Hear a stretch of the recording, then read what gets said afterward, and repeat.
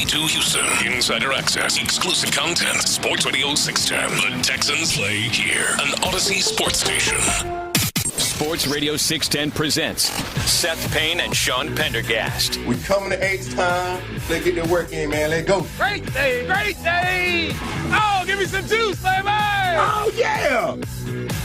One more knee will do it at the Houston 14-yard line. 40 seconds to go. Mahomes gets under center, takes a knee. It is over at Arrowhead Stadium. The Houston Texans fall to the Kansas City Chiefs 27-19. So the Texans lose to Kansas City and look forward to Christmas Day in just a few days to take on the Baltimore Ravens. A costly day as far as injuries go, and the Texans take the L along the way, dropping their record to 9-6. Yeah, that Mark hit it. That was Mark Vandermeer on the call. He hit it on that last part there. Welcome in, everybody, on a Reaction Monday. Hope you had a great weekend other than that game. As Christmas just a couple of days away, as we welcome you in on a Monday, a Reaction Monday to Payne and Pendergast. Sean Pendergast alongside Seth Payne. And Seth, at the end of that day, I didn't even care what the final score was.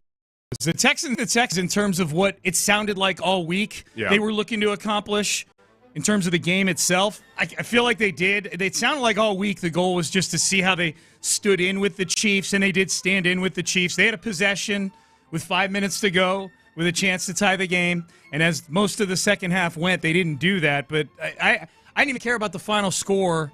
The Tank Dell injury looms, over everything. The Tank Dell injury especially, because in the first half, it felt like, oh, okay, they're doing some things. It wasn't like they were a rolling ball of death or anything, but they were connecting with Tank Dell. I think because of the injuries in the secondary, Spagnuolo wanted to play a little bit more zone than he typically does, and they took advantage of it. The Texans totally took advantage of it, and including on that pass to Dell, that was a great play. And then you get into the second half, and they're able to blitz the deeper into the second half. Yeah. The Chiefs were able to blitz. Texans can't handle it, and really the sum total of it is you look at the difference between the Chiefs and the Texans. With or without their best players, man, you get into the fourth quarter, you get down in the red zone, it's 1st and goal on the 10, and somehow it ends up 3rd and 20. And you can't live that way. You can't be taking delay of games. You can't be running out of bounds for a 5-yard loss when you could just throw the ball away. All these little details, and then the other big difference is just the negative run plays, or the negative plays in general. About the screens, because the screens, the wide receiver screens were run play. The Chiefs aren't starting out 2nd and 10, 2nd and 12 nearly as often as the Texans are. Nope. And so they're worlds apart in terms of their entire operation offensively. That is a clean operation over there, man. I don't care. I don't care what the numbers say, and you cited these numbers quite a bit last week, appropriately so. That offensively, these are two very similar teams this year in terms of output. You watch that game, you go, no, these are two very dissimilar teams in terms of knowing what needs to get done in order to move the football, score points, and win games. And the wide receiver screens are just that's a rolling ball of delight is what that is. For the other team, It's a rolling ball of pastries for the Chiefs. So it's a quick turnaround. So today's like a normal Friday. Yeah, right. They play in 2 days. So did you flush that one? The Texans have no choice but to flush it. But then the injuries are the other big part of that game. The biggest, most devastating thing emotionally, obviously, is Tank, and who again, did he have 6 receptions? See, the last reception was his 6th reception for 98 yards. Which I believe ties his season high for receptions. 6 or 7. So he had one other big game this season. I think it was when Nico was out. Yeah, was it the Jets? Yeah, he had a big game against the Jets. So he had matched his production through just early into the third quarter. And that was the Tank from last year. Yeah. That was the Tank from last year. So the Steelers and Ravens game, since that's relevant as well, I think in looking at the Steelers in that Ravens game, I know if all you did was look at the final score, you think, oh, the Ravens just destroyed the Steelers. That was a very close game, and it went back and the beginning of the fourth quarter was crazy. See, it was crazy. Multiple turnovers. Yeah, it was crazy. And similar to the Texans, the Steelers had the ball with just a few minutes to go in the game, and Russ throws a pick six. It ends up coming down to, okay, who's the better quarterback in this game? But what I would say about the Steelers was, man, the Steelers were rolling a lot of times with Ben Skoranek. Their Pruitt is like their fourth string tight end. Who was in Texans camp this year. Oh, my gosh, Sean. I mean, Skoranek would be their second best wide receiver right now. Van Jefferson caught a touchdown. Kelvin Austin was a huge factor in this game. They're doing more with less. And it was, if I come out of that game and I'm a Steelers fan, there's no George Pickens. Hey, I know George Pickens is coming back. I would actually feel like, all right, we've still got a puncher's chance. Just don't throw a in pick the playoffs. six. They're on the road, you know. Yeah, and they're still leading the division, by the way. Yeah, that's right. The Steelers are. They got the tiebreaker. So the Ravens have something to play for. Yes. But also just, man, there's a difference in conjuring up the optimism for the Steelers compared to the Texans. No doubt. And I don't know who the Texans rest is. You want to rest people? Who? Yeah. I don't know who you rest. There's nobody left. No, they are banged up. And if Tank Dell hadn't gotten hurt, we'd be talking about Jimmy Ward today. Jimmy Ward got hurt. They're all out for this game. Shaq Mason. Yeah, this short week. The worst possible outcome for this short week was all the injuries. Injuries, yeah. So the Tank is the big one. That's the one that, I mean, obviously just the optics of it, that emotional board, particularly with C.J. Stroud. Here's Ian Rappaport yesterday on the NFL Network with the update on Tank Dell. One of the scarier injuries we have seen Tank Dell with that acrobatic touchdown catch. Comes down a little friendly fire from his teammate. You could see obvious pain dealing with a knee injury. And my understanding is this is a dislocated kneecap for Tank Dell, which is why you could see teammates immediately say, don't move, because the kneecap was, frankly, not where it was supposed to be. And if you move your leg, if you bend it, you can do serious damage. Tank Dell was transported immediately to University of Kansas Medical Center to stay overnight. That is where he remains, mostly as a precaution. Wanted to make sure he had the best care possible, taking him to a Trauma 1 center, a Tier 1 center. That is where he remains. He has not had surgery yet. To my knowledge, it is still possible, but it has not happened yet. It is unclear when Tank Dell will be able to return to the field. He is, safe to say right now, out indefinitely. So the Houston Texans will be moving forward without one of their star receivers. Okay, so we should make it clear that report was from yesterday morning. Tank is back in Houston now. Yeah. He's back in Houston now. They are still the rest of that report all holds up because they are still, I think, determining, the damage, the full extent of the damage, what the next steps are. I don't want to speculate recklessly. I don't want to speculate at all. Yeah, I mean, if it was, I wouldn't want to say just, but air quotes, just a dislocated kneecap, that's a better prognosis. But obviously, sometimes the dislocated kneecap is part of a lot of other stuff that could go on. And I will. The fact that Tank held on to that ball, when he very clearly knew that something was wrong right away, a tip of the cap to him for that. Yeah. I was on the field once when. I was on the sideline when Fred Taylor in Jackson. Fred Taylor is a tough dude. He's really tough. I know he got injured a lot, but he's a tough dude. He tore his groin in the middle of a play when he went to go make a cut and threw the ball to the ground. He he was really? You could see where it tore, and he just threw it get it away from me. Okay. You caused me so much pain. Okay. So that's Tank. Fred's not, Fred is not soft whatsoever. It's just in that sometimes with those really traumatic things, your brain just goes to mush. Oh, yeah. So tip of the cap for that. Obviously, that doesn't matter at the end of the day. But it could be any number of things right now. So from something that might just be a few weeks in rehab, if all it was a dislocated kneecap, but it feels like, D'Amico yesterday called it a significant injury. Again, yeah. CJ was actually asked about Tank holding on to the football. This is the 8th question of the press conference after what was clearly an emotional press conference for CJ Stroud. Yeah, I guess. It's not, bro. Don't overthink it. Yeah. I just it's the least of our worry. You know what I'm saying? So don't worry about it. It's okay. So what did he ask? I think he asked just about what he thought about Tank holding onto the ball going to the ground, and if you watch the whole press conference, it was a grind for CJ going through that press conference. All the questions were about Tank. We saw CJ on the field, and all these questions about his best friend possibly missing, definitely missing this year, maybe missing. Who knows? And then you get to, what do you think of him holding on to the football? CJ's I can see in his mind, we lost the game. Didn't really matter, Yeah, I don't know. I know some people thought that that question was out of line. I didn't I thought it was. I definitely didn't think it was out of line, and I don't think CJ was out of line either. In answering it, it's just he's answering it. Here's CJ immediately, first thing in the press conference, being asked about Tank going down. All you can do is really pray. So at the end of the day, God still gets the glory. I always, no matter what happens to me, I always know that I'm even up here because of the grace of Jesus and the grace of who he is on my life and Tank's life.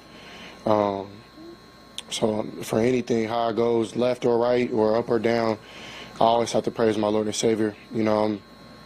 It's not easy, you know what I'm saying? But after that, I try to use it as motivation, and it's not easy to, just let it go, especially that's my best friend, you know what I mean? So not easy to move on and just keep playing, but I try to do as best as I could. And my teammates helped me up, Joe helped me up, Dalton, so I appreciate those guys just talking to me because, I was going through it. So I appreciate them just, being there for me. That was after that answer started after what was probably, it felt like 10-second pause when he was asked that. You can tell if you watch the video, it's at the very beginning of the press conference. CJ was really having to kind of, I think, gather himself, think of what the right words were. But that was a tough scene on the field. It was CJ and whatnot. And I think, obviously CJ was very emotional afterwards. And that was polarizing to a lot of people. It was. It was. The only thing I would say about that is CJ was doing some things after that were uncharacteristic of him. Yeah. With the delay of game penalties. Yeah. Running out of bounds, 5 yards behind the line of scrimmage. Yeah. So there were things where you could carve together a narrative that he maybe was still emotionally distracted in the whole thing. Or there was some kind of funk or something. I mean, they've been in a funk in the second half all season I know. long. I would prefer, because you just have no idea, exactly how that affects everything. I think there is something, I'm not over the top criticizing anybody for anything or what have you, but there is that element of, bad things happen. In a football game, and your leadership guys have to be, ideally very stoic and is the forward-looking and all of that. And so it causes me concern just in that, I don't want to sound like a monster here, but there is a little bit of detaching yourself from normal human emotions when you're in the middle of something like that, over time, maybe is something that will change. He's 23. Yeah. So I get it. You can't criticize people's emotional responses to any given thing. You never know exactly how you're going to respond. But that's it was a unique situation. Yeah. It's a good way to put it. All right, Payne and Pendergast with you on a Reaction Monday. Remember Jim Mattis, the general, he was the chief of the forces over there. He was telling us. I don't. He was the main guy over in the Gulf War, the most recent Gulf War. Okay. But I remember reading a story he was telling about in the first Gulf War in Desert Storm, how they're rocketing towards Baghdad, and they faced some kind of resistance, and one of his best friends in the world was rocketing alongside him in a tank, and boom, the tank got what he thought was taken out, and he had to tell himself, all right, just focus, mission. Yeah. That's an extreme example of and everything, but that is that's the mode analogy. of there's a certain, you got 52 other guys out there that are also under your responsibility. It's a fair point. It's a fair point. All right, we're off and running on a Reaction Monday. We will certainly react more to the Texans. 713-572-4610. You want to hit us on the text page. By the way, his buddy turned out all right. Okay, good. Mattis' buddy. Happy ending. Yeah. All right. And spoiler alert, they took Baghdad. Yes. Yeah. Yes. Oh, thanks a lot. I was going to watch that on TV tonight. Yeah. All right. Let's circle over to the Astros for a minute. We'll get back to the Texans, but yet another big deal made on a Friday afternoon. It was a Kyle Tucker trade 2 weeks ago. This one makes me feel a whole lot more optimistic about the upcoming season. We'll talk about that coming up next.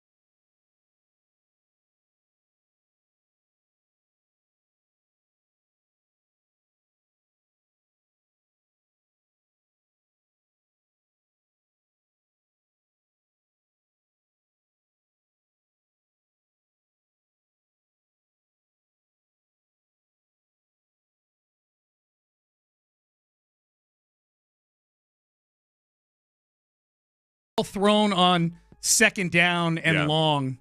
And so the idea from Bobby Slowick was, this is the play that'll get us in third and manageable at the very least. Right, just an easy 5 yards. Easy 5 yards. Yeah. Tunsil was lost in space. Like, Tunsil's a great pass protector. Not so much this last game, but he's atrocious as a blocker. And out in space, he might as well be Kenyon Green out in space. Which is crazy because he's a good athlete for his position.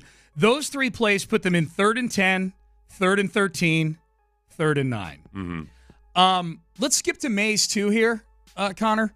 Robert Mays, who with now, Robert Mays. He's doing his own thing. Maybe. The Athletic, I think. The Athletic. That's right, The Athletic. On his podcast, he was talking about the screen game and how it's a big tell. Yeah. How well you execute your screen game is a tell as to how well coached you are offensively. Yeah. He made a comparison between the best screen game in the NFL and the worst screen game in the NFL. The Bucs have positive 17.5 EPA on screens this year. Baker Mayfield does. That is the highest in the league. The Texans have negative 17.5. That is dead last in the NFL. So there is a 35-point difference between the best screen team and the worst screen team in the league. And the fact that it's the Bucs and the Texans feels so appropriate to me right now.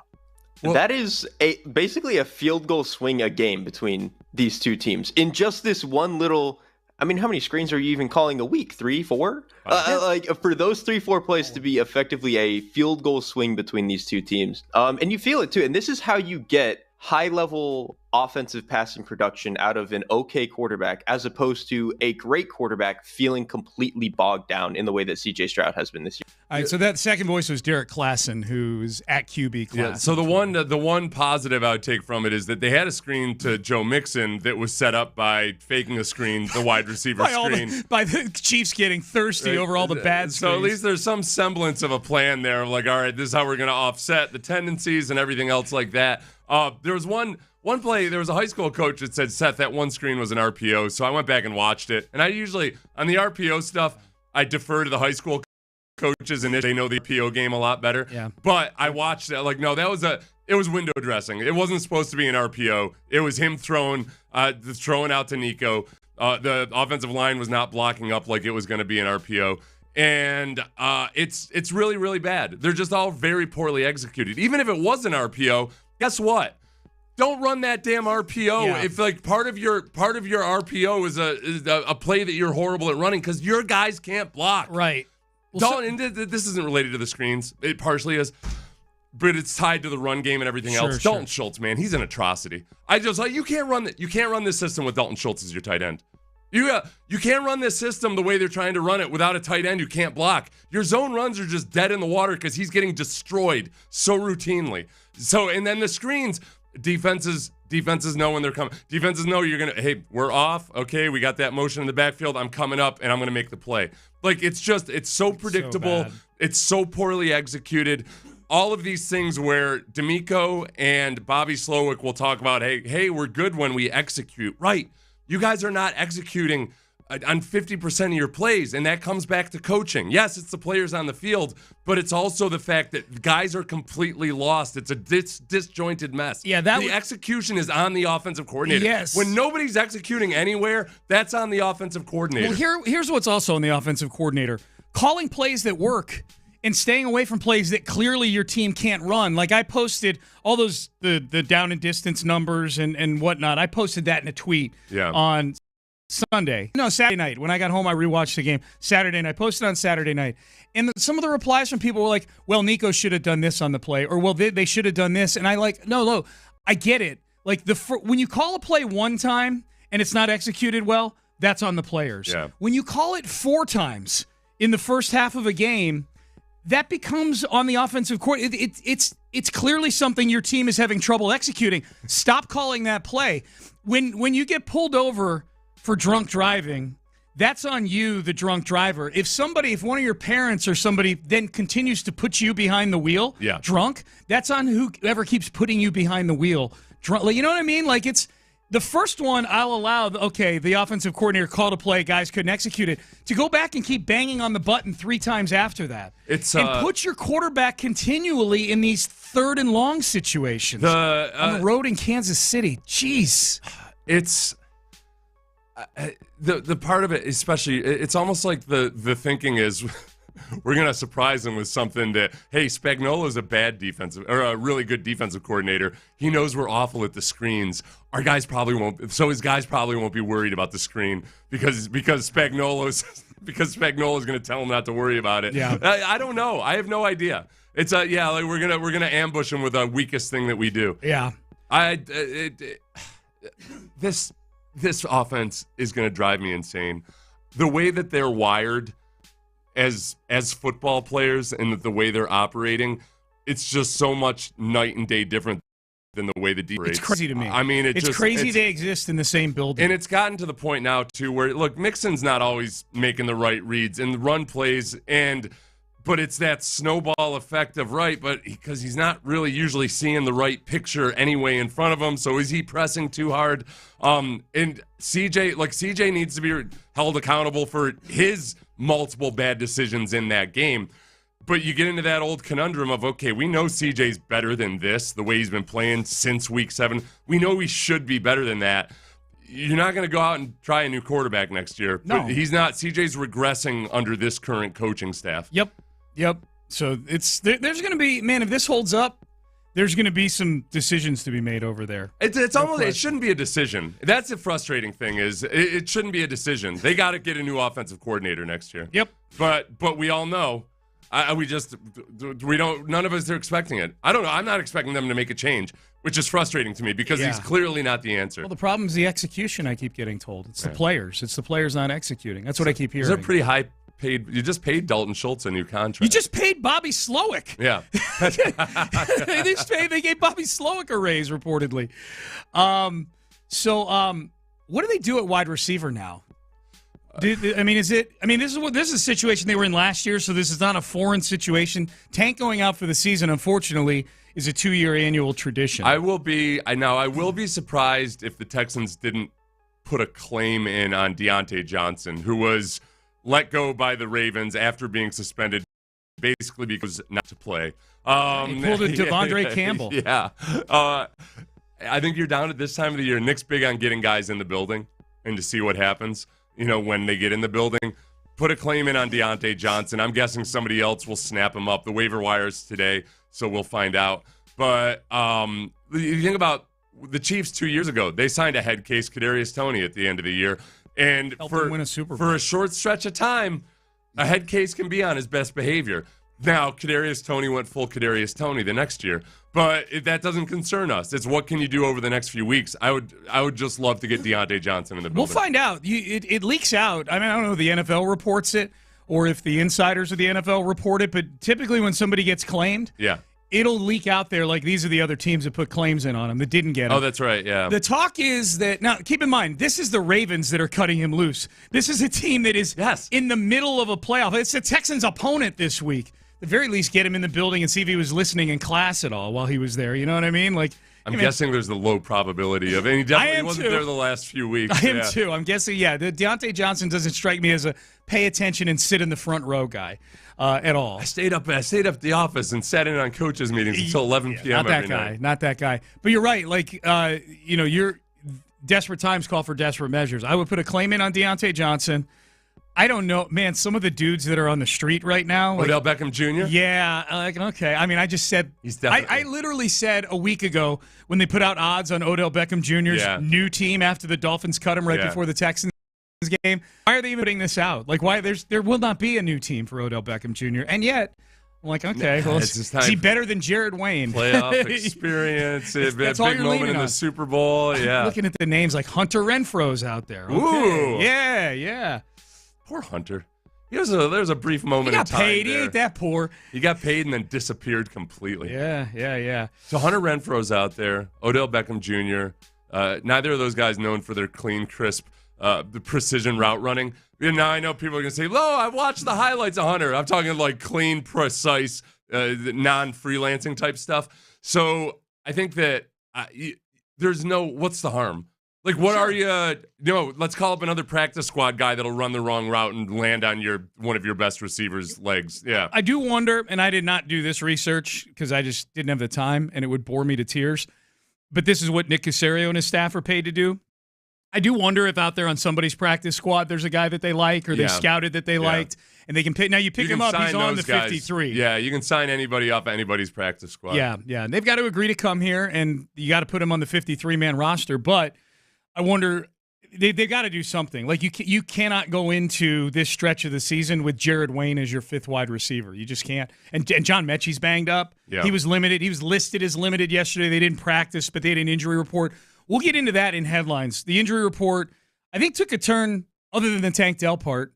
I think took a slight turn for the better for this game with a couple of names. So we'll get into that in the in headlines. Rockets win yesterday. We'll get into that. We'll dig a little more into the career signing. The Astros college football playoff this weekend. Busy weekend, man. We'll get into it in headlines coming up next. Busy weekend. You've probably got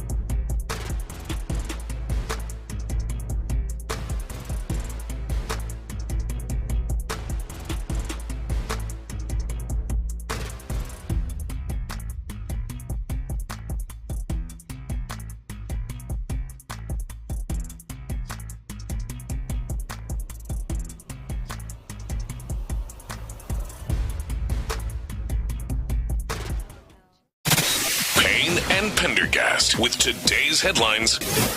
All right, let's get into today's headlines. Let's start with the Texans. They lose 27-19. I don't know if you know, Seth. They lost to the Chiefs. I was trying to catch up during the break. I didn't Saturday. get to the end yet. Yeah, Okay. sorry, I spoiled it for you. They lost the game 27-19. Score could have been 42-0 for all I care. The big story out of this game is they lose Tank Dell, Jimmy Ward, Shaq Mason, all listed as out on the injury report for this week. The big thing we're waiting for with the Texans, I think maybe even more, for me at least, I don't know how other people feel, I'm waiting for this more than I am the results of the next two games. What is the prognosis for Tank Dell beyond just the dislocated kneecap? Hopefully it's just a dislocated kneecap. I don't care if they're 11-6 or 9-8 if there's long-term damage to Tank Dell. So with a dislocated kneecap, having seen a couple in person, it's a pretty grotesque injury, and it does freak you out. You can see, when you look at it, okay, the kneecap might be off on the side, but in your mind, all you're seeing is like his leg is turned the wrong way. Yeah. That's what it looks like. Yep. It's looking, but kind of like with a dislocated, another grotesque injury, it doesn't always it's not always as bad as it looks. Mm-hmm. So, yeah, maybe hopefully it's as simple as that, but we have no idea. Did you say there was good news?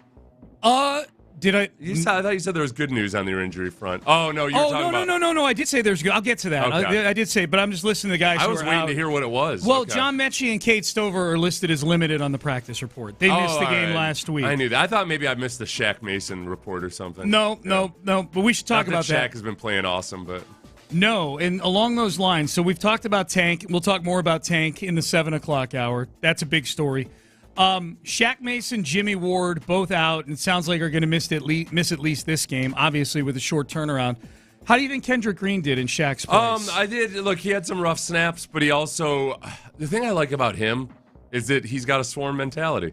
There's a scrappiness to him. He is a swarmer. He's so undersized. I mean, at times he kind of gets batted around. But I admire that sometimes he's like he's a guy that knows the battle is lost, but he'll fling his body into danger anyway. So it's not like he's a long-term solution or anything. But I'm not distraught over if he has to start. But it just versus a team like the Ravens, it's got a really good run defense and very good interior defensive linemen. I don't think he's a solution.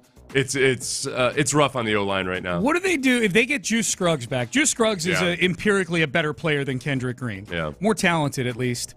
And they're at the stage now where I truly feel it's let's get our 5 best guys out there. I think that signal was sent when they moved over to left guard and put Blake Fisher in. So if Juice comes back, the best 5, right, would be, and Shaq's still out, I'm assuming. I'm thinking, Juice at left guard and Titus to right back guard? to right tackle. Right guard, I mean. To right guard. Yeah, you got to keep Blake Fisher in there right now. Yeah. That'd probably be it. Yeah. Jarrett Patterson stays at center. And then losing Jimmy Ward is a killer. I mean, I don't know what you're down to because here. then again in the second half, okay, Kamari goes down and plays a slot. You got Okudah on the outside. teams are going to start figuring out ways to attack that. Yep. It's tough, man. It's you're down to it at a few positions here. The Astros shifting gears. Oh, by the way, the Texans play on Wednesday. You can hear the game on Sports Radio 610. 3:30 kick. 12:30 Texans countdown with me and Seth. Astros signed Christian Walker, 3 years, $60 million. For anybody who felt like the Astros were headed into a rebuild mode, this would certainly send the this lines up with the message that Dana Brown has been giving us all season long, which is that they still believe that they're a contender in the American League. 3 years, $60 million for Christian Walker is a good signing. You know what? I know it's a good signing. Yankee fans were pissed about this. Yeah, Yankees fans. Yankee fans were like, Christian Walker, 3 years, $60 million? That's all it took? That's all it took to get Christian Walker? Because I guess they've got a first Did they base. call Christian Walker a greedy bastard for taking money? No, not the one that I saw, not the videos I saw. But this is good. Gold Glove first baseman, 30 home run guy. And you cited this earlier. They seem to be targeting guys who, at least in the 81 games they play at Minute Maid Park, their swings are tailor-made for that part of the season, for the home games. Yeah. Christian Walker's one of those guys. I pulled up the wrong depth chart for the Astros. I'm trying to remember what year this would have been from. What is it? Never mind. It's screwed up. Move the Crawford boxes in. Even closer. Even closer. Have some bleachers in front there. I think they are one good outfield signing away from being a better team this coming season than they were last season. Mm-hmm. I think Paredes is a good third baseman. He was an all-star. Yeah. He was an all-star I think last year. Yeah, well, look, Walker's a major upgrade at first base. The strategy of not signing guys to long-term deals, basically the one sentimental signing is already on the team that Altuve is going to be here. He'll be an Astro for life. He can most still likely. play at least, too. Right. I feel like for the most part, I don't feel awesome because an entire outfield is not a minor issue, but the offense that they've potentially added and some stability at first base especially, to where, let's remember, it wasn't just Jose Abreu's production, it was just the entire first base situation was such a drain on the lineup, like how you had to construct the lineup, just how many innings were killed just because it was a non-compete out of your first baseman, whoever it was. And then defensively, it just was not good. So I feel a lot better about this. It can't be though that outfield is the new first base. You know what I mean? It can't be that your outfield majority of the games is some combination of Dubon, Myers, and Chas McCormick. You got to make one more move, I think, to feel good that you've actually improved the baseball team this offseason. If you lose Kyle Tucker and Alex Bregman and you feel like you go into next season feeling more optimism about the team, that's a good offseason for Dana Brown. And I think if they go get, Teoscar Hernandez's name is getting thrown around, Santander from the Orioles, his name's getting tossed about. We'll see. I don't know what Jim Crane's, I don't know where we're at relative to Jim Crane's threshold for spending in free agency. I think the thing I have to keep reminding myself was that, hey, injuries are going to happen, but last year was freakishly bad for the pitchers. Yeah. And then just even Hunter Brown getting off to a slow start. Hunter didn't, but everybody else getting off to the slow start. No, Hunter got off to Hunter an did. awful Hunter did. start. Yes. That was an atrocious start. Renell Blanco's who I'm thinking of. Yeah, yep. Blanco's the only guy that was steady. He's good. So that look, this is a team, and like with the signing of Wisniewski, yeah, it's... Like, with the Texans right now, all my hopes for them making any kind of a postseason run are, okay, they've got to play out of their minds on defense. If they're going to win this Ravens game, they got to turn the ball over 4 or 5 times. So, likewise with the Astros, you can't have the same pitching injuries you had last year, and then this goes back to being on paper a hell of a pitching rotation. Well, they ain't trading Fromber, I can tell you that now. That Christian Walker signing is a sign they're keeping Fromber. The fact that I know they've had conversations, they'll listen to talks about anybody, but the way Dana Brown is operating, it feels very much like, yeah, we've got some issues, we've got some holes in the outfield, but our pitching we expect to carry this team for much. I think the tough thing was a unique situation in so much as you had a willing team in the Cubs that actually had guys that could help you win this year. Yeah. In Paredes and Wisniewski. So there's that. Christian Walker is an Astro. Real quick, Rockets win last night in Toronto. This was a game that they trailed big early in this game. Came back, a little back and forth in the second half. Rockets put a run on them at the end of the game to win 114-110. College football playoff, all blowouts in the first round. The spectacle of the college football playoff was fantastic with the home stadiums. Yeah. That was cool. The games were all blowouts. The closest game was Notre Dame, Indiana, 27-17. Indiana needed to score 2 touchdowns in the last 5 minutes just to make it look closer than it was. The games were all blowouts. The games were boring, but the spectacle was great. So we'll see. If it were to go this, the committee's getting killed right now. How many years would it have to go like this before they made another change?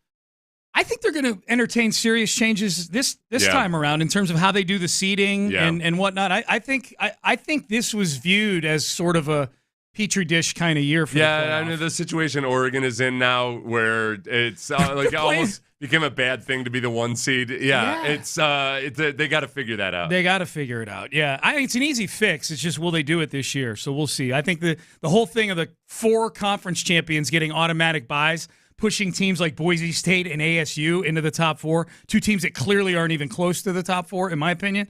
That's the issue. So we'll talk about that a little more as the week rolls on. Games are on New Year's Eve and New Year's Day, the quarterfinals, all played in bowl games. So that was fun. College football in this past weekend. By the way, Ricky Henderson passing away. We'll acknowledge Ricky Henderson in Acknowledge Me at 7:20 today. Let's circle back to the Texans and the Chiefs, and let's relive some of what happened on Saturday. This will help us maybe diagnose some of the things that are wrong with this team right now and some of the things that are right with this team right now. We'll do it through the voice of Mark Vandermeer. We'll do it through the plays that happened and mattered on Saturday. That's coming up next.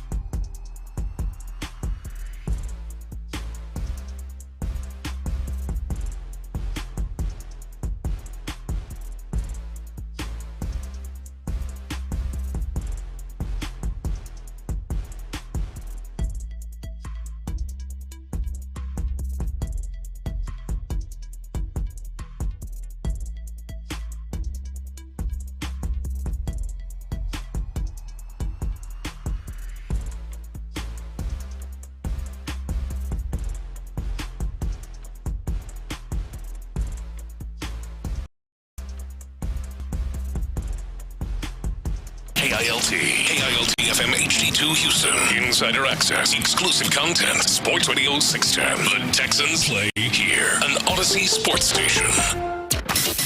It's a Shopper's John Deere Reaction Monday on Sports Radio 610. Here's Payne and Pendergast. Third down at 12 from the Houston 43-yard line. Stroud shotgun, one back. Dare. CJ calls for the ball. Drops back, looking, firing over the middle, and intercepted at the 32-yard line and brought down at the 34-yard line. It's Jaden Hicks, the rookie, picking off C.J. Stroud, trying to thread the needle over the middle. All right, that was Mark Vandermeer on the call. We're going to take a look back at some of the crucial junctures in Saturday's loss to the Chiefs. I would say a loss that, generally speaking, every Texan I heard from felt good about the way they competed in that game, which to me it rings a little hollow, just because if someone had told me before the season that the quotes after the game would be like, hey, we feel like we stood in against a good team. Yeah. Beginning of the year, I felt like this is one of the good teams, and I don't feel like the Texans are a bad team at all. They're 9-6. They're not on that same tier with the teams that are going to be favored to get to the Super Bowl out of the AFC, but it is a stark realization that they're probably a year behind at least where everybody thought they were at the beginning of the year. I think honestly, in terms of look at the guys that Patrick Mahomes. I mean, they've got 3 running backs on that team right now. Any one of which I would love to have as a backup running back. Yes. And yes. As of right now, the Texans really don't have a backup running back. Oh. Not one that Ogunbowale is your best passing option and pass blocker, but they don't like him as a runner. Pierce got to carry. Well, like 4 or 5 yards, right? Yeah. So what's that? He's up to what? 15, 16 carries 16 on the season? carries now, man. Yeah. So, he's going to get to 20 before you know it.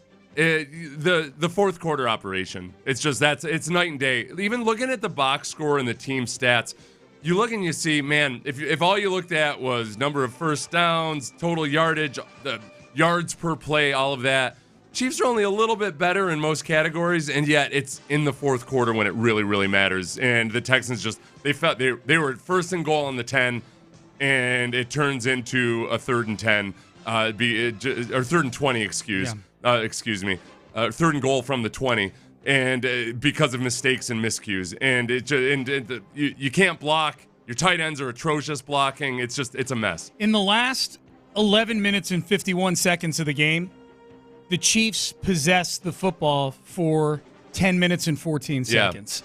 You had the ball for a minute and a half on a 3-play, negative 13-yard drive that ended in a sack. Right. You know, and the Chiefs had it 14 plays, 60 yards, kick a field goal, burn 6.5 minutes in doing so. Mm-hmm. And then did anybody think the Texans were getting the ball back when the Chiefs got the ball with 3 minutes, 41 seconds left? Mm-hmm. I didn't.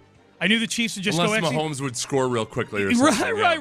Right. Well, Ryan had that route down the sideline. I'm like, maybe we'll get the ball back here. With Pat Mahomes, I do think that there is something that's just a little bit different with him this year. I think some of those, he had some errant throws that could have been, in the past, you would have thought, it would have been money. But even just with Travis Kelce, right? Travis Kelce's not nearly the same guy. Every time, he goes down at any contact whatsoever. Yeah. There's no broken tackles or anything. Yep.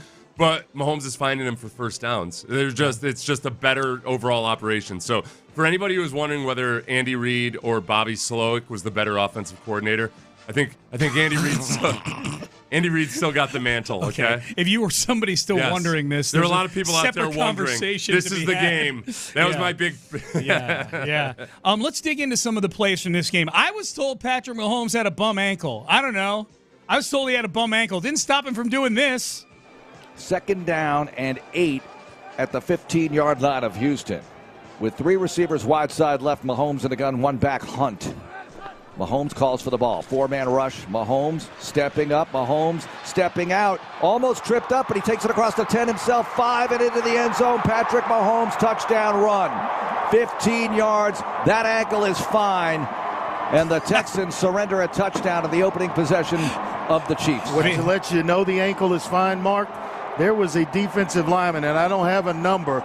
It may have been Tim Settle that actually kind of reached out and swiped the ankle. We're good. Yep, we're good. By the way, because Chiefs fans had picked up on Settle comment game that we basically said we're going to attack his ankle, and they were trying real hard to let Tim Settle know about it on social media. I'm sure. Okay, so this is the thing. Mahomes, I mean, he totally does have a sprained ankle. It's just that he's so dramatic about it.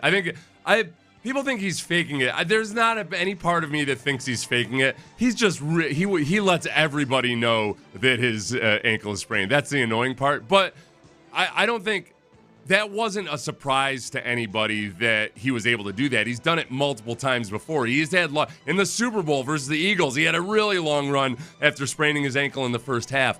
And he does this every year. So it's not like that caught the Texans by surprise. They just didn't do a good enough job of corralling him and coming up and realizing when he's pulling the ball down. Yeah. And the part that you heard there, Andre describing the Tim Settle thing, like it was one of those things again with Mahomes that you get hands on him in the pocket, but it doesn't even matter. He doesn't look that strong. Yeah, he he's looks right. Not gangly, but he's got kind of an odd body type, because you don't realize not one he's where actually, you go, this guy's a beast. Right, but he's a big dude, and he is strong. He's got really good core strength. He's got big lower legs, and he's able to do this stuff routinely. Yep. And then where that pays off, how they offset that too, is later in the game when Kamari Lassiter, we'll play it at some point. Yeah, never mind. We'll keep it moving. Yeah. We'll get to that one.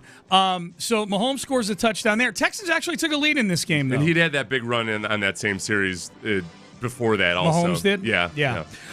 So the Chiefs took a 7-0 lead. Texans get a field goal, make it 7-3. And then the Texans would get an actually to make this thing 10-7. This was a play where CJ's throwing it back across his body. I'm like, oh, God, please fall incomplete. The way he was throwing it, it didn't. It was completed. Touchdown. First and goal from the 10. CJ escaping to the right side after taking the snap, throws downfield and caught. Touchdown, Houston. Dalton Schultz. CJ Stroud rolling right, finding the tight end for 6 as the Texans go in front of Kansas City. I was hoping badly that ball would find a pair of friendly hands, because it stayed in the air forever. Rolling right, throwing back to the middle of the field is a no-no. Yeah, I was like, where's this going? And then there's Dalton Schultz standing all by himself. Now, he might have pushed off a little bit to get so open. They were. Chiefs fans were booing. I was trying to watch it. I was trying to watch it with an objective eye, and I think there was enough. There was just kind of wrestling and hand fighting going on. Yeah, I think that was fine. That's usually a non-call in that situation. Yep. He kind of took him. They were hand fighting, and then he ended up just kind of doing the old Michael Jordan swipe of the shin, but he did it to the upper body. So Chiefs fans did not like it, though. They were booing and booing. They also, on the irony, broadcast, my name is Chiefs. Yeah. Blake Fisher had a nice little micro hold that he got away with, which was, I'll credit Blake Fisher with that. Like that's kind of a veteran move. You get enough of a little tug and let go, and as a defensive lineman, I think it should be called a hold, but they get away with it all the time. I was nervous that it was going to get called a hold. Yeah. I know exactly what you were talking about. Chiefs will go on to score a touchdown. Kareem Hunt to go up 14-10. Texans would get the ball back. This early on looked like it was turning into a bit of a shootout, back and forth. Texans get the ball back with about 4.5 minutes to go in the second quarter. We know their desire there would be go on a nice long drive that keeps the ball away from the Chiefs there, especially because the Chiefs get the ball to start the second half of this game. So they did take it down inside the 2-minute warning that the Texans did. Unfortunately, 1st and 10, Kansas City 30. A weird phantom OPI call, offensive pass interference call on Tank Dell. Yeah. I don't know. They isolated Tank Dell, and I'm going, where's this offensive pass interference? It was a significant penalty because it pushed the Texans out of field goal range, so it made it 1st and 20 at the Kansas City 40. CJ throws a couple of incomplete passes, and then after a timeout on 3rd and 20 at the Kansas City 40, this happens. Here's the snap. Instant pressure. CJ over the middle. It's picked off at the 35-yard line. Couldn't get anything on the football. And McDuffie picks it off, and the Chiefs have it with 50 seconds left in the half. Yeah. The second interception of the day for Stroud. I think CJ was just trying to throw it into the dirt, and I don't know that he was trying to complete a pass. He was there. getting hit. He could have thrown. Yeah, I mean, he was under pressure as he did it. It would have been. I'm not absolving him of anything. It would have been a 57-yard field goal at that point. Right. So an extra 5 yards would have been nice. Yeah. But you were already in field goal range, so just don't make that. That's on CJ. Yeah, it's on CJ. I mean, it's on the pass protection too, but it's on CJ. Ultimately. Yeah, and the worst part about that is you give the ball to Mahomes at the 40-yard line or whatever. plenty of time, 3 more points, which is what they did. Yeah.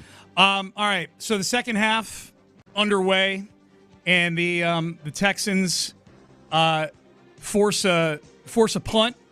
The Chiefs, 5 plays, 11 yards, the Chiefs' first drive. So they force a punt, so the Chiefs getting the ball to start the second half doesn't hurt you. Now you get the ball with your first possession of the second half. The Texans score a touchdown, and I'm guessing it is a touchdown they would have rather not scored.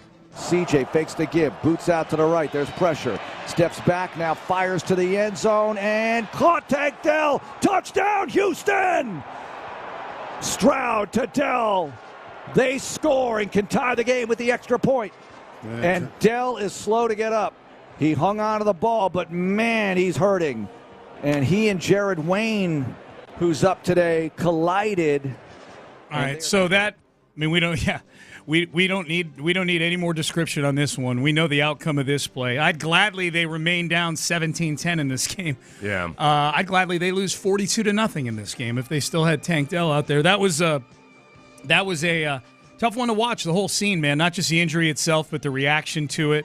Both teams. The Chiefs were gathered around there too. So that's going to be one of the most damaging plays of the season, ironically, on a play in which Tank was able to hold on to the football. Yeah, he was able to hold on to the ball. I mean, it was good play design. You had enough of the safety bit up on the play action, and he lets Tank run by him. They were in single high safety right there. So it was just a matter of waiting for everything to clear and then him making the throw. It was a great play. It was that was still at the point in the game where I'm thinking, okay, they're actually doing some of the stuff we want to see out of them. They had some Tank Dell on some short stuff, to try to get the quick game going, setting up deep balls, and then that was it. I don't know that D'Amico's done 2 press conferences since the end of that game, and I don't know that anybody's asked. My first thought, and this is not me, I'm not throwing shade at Jared Wayne or anything like that, but I do wonder, that's 2 guys that are awfully close to each other. No, they asked him about it yesterday. Oh, did they? Okay. D'Amico didn't really give an answer. Yeah, okay. So that's it. He talked about Jared Wayne's emotional health more so than anything else. Gotcha. So it got asked. It just we don't have clarity on that. Yeah. Why was Wayne in that? Yeah. Yep. All right. So the Texans lose Tank Dell on that play. Kaimi Fairbairn misses an extra point. So it starts to feel like one of those things that's piling on here, okay, they didn't even tie the game. You lose Tank Dell, you'd at least like to come out 17-17. Kaimi misses an extra point. They give up a long kick return to near midfield, but then the defense comes up big. They make a big stop on 4th down at midfield.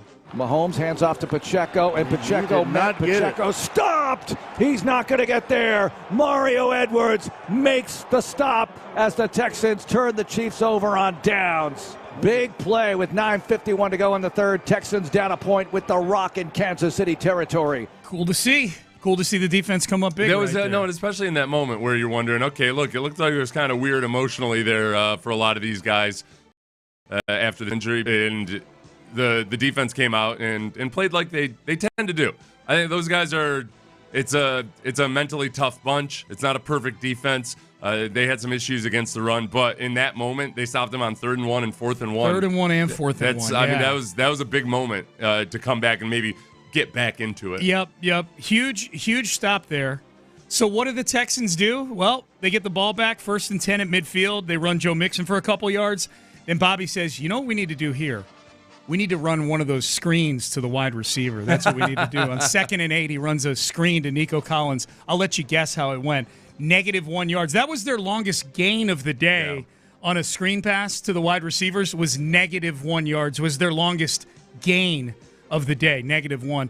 So 3rd and 9, incomplete, and 3rd and 9, and then Dalton Schultz drops the ball on 3rd and 9. By the way, and I know some people thought that might have been an RPO where CJ made the wrong decision. I do not think that was an actual RPO. I think that was predetermined. They were going to throw there. Dalton drops the ball on 3rd and 9. So, the defense came up big. Everybody else seemed to be in a real funk, and then the defense didn't come up big. Chiefs get the ball back, 10 plays, 80 yards. They score a touchdown. We'll hear from Xavier Worthy momentarily and acknowledge me about that touchdown, but that put the Chiefs ahead 24-16.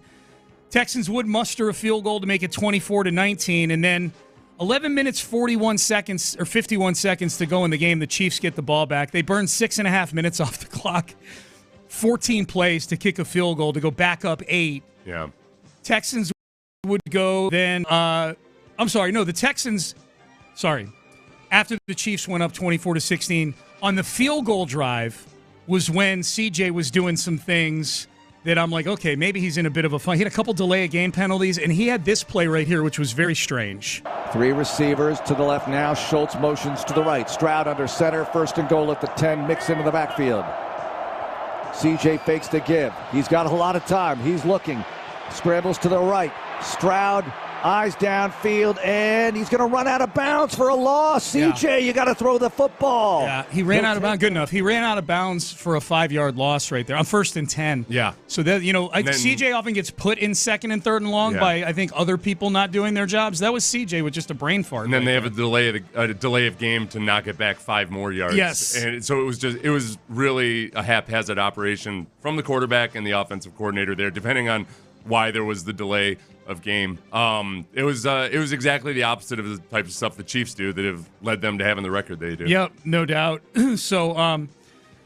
So they kick a field goal, 24-19, and then the other was when was the sack? The corner blitz sack, was that on that same sequence? That was the last time they had the football. That was the only other sack. They went 3 and out for negative 13 yards. That was the last possession the Texans would have. That's floating around on social media because Orlovsky broke that down and talked about how, hey, this is a corner blitz. Quarterback's got to change protection there. It gets interesting because, usually the QB is responsible for changing protection. Center is going to be responsible for the calls in the run game. With CJ, there's times where he'll change the pass protection. There's times where he won't. It wasn't on the offensive line there. They were doing a slide right, so that cornerback is going to be unblocked. The part that's concerning to me was that it did not look to me like CJ was aware of the threat of the cornerback blitz. Right. Because he had his eye, Dalton Schultz wasn't going to be a hot route on that play, if that's what it was going to be. And he didn't, it looked like it caught him by surprise. Yeah. Part of it too is that, hey, they've got Schultz tight in on the formation like they tend to do, and it's a lot easier to blitz from that spot too. So it's on CJ, it's on the entire offense, the way it's designed and the way it's been executed. It just, that play right there was just an indication of how far behind the Texans are offensively. Yes, well put. Last one here, the highlights as we relive the game through the voice of Mark Vandermeer. There's always a play in a game like this. It's a one-score game when the other team has the ball. There's always that play where you go, okay, the realization that the game is over. It's probably over.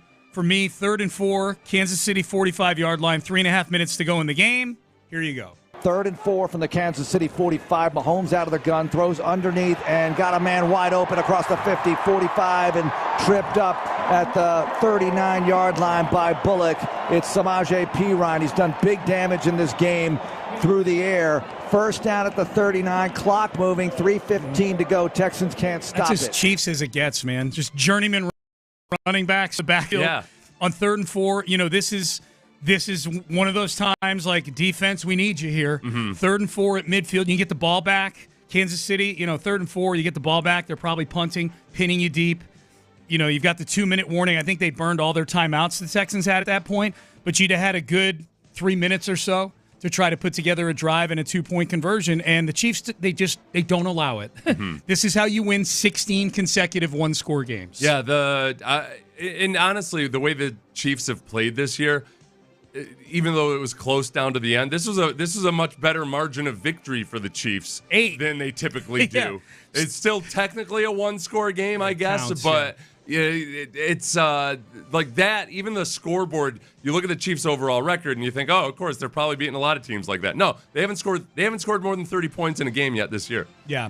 The compliment I'll pay the Texans is this did play like a one-score game. Yeah. Like this was not like the Jets game was technically a one-score game. The Texans lost 21-13, but they got run off the field in the second half of that game. The putting themselves in position to score, getting up to the 10-yard line. It's 1st and goal at the 10. Yeah. Right. They're not laying down and dying. Right. But then right there, like that feeling of being so close yet so far when it comes to where these two teams are. Yes. It's just that's where the Texans are not that team yet that can take advantage of even the good things they've done. The Chiefs were not perfect in this game by any means. Right. But when they make mistakes, it's Mahomes sailing a ball on 1st and 10. Mm-hmm. You give yourself plenty of outs to live to fight. And the Texans these mistakes, and you're going backwards. Yeah. The Chiefs' mistakes, you're kind of stagnant and you can recover from it. It's not a big deal. It's a throwaway down in the middle of the second quarter.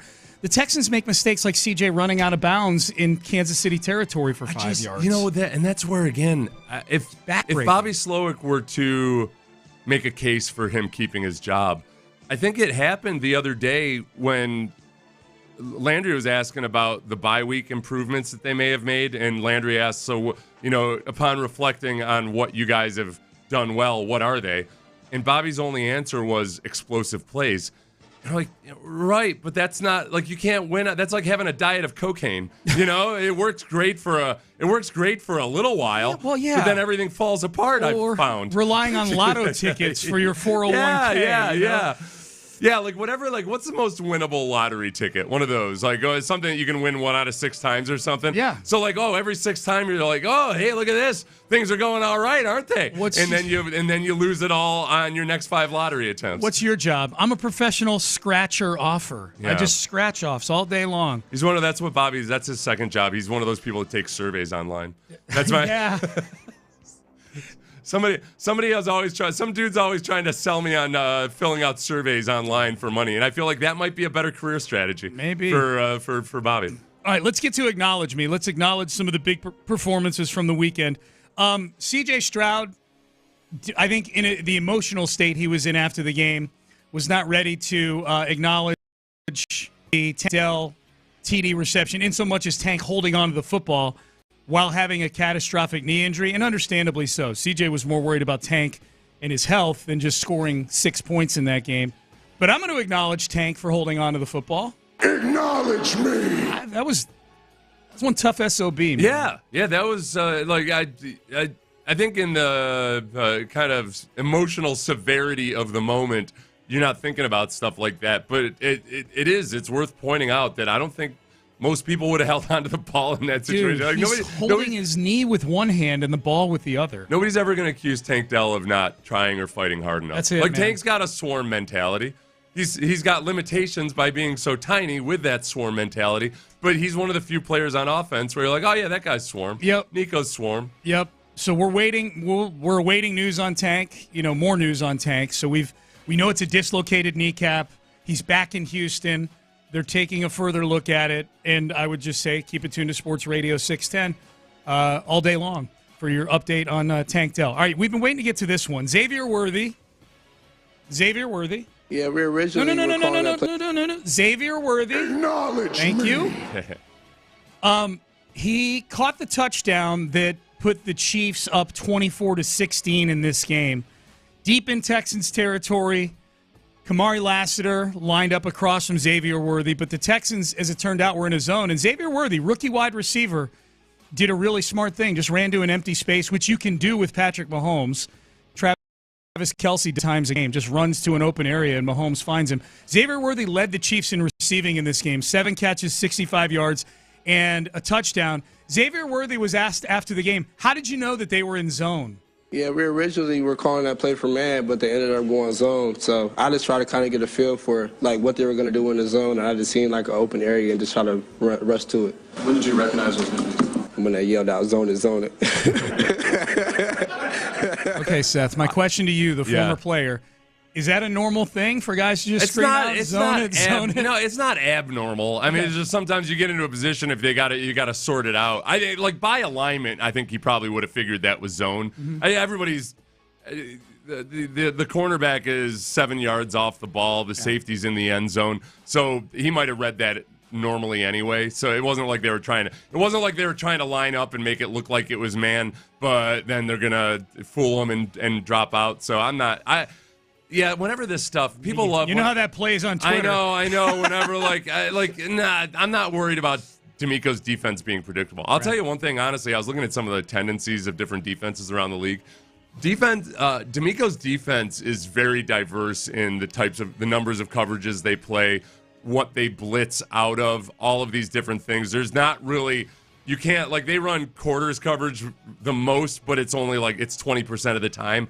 I'm not worried about that. Yeah. That's normal stuff that happens. All right, the internet.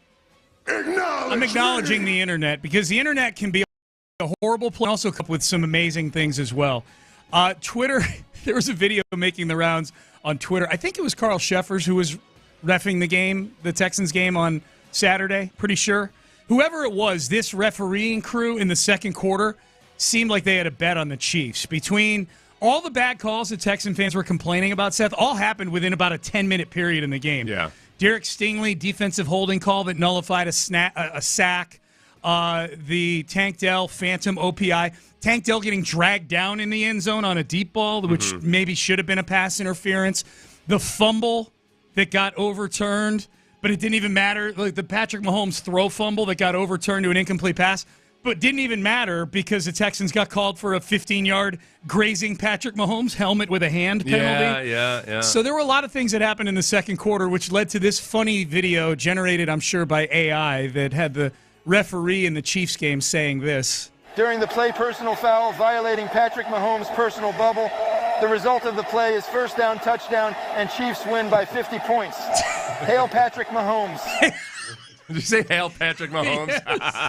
Yes, that was really funny. I'm not a ref blamer normally, but boy, that second quarter tested my mettle. Oh my gosh! You know what? What I realized after this game was that there are legions of Chiefs fans who I think seek out anybody questioning whether or not. Well, now you were just flat out.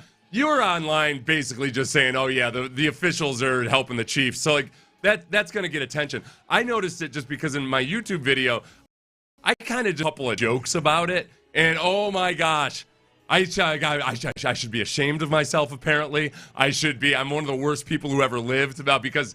And even with Pat Mahomes' ankle, I kind of joked about like this is what he does. Yeah, he's got an. They were accusing me of accusing him of faking it. It's they're vicious. They're very angry. The one that drew the most hate from Chiefs, and it's always, by the way, when it's opposing fans, like in this case Chiefs fans, it's always when it's on Twitter, always people whose names are at Goat Mahomes with a picture of Mahomes or somebody on the Chiefs in their bio, that kind of thing. Those are the people that get most upset. The thing that I retweeted the throw fumble play, and I said, well, yeah, there's fumbles, and then there's Patrick Mahomes fumbles. And, boy, they came after me. And the big line that you get from these people, if you get this line from them, you know you're getting some sort of sycophant from the other team. Yeah. You don't know ball. Oh, that's true. Yeah, you don't know ball. Yeah. Do you know ball? You don't know ball, man. Yeah, that's my favorite. I honestly, that one, I was going to be surprised if they ruled that a fumble. I mean, he had enough. It was forward, and it's not. If it were clear, if he had clearly lost control when the forward motion started, I think it was more that he had lost control, but it was also like kind of simultaneous with as the forward motion had already started. It was close. It was close. Was that reversed or upheld? It was reversed. It was reversed to right. incomplete. It was originally a fumble, but it didn't matter because of the 15-yard penalty. The weird one was the fact that the review on the one incompletion in the end zone took so long. Yeah. Where his foot was clearly out of bounds. Oh, I know. Derek Stingley had, there was no. Yeah, Worthy's foot is 8 inches on. Even Beckledge was trying to make a case for it. I know. What are you talking about? I'm like, what are these announcers watching? Like, this should have been overturned a minute and a half ago. What are we doing? They're dissecting little parts of the play where it didn't matter. He was never close to having the other foot in. And why is this review taking so long? I agree with you. Azeez Al-Shire. Why are we acknowledging him? He wasn't even playing in this game. I know. You know what he did? He showed up at a Texans watch party. Houston Stressens had a Texans watch party for this game. I forget where it was. But Azeez Al-Shire showed up at the watch party and was taking pictures of people and hanging out. And I DM'd Houston Stressens and said, wow, that's awesome that he did that. And I don't know if Houston Stressens said he just showed up. Yeah. Like it wasn't. He didn't. He wasn't like an invited or appearance. anything. He just showed up. Yeah. I hope they waived his entrance fee, whatever it might have been. You think he bought a round, Azeez Al-Shire? I don't know. I hope that he had rounds bought for him. Yeah. I bet he bought a round. He seems like someone who would do something like that. Yeah.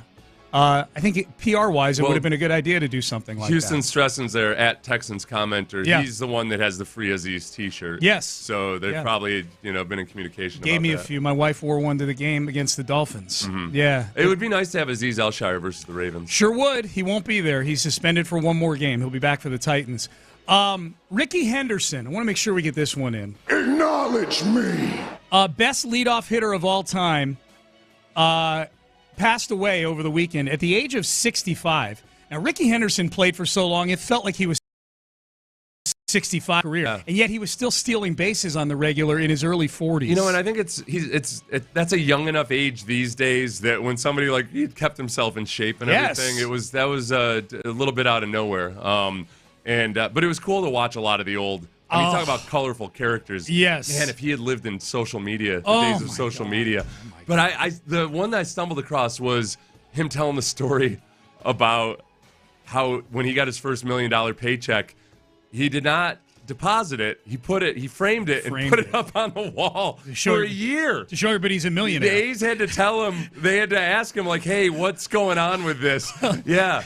They're accounting. Well, the best. I know the interview you're talking about. The best part about it was with Mike Greenberg and Mike Golick. That's right. Yeah. And Greenberg leans in and says, "You're only a millionaire if you deposit the check in your bank account." Accounts payable. Yeah. It's in a gray area there. Okay. Or accounts receivable. On the ledger, accounts receivable. He's technically an asset. Although usually those checks are only good for like 3 months, right? Yeah. So the A's being the same. Now, a later version of the A's might have been like, okay, well, hey, your loss. Yeah. We're not giving you that money. You had your chance. Here's 1,000 more ivory back scratchers I can go buy. Yes. But it was cool. You know what? It was cool. It was kind of like I always worry about young athletes and, hopefully they're saving some of their money. I just like the fact that a young Ricky Henderson, who I'm assuming most people probably would have assumed because of his public persona that he would have been out and spending all that money immediately. Like, no, he was living frugally enough that he had that $1 million on the wall check, and he didn't bat an eyelid. Now, it's very poor money management. Yeah. You got to remember, that was back in the day when interest rates were very high. Yes. He could have just been earning money in a money market account on that thing. Yep. But he cared more about baseball than the material thing. He did. Ricky Henderson, all-time steals leader, 468 more steals than the next closest guy, Lou Brock, whose record he broke. 1,406 steals. For some context, the active steals leader right now, Starling Marte with 354. Wow. He's over 1,100 behind. Now the game's changed. Stolen bases. They're trying to get the stolen base back in the game. Ricky Henderson led the American League in steals every year from 1980 to 1989, except for one season where he only played 95 games. In 1987, Harold Reynolds led the league in steals that year with 60. Apparently, Ricky called him after the season was over to congratulate him. Oh, really? Yeah. 81 leadoff home runs, by far the most in Major League history. The most unintentional walks of all time. You can't talk about most walks of all time because Barry Bonds has completely skewed it because he's got like 700 intentional walks. But the fact that Ricky Henderson was such a good base stealer, and obviously the leader all time in runs as well, runs scored, that he was that good a base stealer with that good an eye. Mm-hmm. I mean, the last thing you want to do is put Ricky Henderson on base, and that dude got on base due to unintentional walks more than anybody in the history of the game. And you think about in that era, too, where small ball was so much bigger a deal as well. He was he's a great player. So Ultimate RIP, weapon, man. AL MVP in 1990. My favorite Ricky Henderson story, Seth, I think it was told on the Jim Rome show by somebody. Might have been John Olerud. John Olerud's part of this story. John Olerud, the space with the Blue Jays and the Mets, who was probably best known for wearing a helmet in the field when he was playing first base. Not with the ear flaps and everything, but just like one of those helmets like the catcher wear backwards sometimes. It's just the brim. Looks like a ball cap, but it's plastic. And Ricky was on the team with Olerud at the time, and he was a teammate of his in Toronto. Several years later, they were on the same team again. I forget where it was. Might have been in Boston. I don't remember where it was. Several years later. and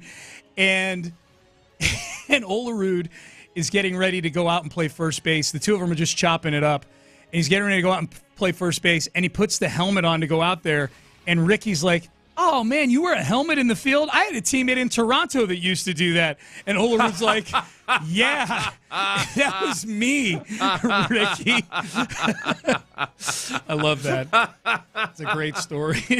Olerud had if I remember correctly, he was like a bad accident in college. Something. He had like an aneurysm or something brain like aneurysm. that. Yeah, it wasn't a concussion or anything. No. It probably involved it, but it wasn't. It's Yeah, so he wore a helmet in the field his whole career. That takes a big amount of confidence to get over that, probably at first. Wearing a helmet in the field. I mean, obviously he's got a good reason for it. Yeah, once you explain it, back it, in that day, especially. Oh yeah, when they're all about the looks back in the 80s. If you ain't drinking whiskey and not caring about brain health, you're not a big leaguer, man. That's it. All right, that's acknowledge me. We acknowledge the big performances from over the weekend. Are the Texans the worst of the division champs or potential division champs this year? One particular national pundit says they are. Hash it out. Where do the Texans stand among these division champions or soon-to-be division champions coming up for the postseason? Oh, it's a crazy time of year.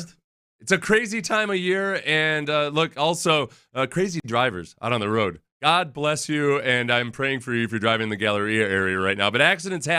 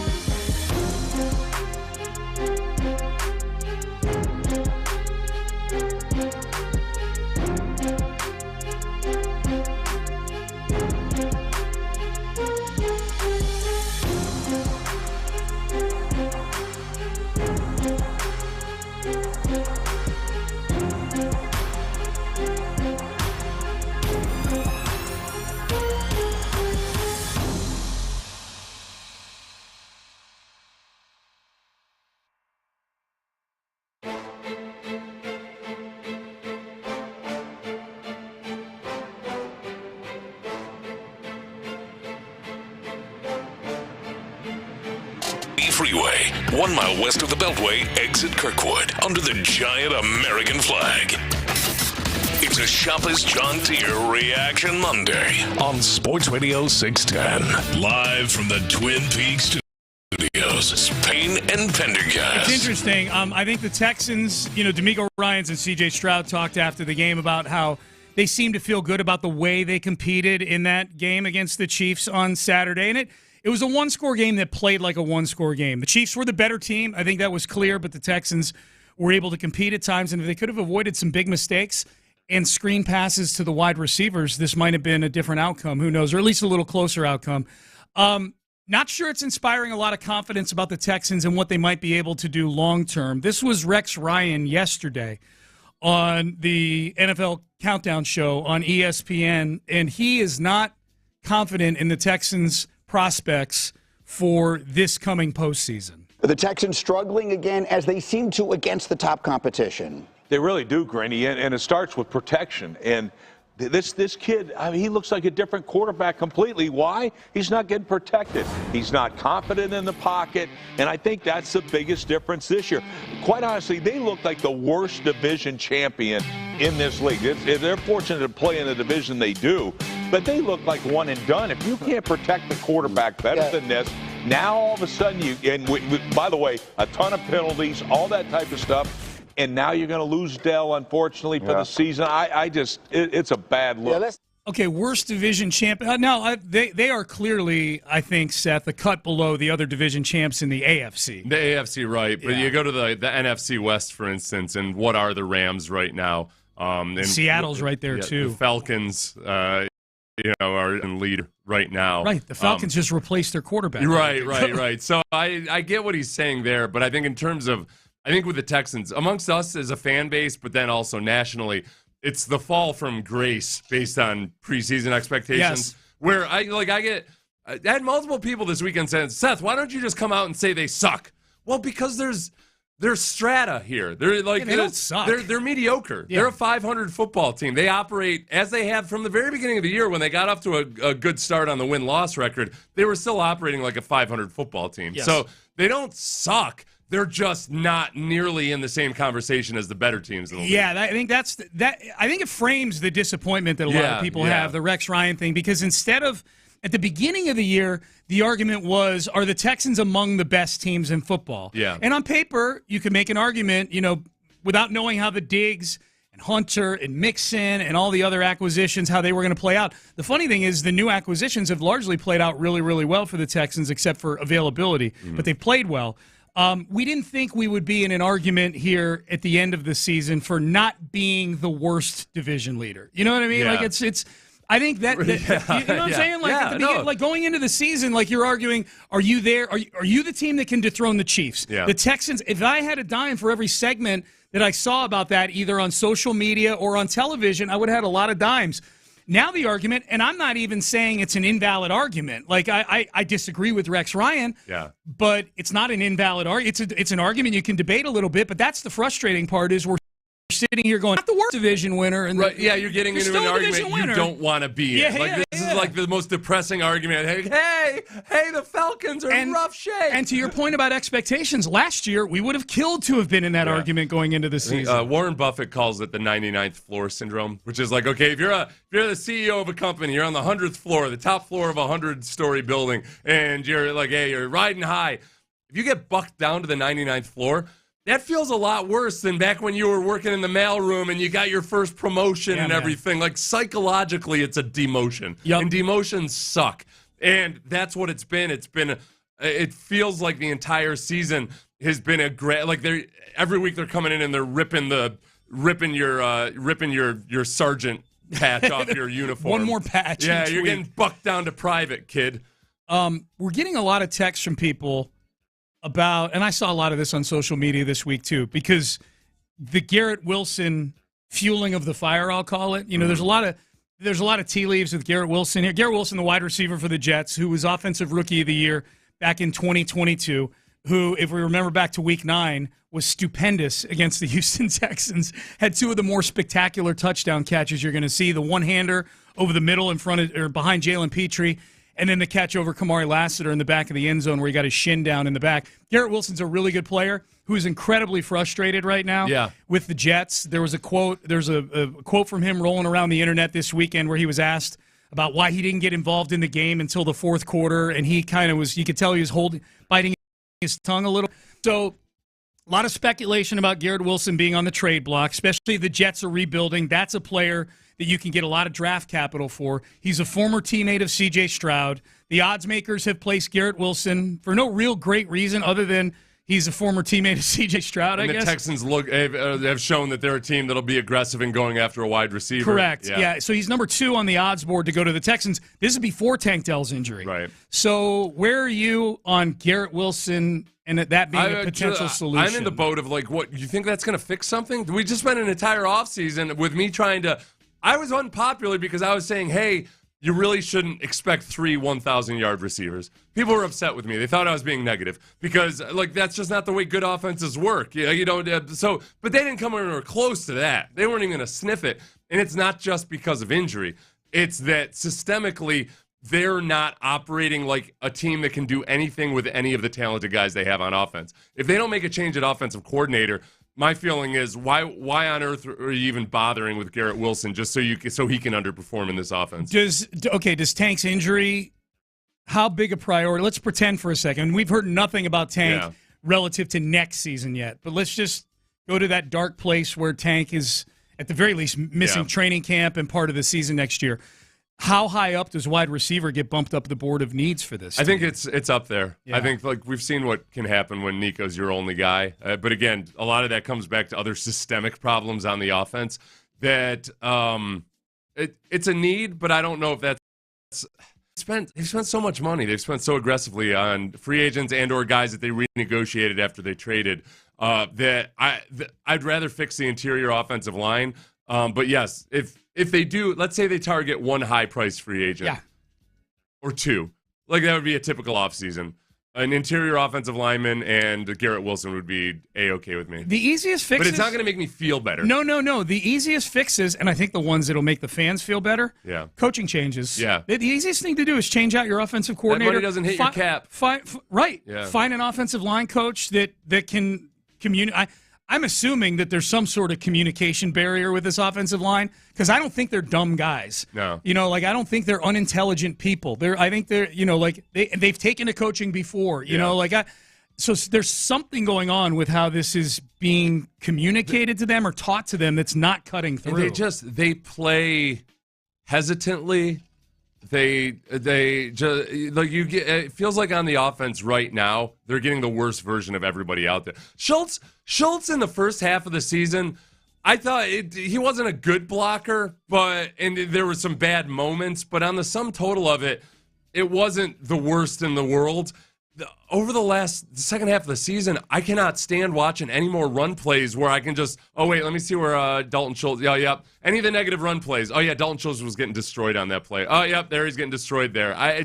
It's awful. It's atrocious. Dude, meanwhile, we're sitting here talking about a team that can't execute a missile screen. And when I say can't execute, I mean can't gain yardage. They were all negative plays. On the TV in our studio here, they're showing the Lions doing a fake stumble against the Bears, mimicking a play from the Packers. When the Packers intentionally, not unintentionally. The Packers unintentionally stumbled, but it worked out. Against the Bears the previous week, they hit a shot downfield. The Lions basically looked at the play and said, we can fake a stumble like that in the backfield, and they did, and they hit Laporta for a touchdown. Mm-hmm. That's the level the Lions are at right now. They're fake stumbling. One thing I pointed out to you while we were watching the game that was positive was CJ was he'd put some new emphasis on his play fakes. Which I'm a nerd for that stuff. Yeah. It's that at least was good. Play fakes, not the worst division. No, it is in this offense. It's in any offense really, but you got to sell the play action, and the running game isn't going to do it for you. So at least your quarterback can be a part of it. No. All right, antibodies to you. Oh yeah, antibodies. See you tomorrow at 6 a.m. Mark Vandermeer, John Harris. It's Texans Monday. They're up next. Before we get to them, before we hand the baton, as they say. Klein's Jewelry. If you're looking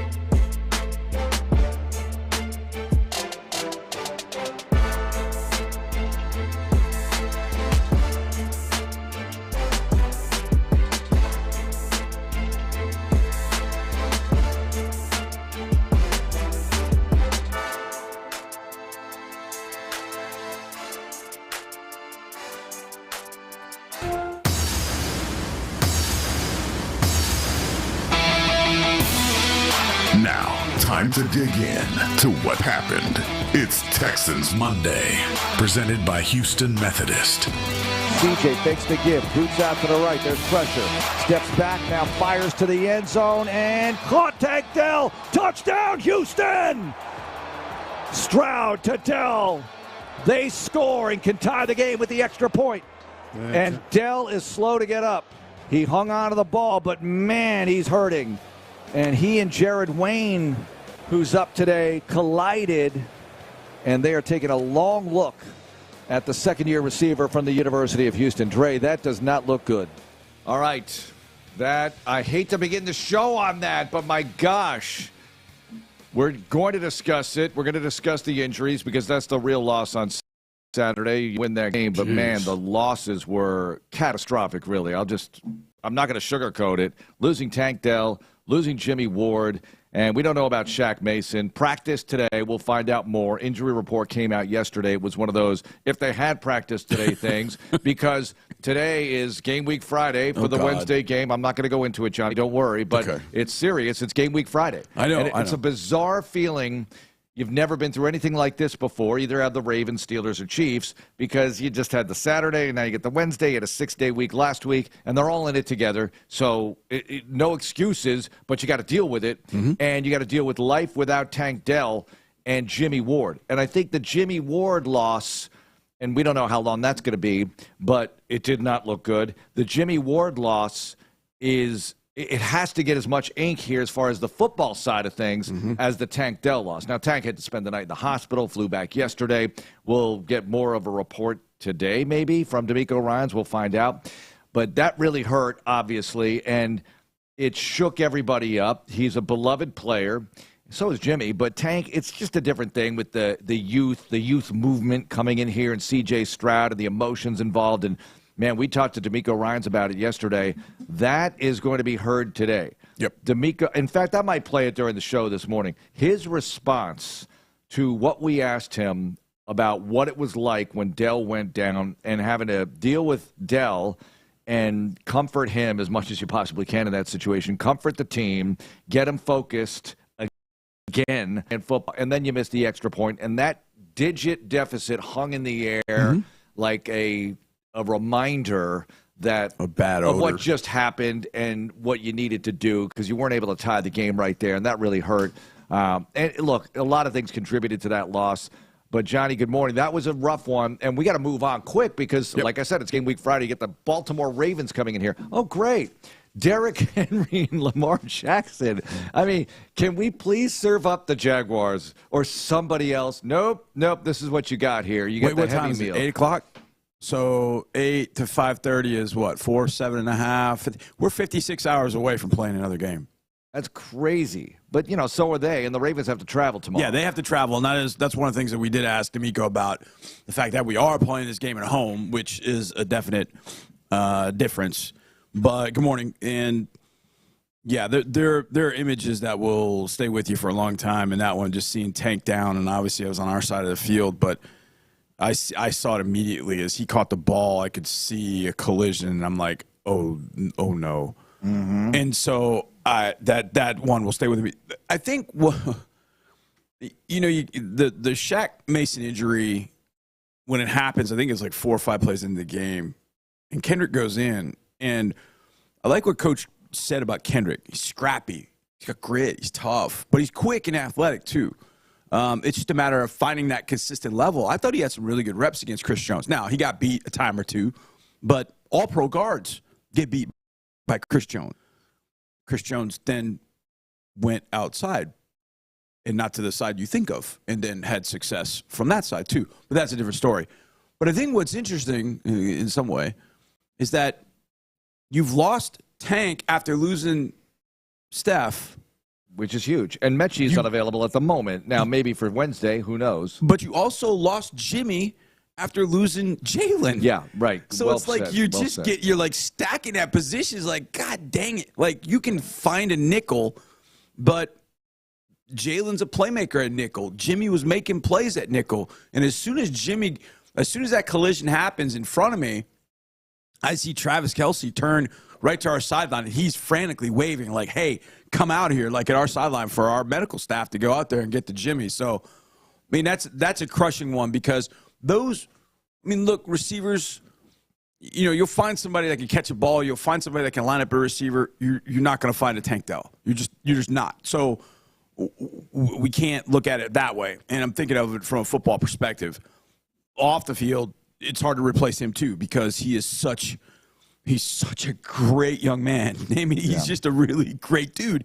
And so you miss that. He's a swarm dude, and you're gonna miss that. So whoever replaces him, maybe it's somebody on the roster. As my mom says, well, maybe a rookie will step up. And I was like, Mom being optimistic. I love her to death. But rookies? It is. Yeah, I started thinking about rookies, and I'm not sure. Do we have any? I don't know if we have any. The ones that are already playing well. Yeah, I think, but we got to figure out. We got to figure out the nickel situation because I like Kamari. In fact, I love Kamari Lassiter at the nickel, but I hate moving Kamari Lassiter from outside. Yeah.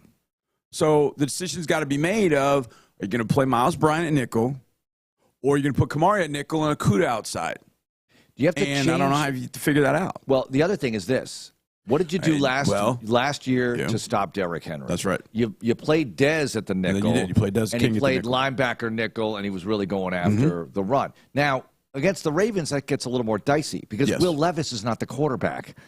Like last year. Another number 8. Right. When you stuffed Derrick Henry in 2 games last year, Will Levis was the quarterback. So we could take some chances here, can't we? Lamar Jackson is different. This is almost unfair. This is a Pro Bowl team right here that practices. Yeah. You've got Lamar Jackson and Derrick Henry in the same backfield. That just doesn't seem right. And now we got to deal with it up close and personal. And I'll give you the other part of this. Currently, you're the 4, and they're the 5. Oh, I'm glad you said that because I've got this figured out. This is pretty simple right now. Okay, all right. If you beat them, you increase the chances of playing them in the wild card round. You do. Because you're going to shove them down. You're going to keep them at that 5. Right? Now, the Chargers can come up and grab them. Well, hold on. But then the Chargers lose to them. Hold on. If you beat the Ravens, right? That's 10 wins, right? Yeah. That would give the Ravens 10-6. Right. If the Chiefs come up in Pittsburgh, that leaves the Steelers at 10-6. Right. I think and if we then win out, we win the tiebreaker. To me, I think this game is for the number 3 seed. And if you get to the 3 seed, you avoid more than likely both Ravens and Steelers. Could be a rough finish for the Steelers in that they do play the Chiefs and the at Bengals. Home, and they play the Bengals, who can beat anybody, and the Bengals are still mathematically alive here. Yep. So somebody made a great point that if Kansas City, I'm trying to think of the math, like if Pittsburgh loses to Kansas City and Cincinnati, I think and if some other things have to happen, then Cincinnati might get into the playoffs. So I saw somebody saying Kansas City doesn't need the final game, so they're just like, and Denver wins, and Denver gets in, and Cincinnati gets bumped out. So there's a lot of stuff going on with this one. But here's the crux of it. But then the Chiefs are going to sit starters for 2 weeks. Well, that's on them. That's on them. And let them figure here's out the their thing. own business. Andy probably won't do that. Now, with Mahomes, he might. Mahomes, he might, but not anybody the who's rest of the starters. Banged up, yeah, so to speak. Yeah, after that, he might rest Mahomes and he might sit Chris Jones. Okay. But I think Kelce. Maybe, and Kelsey, yeah. But I think everybody else needs to play a little bit, and they probably need to play with Carson Wentz. At Just that in point, case. Kelsey probably needs to play with Carson Wentz too. But I think Kelsey's played enough that they'll be okay coming back off 2 weeks. But they would get Mahomes some rest, I would imagine. He doesn't look the same, but he still gets open. Kelsey, call game with him. Yeah, it's that pretty, week- it's that pretty week- awesome, and not awesome in a good way. It's just awesome to go, how did he get open? Oh, Like, yeah. he just, and it's there. The ball's there. And when he has time, when 15 has time, that's the killer, because he doesn't need space, because he just, but they had a really good plan. They had a really good plan. We got man coverage. So I went back and I was watching the game a little bit. What are two key plays in the game, and they're both off of the same action? Number one was right before the second half. Right before the second half, through the interception to CJ threw the interception. They get the ball like 50 seconds left or whatever it is. They see us in man coverage, so they run basically a screen, but they throw it downfield. So Kelsey and the outside receiver run inside, and Christian, who's got Samaje Perine, gets pinned by Kelsey. And it's a legal block because it's not downfield. Perine runs for 30. Perine gets a big play. Yeah. So later, when they come back out, they run a version of that play again to Perine. So then on a third down play in the fourth quarter, I think when it was 24-19, third down play, got to have it.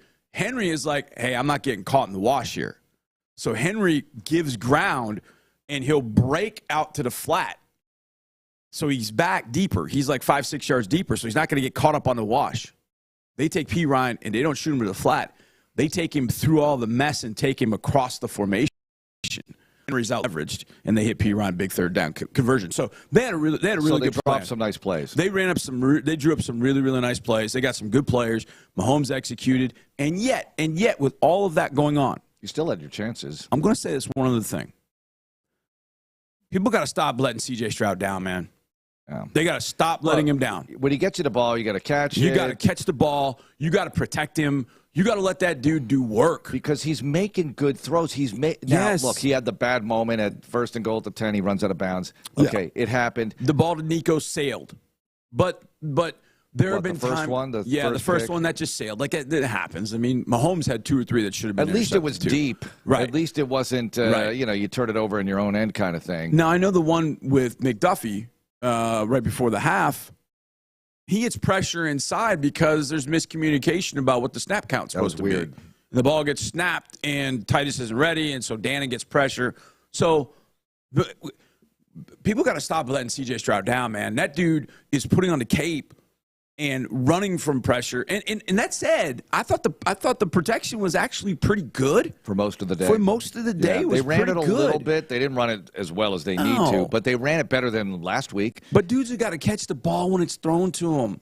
You know, they've got to just let CJ cook in some sense. Like his interior, his middle passing game was phenomenal the other day. Well, because the margin for error is so small against a team like this. Yes. You know, you're playing them. You're playing the premier team in the league. You've got to be on your game. And look, I've seen it all. We all saw it on X, all the fun made of the officiating. And it's not fun when you're a Texans fan. And I said this to a bunch of people. When you're playing a dynasty, which is what this is, get used to it, okay? You can't expect anything else.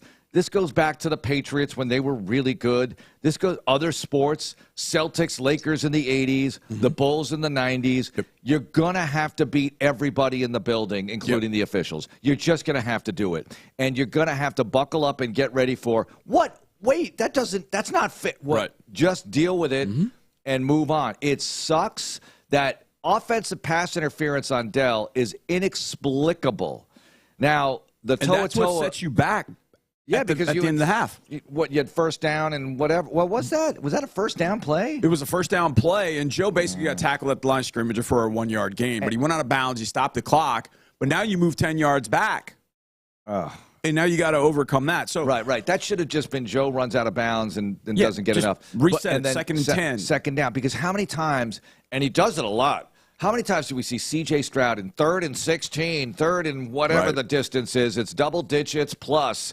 And He gets it. Yep. He gets it a lot of the time. In fact, the third down numbers in this game, when I looked afterwards, I thought, wait, what? They're the same They're the for both same. teams. It's crazy. 7 of 13. 7 of 13 for the Texans, 7 of 13 for the Chiefs. On third down. But it didn't feel like it. No. You know why? Because in the big down situations. In the fourth quarter, really. Yeah. When was the Schultz drop? Third quarter after Tank's injury. Got to stop at midfield. You got to stop. You stop him on 4 downs. You stop him on 4 downs. Mario Edwards and Neville Hewitt make one hell of a play. They stop Pacheco. You get the ball. The place is quiet. Mm-hmm. You get 2 yards on first down on a run. So 2nd and 8, you throw a wide receiver screen. Yeah. And if you saw CJ on the TV copy, you could see CJ telling Nico, go inside, go inside. It's hard because the pass, Nico is just trying to take the pass, and instead of like catch, stop, and go, he's trying to just continue. Well, as he's got to watch the ball. I saw the play. You showed me the play. Yeah, he's got to catch the football first. Yes. So he's taking his eyes off what's going on. So then what happens is as he starts, McDuffie makes a great play. Here's the other thing. McDuffie's one hell of a player. I would have just calling a screen to his side was just death. Anyways, it's now third down. And the Chiefs, I showed you this one. I talked about this with you before the show. Send extra people. They send a corner blitz, a corner, and they overload the defensive right, offensive left. So you're man down. You don't have enough to pick up Johnson coming on the blitz. That's on CJ. And he gets rid of the ball nicely. And he knows exactly. He sees 13 coming. He's like, that's my guy.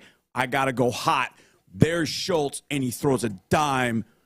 His drop. Yeah, and I know Dalton's got to be sick about that because that could change the game also. Yeah. And any one of these plays, how do you feel? That's a field goal that puts you up 19-17 after everything you've gone through. You got a 2-point lead at a minimum. And these are you can't do these things against the good teams. That's exactly right. Really against any team. This one, I hate to say it, reminded me of the Titans game because what? Are you crazy? The Titans and the Chiefs? Well, in the Titans game, you made every mistake imaginable. That's right. In this game, you didn't make every mistake imaginable, but you made a lot of mistakes. That's right. And it led to the loss. And it was disappointing because, that Tank Dell, gosh, back to that. I mean, had you been able to actually tie the game right there, you got the ball back. Mm-hmm. You could do some things, but you didn't do some things, and you enter this short week with a loss. Now, the thing is this. The game, did you need the game? Did you not need the game? Certainly you wanted it for seeding. You were taking on a premier team. You might have to go back up there in the postseason. You'd hope to be able to go back up there because it means you won on Wild Card Weekend, which is no given at all. And back to that, Johnny, because as we look, there you are in the 4th seed. You're right. If you beat the Ravens and the Steelers lose out, then different things can happen. Mm-hmm. Heck, the Chargers rise up. The Broncos rise up. They're sitting there at 9 wins, both of those teams along with you. Yep. The Colts are still mathematically alive, right? Did you see them almost blow that thing yesterday? What? I was following on Red Zone. They almost blew the game against the Titans? They were down. They were ahead 38-7. Oh, and then they caught up. And the Titans just kept. I bailed on that game, really. Yeah, I really had two, but then when I saw it was 32-22, I'm always doing math, but I'm like, well, that's a 2-score game. That's not over yet. And I'll be damned. They score, get to 2, it's 38-30, but then it's end up running out the clock. So it ends up being a lot closer than it actually was. Taylor went off, but yeah, the Colts are not dead. The Dolphins are done. There are a lot of teams that lost their playoff opportunities, teams that we've beaten this year. The Dolphins, I believe, are still alive. The Dolphins are still alive. No, the Niners are out. That's right. Niners are. The Dolphins killed. Well, the Niners were eliminated before they took the field against Miami. Yeah, so was Dallas. And Dallas was eliminated before last night, but they didn't play like it, man. They were playing. They played hard. Collinsworth pointed out a bunch. They did. They played hard, and I think that says something about Mike McCarthy getting his guys to play a little bit. Like, hey, maybe that's kind of a galvanizing moment for them. I don't know. Maybe they kind of turn the corner and think, hey, we get Dak back next year. You never know, but. Boy, Baker Mayfield is fun to watch, and I was totally rooting for the Bucs last night, of course, because I'm not going to root for Dallas, and I picked the Bucs to win that division. Now they're in a tie with Atlanta. Since Atlanta swept, they've got the edge with 2 games to go. With Penix playing now. That's an exciting finish, though, in that division. Sure is. And then the Cardinals lose to Carolina in overtime and get eliminated. Look, further proof, and it's there every weekend for us to see, It's hard to win in this league. How about that for the understatement of the morning? It's difficult to win, especially consistently in this league. And look, nobody's happy about losing to the Chiefs, but you're actually in a really good spot here. I mean, you're already clinched, and you're playing these good teams you can measure, but you can't lose any more guys. This is so painful. Yeah, that's the tough part. You just talked about it. How do you replace Jimmy Ward, who's replacing that Nick spot? And if Petrie were healthy, Ward would still be playing somewhere else, obviously at safety, and you'd feel a whole lot better about the defense. I'm not going to feel badly about the defense. I don't know how you handle Henry and company this week. We could talk about that. We will this morning. But as far as no tank, what do you really do here? Let's say Mechie can come back, and maybe if it's not for Wednesday, it's for the following week against Tennessee, and then, obviously the wild card situation when you're going to host a game 2 weeks from, I don't know, is it going to be Saturday, Sunday? It could be the Monday nighter on wild card weekend. But in any case, you've got Mechie, you've got Nico, you've got Woods, you've got X, and, take your pick at what else you could do here. You waived Steve Sims. Right? Yeah, you can bring Steven back. You can bring him back. I kind of thought you were going to bring him back with practice squad anyways, but maybe. I don't know. I don't know if you can do that by Wednesday. I mean, I think honestly what you've got right now going into Baltimore, what you had at the end of Saturday is I think what you're going to have going into this game against Baltimore. So it really isn't about the game against Baltimore getting those guys. It basically is those guys you just said. It's those guys. Now, I don't know anything about appendectomy recovery, so I don't know when Cade can come back. Cade was at the game, and he's on the trip, so I don't know what that can mean. Well, I will give you the injury report from yesterday. Yeah. Okay. And had there been a practice, these guys might have not participated. I'm trying to find this. Can I tell you, while you're trying to find it, I'm going to tell you a quick story. Go ahead. That was pretty funny. Speaking of the Bucs and the Cowboys game, so I went to bed before it was over. I was just gassed, and so I'm going to bed. I know I have to get up early to get to the show, and I wake up in the morning, and I've got a text from Drew, and it just says, "I love Vita," and I'm like, "What happened?" I'm like, "Why is Drew proclaiming the love for his wife to me at 10:30 at night?" I was like, did I miss something? Did something go horribly wrong? What just happened? I was like, did I get a missed text? And I'm like, I didn't understand. So finally I thought about it this morning. I get here and I write back and I'm like, well, I'm glad you do. I love her too. She's fantastic. And he goes, well, indeed, she is fantastic. But I'm talking about Vita Vea. I was like, okay, that makes more sense. I don't think they spell it the same way. No, they do. Oh, they do? Yeah, they do. So I was just like. Oh, the hit that he put on a third down that he put on the tight end was phenomenal. Maybe that's what it was. Because he's literally in coverage, and he comes over, and he cleans it up. Yeah. The tight end, I forget the tight end, he's about to go, like he just needs 2-3 yards to get the first down. Vita Vea hits him like a truck from the side. It's just, he just wipes him out. I'm with you. I love Vita Vea. Did you see him earlier? My whole family had a laugh at this because they put Turpin in the backfield. Turpin's 153 pounds. Yeah. Now, they say that Vita is 345, and I'm like, I don't think so. He's 355, 360, but he's really well. He can run. He's 2.5 times the size of Turpin, and Turpin just runs right into him. And I was like telling my wife and my daughter as we were watching, I was like, he's 153 pounds. And they're like, well, how big is 50? And I was like, he's 360. I was like, holy cow. So we just had kind of a laugh at that. But, yeah, Vita Vea is an absolute animal, and he would look really good in this defense. All right, here's your injury report from, had there been a practice yesterday, they have to put this out.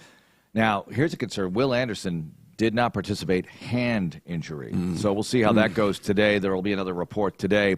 But as you can imagine, Tank, Foley, Shaq, Juice, Jimmy, all out. And no IR yet for anybody. We'll see what happens today. Yeah. Limited, Danico, Christian Harris, ankle. All right, limited. To play. John Mechie, limited. That's good news. That means he's on the way up. And Cade Stover, illness, so the appendectomy. But this is just a little over a week ago. Yeah, I know. In the old days, I would think no way. But what is the incision like for an appendectomy in 2024? It's like micro, maybe. I don't even know. I don't have any. That's why I'm asking. I guess it varies, too. You know, do you catch it early? I don't have whatever? any clue about an appendectomy, but I do know that we need Kate Stover back. Let's just speculate about I just want to see 87 back because I think he gives this team a little bit of an identity. On he plays special teams, too. He's made some really key tackles as well, so I'd like to get 87 back. But, yeah, the injury situation right now is not fantastic going against the team in the team in purple. But they're traveling. You got to stick it to them. They're on your turf. You got to kill the engine with 22. We'll talk about that a little bit later because D'Amico says something interesting in his coach's show. I don't know if you noticed this when he talked about.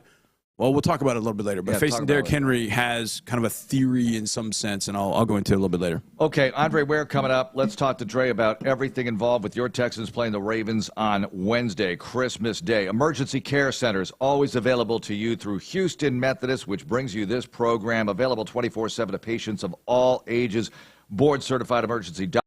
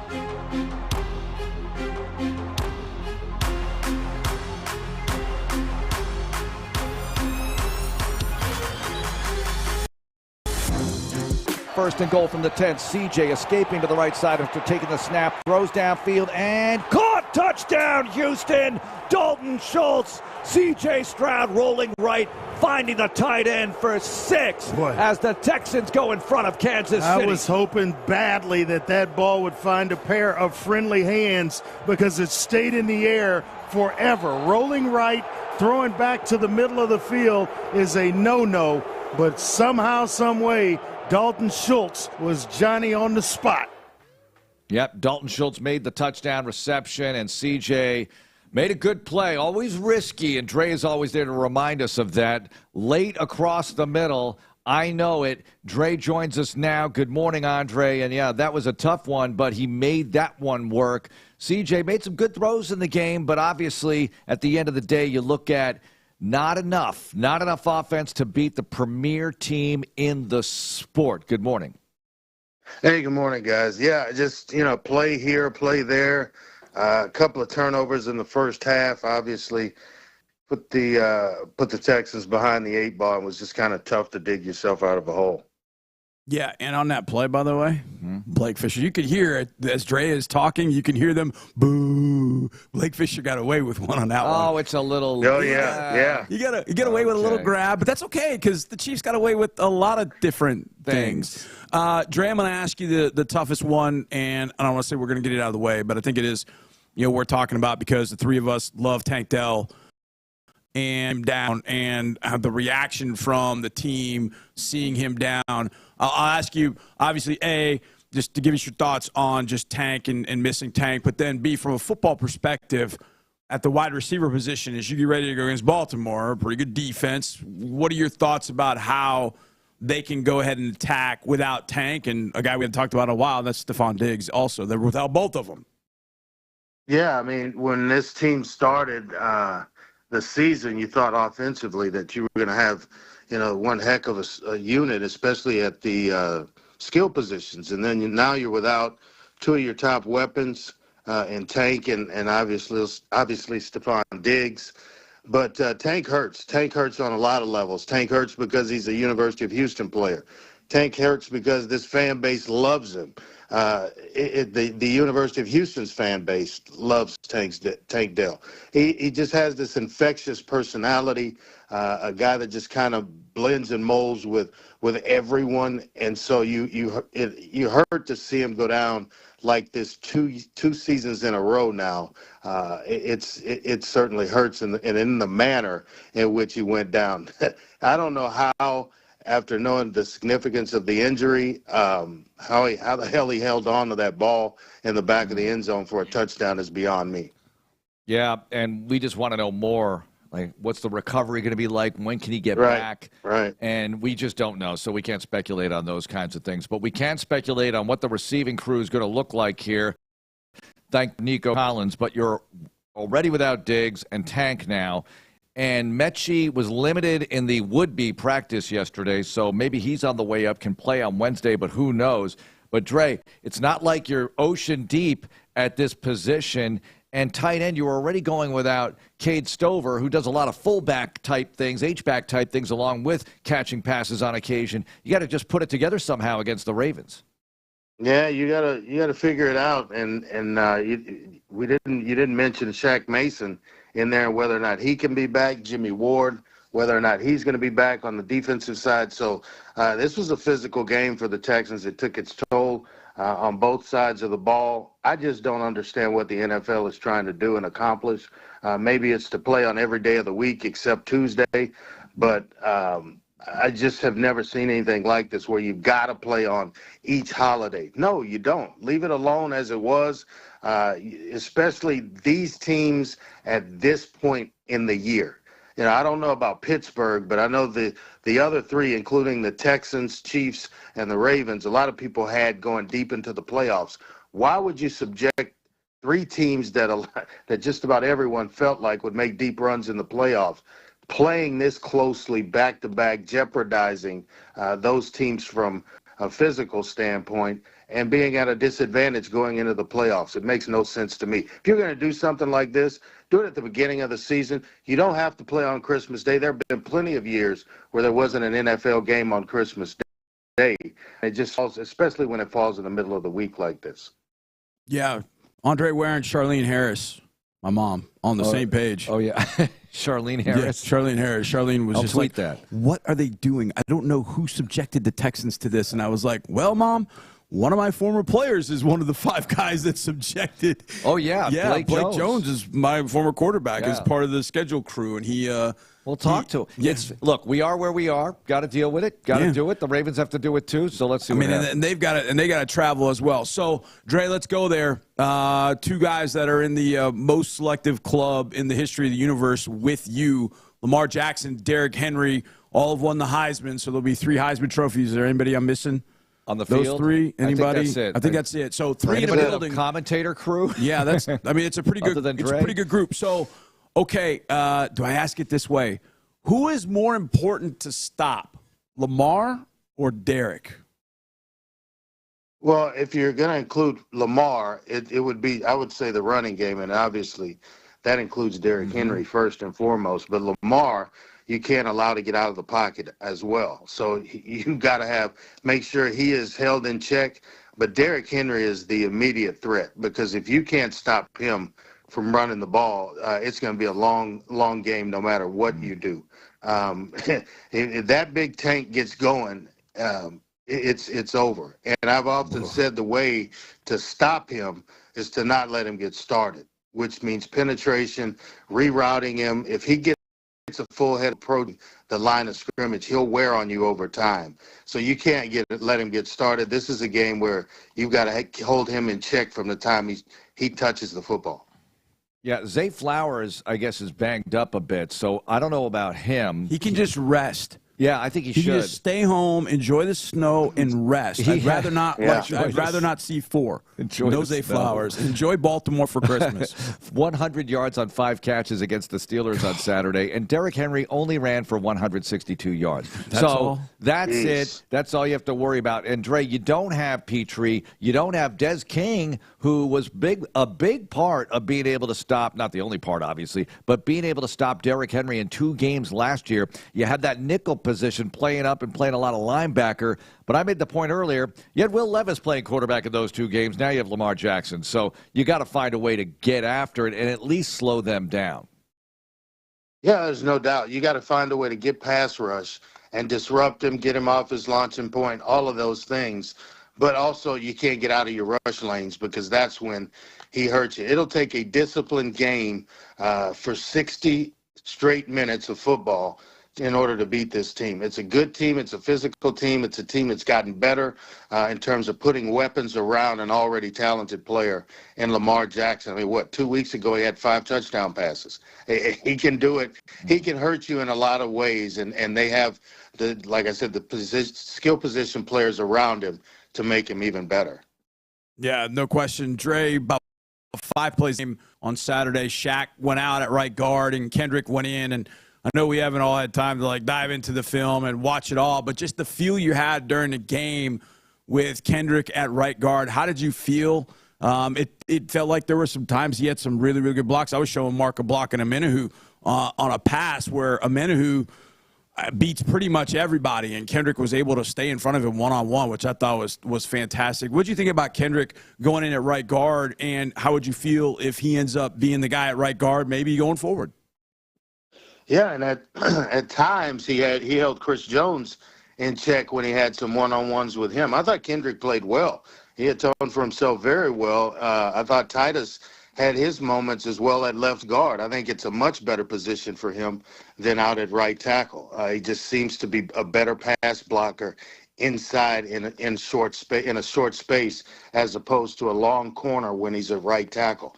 Kendrick was well. He did very well in the run game as well. So I think it's something they take a look at. Shaq's not. I think he may be well past his prime in a sense to where his best years are behind him, but because he's a veteran player, he still knows how to survive and get the job done, but in different ways than he used to. But Kendrick played well. I was totally impressed with the way it looked from a pass protection standpoint. I'm to get myself tongue-tied.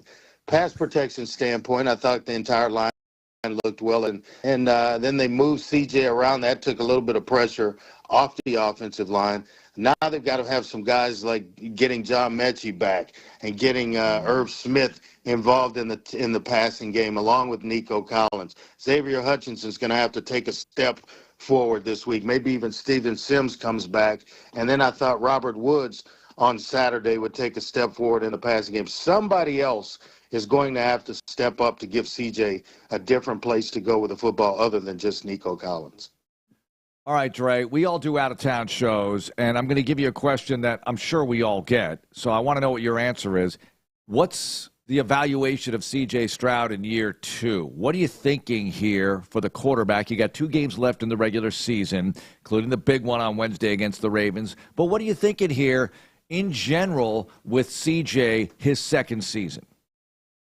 I think he may be trying to press a little bit to prove that last year wasn't a fluke, that he's going to come back and be better this year. And so, therefore, he's putting the ball at times in harm's way when he doesn't really need to, instead of pushing it down the field. Take the check down.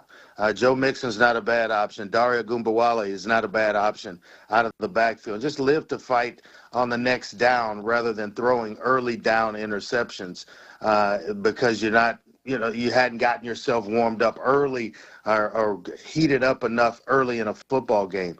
He'll be fine. It's just one of those things where he was so emotional after Tank's injury the other day that I didn't know they'd be able to finish the game. I know they're tight, they're buddies, they're best of friends, but to see him come back and keep this team on a pace where it had a chance to win late in the game was impressive. I think he has grown as a leader on this team.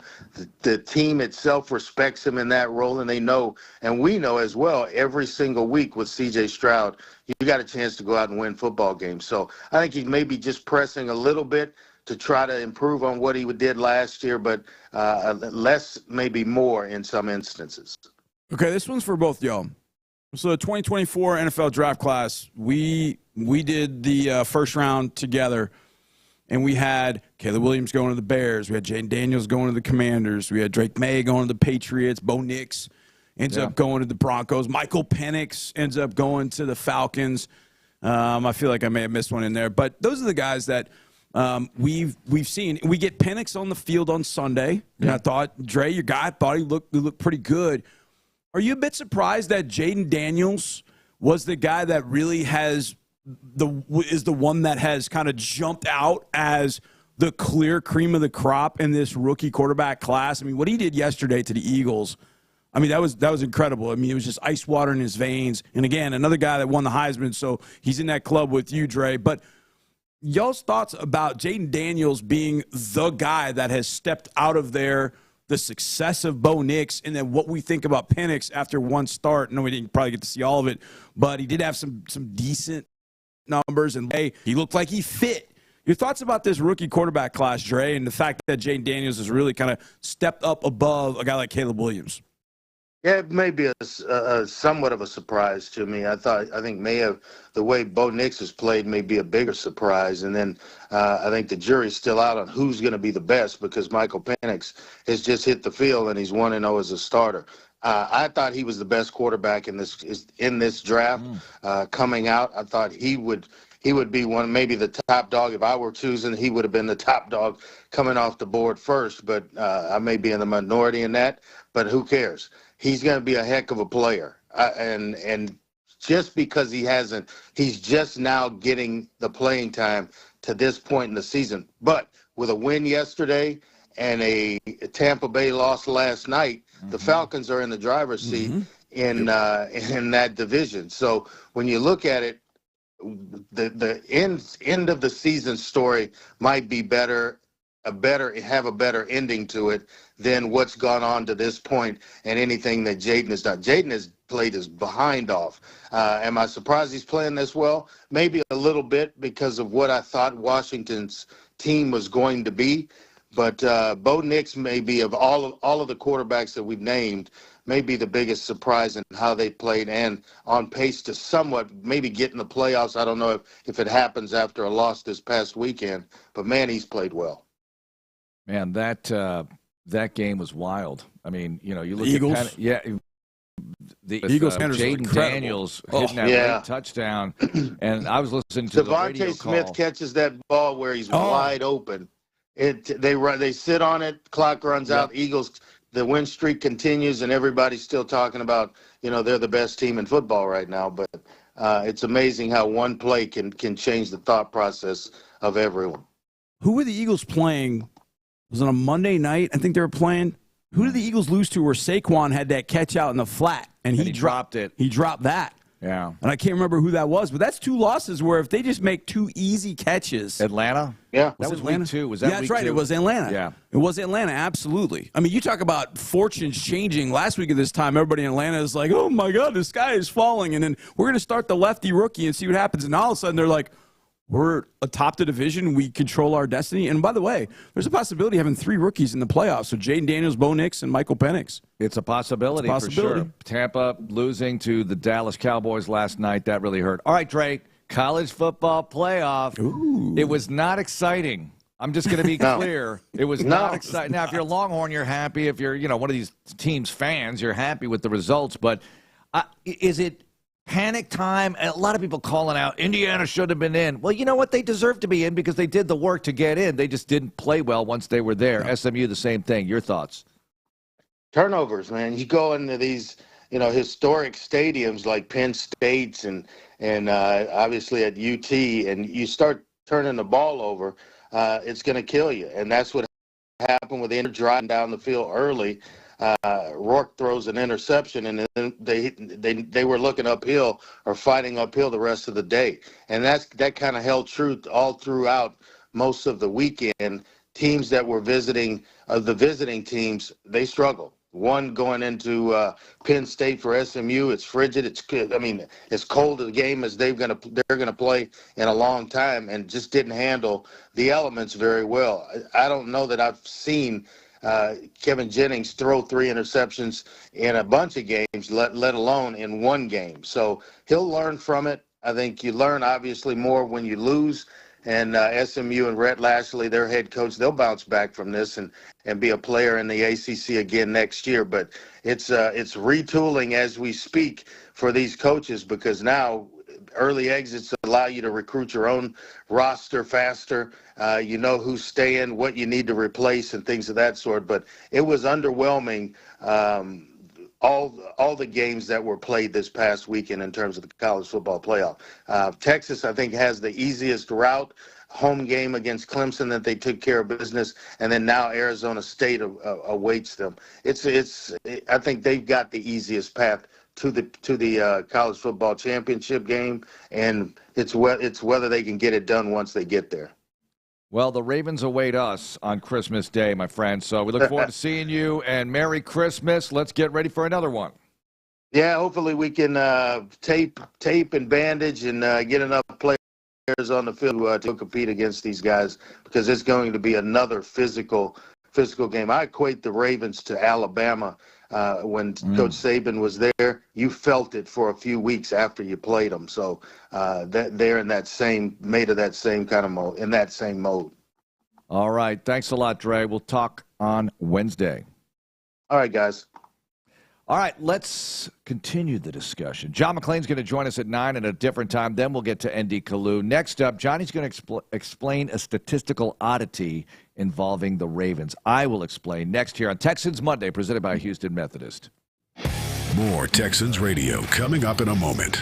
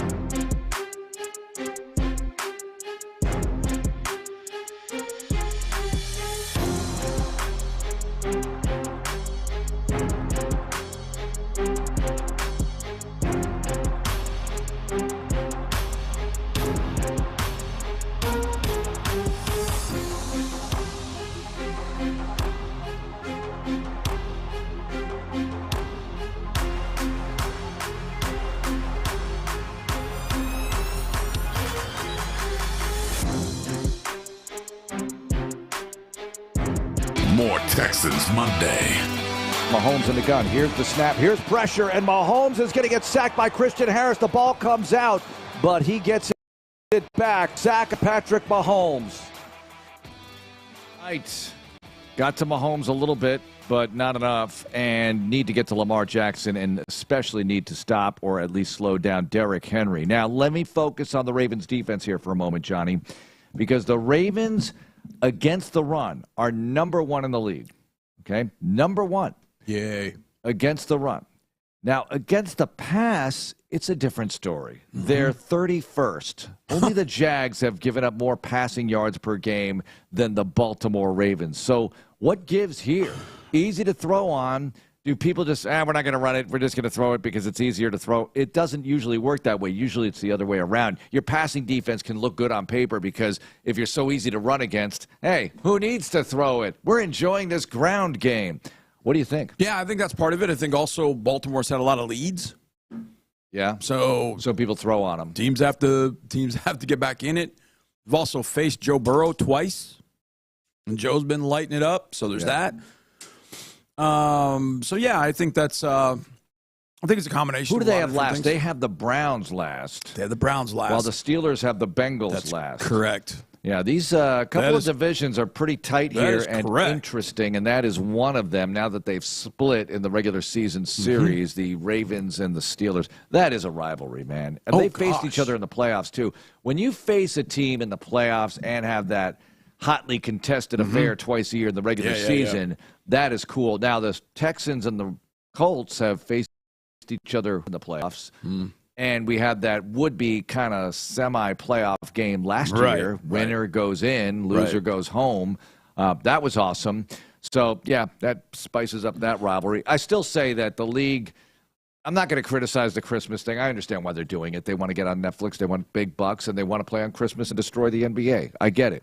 But yes, I know they want to own Christmas. Okay, I mean, absolutely. They want to own them all if you can. Yeah, exactly. And, from Labor Day going forward, they want to own them all. Every day but Tuesday. But I'm telling you, it's coming. I believe a Tuesday regular game is coming. Yes. Because it's actually easier.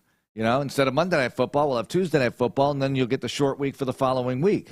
So that's kind of easier than Thursday, you know? So Tuesday's a day that's just sitting out there, and so is Friday. Because sometimes they don't put the good college football game. You know, they do earlier in the year. Yeah. Like Dre gets some really good ones. He gets some great games. As the year goes on, they're like, hey, you know, we got the NBA on ESPN, and we want to be careful with this. So I don't know if they'll trample on Friday. But I think Tuesday's first before Friday as a regular game. Yeah, I could see that happening for sure. Some of the networks are apparently not very happy with Amazon. Why? Because they think Amazon is being given favorable matchups on Thursday night. Thursday night games have been good. There were some people that are really upset that they flexed that Broncos-Chargers game into Thursday night. And I don't blame them. I saw an article where a guy had been planning to go to that game with his son because he was getting out of the reserves. I think it's Army on the 21st, so he could the game on the 22nd. But then all of a sudden they moved the game up to the 20th and he couldn't go. So yeah, they're gonna have to deal with that. There's always going to be a story. But the Broncos-Chargers game was incredible. I mean, they got a great game on Thursday night. Yeah, great game on Thursday night. I think they were tired of Al Michaels complaining about lackluster matchups. That was what one of the network executives kind of tongue-in-cheek said something about. Really? Al was crying about it, so they made changes. But yeah, I guess the networks are a little bit like, well, what about us? Yeah. What's going on here? We pay you a lot of billions of dollars, too. Why weren't we getting our game? Historically, since ESPN took over Monday nights haven't been that great as far as the matchup on the marquee goes. Now, tonight you have the Saints. I have a funny story. Wait, hold on. I saw this tweet by Adam Schefter. Didn't the quarterbacks go into a freezer or something? Yeah. That's what Adam Schefter said, that the quarterbacks coach for the Saints took Spencer Rattler, here it is, to prepare for Monday night's game in Green Bay. Saints quarterback coach Andrew Janocko took Spencer Rattler and the rest of his quarterbacks into the walk-in freezer in the team's cafeteria Saturday to run through plays. How big is that freezer? I don't know. I've never heard of that one before. I've heard of people trying to, deal with the cold as we're sitting in here, and they're showing the Rams and the Jets, and the Rams are all shirtless. And they won the game. Man, good for them. But when you go out shirtless. No. Hold on. The Jets gave them the game. Yeah, let's again. Yes, again. How many games have they given away? I count at least 3 where they just could have made simple adjustments and won a game. Man, Brick and Jack have got to just be pissed right now because of what's going on with the Jets. All right, McLean, General, John, coming up next here on Texans Monday. This is Texans Radio on Sports Radio 610. Cancer is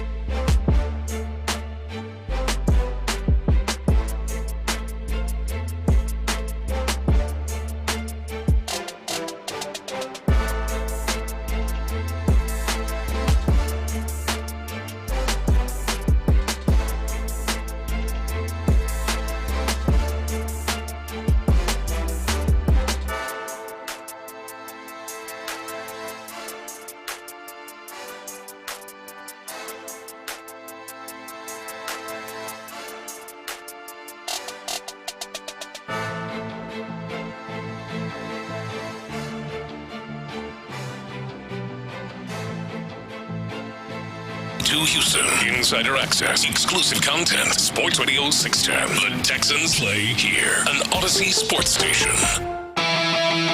Now, more Texans Monday. Presented by Houston Methodist.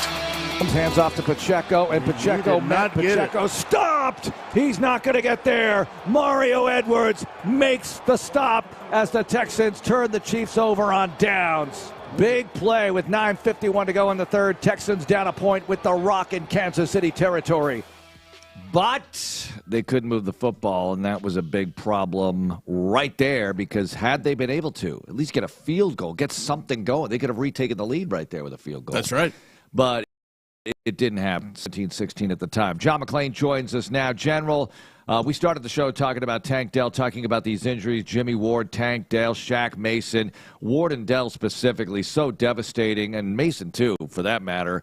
But it looks like Mason might come back sooner. We just don't know yet. Your thoughts? Hello. Here we go. Short week. It's game week Friday already for the Wednesday tilt on Christmas Day with the Ravens.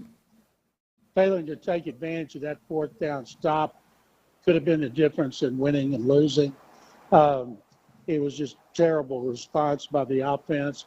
And, of course, Kansas City's got the third best defense in the NFL. They've been outstanding. You know, Robert Woods, Xavier Hutchinson, those guys are going to have to step up. Tight ends where they also have injuries.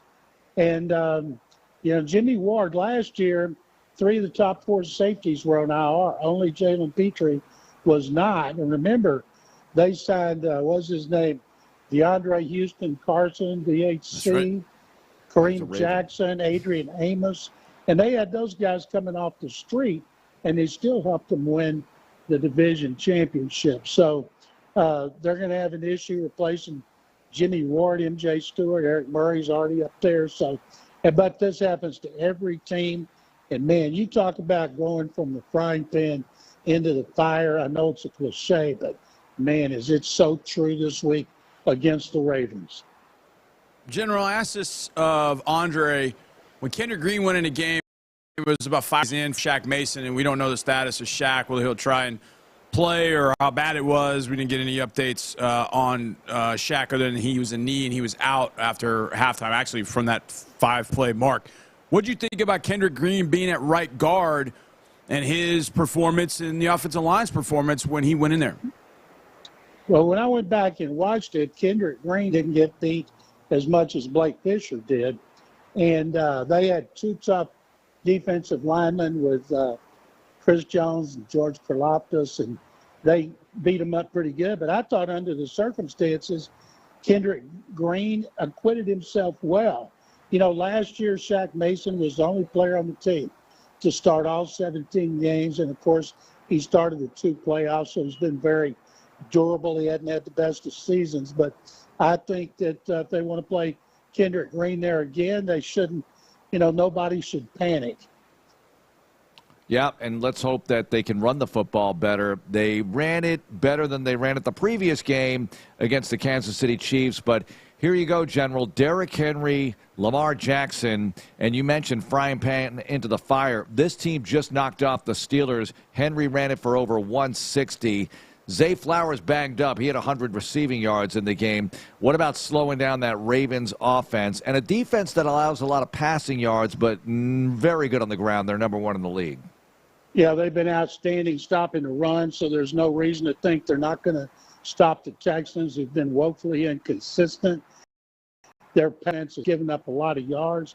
Texans are struggling to throw the ball as well. And we've seen Derrick Henry almost every season they played against the Titans. They've did better against them last year than a couple of years ago. And Lamar Jackson's throwing the ball better any time in his career. He's playing better than he did when he won 2 MVP awards. And if Josh Allen, who had a terrible game yesterday, has another game like that, I think there's a good chance Lamar Jackson will pass him and win a 3rd MVP award. Oh, a 3rd. My gosh. And then lose in divisional round playoffs to hopefully us. But, we'll see. We'll handle that bridge when we get there. General, Sunday afternoon, I would imagine the McClain household was jumping for joy when Jaden Daniels found Jamison Crowder to get the Commanders to 10-5. So I'm going to ask you a kind of a strange question because I was actually thinking about this. Who's the NFL Coach of the Year, and should Dan Quinn get a ton of consideration for what he's done with the Commanders to get them to 10-5? At one point, it looked like he was running away with it. And then they lost, I think, 3. And then Kevin O'Connell has done a magnificent job with Minnesota, with a lot of new players, including quarterback Sam Darnold. Wes Phillips, son of Wade, their offensive coordinators, the unsung hero there. For a while, Mike Tomlin. Now they've lost, 2 out of 3. So I would think, and Sean Payton has done a tremendous job with a rookie quarterback. They're going to make the playoffs. I think it's going to come down to Kevin O'Connell, Sean Payton, and Dan Quinn. Anthony Richardson, it's not like it's pretty, but they took care of business yesterday, and they're still alive for a winning season and possibly postseason. Thoughts on the Colts knocking off the Titans? I know the Titans had 15 fourth-quarter points to make the score look prettier, but Jonathan Taylor went absolutely nuts with over 200 rushing yards. Yeah, and he didn't drop the ball short of the goal line this time. And they had, I think they set a franchise record for yards rushing with over 300. Richardson only completed 7 of 11 passes, but when you run the ball like that, you don't need to. So it was a big victory for Indy. You know, they're trying to have a winning record. Good for them if they do. Cincinnati is the best team on the outside looking in because Joe Burrow is playing like an MVP, although he won't be the MVP. And they've got to have so many things happen to allow them to get in. It's not going to happen, but they're a fun team to watch. Of the teams that could get into the playoffs, General, you've got the Broncos. It looks like the Broncos are going to get in. So it looks like the three teams in the AFC are going to be AFC North runner-up, the Broncos and the Chargers. That's what it looks like. But let's say the Broncos or Chargers get tripped up, and one of the other 3 candidates could get in. The Bengals, the Colts, the Dolphins. Which of those 3 do you think could end up making the most noise? We're all going to say the Bengals. But of those 3, which one do you think could make the most noise and would you not want to see in the playoffs? The Bengals, because of Joe Burrow. Texans are 3-0 against the other 2 teams. So if I am a team playing a wild card team, I do not want Joe Burrow to sneak into the playoffs. General, what do you make of all the talk and the reaction to perceived favoritism with the officials and the Kansas City Chiefs? And I say perceived. I'm going to be very polite here. A lot of videos going around. Look, I know the Texans get away with their stuff. Every team gets away with some stuff. It's interesting to me, and I've pointed out previously that when you play a dynasty, you're going to have to beat everybody involved, maybe even the officials too, and this is historic in all of sport. What are your thoughts on that subject? Did Michael Jordan get an extra step when he was driving to the basket? Were there more fouls called on Michael Jordan? Did Ted Williams get more walks than Babe Ruth? Of course, they're going to favor the greatest, and the Chiefs are the greatest. Yeah, the Chiefs are definitely the greatest. There's no question. But some of the calls they get, it's so frustrating at that particular point. So, General, the Chiefs have got to win 1. If they win 1, they're the number 1 seed. The Bills almost get tripped up. But the Chiefs have got the Steelers, and then they've got the Broncos. Do you think it's possible the Chiefs end up not getting that 1 and get swept by both the Steelers and Broncos? Absolutely not. They're so much better now than they played earlier in the season. I saw a graphic about Mahomes in like the first 8 games and then now, and he's been tremendous. We saw another example of it. They just drive you crazy, moving the ball up and down the field without hitting a home run pass play. And, I don't think they're the best team. Right now, I think Baltimore is the best team. And Buffalo struggled yesterday, beat New England. They get to play the Patriots again, and I think the Jets. So they should finish second. Pittsburgh struggled lately. Russell Wilson struggled lately. I still think Baltimore's going to win the AFC North. It'll be Pittsburgh coming to Houston, and everybody should pray for that. General, pick your winner in the NFC South. Atlanta and Tampa Bay currently tied. Falcons swept them, so they have the tiebreaker. They have Washington on the road and Carolina to finish off the season. Meanwhile, the Buccaneers have Carolina at home and the Saints at home to finish off the regular season. Who's going to win that division? I think the Bucs will win it by 1 game. They slipped up against the Cowboys last night. Kudos to Mike McCarthy and the Cowboys. They found out during the day they had nothing to play for, and they came out and beat a team that had everything to play for. And but I still think Tampa Bay will win because Baker Mayfield has played very well. General, you just mentioned Mike McCarthy, and that's where I wanted to go with this. Do you think he's doing enough to keep his job for next year? Who knows how Cherry Jones thinks? You know, he hadn't given him an extension, and he doesn't reveal anything. He says everything right every week. He's all giddy today. And a lot of it will depend on what his son, Stephen Jones, says. And if they win another game or two, I think he's back, and that would drive Cowboy fans crazy. Yep, I want to see it. I'm here to see it. General, thanks so much for joining us. We'll catch up later in the week. Merry Christmas. Sounds good, guys. Thank you very much. Merry Christmas to you. All right, John McClain joining us on a Texans Monday presented by Houston Methodist, and we have a lot to talk about with ND Kalu. He's coming up here, but, man, I look around the league. There are some exciting finishes here. It's very different. You know, I'm glad he brought up all the reserves that the Texans had on defense. Kareem Jackson came back. Yep. Playing with former teammate DeMeco Ryans. Yep. I almost forgot about all this stuff. DHC is now a Raven, right? Otherwise, you could really use him. I think he is. You could. You could use DHC. You could use Des King. Yeah, there are a few. You could use Are they going to sign Jackson. Somebody? I just don't know if you I don't think you can sign somebody for Baltimore. No, I know. I don't think you can do that. The only player I remember making an impact on a short week was John Simon in 2014, having a sack against Peyton Manning after being signed on that 4-day week before the Thursday nighter. Mm-hmm. But when I look at the Texans, and I'm going to pull up the roster here, we can look at who's available, who's on the practice squad, handle it as far as Jimmy Ward being out, Tank Dell being out. We'll hope that Shaq Mason can get back. And you have a huge game in 2 days, and then a week and a half off before you play the Tennessee Titans. You're in the postseason already. It's a weird finish as opposed to last year where, all right, you needed these games. I mean, you went into Week 18 having to win at Indianapolis to make the playoffs. It was exhilarating. This is different. This feels like you're hanging on to health for dear life because you got to get to the postseason starting line as healthy as humanly possible. And you lost 3 guys on Saturday. Not for the year necessarily, but you lost at least one of them, probably 2 of them, and, you know, we'll see about Shaq. All right, let's get to some more. And other guys get bumps and bruises and things and get limited, and Will has the hand. He was listed as limited in practice yesterday, if there was a practice, one of those listings. So we'll hope for better news today. ND Kalu joins us next. Let's talk to him about the short week, the Ravens stopping Derrick Henry, all of it here on Texans Monday, presented by Houston Methodist. More Texans Monday is on the way.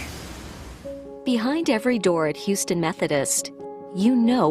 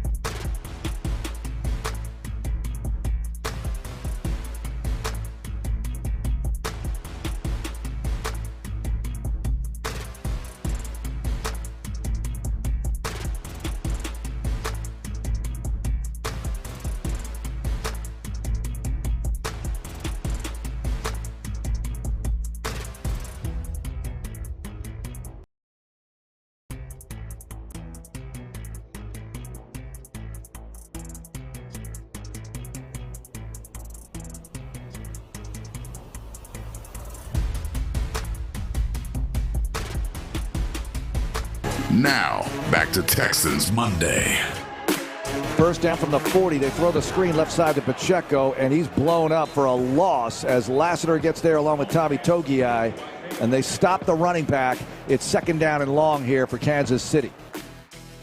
Gonna need some of that. Some TFLs, some sacks. And some killing of the engine. Got to kill the engine of Derrick Henry. You got to get to him before he gets going. That's always the battle cry when you play Derrick Henry. Got to get to him before he gets up ahead of steam.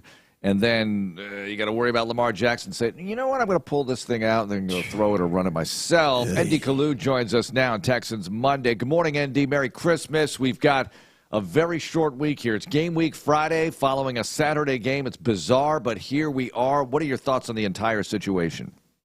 You know, rest and relaxation, and make sure you do all the extras to get your body rejuvenated. You're never gonna feel 100% at this point, but to have that many games, to travel the way they've been traveling with such little turnaround time, it's exciting for fans because we get to watch more football. But for the players, they really have to be smart with how they're prepping their bodies and their minds.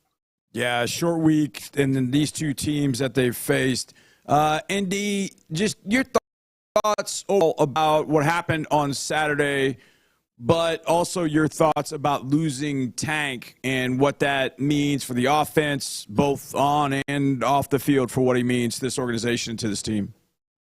I mean, you saw the emotion. So just looking at the guys and seeing their faces and seeing how they reacted. Injuries happen in football all the time, unfortunately. It's a rough sport.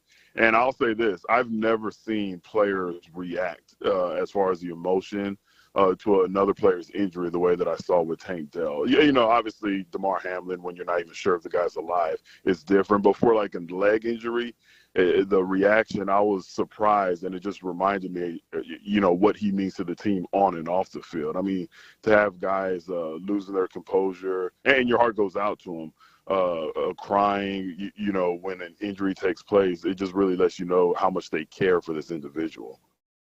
What is it like to play football after being shaken up like that emotionally, seeing a teammate go out where, like you said, you know he's alive, you know he's going to be okay in the living sense, but the football sense you don't know. And you saw a catastrophic football injury occur right before you to a beloved teammate. What is it like to continue to play the game at a high level after that, ND? It's either two roads you go down. You go down either, you know, let's win one for the Gipper road and everybody rallies and that's the battle cry for the rest of the game.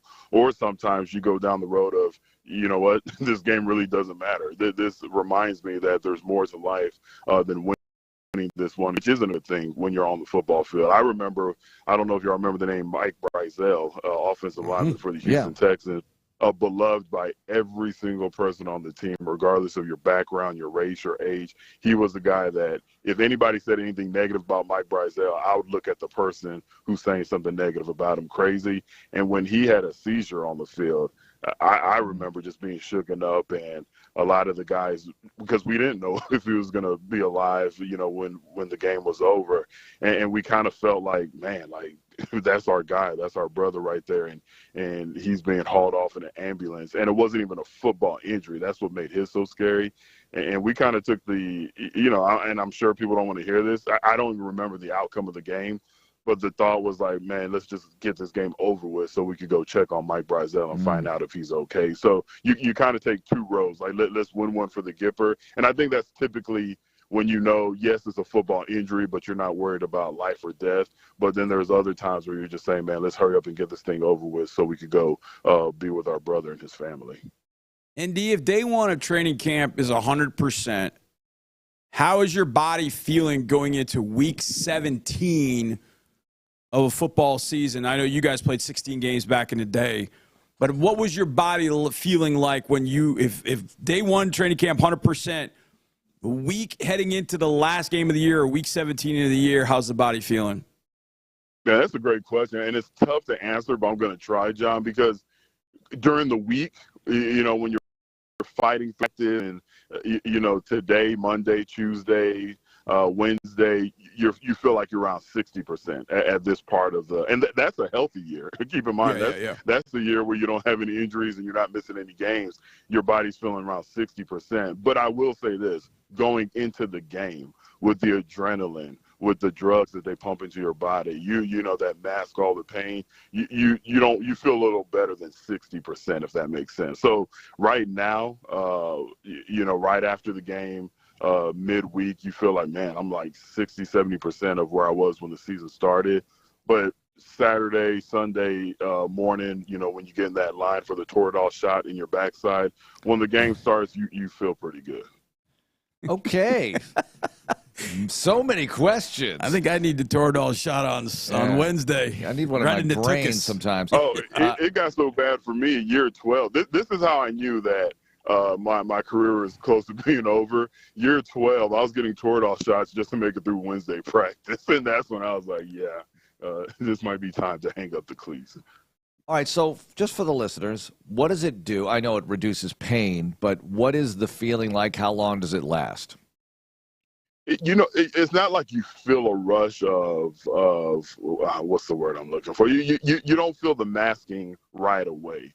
It's one of those things, Mark, where you notice more when you don't take it versus you get the shot and you're like, oh, I feel like I can, jump to the moon. It's more of an issue where because there are times where I feel pretty good and I did not take the Toradol shot. And that's when I was like, oh, yeah, this thing really works. So it does mask some pain, but it's not like, I have a broken hand and I feel the pain, but as soon as I take the shot, I don't feel it anymore. So it's very discreet, for lack of a better word. Andy, at this point of the season, were coaches, your defensive coaches, were they trying to put in more new stuff, or were they just always trying to tweak the stuff that you were doing because they know how physically and mentally grinding the season is? Were they trying to add a bunch of new stuff at the end because they felt like, oh, this will work against the opponent you're going to play? Or was it more, this is what we do, this is how we do it, we just got to clean up and know what they do so we know how to apply our stuff? How did coaches handle it near the end of the year with kind of the mental game plan scheming type stuff?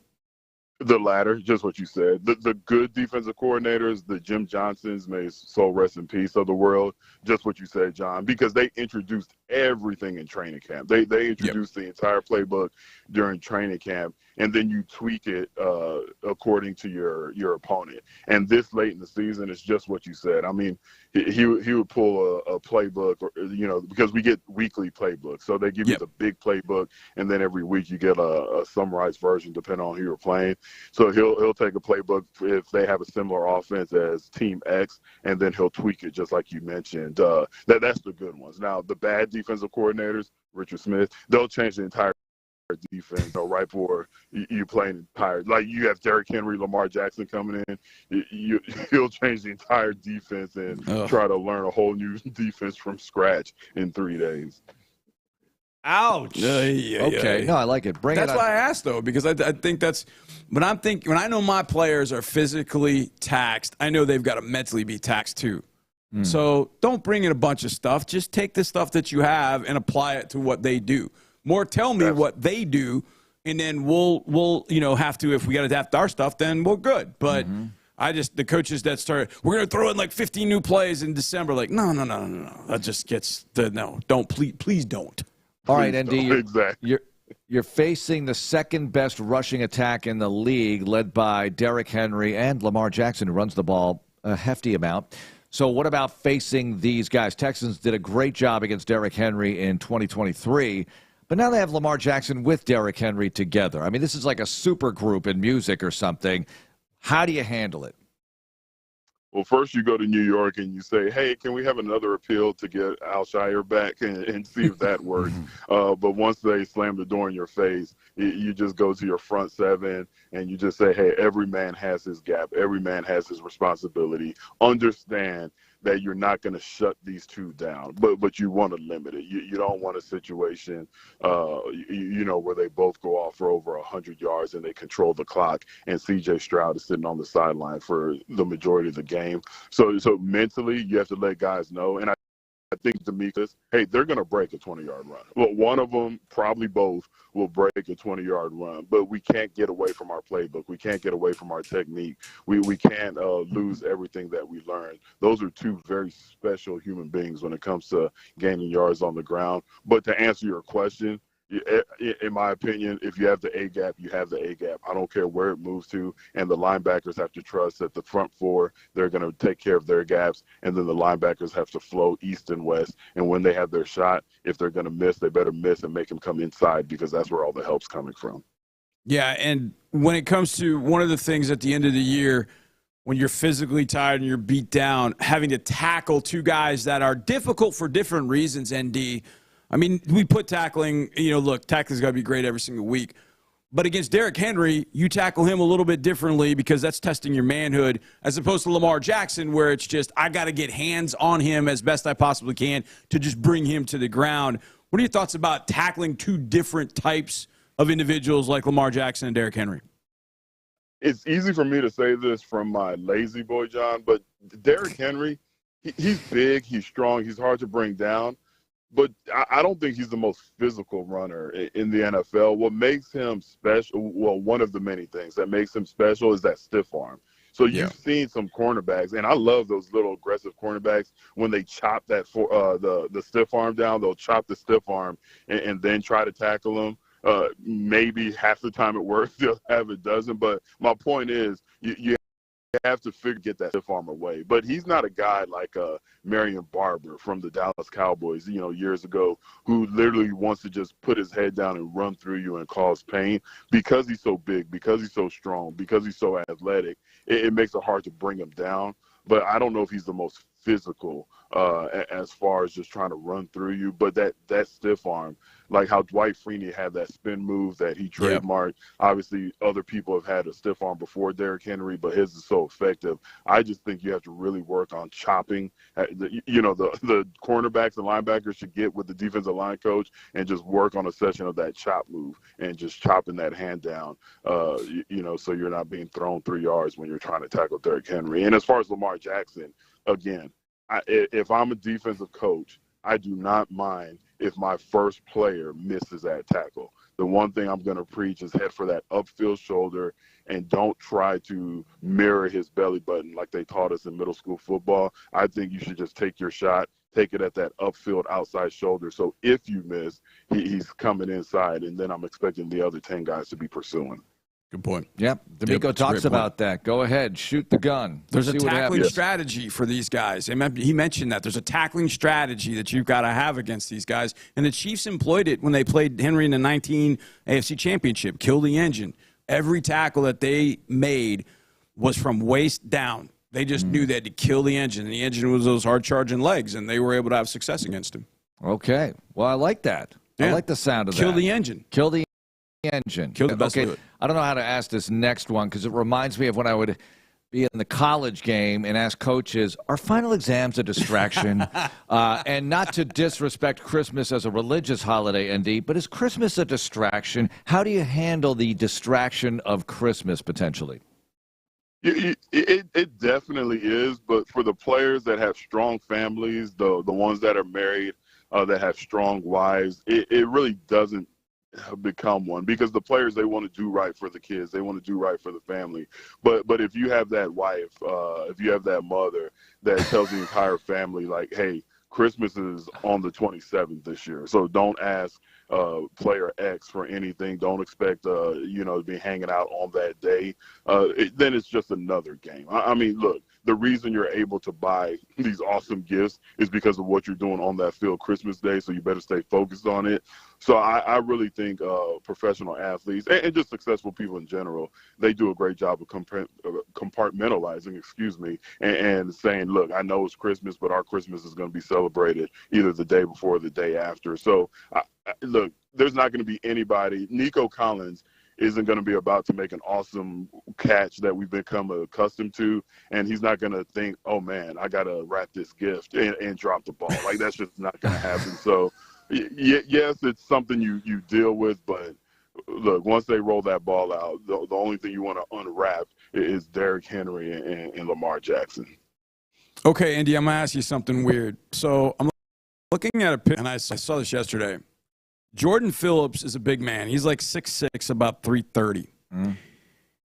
Underneath his Buffalo Bills uniform, he actually had a Gore-Tex winter coat with the fur on the hood, like on the fringe. Yeah. Look at it. Look at that, Mark. Oh, my God. Look You're at allowed to wear that? Well, that's what brings me to this. What was the most unique thing, Andy, you ever saw in the league of somebody trying to stay warm during a game? Because you played in some pretty cold locations. You played in Philadelphia for a while. What was the strangest, weirdest, wildest thing you ever saw somebody try to remain warm during a game? Because this might take the cake for me, a 6'6", 330-pound man-child wearing Gore-Tex winter coat under his jersey. What was the one that you saw that you remember? This isn't as crazy as that, and maybe because I was young, dumb, and I just didn't know, but I'll never forget when I was with Washington and I was backing up Bruce Smith. We were playing in the game where it was like, it was in the teens. It was in the teens, and Bruce didn't wear long sleeves under his pads. But when I say he used up a whole can of Vaseline on his arms, his legs, and he saw me staring at him and looking at him kind of crazy, and he says, "Young buck, it covers up the pores." And he said that the Vaseline covers up the pores, and it serves as a layer more than you would expect. And, of course, you know what? The greatest defensive in the world is doing it. So you know what I did? I took his Vaseline that he had left, and I rubbed it on my arms, and I went out there, and he was right. Like, something about that Vaseline. Sure. It heats the body up. It covers up the pores. And I thought that was strange at the time, but that was the weirdest thing, but it was also very effective, and it just caught me off guard that something as simple as Vaseline will serve as that layer. Well, it's like the swimmers who swim the English Channel or cold weather or cold water, the ocean swimmers. They grease the body up, right, so they can swim, and it kind of keeps them warm, or it does keep them warm. Andy, great to visit with you as always. Merry Christmas. We look forward to seeing you, and let's hope for a good one. All right, Merry Christmas to y'all, and let's enjoy this game in a couple of days. Let's do it. All right, thank you. Andy Kalu joining us on Texans Monday. Coming up, well, smoking hot players of the game. We'll talk about who did well and who needs to do well on Wednesday. It's already game week Friday for us as the Texans play the Ravens, and they'll know what happens with the Steelers and the Chiefs when they take the field. Does that affect things at all for Baltimore, the Texans, both? How will that go down? We'll discuss that, among other things, next here on Texans Radio. More Texans Radio coming up in a moment. The Texans and SLB are proud to present the Houston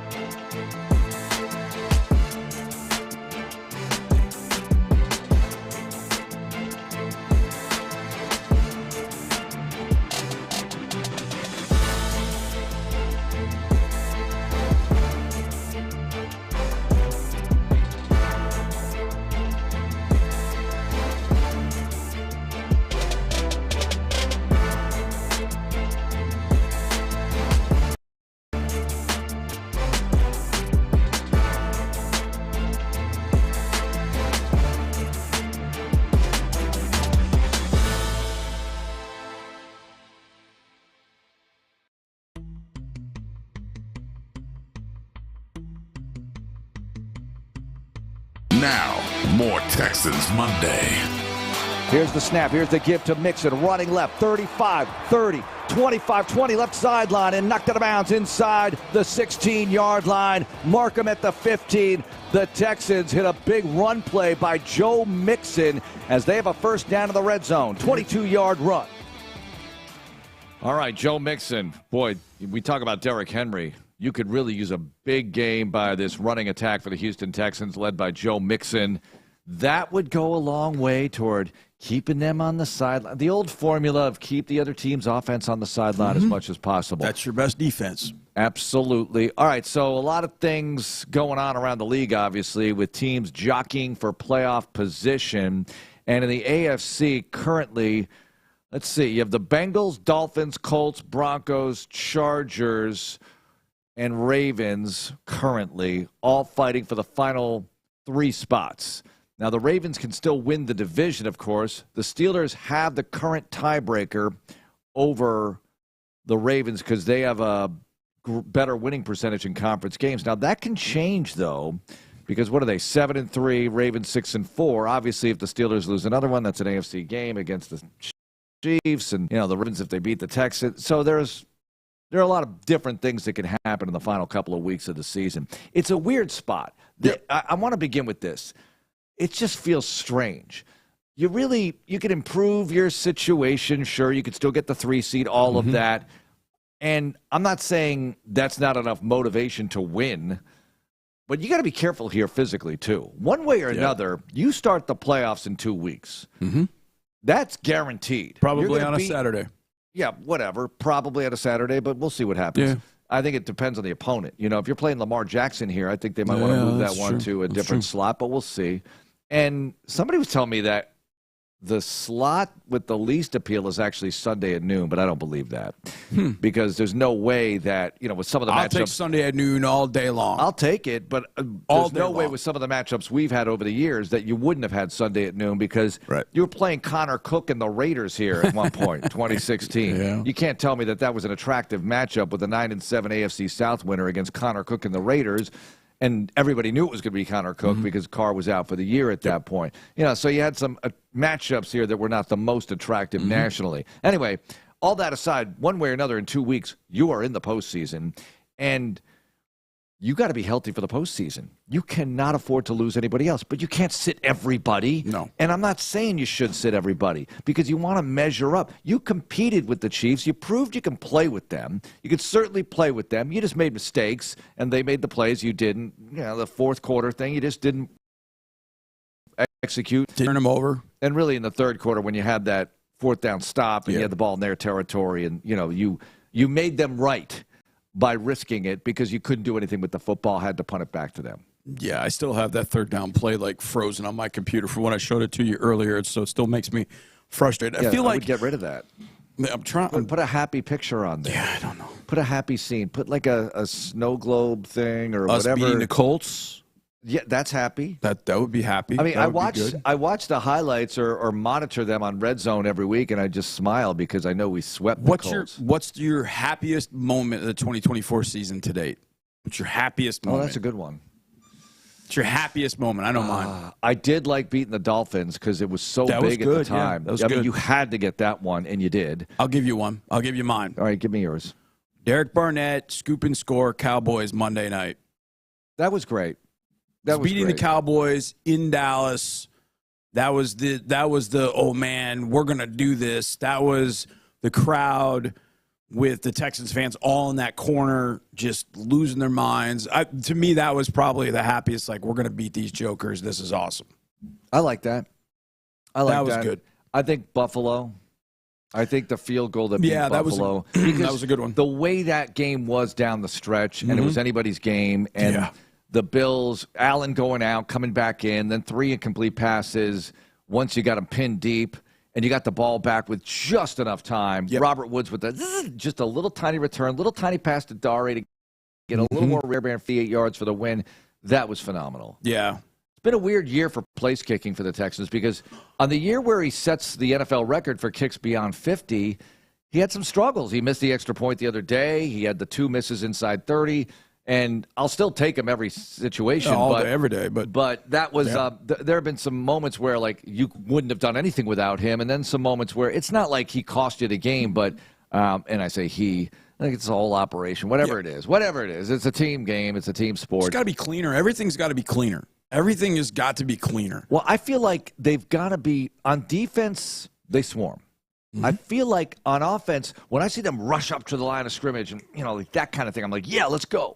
And sometimes it feels like things are a little clunky. There are too many times they're snapping the ball with 2-1 on the clock, and it's like – CJ's clapping for the ball because we got to go. Well, how about getting it feels like, and maybe I haven't measured this analytically, but getting out of the huddle. Yes, absolutely. Getting out of the huddle fast. There are a lot of times I'm standing on the sidelines and I'm like looking for the clock. And it's I like see 12. they've broken the huddle with 12. Yeah. And then they're kind of like, well, what do you want to do? Then we got a shift, and then we got a motion. And now, a couple of seconds means a lot. Yes. So if you can break it with 14, 13 and a half even, gives you a little extra time to, you want him to be able to look.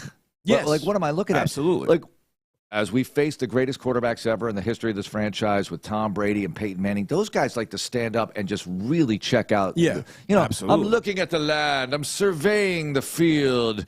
Let me see. Who am I going to torch this time?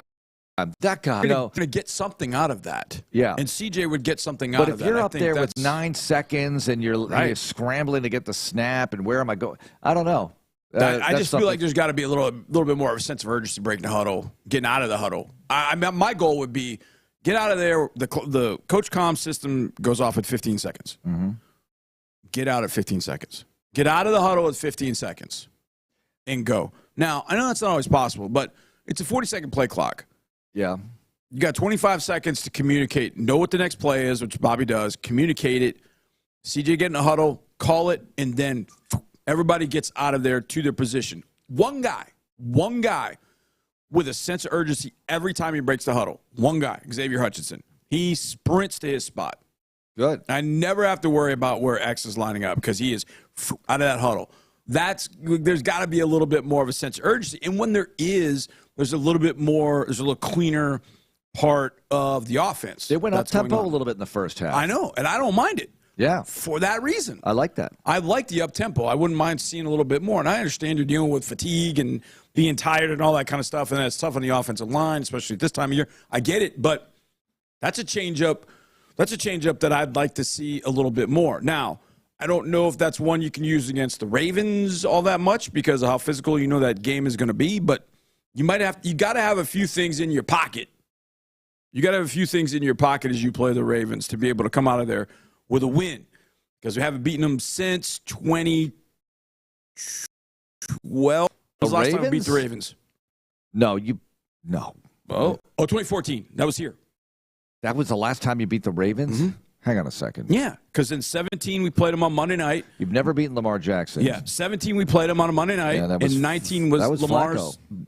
Yeah, they spanked us in 19, and then 20, and then 23 twice. Man. So, it's been 10 years since you've beaten the Ravens. Mm-hmm. How many playoff wins do they have since then? It was the second to last week of the year. It was at home. Team was banged up. Yeah. Case Keenum's got the start out of the deer blind. That was the famous game. Not saying Case is going to start because Case can't start, but you could have that kind of performance. I'm okay with Case not starting this week. Remember in that game we lost Brandon Brooks? Derek Newton had to go inside the guard. Ended up playing really well. You remember those things. I remember everything else. I remember those things. I don't remember who moved over to guard when somebody went out. Are you kidding? I just remember the big ones. And I remember Newton on the sidelines. He has to go in at guard, and it's like, well, how's this going to go? And he ended up doing really well. But I remember that game specifically because I think it's one of my favorite games because they're counted out. Both quarterbacks out. Case is coming out of a deer blind. They're playing the Ravens. They played outstanding defense. They're so tough. And then they just went to work. Mm-hmm. It was one of the best defensive performances I've ever seen. Yeah. The offense. If Gary Kubiak's listening, he doesn't like this because he was the OC for the Ravens, and they were having a great year offensively, but not That's that why game. It was such a great defensive performance. Yeah. That Steve Smith Sr., Flacco, and it was one of Flacco's performances where the defense I just remember that being that was a really, really happy day. It was a top 4 Bill O'Brien coached game. Yes. I mean, when I look at great coaching performances, like last week against the Dolphins, I thought that was a great coaching performance by DeMeco Ryans. The Ravens that day, one of the best Bill O'Brien coached games we've ever seen, along with 2015 at Indy, along with 2017 Week 2, Watson's first start. Those were outstanding coached games. They had to rally, find a way to win. They were without key players and able to find victories. So anyway, let me go to this. Yeah. So to me, everything gets really, really clear Wednesday at about 8 o'clock at night. Because if you beat the Ravens, I'm thinking the Steelers are going to get knocked off. Now, I don't know. What?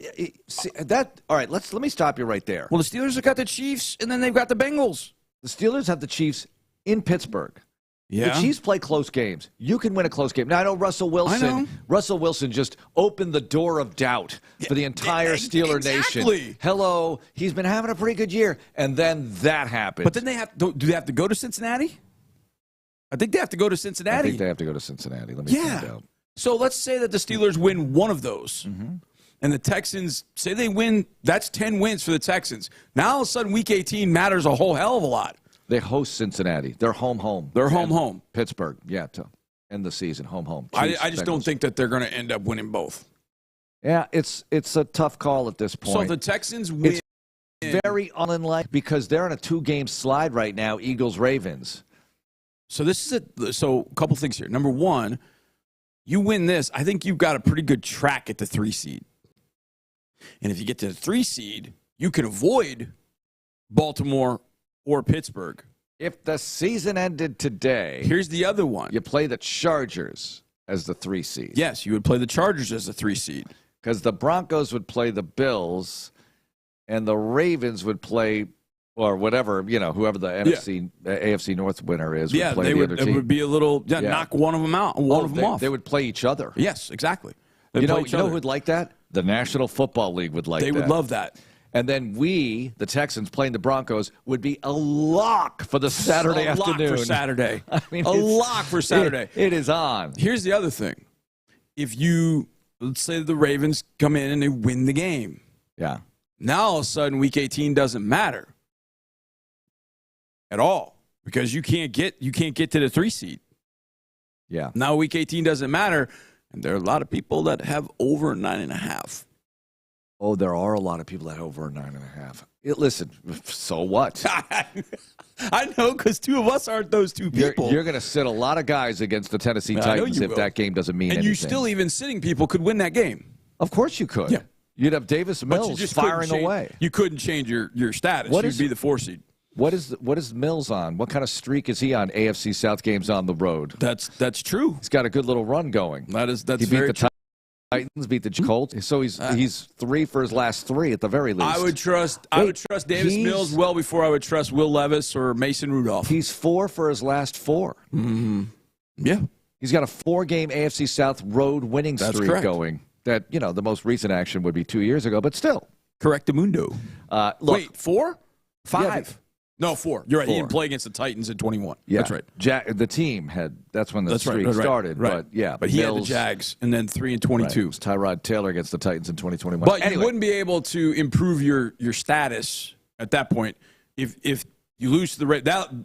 Basically, the game against the Ravens tells you whether it's for the 3 seed or whether it's already a lock, and you just can't improve it at all. Well, we'll know a lot more on Wednesday afternoon, 3:30 kickoff on Sports Radio 610, 100.3 The Bull and the Odyssey app. And we want to thank you all for listening. Thank you, Colin and Ben, for producing. Coming up in the loop, John and Reggie. You know what they'll be talking about. And we'll be back with the DeMeco Ryan Show. Can't miss, 5 o'clock today. Have a great day. Go Texans.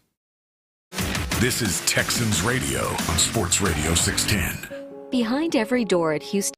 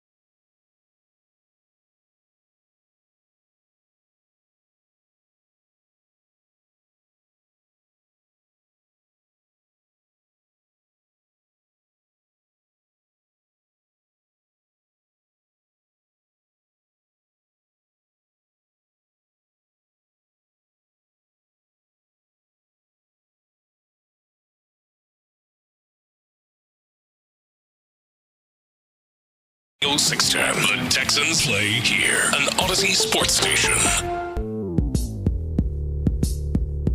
Houston, let's get in the loop. You better get ready because we're going to show up and show out. With John Lopez and Reggie Atatula. Always live. Love it. Love it. Always local. Don't ever underestimate the heart of a champion. You're in the loop on Houston Sports Leader, Sports Radio 610.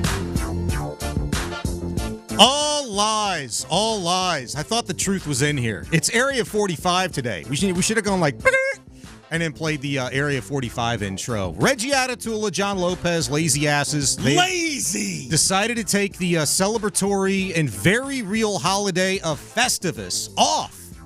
And, well, they brought us in, man. We are not on tonight. We are on right now, and it is like this all week because the big ballers have taken the midday time slot off. And that means we'll take your phone calls. Yes. Phone lines are already officially open. He is Patrick Creighton. I'm Sean Bijani. Chris Santiago, he is our badass producer. He is very much here and real, and we are live from 10 until 2 here on Sports Radio 610. Chris Santiago, everything happened, and boy, if anybody's going to be the MVP of the show today, it is going to be one Chris Santiago because... Hold on one second. Yes. Hold on one second. What do you got? You introduced Chris Santiago, but I did not hear his entrance music. Let's go. Now the show is underway. It is. I always wait on him. You know, he's the man with the controls. Yeah. Wait on me. I just felt like you were in a groove, so I didn't want to. I'm never in a groove, man. I'm just rolling with it, and we're going to have to roll with it today because as we've learned, over the course of the last, half hour or so, it's just going to be a weird, wild, and crazy day here on Sports Radio 610, at least in terms of this time slot. There's a lot to get to, a lot to react to. From the weekend that was and for what is to come later today. Busy day here, busy day at NRG for the Texans as they use a very, very short week to prepare for the Christmas Day game against the Baltimore Ravens. D'Amico Ryans scheduled to speak with the media today at 12:15. He'll be followed up by offensive coordinator Bobby Slowick, which I would imagine a lot of people are very intrigued to hear what he has to say going forward without one Tank Dell, and that's just the tip of the iceberg, really. The Texans, as you know, got very beat up in their loss to the Kansas City Chiefs over the weekend, the 27-19, just nut puncher. That's what that was for me on many different levels, and I'm sure it was for you. To weigh in, you can hit us up, 713-572-4610, 572-4610. You can call. Phone lines wide open. It's a real thing. And you can also text. You can join us on the Twitch, the YouTube channel. Join the chats there. Hit us up on Twitter. At P. Creighton, the number 1. At Sean Bijani for myself. And if you want to holler at Chris Santiago, his Twitter handle is at ChrisSX17. We refer to it as CSEX. That's just the way that it is if you're new to our program.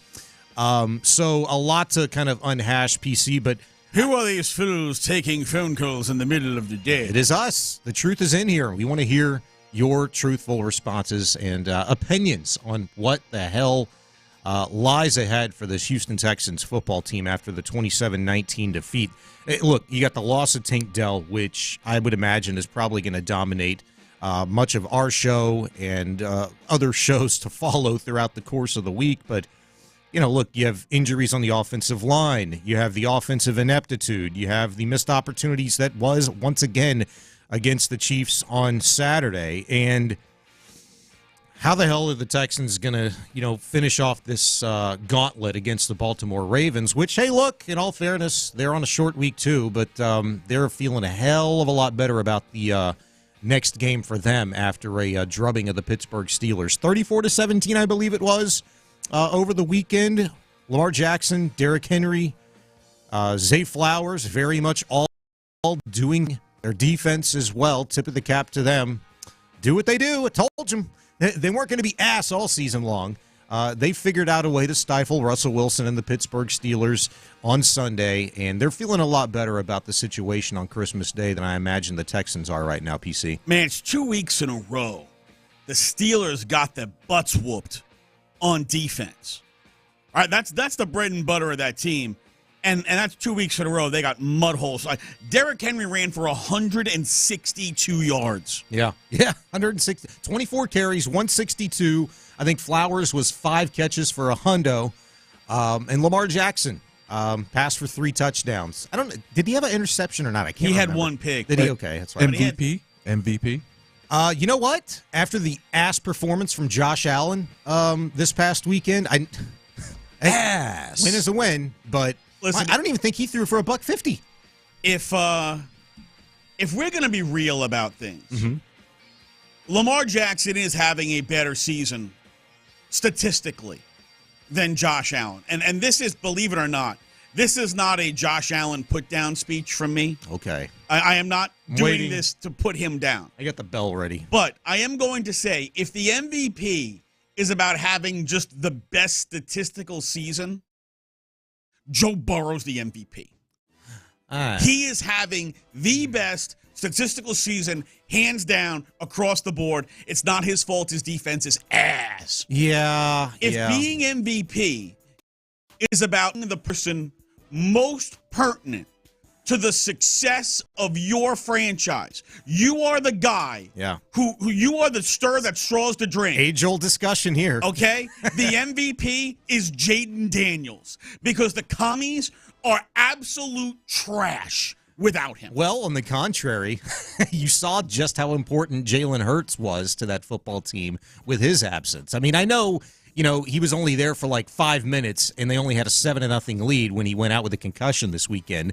But, I mean, they did build a 21-7 lead with Kenny Pickett as quarterback of that Eagles team. But Jalen Hurts does not get the credit that he does deserve. I'm not making an MVP case for him, but just to kind of, punch back at you a little bit. Well, this is now the 4th time this year Jaden Daniels has thrown a game-winning touchdoan pass with 30 seconds or less to go in the 4th quarter. Impressive. 4 times. He is the Washington Commanders, and he's a rookie. He does have ice water in his veins, man. That is it's really fun to see. And here's where my mind went yesterday after seeing the outcome of that game and how he did that, how he orchestrated, some of those drives. They scored 22 points in the 4th quarter. I mean, they were dead in the water going into the 4th. And I thought, oh, boy, I can't wait to see him next year because he's having, for the Commandos, very much a C.J. Stroud-like season in that, oh, boy, we're excited. We've got our quarterback of the future. Great. It's all up from here. And then look what we're dealing with this season with the Houston Texans. After one of the best off seasons in franchise history, they get Stephon Diggs, all these weapons, and it's just been wah-wah. That's because Bobby Slowick is ass. Yeah, I got to co-sign that one. And Cliff Kingsbury as a play caller, not ass. No, Bobby Slowick as a play caller, ass. Massive ass. Very good job. Cottage cheese ass. Sean Pendergast. I saw his Twitter, and I listened to a portion this morning of him recounting all of the ass screen passes that Bobby Slowick continued to call ad nauseum. They may as well just say, hey, defense, we're going to throw a wide receiver screen. Everybody look this way. Yeah. My God. That was just, it's so awful. It's so awful and frustrating. My gosh. 713-572-4610, 572-4610. Want to hear your reaction to the Texans' loss and where you think they go from here. What are they capable of? How bad is this, Tank Dell injury going to be for the Houston Texans on an offense that was already very much not living up to its vast potential that maybe we, put upon their shoulders in the preseason, but damn it, gave us all the reason in the world to get excited about it. Let's get out to Doug, who wants to weigh in first on Area 45. What's up, Doug? Hey, I'm calling from Southern Illinois. I was to have season tickets from 2002 to 2015. Look, well, hold on, Doug, just real quick. Is Southern Illinois like Arlington or actual Southern Illinois? No, Southern Illinois. I live outside right out. Well, I live in Mount Vernon, which is South Central. So I was at the Indy game last year at the end of the season. I went up to Indy and saw that. I'm going to Tennessee the last game this season. But I had season tickets from 2002, 2014, and I've seen this team since the beginning. And they had screen pass game in the past. I don't know what's happened to it, but it's a negative play. If you look up the stats, Sean Pendergast said it this morning. They were like minus 17 or something like that. Yeah, combined. I think their best gain was like -1. You can't win games. You're going to go 3 and outs, and it's not going to work. You got to either not take those out of the playbook or something, because it's not working on that. Well, and Doug, this is part of something Sean and I have been talking about for weeks, months, is that the way the Texans have changed their offensive formations, they telegraph everything. All right, he's fallen in love with these condensed formations, and they're awful. They are awful. Running and passing out of those condensed formations, they are bottom 7 and running and passing out of that formation. But damn it, if he's not going to run that formation 50% of the time. What did you say to me last week? They were like, you mentioned it right now, but was it like they're bottom 7 DVOA? In DVOA? Yeah. Bottom 7? I thought it was 7. Bottom 5. Yeah, they stink. It's bad. It is really bad. They stink in that formation, but they refuse to get away from it. And when they set up the screen, the way they line up their formation, me, you, Sean, C6, everybody like over there in like mix 96.5. All right, they know it's a screen pass. So that I guarantee you the defense knows it's a screen pass, and they certainly play it like they know it's a screen pass. But damn it, we're not going to change that. And this is what drives me nuts about Bobby Slowick is the inability to adjust. It's not even an inability at this point. It's just steadfast refusal. Now it's just, we're going to do it this way because I want to. Well, I would actually feel better if it was refusal, but I do think it's inability. I do. There's a feeling when you're watching these games that Bobby's head is just kind of spinning, and he doesn't know how to adjust. He doesn't know how to go from, one series to the next series in terms of setting things up that makes sense for the offense. To me, it just feels like a little overthinking and very much like I can't trust guys to do certain things. Maybe because, obviously because they're not executing them in practice, and so why would you try it against an NFL game, especially a really good one? So there's just a lot. I don't think it's ever any one thing. I think it's a culmination of things, and unfortunately, look, you're going into Week 17. It's not going to be a situation where you snap your fingers and here we go. They've turned on the afterburners here. It's like, damn, we're just trying to start the car at this point in time, and you got to do it with one fewer spark plugs. So we don't even have afterburners anymore. No. Literally, this is an 8-cylinder car running on 4 cylinders, burning oil. Yeah. Cat converters hanging off. They are dragging this thing to the shop. I am this is like nervous laughter. This is anxious laughter. It's not. I don't know what it is. I'm not over the Tank Dell situation, man. That was such a disturbing moment for all of us. And I can't even imagine, even though living through it and seeing the raw emotion from C.J. Stroud and all of the teammates when that moment happened, to hearing him at postgame, and you're going to hear from him again today, it's just distraught. It almost. I was going to ask you, when did you feel like the Kansas City Chiefs had beaten the Texans? When did you feel like that game was over? Was it when Tank went down? Was it when the Chiefs scored on their next possession after the Texans go 3 and out and miss an extra point right after the injury? Or was it like on that 2nd and 4 when Hunt blasts off for 20 yards and that officially ended? It was kneel down time. Like, what was it for you? Because for me, I just felt like that offense, there was no breathing any life back into it, though the defense tried like hell to get the big stop on 3rd and 1, and you're like, man, Arrowhead probably for a good 20 minutes in real time had never been quieter during an NFL game in like the last 10 years probably. And the Texans did that. Now, helped out by the somber nature of the injury with Tank, but that defense said, no, we're going to get this momentum back, and we were going to try to breathe some life, and the offense just couldn't do it. No, that's actually when Tank goes down, and he's, holding on to the ball with one hand and holding on to his knee with the other. Yeah. And they show you the look on CJ's face, and you see Joe Mixon's right there with the ambulance, right? Mm-hmm. You see all across, they're showing Texan after Texan after Texan. And the looks on their faces are just different, right? I mean, you saw Jimmy Ward get carted off. Mm-hmm. Shaq Mason went out, comes back in with a brace on his knee, and then goes out again. Yeah. And then Blake Fisher goes out. And then Jimmy Ward goes out. The Texans are just dropping like flies.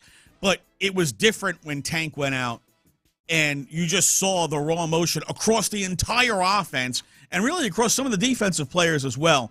That team was heartbroken seeing Tank down 100%. Down on the field.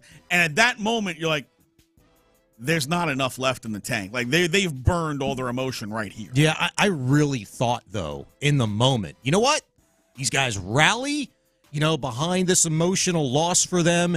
And I thought it was going to happen after the defense gets the stop. And then the offense comes out and they go 3 and out. And it was just kind of a snowball effect. One thing on top of the other. And 2 delays of game. And you're already on, a back offensive lineman. And now you're into the super backup lineman. I mean, Zach Thomas wasn't even on this team 3 weeks ago. Yeah.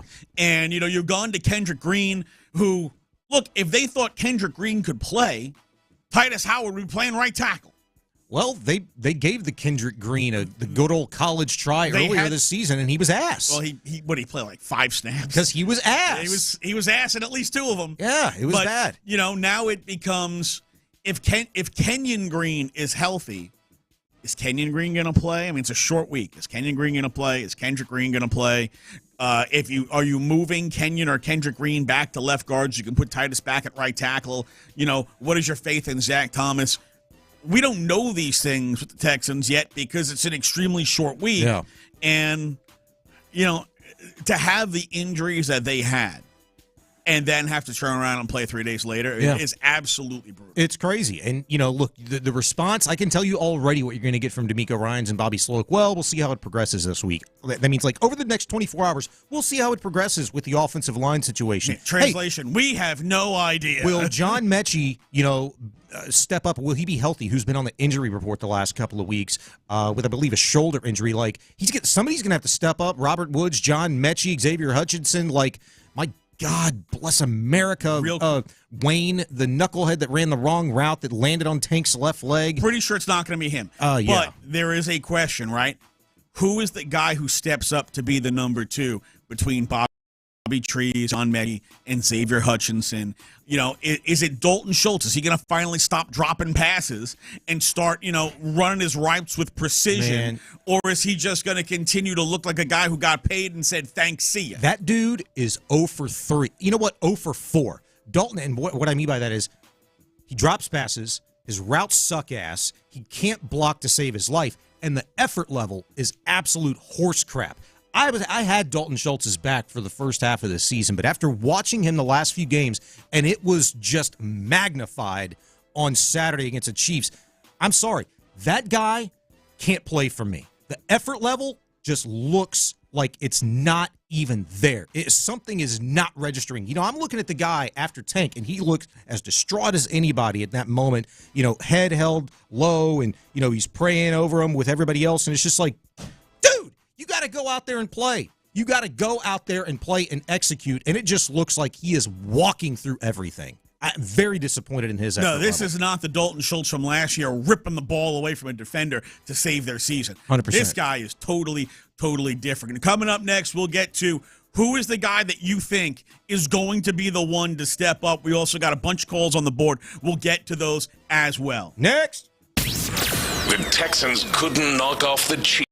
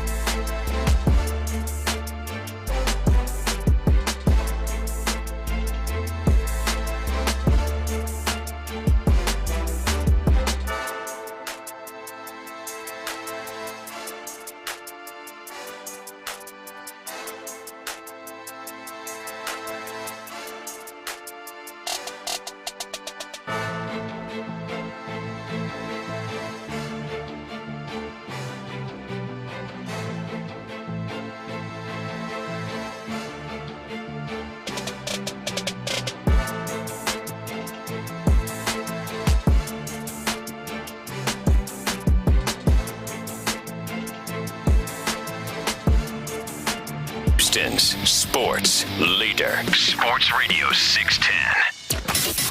It's a Shopper's John Deere Reaction Monday on Sports Radio 610. Here's In the Loop with John Lopez and Reggie Atatula.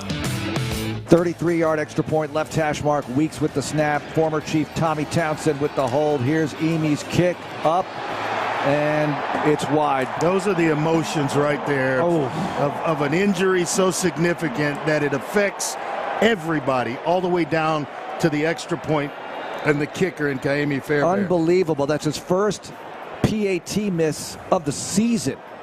He was 31 of 31 coming into today. And now it's one, and the Texans are still down one. Mark Vandermeer, Andre Ware on the call, Texans Radio. You heard it here on Sports Radio 610. I mean, that was, one of the moments probably for many of you out there that you just you felt like, you know what, this damn thing's over. There's just no coming back from this, and that was proof of it. I mean, one of the one guy on the entire team that has to keep their head about them, and no matter what situation, what the circumstances are, gives you that, and Vandermeer illustrated it perfectly there. 31 of 31, and now 31 of 32 on extra points this season. Kaimi Fairbairn just at least you kind of keep it moving there. You know, you got a great touchdown catch, and the injury to follow, unfortunate, but at least put the damn thing through, and you can kind of move on. The defense did.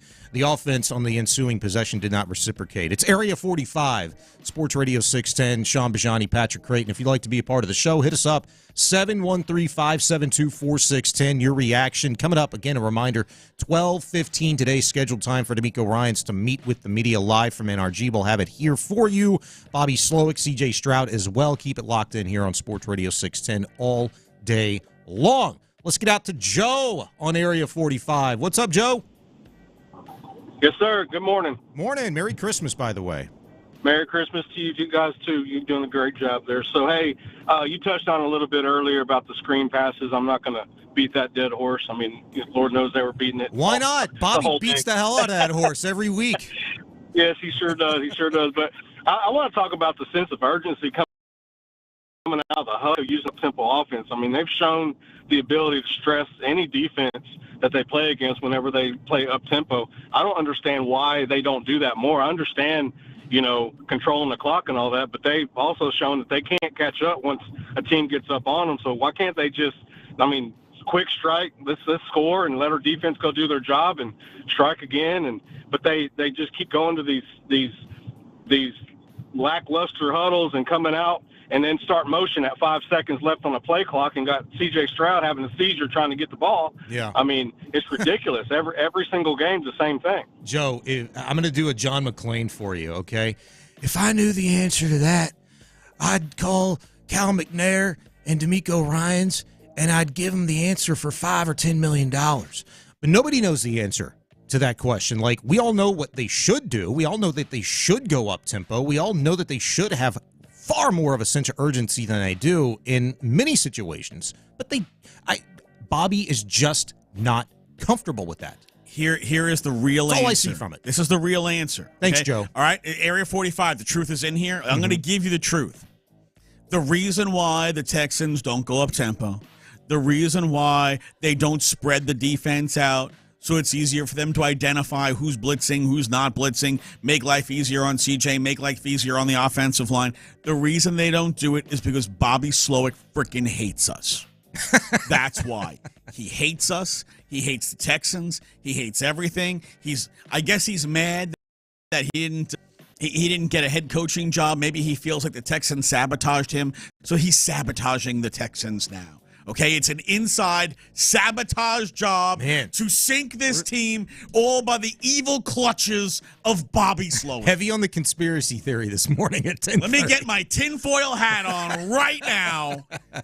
Oh, that's Patrick Creighton, everybody. 713-572-4610. So your expectations certainly change because of the loss and the loss of Tank Dell. I mean, that's just to start, right, PC? I mean, we didn't feel great about this team going in to this game, but you felt a little bit better about it after you got the win against the Dolphins. I mean, that was really kind of step number one going into this gauntlet for the next 3 weeks, 3 games, 11 days. I mean, you had to have some sort of positivity to kind of, bounce off on, and you go to Kansas City before the Dell injury. I would imagine you're feeling, you know what? Okay, like we've got a chance. And then Dell goes down, and then the rest of the game happens, and you lose. I have to believe now, like, this feels like a lost season. This feels like Week 17 and Week 18, and whatever lies ahead in that first round of the postseason is nothing but just a formality before you pack your bags and go home. Am I wrong? I thought that when they lost the 2 offensive linemen, they were in trouble because they were already so thin at offensive line. And we knew that the backup offensive lineman with Kendrick Green, Kenyon Green, not exactly inspiring of the confidence. When Shaq Mason went down the second time, wasn't able to come back in, and then Blake Thomas. Fisher went down, they had to bring in Zach Thomas. Yeah. Started to get to the, all right, how is this offensive line going to function, and how are they going to function again in 4 days? Mm-hmm. And then you take that, and you add in the loss of Tank.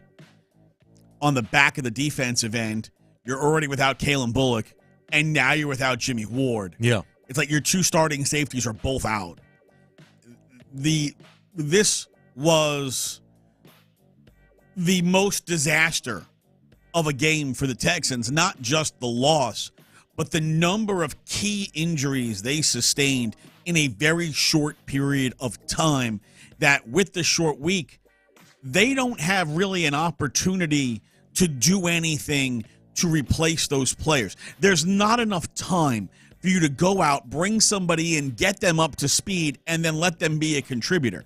They have to go with what they have, because that's the guys who know the system, know the plays, know the calls. You can't coach somebody up in 2 days to be ready. Well, I mean, sometimes you have to. But, I mean, I agree. You're talking about, not just one player, but there are multiple players at key positions. You're right. I mean, literally, like, moments after Tank Dell goes down, I'm seeing on Twitter, hey, Deontay Johnson. No. And that's what I said. I'm like, I really, somebody added me at it. And I said, no thanks. I mean, I get it. I totally understand where we're at, but I don't want a guy who is literally a quitter, a giant man baby. More than once. On already a really good team that just, they can't handle it. And we've seen it time and time again this season with various players, and I don't think there's any room in the Texans locker room for a guy like that, even under these circumstances. Now, hey, if the guy's signed and he performs, then, I guess all is forgotten. That's kind of what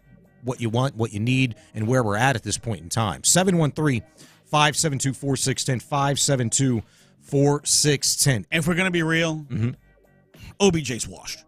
Oh, get out of here. All right? Yeah. He's been washed since he blew out his knee in the Super Bowl with the Rams. He 100%. has been straight washed. Right now, Bobby Trees is a better option over OBJ every single day of the week. If he could play, he'd have played Miami, where all they do is run. Yeah. And I don't mean run the football. I mean, they just run routes. They're all speed. Mm-hmm. If he still had any speed at all, he'd have fit in there perfectly. You're talking about better options. There's not many better options than our guy, MLB insider Bob Nightingale, to fill in the blanks for us. He'll give us the latest on the Astros and recount the big signing for them last week in Christian Walker. We'll visit with our buddy MLB insider Bob Nightingale next. It's Area 45 for In the Loop today. Stay there at Sports Radio 610. Acknowledge me. The Saints are headed north to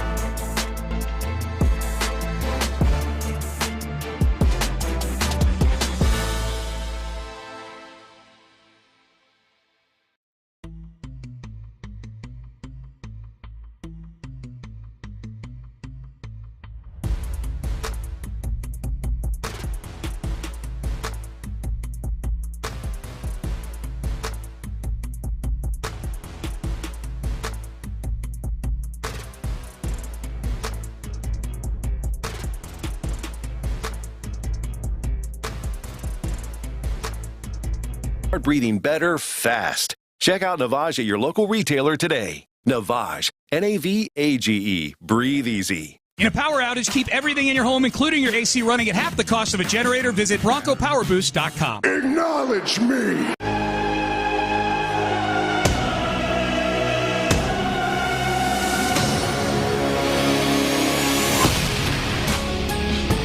Stand up and acknowledge your baseball tribal chief. Acknowledge me. He is our good friend, longtime MLB insider, USA Today, MLB Network Radio. He is Bob Nightingale. How you doing, Bob? Yeah, doing good. Thanks, Patrick. Always good to talk with you.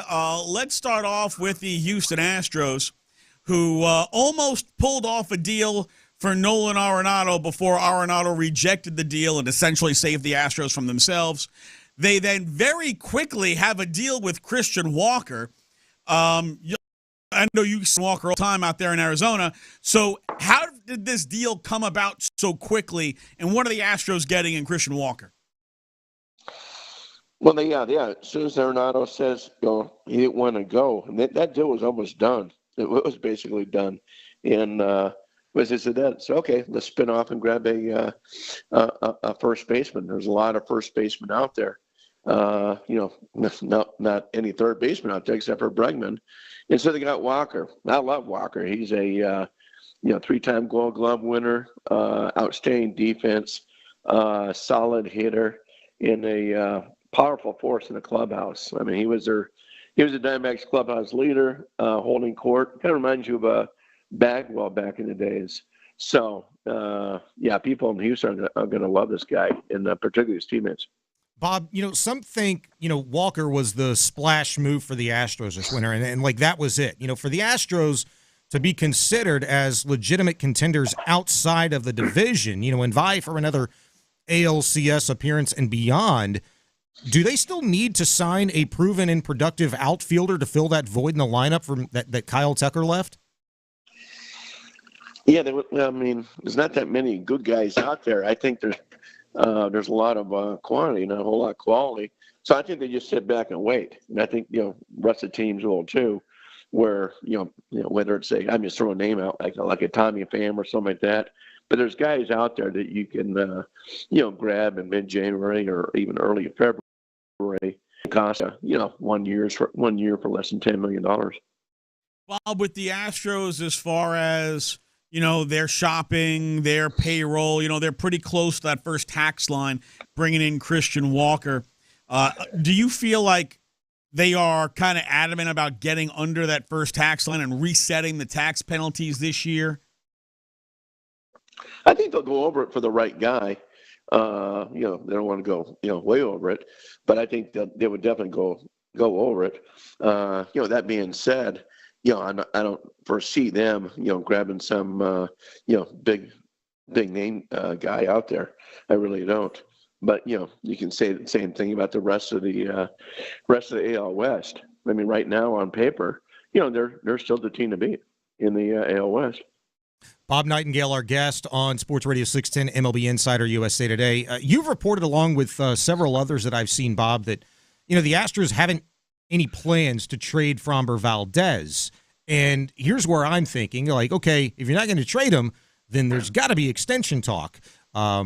So what can you tell us if you're hearing anything regarding Framber Valdez and the Astros talking extension or anything along those lines?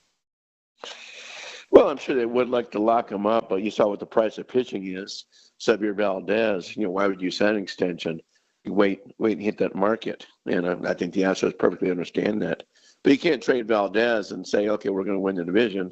Then, why'd you sign Christian Walker? Why'd you do other things too? I don't see that happening at all. If you lose him as a free agent, you lose him. But, that's why you got a scouting system for development people, to go find the next Framber Valdez. But, I'm sure they'll engage in talks at some point. But, if you're Valdez, I just don't see signing something because you saw the price of pitching just, soar astronomically now. Bob, are they still trying to move Ryan Presley? Would that potentially be their move to look to bring in an outfielder by trading Ryan Presley? It certainly could. I mean, you don't need, Presley and a heater. That's it's a nice, great luxury. And I'm sure Presley would like to close games too. So he's certainly out there.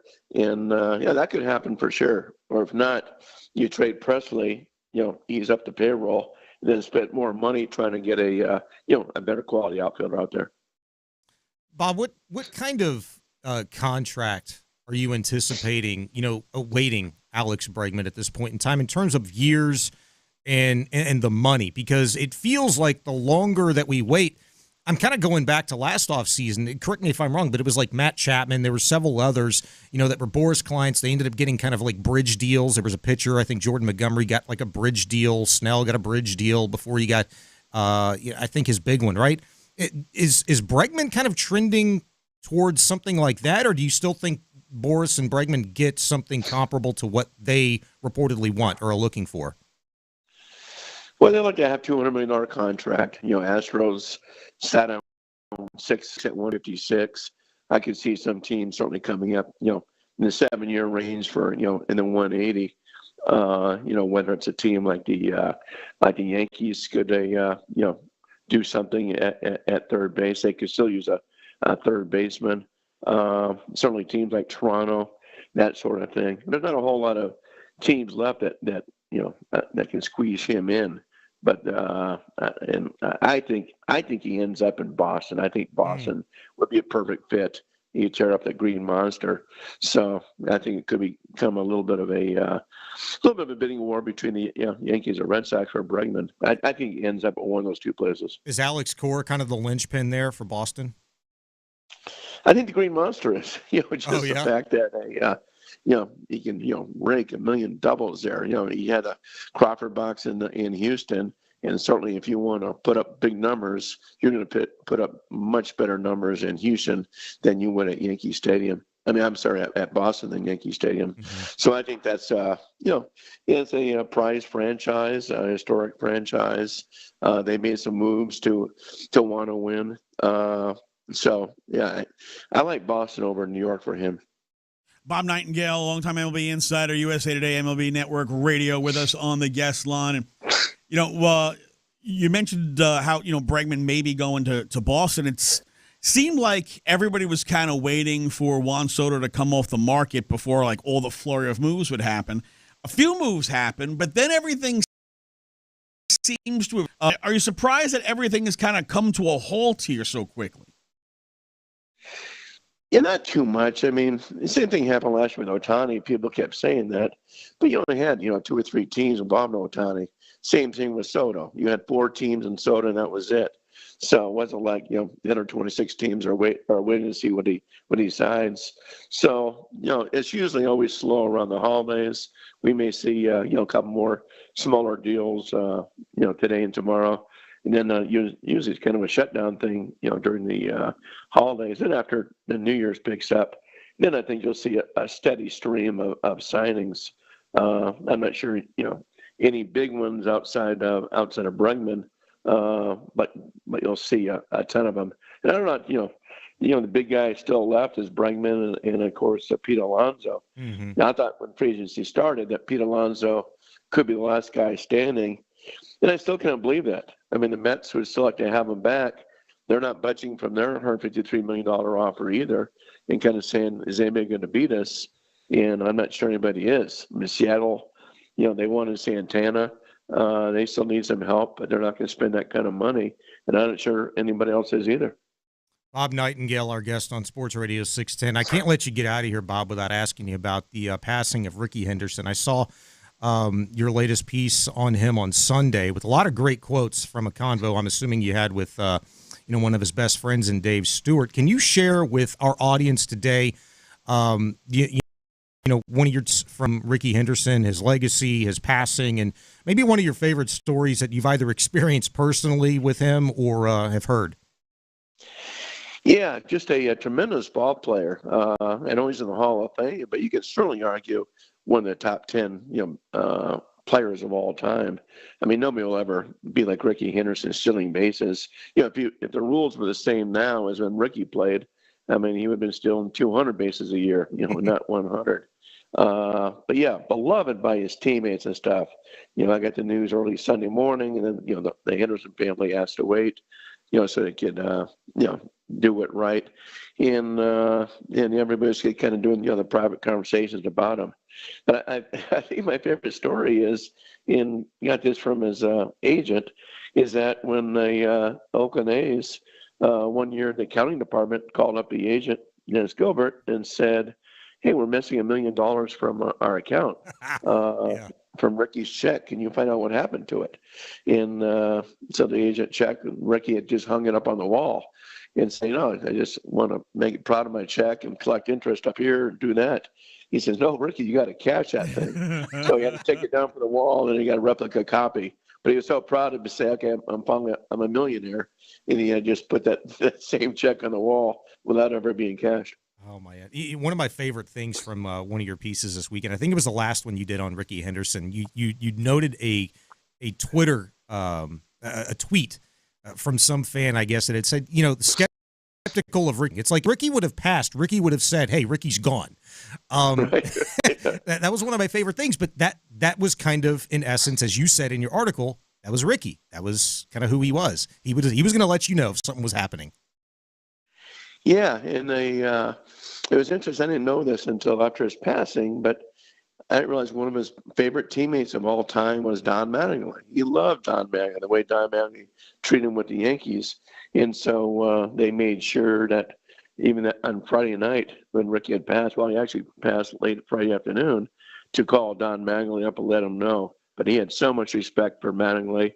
I think Mattingly one year drove him in like 79 times or so. But hey, Ricky was about, this era now we're talking about all these different numbers for his on-base percentage and expected batting average.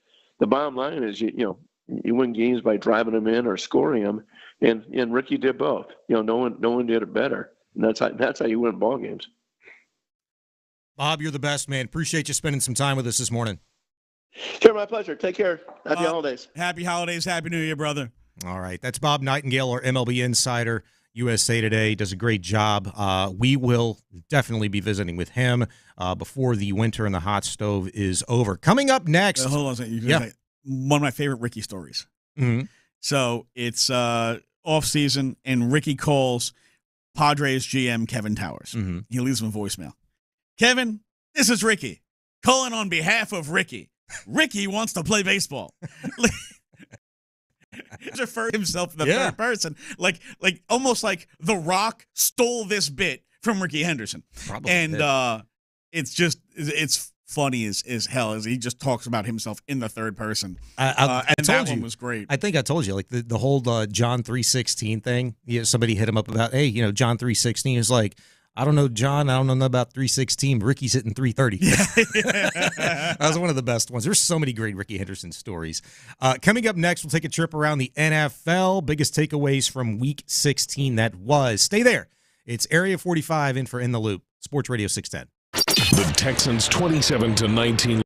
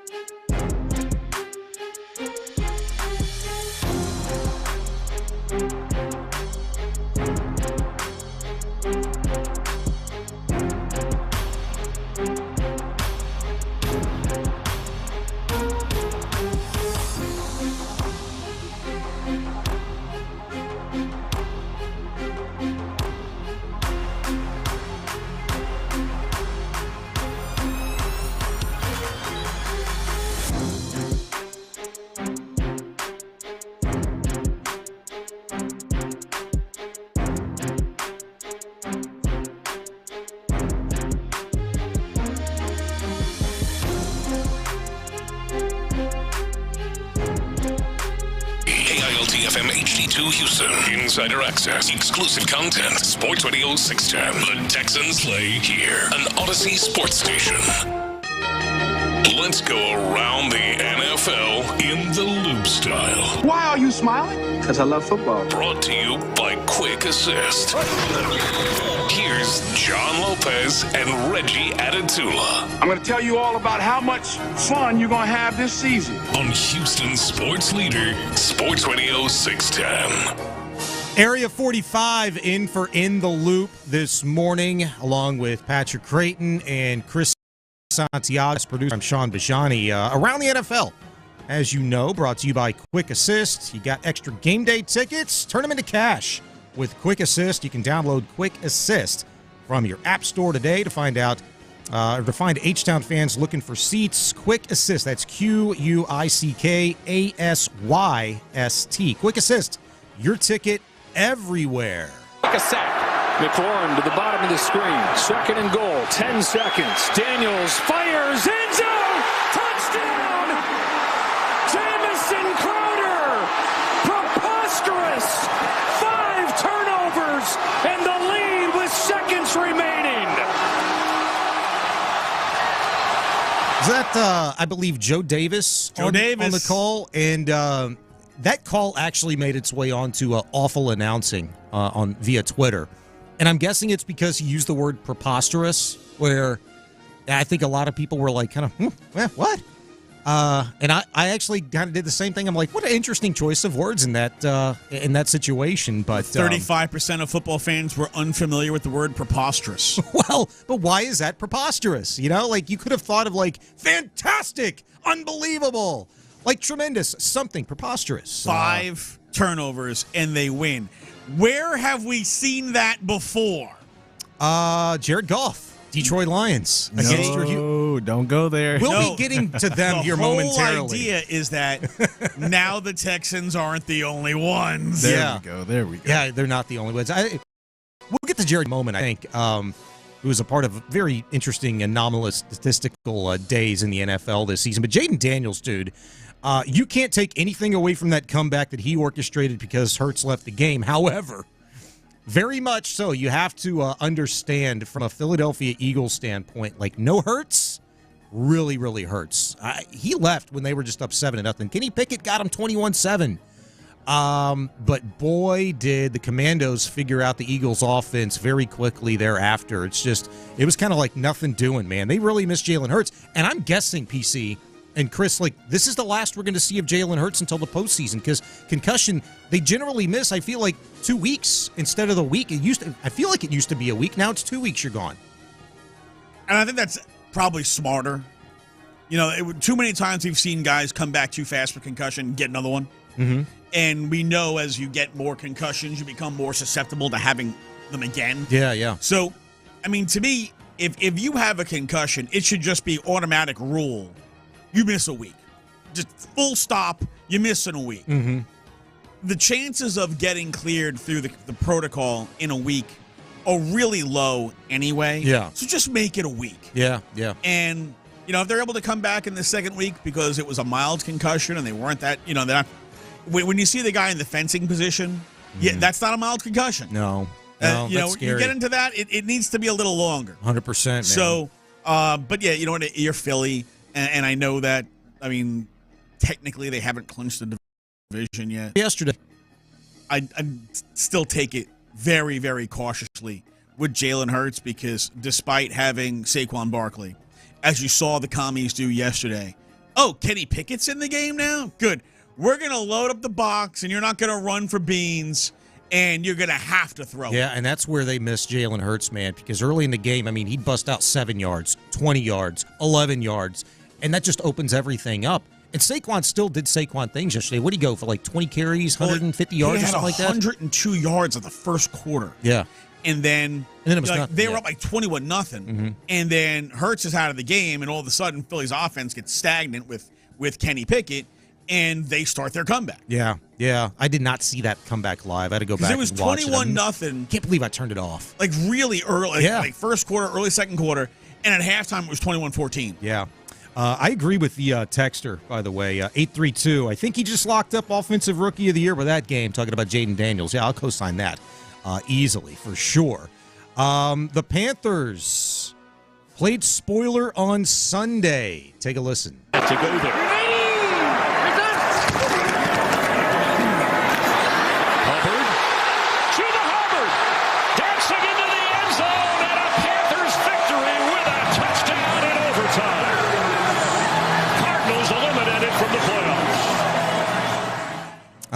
We'll get to beers and bad words tomorrow in this time slot. We make our weekly picks, and this was another time, Chris.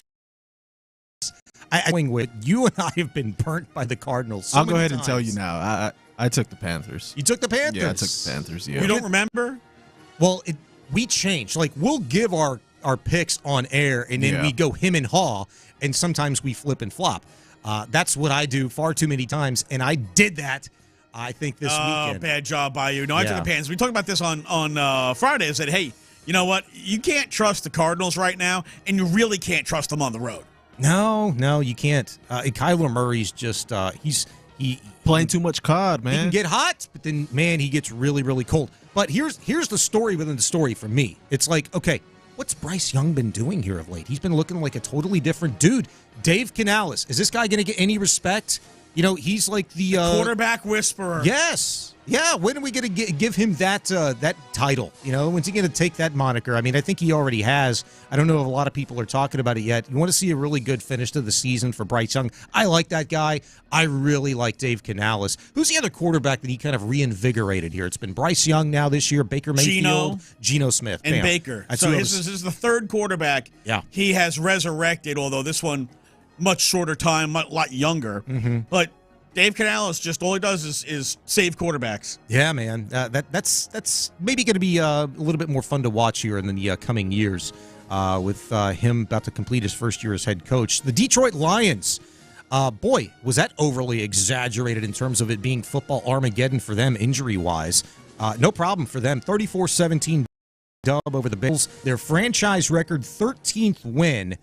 Now, here's where I saw this game a little bit, and my mind went here. Like, just because they got the franchise record 13th win, Jared Goff, listen to this. He's been a part of some interesting statistical anomalies / achievements this season. We just mentioned one with the 5 interceptions he threw against the Texans and somehow figured out a way to win that game, or the Texans figured out a way to lose that game. But he was the first quarterback 2 weeks ago to lose a football game while throwing for 400 more yards, 5 touchdowns, and 0 picks. That on top of the 5 interception win he had against the Texans, and now he's the quarterback, to lead a once miserable franchise in the Detroit Lions to a record 13th victory in the regular season, with presumably more to come. The Lions are such a great story. It's a moribund franchise for so long. Mm-hmm. And now they finally have the right head coach. They get a quarterback that another team was throwing away. Mm-hmm. And they rebuild him into, right now, better than the guy they traded. Yeah. So, yes. I mean, you want to talk about a deal that everybody thought was, oh, man, look at this. They're giving away Matt Stafford, and they're taking back this bum. Well, Jared Goff has completely resurrected his career. And the Lions reaping the benefits with, this is their best season ever. And you're talking about right now between the Lions and the Eagles, the best teams of the NFC, and now you're the Eagles thrown into question here with the injury to Jalen Hurts. But those two teams, they're the best two teams of the NFC, and you want them to play each other. Yeah. In the NFC title game to see who's going to the Super Bowl. Look, since you just mentioned it, like Goff being better than Matt Stafford, like, hey, dude, Matt Stafford and the Rams, they're doing pretty good for themselves. Yeah. Since their 1-4 start, the Rams have won 8 of 10, including 4 straight. And I heard this stat at the end of the game. Yeah, first place. Did you guys hear the stat at the end of this game yesterday? Stafford is now 4th all time with 38 fourth quarter comebacks and 13-1. So, I don't know, you might want to retract this statement that you just made. 13-1 in December games since joining the Rams before the 21 season. Well, they did have a couple of badass defenses there for a while, too. Yes, they did. And when they lost, he happened to be hurt. When he was out, Cooper Kupp was out. Like, they just had the whole team was out. Yeah, what are you going to do? So, no, this is a lot of fun to see the Lions being good. And look, the Rams overtaking that division, the Niners coming undone, the Cardinals coming undone, Seahawks, like, treading water. Mm-hmm. Like, this is, like, every year there's always at least one division where everything you expect to happen gets thrown upside down. Yeah. NFC West. And, real quick on that Rams game, not that the Jets had a hope and a prayer. I mean, they were down by 10 with just a few minutes left. Like, maybe, I think it was inside 2.5, 3 minutes. But the way that they end up, like, losing that game or, like, eliminating, having an opportunity for a miraculous comeback, and he was one of the reasons why they did lose for the interception that he threw earlier in the game in the fourth quarter.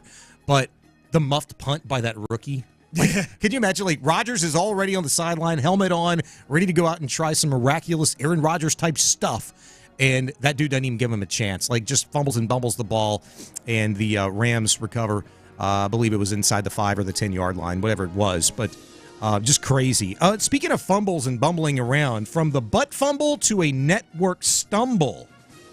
Not by much. Maybe by an index card. That's a first down. There's Jade's territory. I'll take Pereira and Blandino. Oh, yeah, sorry. We respect all networks here. You know that. You know that. Awkward. That was Fox play-by-play announcer Adam Amin reminding Mark Sanchez, who was the architect of the infamous butt fumble back in the day with the Jets, reminding him what network he's actually calling the game for. Now, I don't know about you, but I don't pay attention to, like, the referees that work for a particular network. Like, if you, like, put the names in a lineup for me and said, all right, which referee works for which network? I don't know that I could do that, but maybe I'm in the minority here. UPC? I want to say it's about 13, 14 years ago. Mm-hmm. I was calling Women's College World Series, and so was Adam Amin. Oh, yeah? And now here he is, calling NFL games and tell Mark Sanchez, you dumbass. And the fact that he did it, it's like so slick. And without using any kind of like negativity, he's just like, well, we'll take Dean Blandino, Mike Pereira. Yeah, but I like Mark Sanchez. Like, oh, my bad. It's like all good. It's like, I don't know. I'm just calling the game, man. I don't know who the hell works for who. Broadcasting fumble. Definitely was. Hey, shout out Michael Penix Jr. Did you guys see this coming? I mean, they said, I don't remember who said it. Maybe it was his coach. Like, flawless football. I don't know about all that, but pretty damn good debut in a 34-7 victory over the Giants. 18-27 for Michael Penix through the air. Now, his receivers' numbers probably look better if, in fact, his receivers catch the ball that he's throwing to them. Didn't throw any TDs, had one pick, but and it was kind of fluky. It was off of a little that was not fumble. a pick. That was Kyle Pitts' ass. Yeah. Oh, it was Pitts. Yeah. Pitts has the ball's right in his hands. He's going to the end zone, and then he just somehow throws the ball right at a Giants defensive back. Here. What'd y'all think of Penix Jr., man? Dude, I liked Penix Jr. coming out of college, and I thought that, if he had when they said he was going to sit behind Cousins, I'm like, when this guy gets to play, he's going to be really good. Now, he played really well. The Giants' defense is ass, and he just surgically tore them apart, with the exception of a Kyle Pitts. So, yeah. I don't know. Maybe Kyle Pitts needs to stick him. Maybe he needs better gloves. I don't know. Maybe the left-handed quarterback for a bit. But Yeah. it's really kind of – he played a great game, and he is going to be the quarterback there going forward, possibly for a long time. Yeah, I was happy to see that, man. Yeah, and then next week he gets to go up against Jaden Daniels. Oh, fun. Yeah, Sunday Night Football. That's going to be a good game. Two rookies going up against each other, man. Don't you wish you could see these things coming in the preseason? But, the whole 3-year – was it a 4-year deal that Kirk Cousins got in the offseason? Literally 9 months ago, $100 million guaranteed. But Michael Penix Jr., they drafted him 8th overall. I wish I could see these things coming, looking at the schedule and thinking yeah, look at this potential matchup. You're going to see it because, all right, either Cousins is going to suck so bad they bench him, like what happened, or he gets hurt or something. I'm just glad we're going to see it. That's going to be a lot of fun. That was Around the NFL, presented by Quick Assist. Quick Assist, your ticket everywhere. Coming up next, we'll give you the day's top stories. We have a lot of information to get through, and inside of the next hour, we'll let you hear from D'Amico Ryans, Texans head football coach, going to be here on this station live addressing the media. So a lot to look forward to there. Day's top stories and hot leads coming up next. The Texans couldn't knock.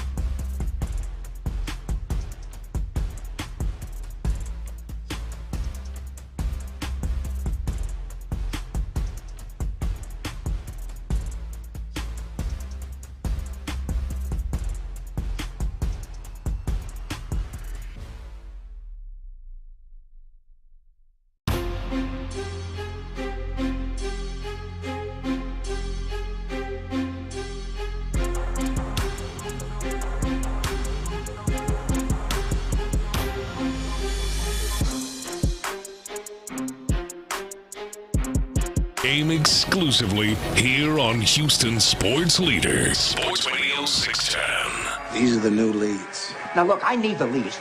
These are the Glengarry leads. 2 lead cards for tonight, 2 lead cards for tomorrow. Why give him the good leads? He's got the leads. He's got the leads. He's got the good leads. The whole thing is the lead. They Glengarry leads. Let's talk about something important. Put that coffee down. Coffee's for closers only.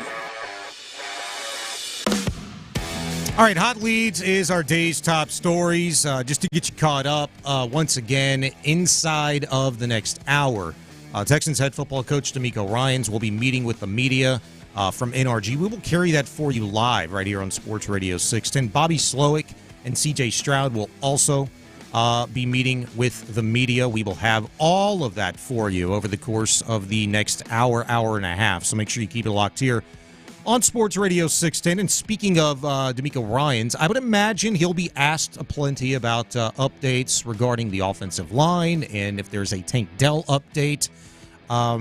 We'll see. I would imagine, and this is just my opinion, not anything that I actually know, but my opinion, any actual details as far as what imaging and things like that has revealed in terms of the severity of the injury, the outcome, and what lies ahead for Tank Dell, I wouldn't anticipate learning any of that, PC, until like maybe the end of this week, early next week, maybe even beyond. I don't know. That's going to be an interesting follow. We do have an injury report update from the Texans yesterday because they don't practice until 4 o'clock today. So you're going to have to wait and get the updated version from the drive. Yeah, we get the woulda been, woulda, coulda, shoulda practice the woulda, coulda, shoulda. But it gives you a good idea of like how the Texans are operating this week going into the Christmas Day game against the Ravens. DNPs from yesterday's in air quotes. Will Anderson, Foley Fatukasi, Shaq Mason, Juice Scruggs, Jimmy Ward, and of course Tank Dell DNPs. Limited participants. Danico Autry, Christian Harris, and John Mechie, along with Cade Stover, who is still designated as ill. Wasn't he ill last week? He had an appendectomy. Okay, that's why. Okay. You just put appendix. So yeah, he had an emergency appendectomy. That's right, I remember hearing that. So, yeah. I mean, while you don't necessarily need your appendix to live, you do need to have your sutures heal. Yeah. So that you don't get hit and then they burst all over the place and you bleed out. So, he needs to heal, which probably is like 3 weeks before you can play again. Yeah. Well, the Texans, they need some help in the tight end room. I don't know if they're going to get it going forward from Dalton Schultz. My God, we'll talk about that later. One full participant, good old Nick Broker with the hand. As I mentioned, Texans not practicing until 4 today. They could use some extra offensive linemen, that's for sure. Yeah, his name is actually pertinent going forward, to be honest with you. And Kenyon Green as well, who was officially designated for return off the IR last week. So we'll see going forward, get an update from DeMeco Ryans in the next hour. Other NFL news, well, college news related. As suspected, Bill Belichick's son is going to join him at UNC as the defensive coordinator. He's been the DC at the University of Washington. Steve Belichick now expected to sign on coaching with his father at UNC as the defensive coordinator. Sources confirming to ESPN yesterday. He's 37, hired by Washington in February. Has a big buyout, I think like $1.2 million. That's going to be wiped clean here in the next week or so, according to reports. But he's got him ranked 27th nationally in defense this year. Before that, spent 12 years as a defensive assistant in New England, including 5, they say, as a defensive play caller. Coach in waiting. Think so? Coach in waiting. Mullet man. It is in the contract. Guaranteed. Just book it. It is in Belichick's contract that his son Steven is coach in waiting. Who takes over first? Steven Belichick at UNC or Samson's son at U of H? Ooh. You know, I think Belichick's older than Samson. I was going to say, who do you think lives longer? Is Belichick? I mean, Belichick's got that Melvin Sampson very age. young girlfriend. Oh, Sampson's 69. Belichick's got at least 3 years on Sampson. Yeah, Belichick is a very young girlfriend who's probably keeping him very young. Fair. So, but Sampson, if you're Belichick, you don't want to die because, well, damn. Samson keeps the cardio up in other ways, like getting up and down the sidelines on the court. He's a very energetic fellow. Yeah, ripping the tie off, throwing the jacket, yelling and screaming. I'm gonna say that Kevin Sampson before Stephen Bell. All right. Go Cougs. I'll co-sign that. The Astros. We talked to Bob Nightingale, MLB Insider, a couple of segments ago. Got the scoop from him. What about the Athletics' Chandler Rome? He was on MLB Network. And for one, Christian Walker came together. From everything I understand, this came together fairly quickly. As has been talked about a ton in the industry the last couple of days, the Astros were very heavily pursuing Cardinals third baseman Nolan Arenado. When he blocked the trade to Houston by invoking his no trade clause, I believe that happened Tuesday night into Wednesday morning. It's my understanding that is when Houston turned its attention to Christian Walker. Look, they knew this offseason they were going to have to really address one of their two corner outfield spots. They got woeful production from their first baseman last year, and then obviously Alex Bregman leaving in free agency created a hole at third base. Trading for Isaac Paredes in the Kyle Tucker trade, that helped shore up third base, but he is not that sort of impact bat, that sort of big addition that this team needed to put in the middle of its lineup. Christian Walker suffices as that, and not only is he an impact bat, a three-time Gold Glover can really, really shore up an infield defense that had declined a little bit in the last couple of years in Houston. That was Chandler Rome on MLB Network. Here's what I want to know, PC, from you quickly. The story within the story we don't know yet. And a YouTuber, I think, in the chat room brought it up earlier. What exactly were the Astros going to give up for Nolan Arenado? That's what I'm curious about. Well, I don't know what the package was going on. I haven't seen that anywhere. But I have seen some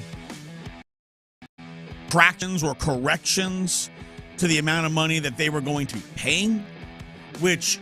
For Arenado? Right. So at first it looked like they were only going to pay, say, like $45 million. Uh-huh. But later reports said that number was going to be closer to like $59 million. Uh-huh. So if it was between if $55 and $60 million, I mean, or you got Christian Walker for $60 million, that's a freaking no-brainer. 100%. And I still don't quite understand how they were even ever in on Arenado, because everything about Arenado is exactly what the Astros don't want to have in a long-term contract with any of the guys they, to date, haven't signed. Yeah. So if your whole thing is we don't want to give out a long-term contract, so we have an older, aging player who's no longer any good making money, and we're stuck with that guy for years, why the hell were you trying to trade for that exact guy in Nolan Arenado? Yeah, it concerns me that the Astros are even in as deep as they were with Arenado. Everything about that deal says, like, to me, that was not necessarily a Dana deal. Like it was being pushed on him. Because you look at Dana's track record, everything he's done, the way he operates, nothing in his MO leads to Nolan Arenado. Not one single thing. Yeah. So where did that come from? Well, I think we know the answer to that. The tippity top, as they say. It's are at Charlotte tonight, 6 o'clock tip. They beat the Raptors last night, 114-110. Now 19-9. They did not beat the Raptors last night. What did Craig Ackerman call them? The Guangdong Dragons? The Guangdong Dragons. It's a real thing. It's a real team. I love that. This final call. Dylan Brooks leading the way with 27 points. Jalen Green added 22. Rockets 6 players in double figures as they improved to 19-9. Hornets, another one of the worst teams in the league. They've got 4 straight losses, have dropped 9 of their last 10. They suck. 7-21 on the year. So 6 p.m. tip if you're interested in seeing another probable, likely, and hopeful ass whooping for the Rockets tonight. That's going to do it for Hot Leads. Coming up next, we'll get back to some very necessary, pertinent Texan conversation. I've got a question for you. Can some of the Texans' intangibles going forward make up for all that they've lost that is tangible? We'll discuss next at Sports Radio 610. Dana Brown in Making Moves for the Astros.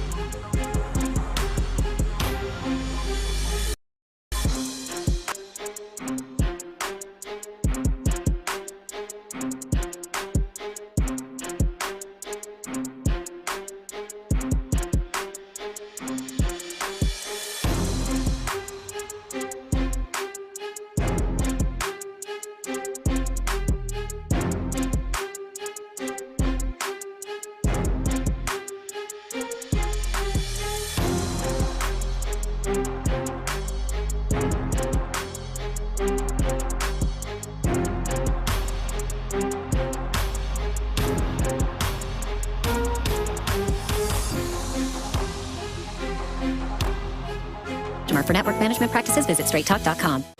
This hour is brought to you by Bayway Chrysler Dodge Jeep and Ram.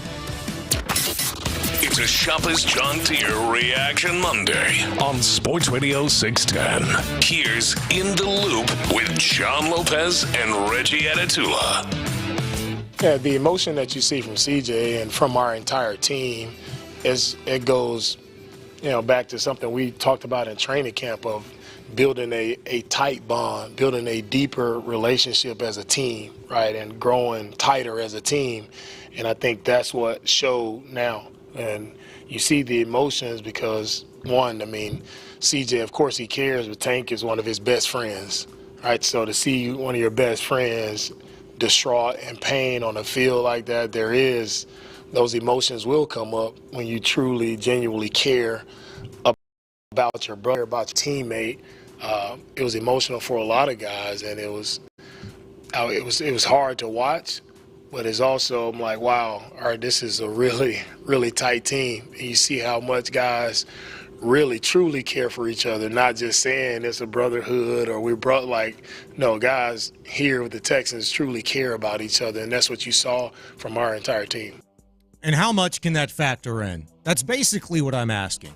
How much can that help carry this Houston Texans football team going forward into what's already going to be a very tough, challenging, difficult game, Christmas Day against the Ravens?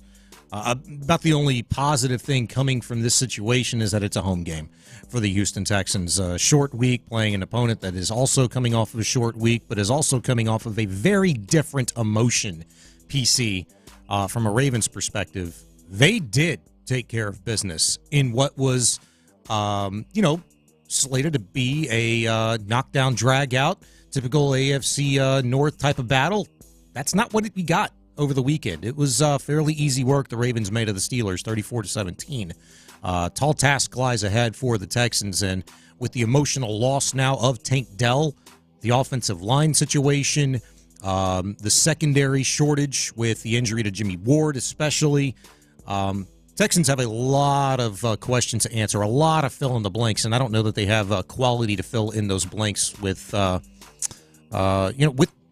quality players at this point in time. It's who they got, right? There's from Saturday to Wednesday. There's not a whole lot of time. So from Saturday to and yeah, you're talking about, hey, you've got 3 days to install whatever you're going to install for a team that, since Lamar Jackson's been there, has absolutely owned you. Mm-hmm.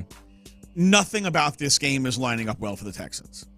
And even if they were fully healthy, there's not a lot about this game that would have lined up for the Texans. Now we saw this last year when the wide receiver core got beat down and it was Nico and, dudes. Actually, a lot of the same dudes who are there right now. Yeah. How other teams just, hey, we're going to take away Nico Collins and we're going to make you throw to these other guys. And how much it negatively impacted the Houston Texans. In fact, that's exactly what the Ravens did to them in the postseason. They took away Nico Collins and forced the Texans to throw other places. And those other guys just don't get open the way Nico Collins does. And that essentially was, why their offense came undone in the playoffs last year. So the Ravens kind of have already seen this situation with the Texans and know how to handle it. The question is, good point. What do the Texans do different?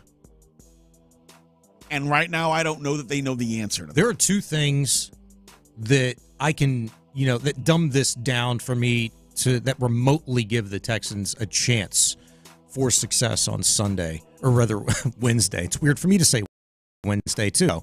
There's two things that I can lean on. And one, it's the defense from the Texans' perspective. I've told you before, and I just think if this team, relatively speaking, in general, I get the whole Tank thing and the injuries, but just generally speaking, the one thing that I feel like you could hang your hat on, and it was going to be the reason for the Texans to take the next step, if it was possible this season from last year, was their defense. So that's one.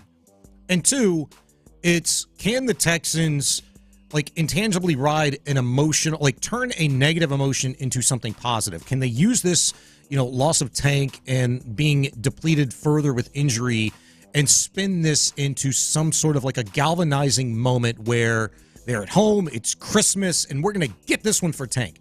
I thought that was going to be the case on Saturday, to be honest with you. And I thought for a brief point in time there was confirmation by the defense in and of itself that, they got that big stop on 3rd and 1, 4th and 1. It was 4 and out for the Chiefs right after the Texans touchdown and the Dell injury and the missed extra point. That was a huge stifling moment for the Texans as a team that kept that stadium quiet. And then the 3 and out for the Texans offensively, that just kind of turned things around. Boom, the Chiefs go on like a 14-play, 82-yard drive or whatever it was, held the ball for 5-6 minutes, and it was just like, damn, here they go again. And you could feel the momentum building. Can the Texans kind of slightly use these 3 days and all of the emotion that was attached to it and create some sort of positive rebound against the Ravens? Is that possible? Is that wishful thinking? I think at this point, 99% of this fan base is operating under the notion that this season is absolutely lost. This is a really tough assignment for the Texans defense because you don't have either of your starting safeties. And you don't have Azeez Al-Shire. You're going to face a very physical run team where Derrick Henry, maybe the most physical back in the game, followed by Lamar Jackson, one of the most elusive runners in the game. So every play, on every snap, there is the possibility you'll either get an incredibly physical runner or an incredibly elusive runner. It's hard to stop one or the other. It's damn near impossible to stop both at the same time. And when you don't have your best players available to you, it becomes a lot harder. Yeah. So I feel like this is a game where the Ravens are going to run the football on the Texans. They're going to run it. And they're going to have success running it because they just, right now, as beat up as they are, they don't have the guys they need to stop Lamar Jackson, especially if it's an RPO and half the team is chasing Derrick Henry, and now you need some speed guys to go run down Lamar Jackson. I don't know if they have enough. I think that's the mentality the Ravens go in Christmas Day with, is that, hey, these guys are down now, and you run them and run them and run them. Look, Henry, what did he have? 24 carries this past week, 162 yards. You run them and run them until you beat them over the top. 100%. And without having either starting safety in the game, at some point they're going to take shots over the top. Yeah. 713-572-4610. Let's get out to Eddie, who's up next on Area 45. What's up, Eddie? Hey, morning, gentlemen. Morning. I think I'm in the same boat as most Texans fans. I think first-round playoff game at home is a coin flipper. No matter who we play in the second round, we're going to get the hell beat out of us. So I say that to say I'm already sort of in a off-season mindset. Brian Daboll up in New York, he's most likely gone for sure after this season. I would love to see Slovic replaced with Daboll. He did wonders up there with Josh Allen. It seems like he, runs a hard-nosed offense, if I remember correctly, in Buffalo. I think we could do and Daboll's not going to get another head coaching job unless he wants to go back to college. So he's going to be looking for an OC spot if he wants to stay in the league. So I think the Texans could do way worse than Daboll. What do you guys think? Well, that's a name that, I feel like we've heard really much of this season with the disdain that's been directed at Bobby Slowick. You're not the only one in the camp, Eddie. A lot of people have been looking towards the offseason and talking about potential and hopeful change at offensive coordinator. I think it's going to take one thing for certain, and that's DeMeco Ryans and the Houston Texans to move off of Bobby Slowick after just 2 years, and what sort of impact they believe that could have negatively versus positively on, a young developing quarterback in C.J. Stroud. I think that's always the first question. Could C.J. handle it? Yeah, look, I think he could. I think he's proven as much that he's a little bit further in the game and, from a mental standpoint and preparation. And I think, yes, look, that could very much be a thing. And then you look at, okay, well, what about the replacement? Daboll's probably going to be in and around the top of the list amongst like maybe the top 3. He will very much be there in terms of guys the Texans are considering this offseason if, in fact, they do make a change. I feel like they're a part of this is the network, right? So Daboll doesn't have any connection to D'Amico. And he doesn't really have any connection with the 49ers. And his Jets connections go back to 2007 when, Eric Mangini was the head coach. In fact, he followed Mangini to Cleveland in 2009. He's got some Patriots connections, but they're old. Like the last time he was in New England was 2013 to 2016. He was coaching tight ends. Yeah. And when you have Rob Gronkowski, you don't have to coach that hard. So, I don't. Easier said than done. He coached in Alabama for a couple of years under Nick Saban. Actually, I think for like 1 year, he coached Jalen Hurts and Tua Tagovailoa. 18. So, I don't know that he has the right connections for the Texans job, because it seems like you need to have some kind of connection. And I also feel like Gerard Johnson is sort of the OC in waiting. Yeah. And if you bring in an OC, Gerard Johnson's going to bolt. So if you value Gerard Johnson. Well, he was already looking this past offseason. Because the idea was, well, if Slowick's going to leave and it's not going to be me, I'm going to look. But I also think it was just a lot of times when you are a guy that people are considering as an OC in another year or two, you have those interviews a year early. It's almost like a practice run. Yeah. Where you see what the interview process is like. You get a feel for how it's going to go, what they're going to ask you, etc. Sure. But I also feel like if they bring in an outside OC, Gerard Johnson's leaving. And if you value him with C.J. Stroud, you're not bringing in an outside guy. Yeah.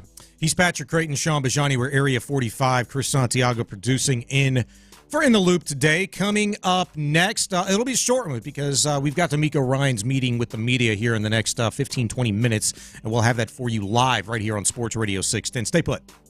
The Texans couldn't knock off the Chiefs at Arrowhead.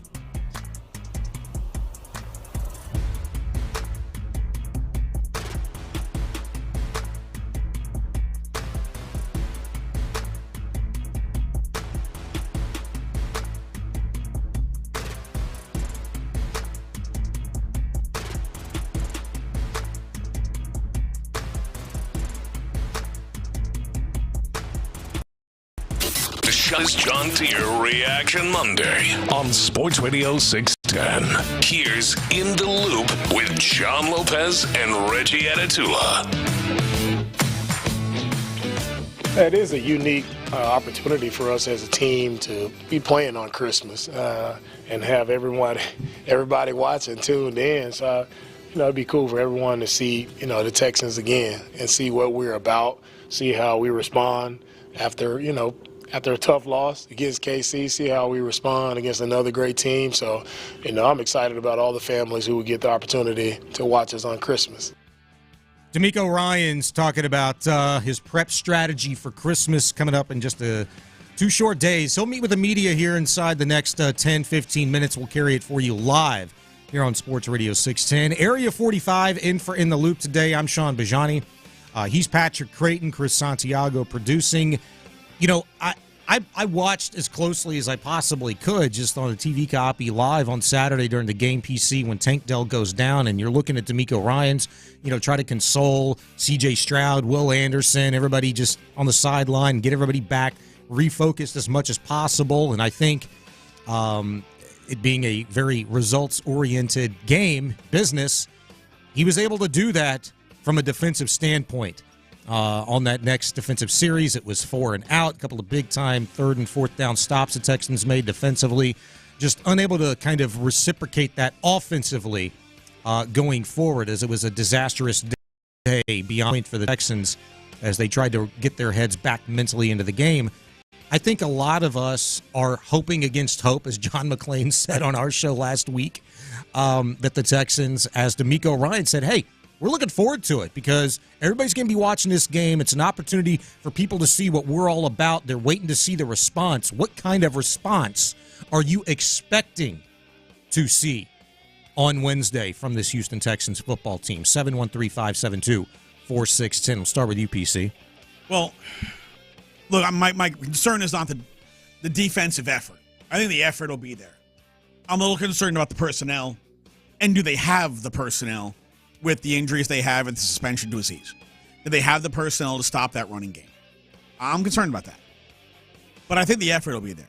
They're really going to need everything they can get out of Daniil and Will, because those guys are going to have to get in the backfield and cause all the problems they can. Mm-hmm. They're going to need their defensive tackles, whoever's in the game, to clog up all the running lanes. They can't just get blown out. They can't get blown off their spots. You can't let these giant holes get opened up or a cutback lane. They've got to hold their gap integrity no matter what. They can't give up the explosives. Like, you're talking about the pass rush and stopping the explosives in the run game. Like, that was nullified.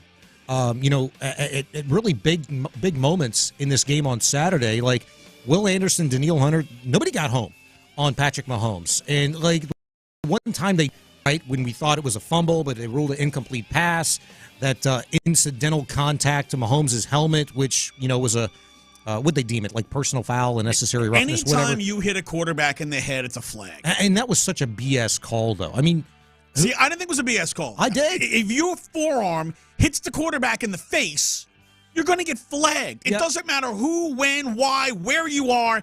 If you hit a quarterback in the face, especially after he's released the football, if you hit the quarterback in the face, it's 15. Yeah, but he's going for the ball. It's not. I mean? The ball is gone, and it's on the other side. The guy who hit him the guy who hit him in the face is on the other side. He was not reaching for the ball. He was just trying to get to the quarterback, and he hits him square in the mouth. You hit the quarterback in the face, it's a flag. Yeah, you and I saw different things. Now, there was somebody who hit him on the arm, and that's what caused the question. That was Autry. Of is this a fumble or is the arm moving forward? The arm is moving forward. The question is, at what point in the forward motion is the ball coming loose? Is the ball turning down? And the officials determined his arm was moving forward, more forward than wasn't when he released the ball. I didn't have a problem with that I didn't have a problem with the call. Could it have gone the other way?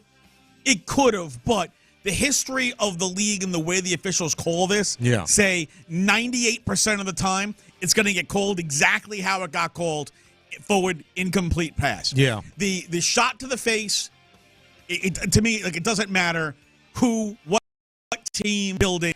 If you club a quarterback in the face, if you accidentally hit a quarterback in the face, you're getting flagged. Yeah, no, I don't disagree with that. I just don't like the rule, I guess, because in my opinion, it was just an effort to, yes, get to the quarterback, but also reaching across his body and trying to get the ball as well. See, that I don't disagree with you on. I feel like if you hit the quarterback in the head, but you're not trying to like just blast him, like you didn't grab his face mask, you didn't club him, you didn't hit him like middle of the face, like where like you're trying to get your hand in his face.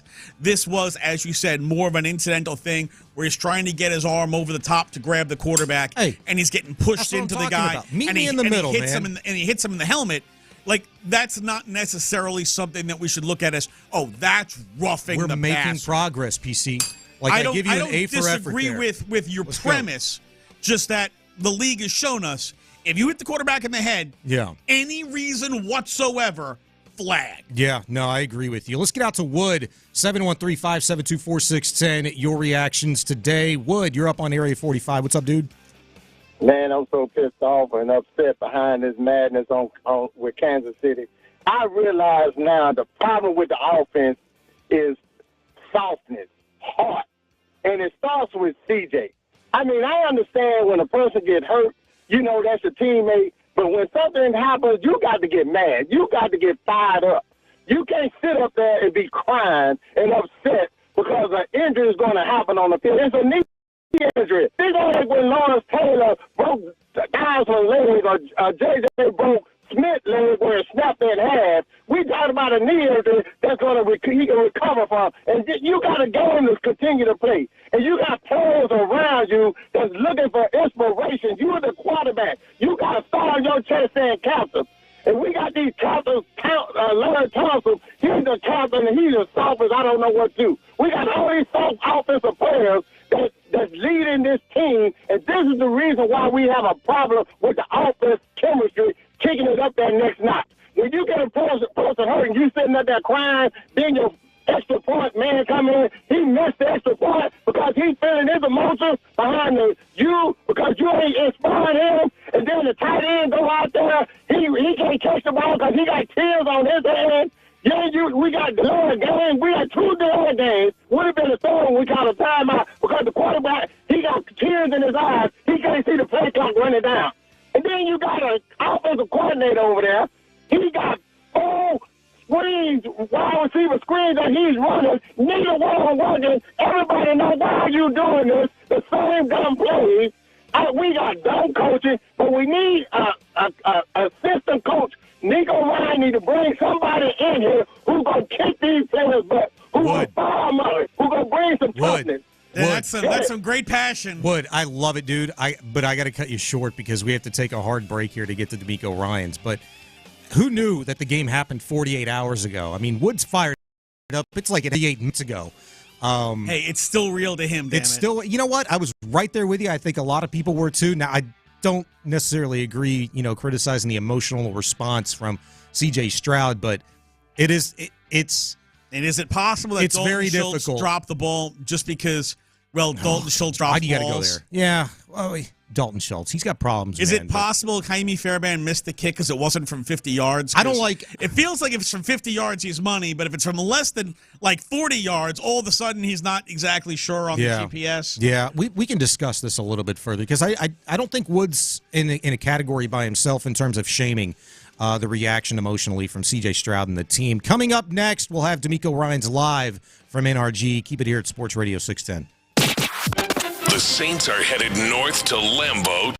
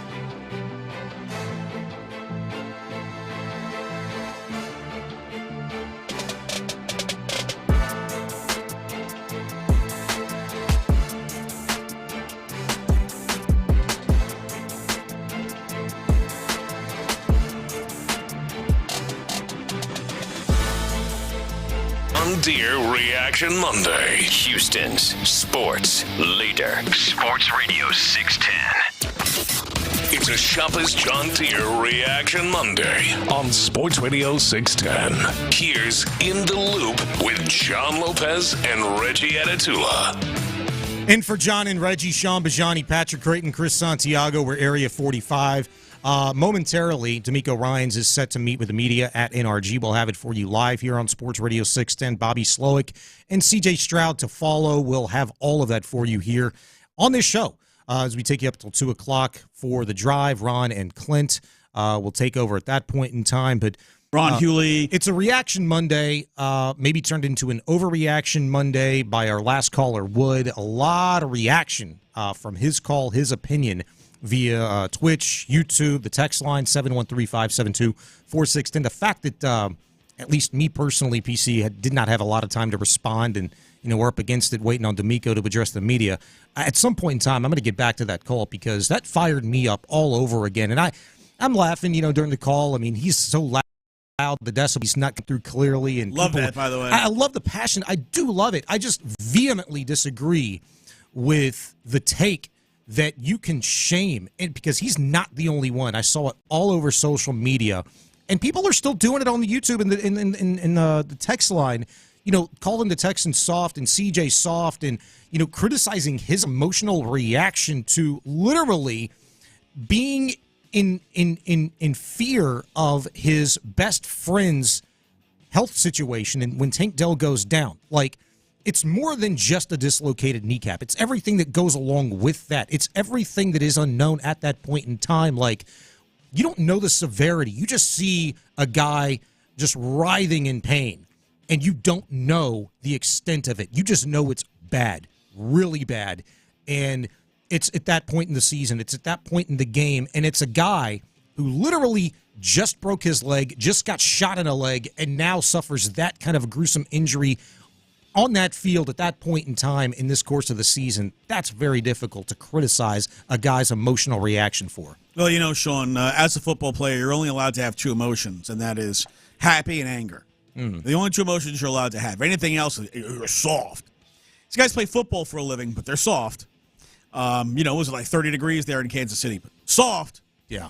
And I'm not trying to take a shot here at Wood, but the number of people on social media out there calling the Texans soft, man, 80% of y'all wearing Puff Parker coats when it's 60 degrees out. It's just drop the whole soft silliness. Okay, I feel a little uncomfortable with my hoodie on today, but it is okay for guys like why do you this idea of CJ can't show emotion because that makes him soft, as if he is incapable of then putting that behind him and then doing his job and playing football.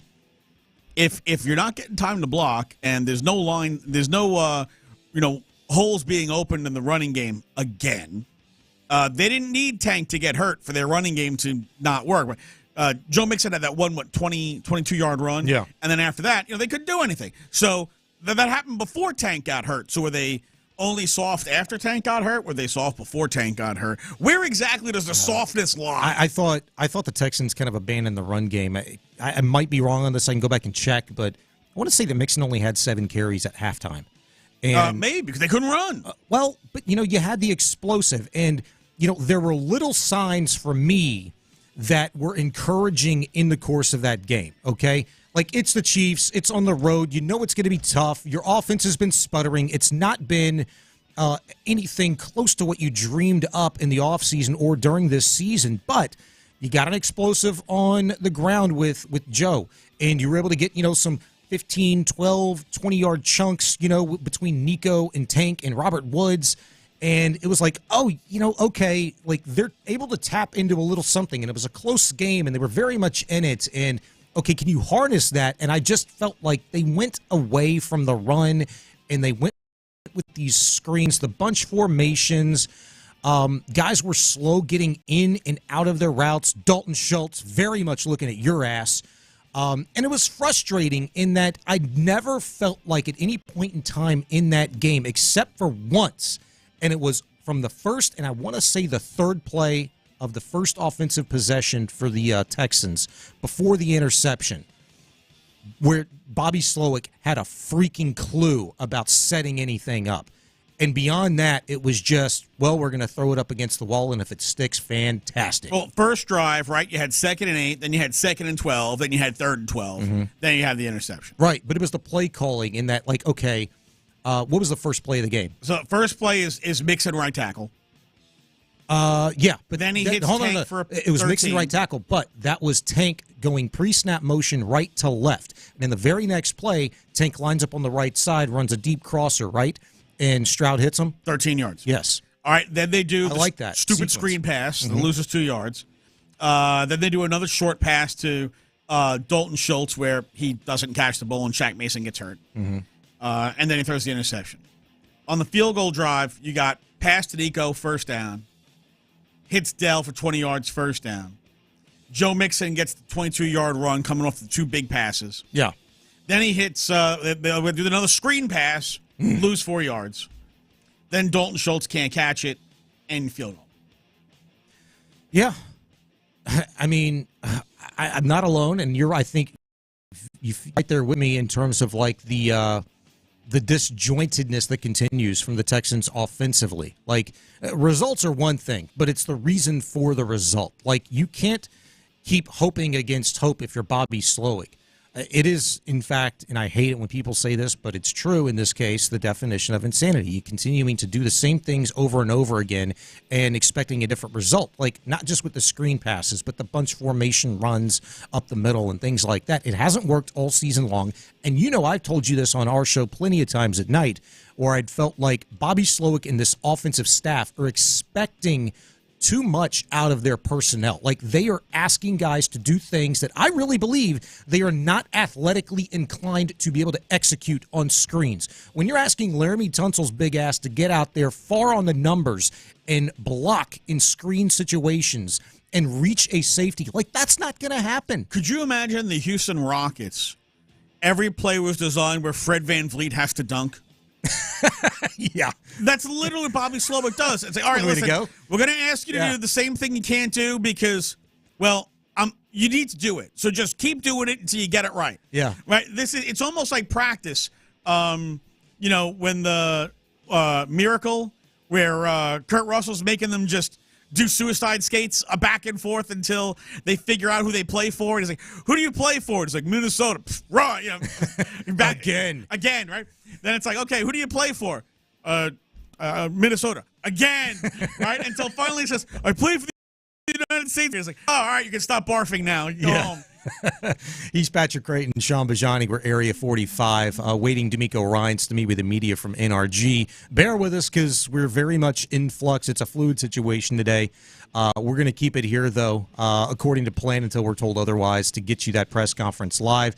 I would imagine, give me the top 2-3 things that you need to hear from D'Amico Ryans today. Obviously, we'll see what he has to say on the Tank Dell front, if he can offer or does an update in terms of his status, what they found, prognosis, that sort of thing. But I would say Dell, and then, okay, well, how do they fill that void? What are their plans? Are they looking at John Mechie? And I don't think he'll get anything of substance there. But offensive line, I would imagine he'll field plenty of questions about today as well. Offensive line. Secondary. You're going to have to ask you about the safeties. And, I mean, those are probably the 3 most pertinent things. I don't know, like, what else are you going at? Somebody's going to probably throw a puff one in there about, Kamari or Stingley, because somebody's always got to ask the puff piece question.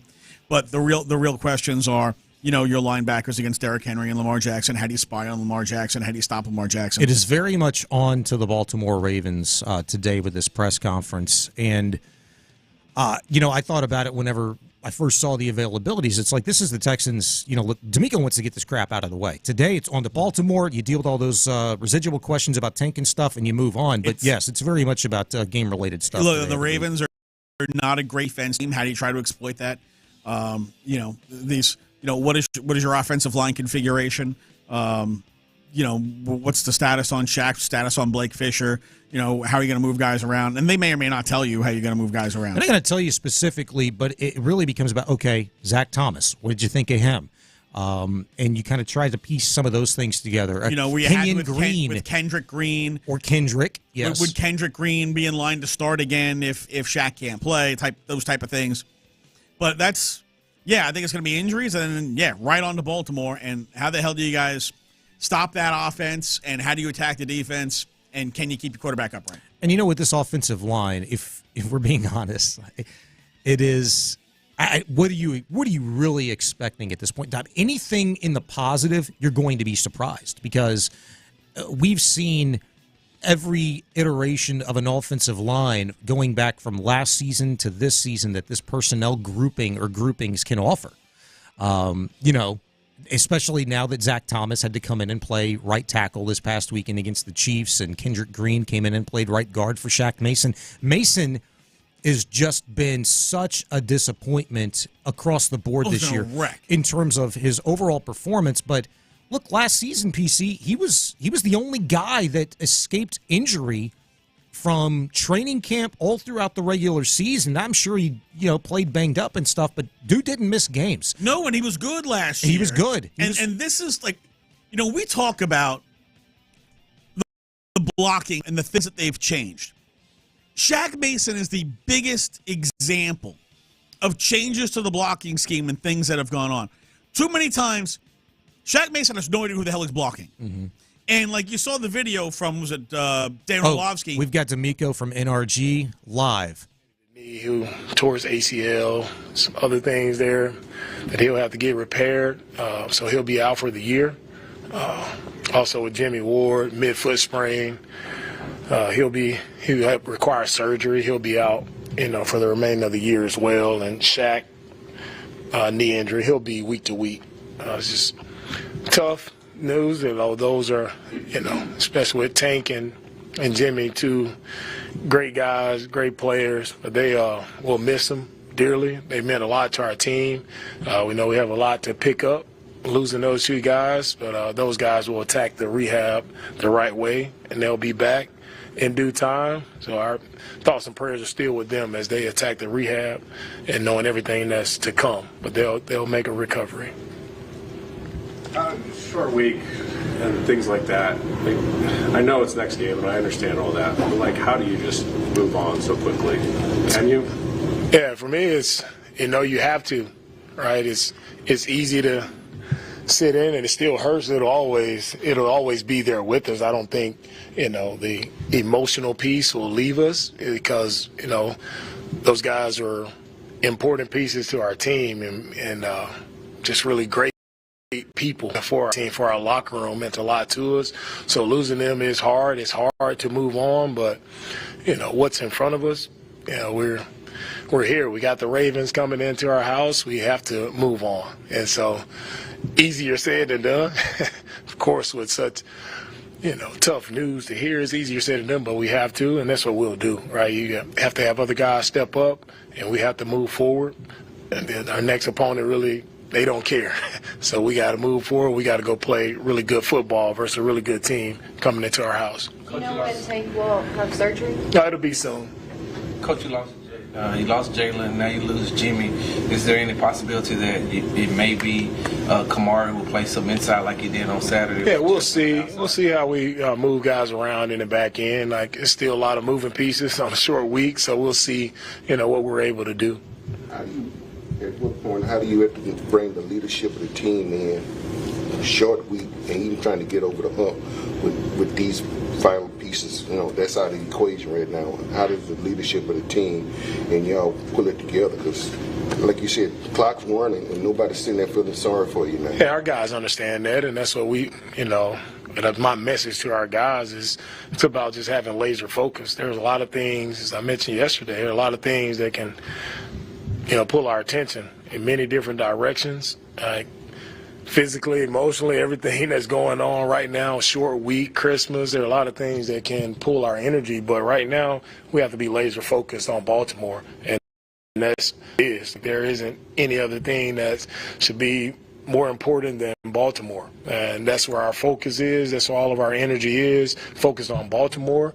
And it's a lot to focus on because they're such a talented team. They're playing really good football. I think Lamar is playing some of the best football he's played. Like, he's definitely jumps off the tape as the best player I've seen this year. You talk about MVP. He's definitely the MVP in my mind, just for what he's doing, not only run game wise, but throwing the football, the accuracy, the decision making.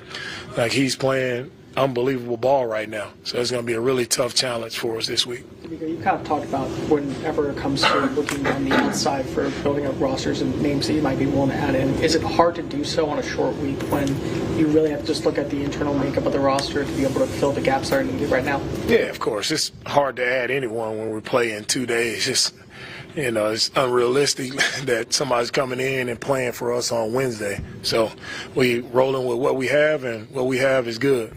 Or like all of our guys, like how our guys work, and they understand what we're asking of them, and we're going to go out and compete. Mika, can you talk about, after looking at the tape, getting ready for Baltimore, some things that you saw in that game that are things you think you guys can build on in these couple days as you get ready to face Baltimore? Yeah, for us, looking back from Kansas City, the thing that I look at our team and where we can build on is, like, we had our opportunities, right? But in those critical moments, situational football, when it came in the third down zone, we have to improve in those areas. When we've won games, we've been good in those areas, and when we've lost, we haven't been great in those areas. So that's the key for us. Like, how well do we play in those situations? If we play well, then we'll have a good chance versus this team, because they're really good in those situations. Again, like, the good teams, they play great situational football. KC does, and Baltimore does as well. They're really good in the red area, and they're really good on third down as well, and those will be the key plays of the game.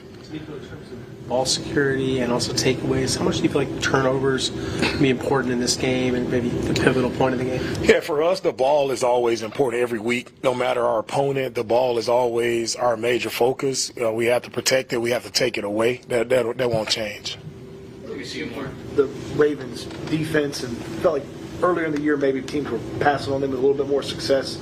It did more difficult the past few weeks. What have you kind of seen from them and the adjustments they've made? Defensively, I think they've done a really good job of eliminating the explosives. You can see they're playing more shell defense, more cover two mentality. They will also mix in the man coverage, but I think they're playing more sound. Everybody is where they're supposed to be in coverage. Guys are playing well together, probably simplify things a little bit and allowing their guys to play faster and play together. So that's what I see. And they're a tough unit to run against, starting with their defensive line, big, stout defensive line. Guys do a really great job of filling their gaps, knowing where they're supposed to be on the second level. So they make it tough to run against them. And then in a passing game, they can play sticky man coverage. Up the hooks with the tricky cover twos, and so they've doing a really good job of mixing it up and eliminating and keeping the ball in front of them, eliminating the explosives. Because another former linebacker turned coach, how have you seen Zach Orr turn into a sound defense coordinator replacing Mike McDonald this past year? Yeah, I think Zach is doing a really outstanding job with his defense. People said things weren't going great. He did a great job of adjusting, and that's what good coaches do. He's done a great job of adjusting, fitting the scheme to what his players do best right now. And so that's the makings of a good coach. Really admire what he's done as a young man, former player, right, how he's turned his coaching career. He's done a really good job. He's turned into you talk about guys in Baltimore that have come through that coaching ranks under Coach Harbaugh. There are a lot of great defensive coordinators who moved on and become head coaches in other places, and I think Zach is on that same track. Coach, last season you were in this similar situation. Last time you faced the Baltimore Ravens, actually with Nico being the only healthy starting wide receiver that you had. What have you seen from Xavier Hutchinson and John Mechie, if he's able to play in this second time around, stepping up this season to fill in that role for Tank and Stephon? This time around, I think Hutch has done a really good job of making some key catches for us in the past few games, and he continues to get better each and every week that he goes out there. So encouraged by Hutch and what he's doing. Matt, hopefully we'll have him this week, and he can help us as well. It's going to take everyone, as always. It's going to take everyone. Us just making decisions of football, going to wherever the play calls for, going to who's open in those situations. So it'll be a collective effort. We know it'll take everyone, and our guys understand that somebody has to step up. right? Opposite Nico, somebody has to step up and make plays for us, and that'll be the key of the game. Like, who is that person that's going to step up? And if that person does it the right way, that's who we'll be talking about post-game.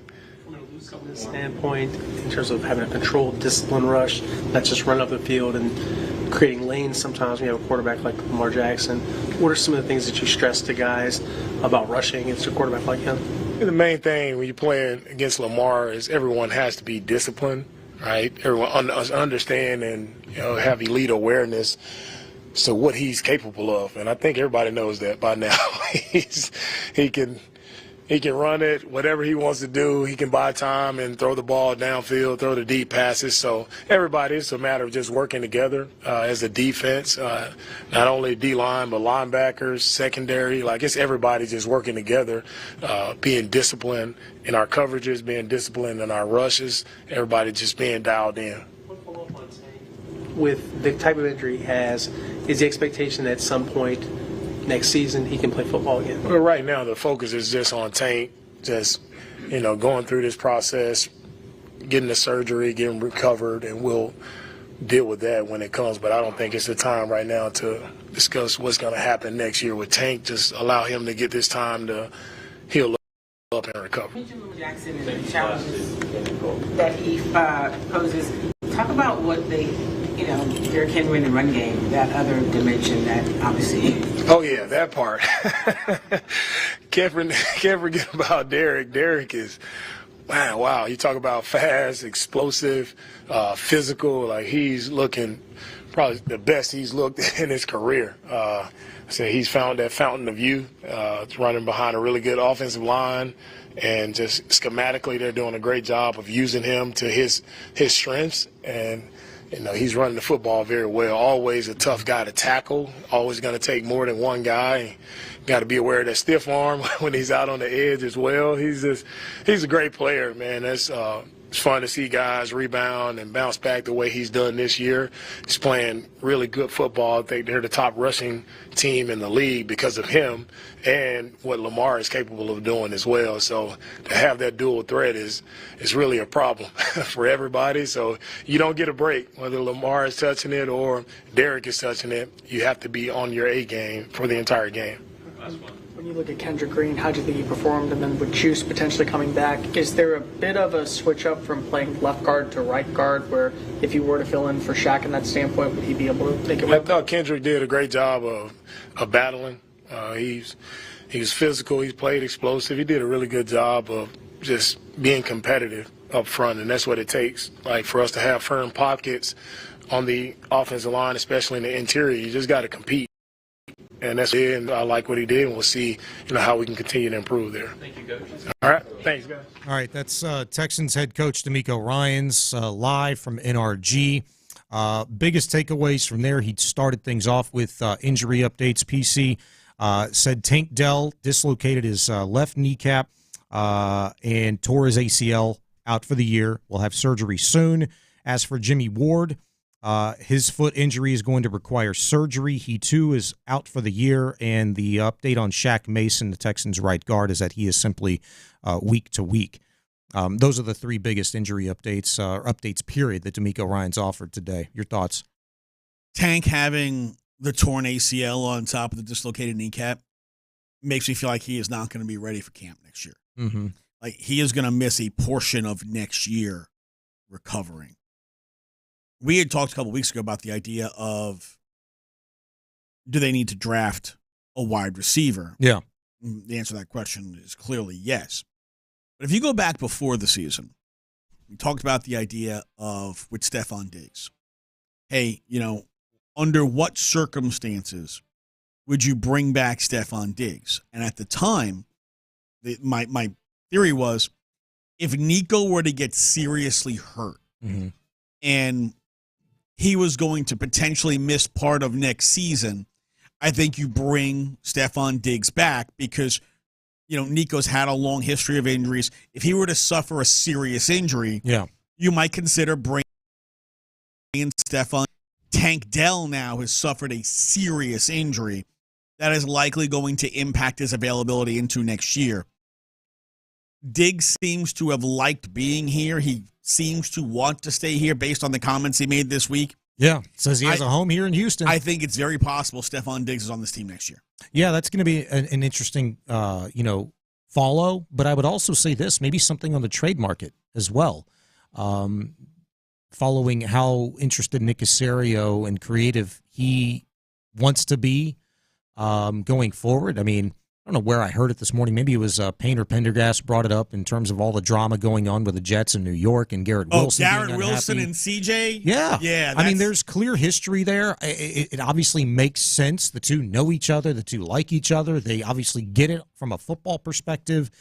I think that's an interesting follow until it's proven otherwise. So we're waiting Bobby Slowick now, who's supposed to meet with the media here momentarily at NRG. We'll have that for you live as well. Very much of interest what he would have to say in terms of how he's planning on moving forward without Tank Dell. D'Amico Ryans asked multiple times about bringing guys in or how they pivot away from this and said, hey, look, man, we play in 2 days. We're not bringing anybody in. I'm paraphrasing here, but I will give you the quote. It said, quote, hard to add anyone when you're playing in 2 days, rolling with what we have, and what we have is good. End quote from D'Amico Ryans when asked about how they would move forward in terms of considering bringing guys in. Also, too, in terms of Mechie, D'Amico Ryans says hopefully they'll have him available for Wednesday and says it's basically going to be a collective effort, and that's certainly going to be the case. But, hey, the key to the game on Wednesday, who's going to step up? D'Amico Ryans said that verbatim. That's going to be the key. Who is going to step up? Is it going to be John Mechie? Is it going to be Robert Woods? Is it going to be Xavier Hutchinson? Insert other and other. If you're going to insert that dude, don't know who exactly that would be. Jared Wayne, probably not. Dalton Schultz, that would be a good one. It looked like he was trending in that direction on Saturday. And then, the injury happened in the offense with kaput after that. Who's returning punts? Robert Woods had been that guy before they gave the keys to Tank Dell. I think it would be, of interest for the Texans to maybe give Dameon Pierce a look-see in that regard. He's returning kicks. But Robert Woods, was it earlier this season? Before they turned the keys over to Tank Dell, but Robert Woods, he had a couple of nice returns late in games. But, that would be like my first guess. If there's anybody else, I don't know. It's TBD. I would imagine Frank Ross, D'Amico Ryans, and company are looking at all of their options. But it's a great question. No, and I would think if Robert Woods is going to wind up moving into the starting lineup, probably not the best idea to have him returning punts. Just, he's not 24. He's 30-something years old. Maybe don't want to have punts and then go right back out there and line up. That's a fair point. Maybe it's a situational sort of thing.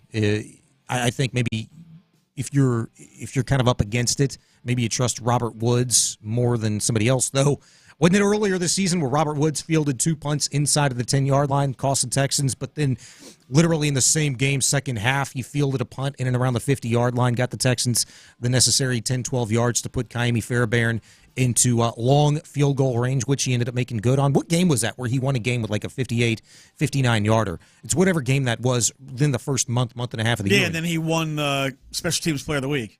Fairbairn. You talking about Fairbairn? Yeah, because he had a 58-yarder. Yeah, it was probably the same week. But yeah, it's kind of give or take what you get with Robert Woods in that regard. But the Texans have the guys to do it. It's dwindling in that regard. They don't have a lot of guys to step in and be Johnny on the spot that you feel great about in terms of the secondary, in terms of the receiver core, and really the offensive line. Those are the key position groups where, at this point in time, given the opponent, the short amount of time to rest and prepare, that really give you trepidation, man. I'm not going to sit here and I can't. I can only ask the questions and talk things through like the rest of us with some sort of sense and logic. In that, I can't give you a whole bunch of reasons why you should feel great about this game coming up on Christmas against the Ravens. It's just that way. All right, so most likely to have the best stat line this game: Bobby Trees, Hud, Mechie, or Schultz. Where the hell's Nico, bro? We already know what Nico is. We're talking about replacements for Tank. of these four guys, who's the most likely to have the best Give me line? an easy answer. Give me an easy option at least. I would have Okay, said Nico. not you. Okay, All right, there you go.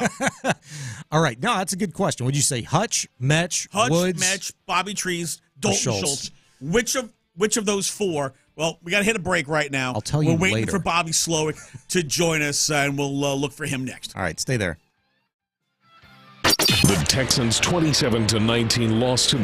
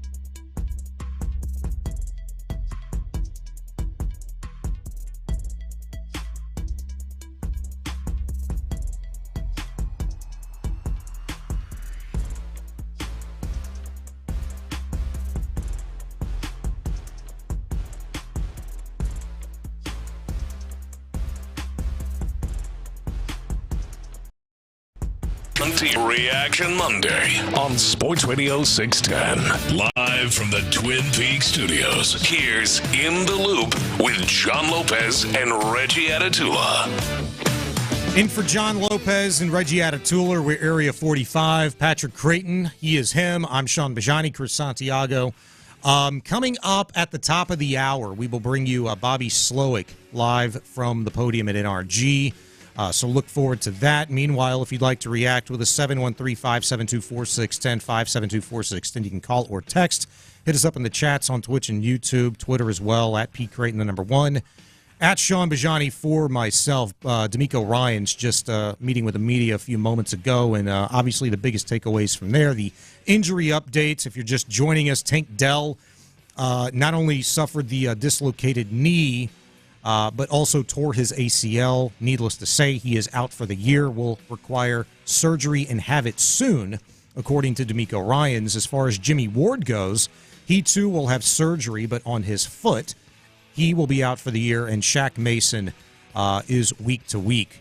We kind of joined mid-sentence with D'Amico Ryans in there. Now, he didn't mention at all any injury update relative to Fisher. No, Fisher eventually would get back in the game, so I guess they're not considering him to be serious. Yeah, I would still say that's something to keep an eye on, though, and just relative to the injury report. So the Texans practice at 4:10 today, so going to be about a half hour.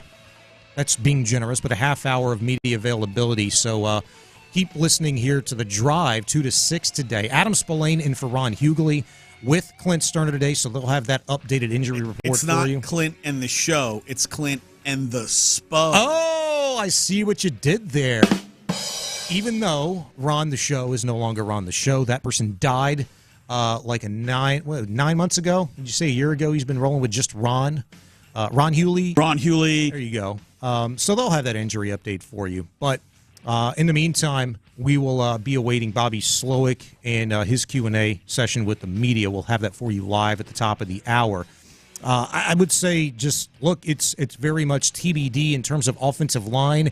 I'm going to be interested to see what some of the reporters have video-wise, report-wise today on Twitter, the updates from practice, that smaller portion of availability they have, to see if the Texans, one, if at all, they show that first offensive set of practice. Sometimes they do, sometimes they don't. I would imagine today they don't, because little gamesmanship, but short week. Why give the Ravens any opportunity at all to see what you're going to be trotting that out there from an offensive line perspective?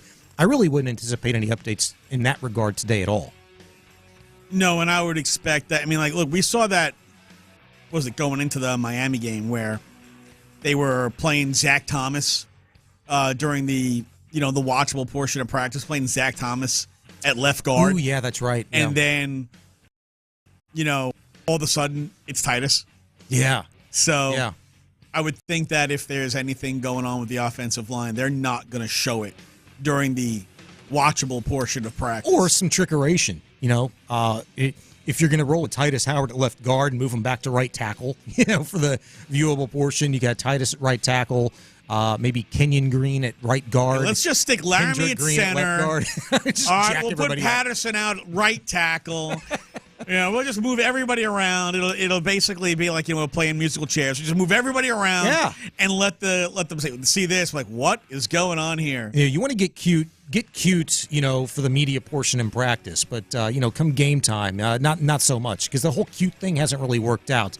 Andrew Beck, starting center. Yeah, well, how much did Andrew Beck? I meant to look up his snap count from the game. He was kind of a late call up, and it was like, got a penalty. Yeah, he did. Always gets a penalty. He did, and boy, he had some bad moments as well in terms of run blocking and clearly not being on the same page with C.J. Stroud and the rest of the offensive line. We have a word for people like that. Which is? Are you talking about the three-letter word? It is a three-letter word. Does it rhyme with ass? In fact, it does. Ass. Yeah, I'm with you there. Oh, all my right, goodness. So Andrew Beck played 12 offensive snaps. Yeah. And no special teams. Interesting. Yeah, probably about 5 or 6 snaps too many, if we're being honest. from an offensive hurt. No real benefit for his services yielded on Saturday in that loss. All right, coming up next, top of the hour, we'll get Bobby Slowick live from NRG. We're Area 45 in for In the Loop. Stick and stay at Sports Radio 610. The Texans couldn't knock off the Chiefs at Arrowhead. CJ escaping to the right side after taking the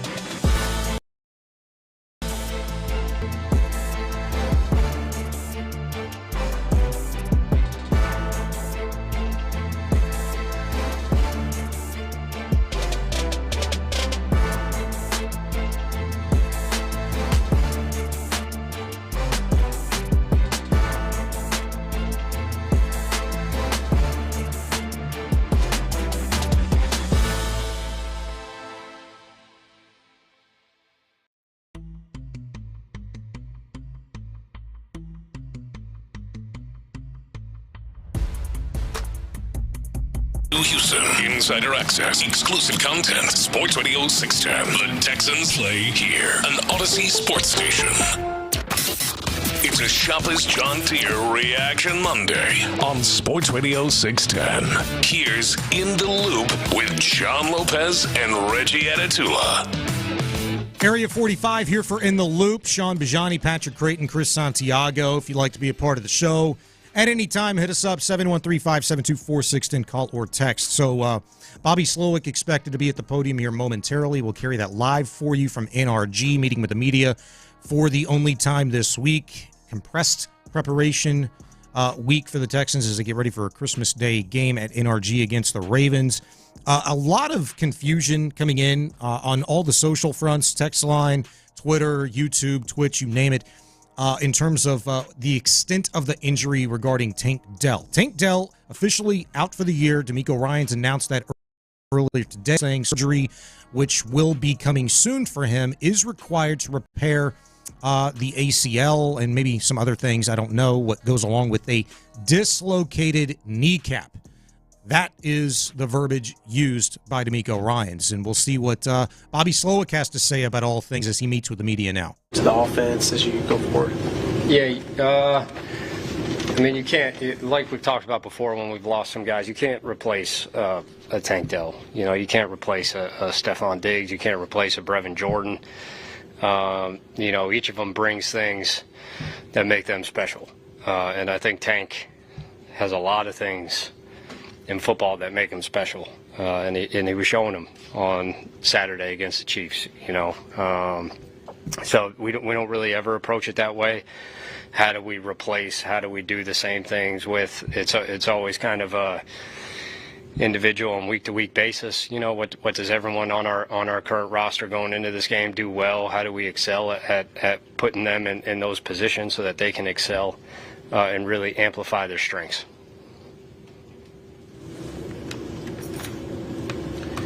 Bobby, what's led to some of the issues with wide receiver screens for the offense? Yeah, I'd say really just the last two games we didn't execute them well enough, you know. Really before the last two games, yards per play, we were like one of the best in the leagues in wide receiver screens. And then we were off on our details. This is really what it comes down to. You know, everyone, you need player that easy plays. The worst thing that can happen at the end of the day is an incompletion, is what you're going for on those. So you're making sure you're not getting a negative, and you have the potential for you know, a very efficient play, even to a chunk with some of the guys we're getting the ball to on a lot of these. And early in the year we had that, but along with that, like when you're really good at it, defenses know you're going to be really good at it, and they key in on it, and they practice it, and they card it every week, and that just amplifies the detail you have to execute it. And our details the last 2 weeks weren't as good as they were prior to that. Bobby, I know that it's easier said than done to, you know, say we got to keep moving on after what happened to Tank, but emotionally, how hard was it for you all to get back into the rhythm, into the groove of realizing that you still had a game to play, but watching what had happened to Tank and how horrific that was? Yeah, I think, you know, once you start going, you don't have any choice with just how hard the NFL is, the pressure you have on any given play. You know, as it continues after that, you know, everyone I think starts to hone in more and more. But I mean, we're all human at the end of the day, right? You know, so a lot of it was more, how do we help each other? How do we help pull each other along? How do we continue to emphasize and reiterate we still got a game that we got to go find a way to win? And we had our chances. You know, we had our opportunities that we didn't make the plays on, but they were there for us. And you know, that's really what we've been focusing on this week also. You know, how do we have a very, very, very tight group, and it's been one of the more enjoyable things I've been a part of, is how much of a family the Houston Texans are, all the way across the organization, and the players love each other. Like, truly, they love each other. And that this week has really been the focus on, okay, well, how do we take this bond, you know, bring the guys that aren't with us anymore along for the ride as we go through and we play every game, and see what we can do. Based off the film you happen to watch, what stands out about the front seven of Baltimore? Yeah, they're tough. I mean, they're number one run defense in the NFL, and that shows, and it makes it extremely difficult because obviously the way their team is built and the way their team is structured, their offense is out there balling right now. Their defense has played really well run defense in the last 4 games. Their pass defense is significantly better than it was prior to that. You know, they've really cut down on the explosives they've given up. Which makes it like to beat a team like Baltimore, to beat a team like Detroit, Buffalo, Kansas City, you have to play good team football. And that's our emphasis this week. You have to play good team football, which along with that on offense, our part, like we got to stay on the field. We got to score when we get in the red zone. And, you know, to stay on the field and sustain drives, you got to be efficient in the run game. So when you're going against a team that's number one in run defense, that's a big challenge for us that, you know, we're doing everything we can to get ready for. And, you know, we'll continue to hammer away at the pass game and make sure that, you know, we create efficient plays and find. You all made a significant shift when you moved Titus left, obviously. How do you view, you know, you all might approach that situation when Juice Scruggs does? Yeah, I know Juice is fighting his tail off, you know, and we'll see where he ends up this week. And down the road, honestly, Jonathan is kind of a week-to-week thing. You know, like I think every week we're just approaching it as what do we got to do this week and what's best for us this week. And, you know, we'll kind of cross that bridge when we get to it. Just a kind of follow-up of Jonathan, is there a difference when it comes to a younger player like Juice who maybe has just only been playing left guard if you ask to switch over to right guard versus a guy like Titus that has played multiple positions that might make it easier switch? Yeah, you know, I'd actually say Juice's rookie year in training camp in particular, I mean, he was really swinging at all interior 3. So the right side's not foreign to him, the left side's not foreign to him. I think at one point his rookie year in training camp, because of injuries, we had to bump him out to tackle, you know, and he definitely had never done that before. That was brand new. So, I mean, he has bounced around and had some reps at all of them. Titus not having a rep on the left side in, I want to say it was like felt like a year and 4 weeks. Maybe it wasn't quite that, but it was a long time. Like that especially from tackle to guard and how long he had played tackle. I felt like that was a very tough ask that he was willing to do and went out and played really well. That, you know, I was really proud of him for doing that and continuing to do that. So I think Juice will be ready for whatever we ask him to do. Does the playbook change any when you go through so many injuries, like across the line? At the position, even, you know, Joe Mixon was out at some point this year. You know, when you start off in training camp, you're putting it together based off of the strengths of the people that you have designated to start. But does the playbook change any once you have to do all this mixing and matching? Yeah, Sarge, if I'm being honest, like it kind of changes all the time. You know, you have a vision in camp of what it's going to be, and you build upon that vision, and then you get to week 1, week 2, week 3 of the NFL, and things start to change. Even things you may have been good at the previous year, you're not as good at for a multitude of reasons this particular year, and you start going in different directions. You start trending some different ways, and then as you go through the season, you know, there's ebbs and flows all the way through that, and you know where you're leaning as you go through each and every game is you know, dependent on how people are playing and what we're doing really well, the defense we're going against, as well as the personnel we have to deploy. So I think it's endless how much you know, you're kind of changing the playbook as a whole, but at the same time, I do think there's always staples. Like every offense, every defense has just these are staples that we do that we're really good at, and it doesn't really matter what they do. We're going to have these in. We're going to call these, and you know, our running back's going to be able to go execute them. Our tackle's going to be able to go execute them. Our quarterback and receivers can do these at a very high level, and those don't change. But there's a lot of things around that you're endlessly manipulating. The running game is really like broke for 800. I mean, we became so used to seeing that. What do you feel like has been the issue in recent weeks? Yeah, I mean, we had man, it feels like forever ago, getting outside the last 2 weeks. But I know we had some games in there where it was tough sledding, and we didn't do as good as we wanted to. But if I'm being honest, the last 2 weeks, you know, that I didn't call a lot of runs. You know, Joe's not going to get 100 yards when I'm giving him the ball 12 times. Like, that's hard to do, right? But that was also our outlook as an offense. We knew previous 2 games, we were going into it thinking we had to throw the ball to open up the run game. And we really thought we could. And I thought CJ did a good job. Like, I thought CJ last game played his best game. I really did. I thought the things he put out there against Kansas City, in particular in the first half, like how firm his back foot was on some of these throws, how he was hanging in there in the pocket, how good our protection was, how receivers were running routes. Like, we really felt good about the pass game against Kansas City early on, and really the week before also. So that was more of just from a starting point, how we wanted to approach the game. But there's no question. We know we got some room to improve in the run game, and we'll continue to strain to do that. You get to the end of the year, and in playoff football, the run game is going to be a huge part. Bobby, you kind of mentioned that the explosive plays have gone away for the Ravens secondary. What have you noticed about the difference from the start of the year now? Yeah, I think actually it just was by happenstance. I happened to catch Mike Tomlin ready to play Baltimore before this last week, and he had mentioned how much, just softer and more disciplined their safeties and their corners had started to play, and I think that's noticeable. I think early on in the year there were some mental mistakes that they had that caused some issues, but they were also playing a little more aggressive.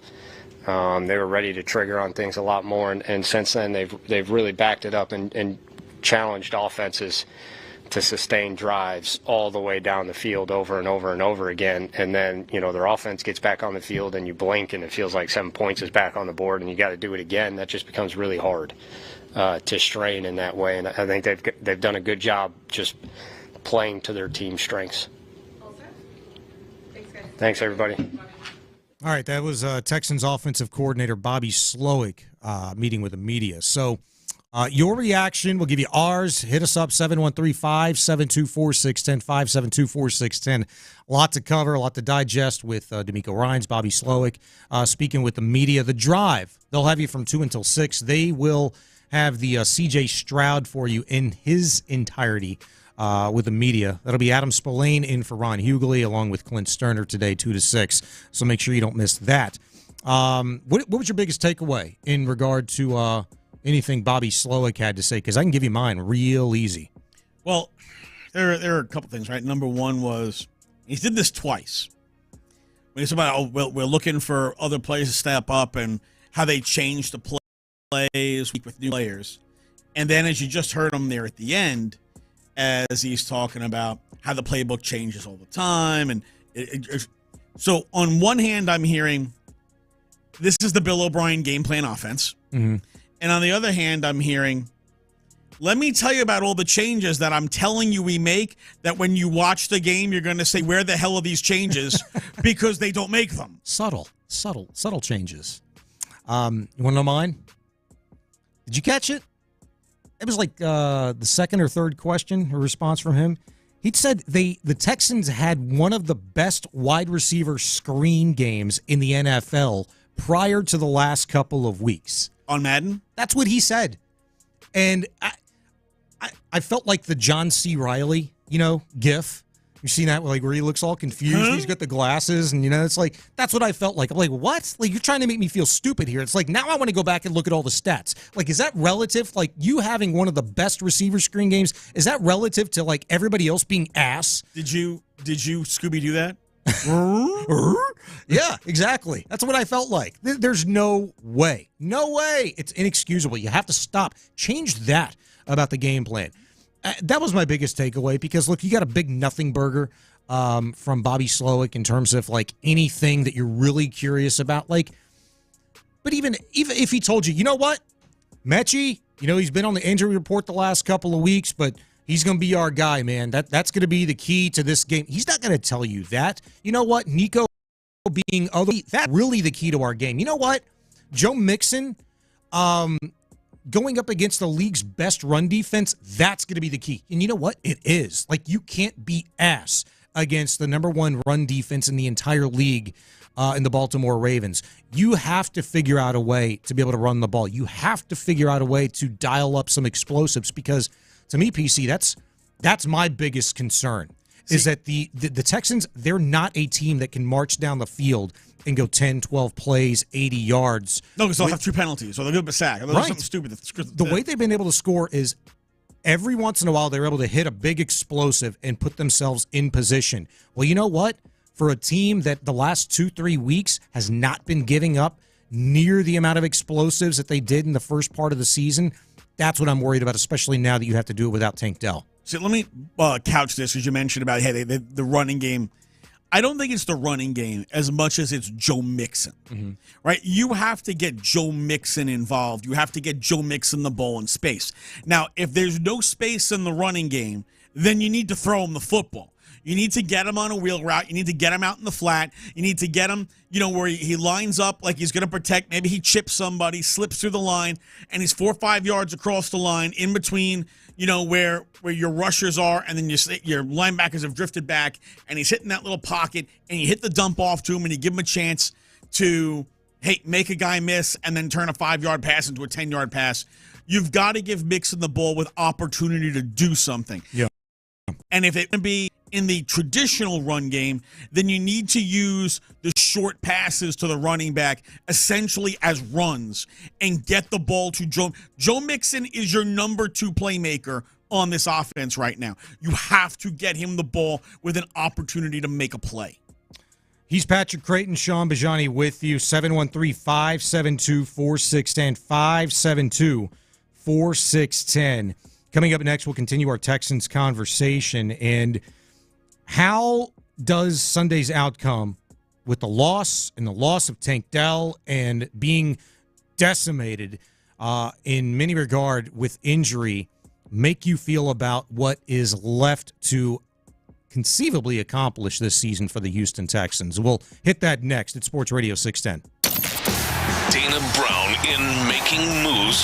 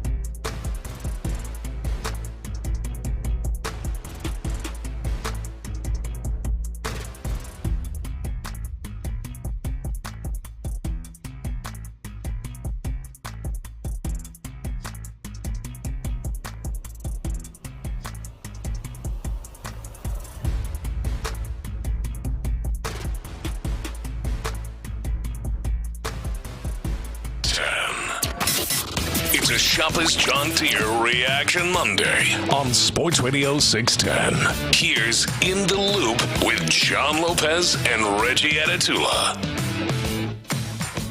In for Reggie Atatula and John Lopez, I'm Sean Bijani. He's Patrick Creighton, Chris Santiago. We've got you till 2 o'clock when the drive takes over today, featuring Adam Spillane along with Clint Stoerner. Ron Hughley out today. Lazy. So we're looking forward to that. Yeah, lazy around here. Like, Payne and Pendergast living up to their word, right? They were in this morning. Sharp, spry. Hey, Seth is here. He's here, baby. All right, it's Christmas week. Seth is here. Well, you got a game on Wednesday at home. That so is dead-ication. Yeah, man. That's what I'm talking about. We're here for you. 713-572-4610, 572-4610. Thank God we have more than just this one show for you and me personally to react, because there was just a lot in and of itself today. Never mind trying to recount and digest everything that occurred over the weekend, particularly on Saturday with the Texans. We will get to a little bit more of that. A lot of reaction and a lot of people looking to the future already. And by the future, I mean the offseason regarding the Houston Texans. I think that's where a lot of people are at. Let's see where Larry in Stafford's at. He joins us on Area 45 now. What's up, Larry? What's going on, Sean? PC. Before I get into everything, man, I want to make sure I get this out the way, man. I want to wish you and your families, man, a Merry Christmas, and all Texans fans and people in the city of Houston, man, to have a Merry Christmas, man, because we got a lot to be thankful for, man. And then, we just got to make sure we're out here just spreading the joy, man, just really embracing, the spirit of the holiday, man. So I just wanted to get that out the way before I get into it. So now. Merry Christmas to you as well. I appreciate it. Let's talk about Bobby Slowick crazy ass. I don't know what game. I don't know what game Bobby watching when it's on air and says the Texans have one of the best wide receiver screen games in the league. You are actually trying to make me feel dumb, Bobby. You got to be. Because I go to every game over on Kirby, and I record every single game that the Texans play so that I can sit back and watch whether or not I'm crazy or not. You cannot come out here and say these things as if we don't watch the games ourselves. We saw what you did in Kansas City. That was a one-score game with 5 minutes left in the game, and you ran a run play on first down. I think that it may have picked up a yard or lost a yard when you had an opportunity to open that thing up. We're not asking you to recreate the wheel, Bobby.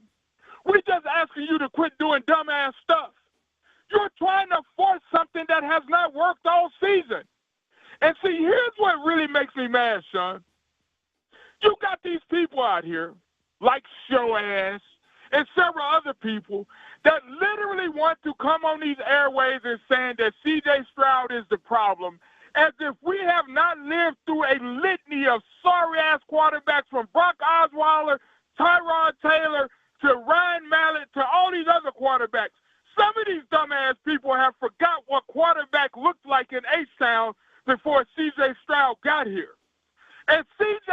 is an issue because he's having to do things at a level that he's been forced to do because of the play calling.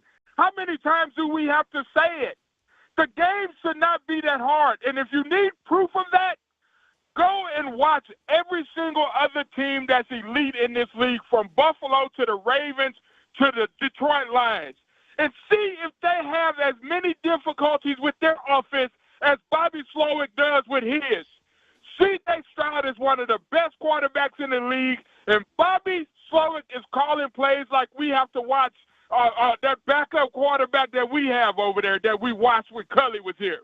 It's not that complicated. This has always been an offensive play calling problem, and I am going to die on that hill with your ass show, because you think just because you root for Kansas City that you got everything smart up the ass, and you don't. We know what quarterback play look like. We watch C.J. Stroud play it. We know he's elite. You just want him to be the problem so you could justify your BS and our howl.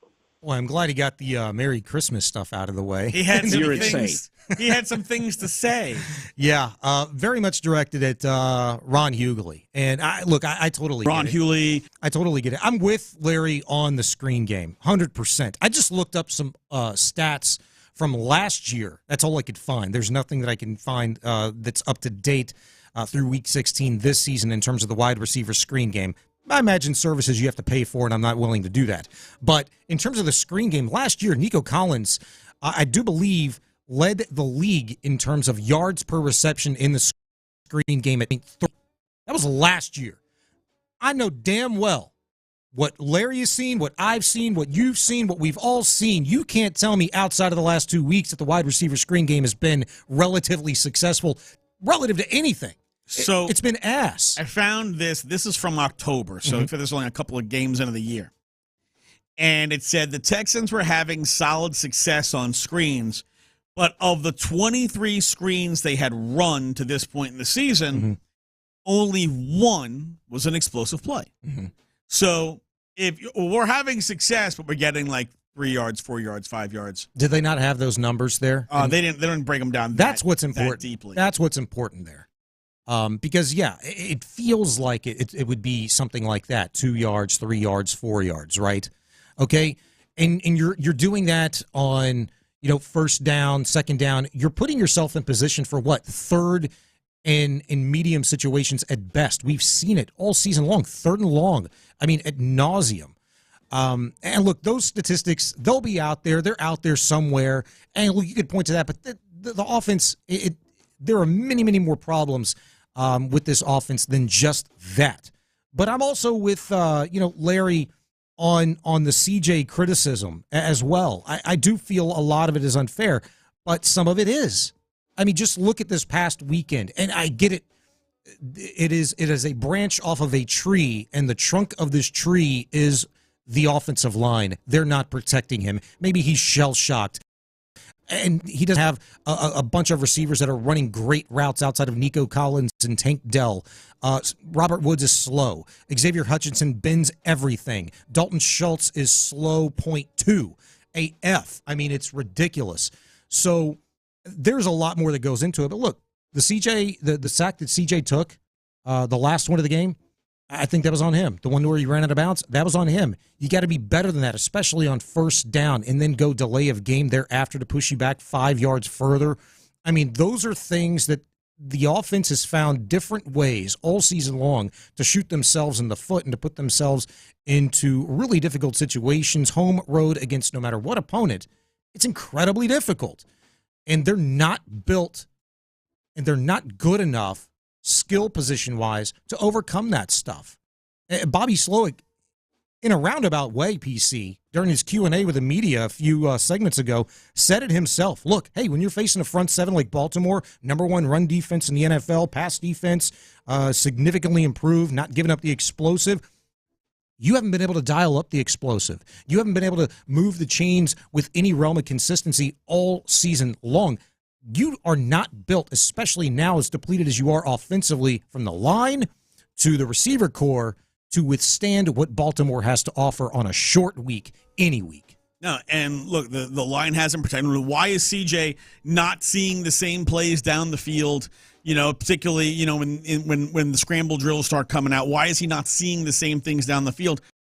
Well, he's not leading down the field. He's looking for where the next defender is that he's got to avoid. Yeah. And it's hard to see down the field when you're always running for your life and trying to see, all right, where is the next 300-pound guy trying to clothesline me straight to hell coming from? Mm-hmm. The protection was better last year. Even though they were on center 4 and guard 8 and tackle 6, right? The protection was better last year than it is this year. That goes back to what have you changed in your protections that aren't working, and why aren't you sticking with what worked? Yeah. Patrick Creighton, Sean Bijani, we got a lot of reaction to get to. Chris, Mike, others want to get in. We'll get your reaction. We'll also talk to the fellas, Adam Spillane in for Ron Hughley, Clint Stoerner. Ron Hughley. The drive coming Clinton up the next. Spo. We'll do it all. Stay put. It's Area 45, Sports Radio 610. The Texans couldn't knock off the Chiefs at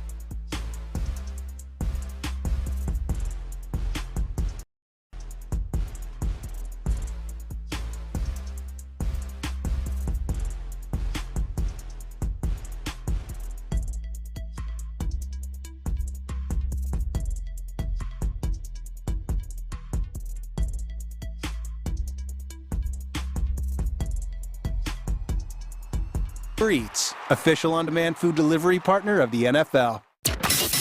It's a Shopper's John Deere Reaction Monday on Sports Radio 610. Live from the Twin Peaks studios, here's In the Loop with John Lopez and Reggie Atatula. Lies. They're out all week. Area 45 in this slot all week long. Sean Bijani, Patrick Creighton, Chris Santiago taking you up until 2. We'll talk to the fellas here in just a few moments. Adam Spillane in for Ron Hughley. Alongside Ron Hughley, Clint Stoerner today. So we'll get to those guys here in a moment. Right now, it's your reaction. A lot of it coming through the social lines. 713-572-4610. Let's get out to a couple of guys who've been patiently waiting. Mike wants to agree with Larry and Stafford, who called us last segment, on the offensive line being the ones to blame for CJ's inaccuracies. What's up, Mike? Oh, man, I've listened the first time I've ever called. I agree. CJ is not the problem. He's 100% our guy. But Slowick calls plays like he's calling for a Pee Wee League or something. He keeps – what is the definition of insanity? He should look that up. And Bob Phillips, I would like to quote, we all know who he is or was. Yep. And best I can quote him is something I always remember. Football is about whether his'n can push yourn or whether yourn can push his'n. And ours can't push a Pee Wee League, a Girl Scout camp, whatever. They can't do it. We got to focus on hiring somebody. Do we have an offensive line coach? Does anybody know who he is? We have 3 of them. Yep. Well, we need to get rid of them and get one that knows what an offensive lineman looks like and how to coach him. Because I watch that a lot, and as I'm sure like Seth does, I have seen where the right side of the line blocked to the left side of the line blocked to the right, and the running back was sent into the center's butt. I said, and those screens y'all are talking about, my God, give them up. But, run them out there, set up like that once a game, and fake them. I mean, something different. Let's see some imagination. I'm totally in on.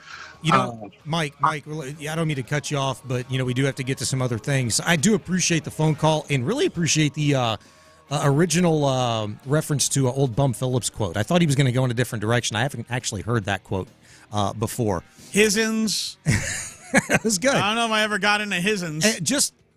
I'm not going to make excuses for it. You know me. You know where I stand on this. But, the Texans, they went 4 wide receiver screens on Saturday. Well, they faked a 5th and went in a different direction, right? So they faked the screen, and I think it was a little dump off to Mixon or something like that.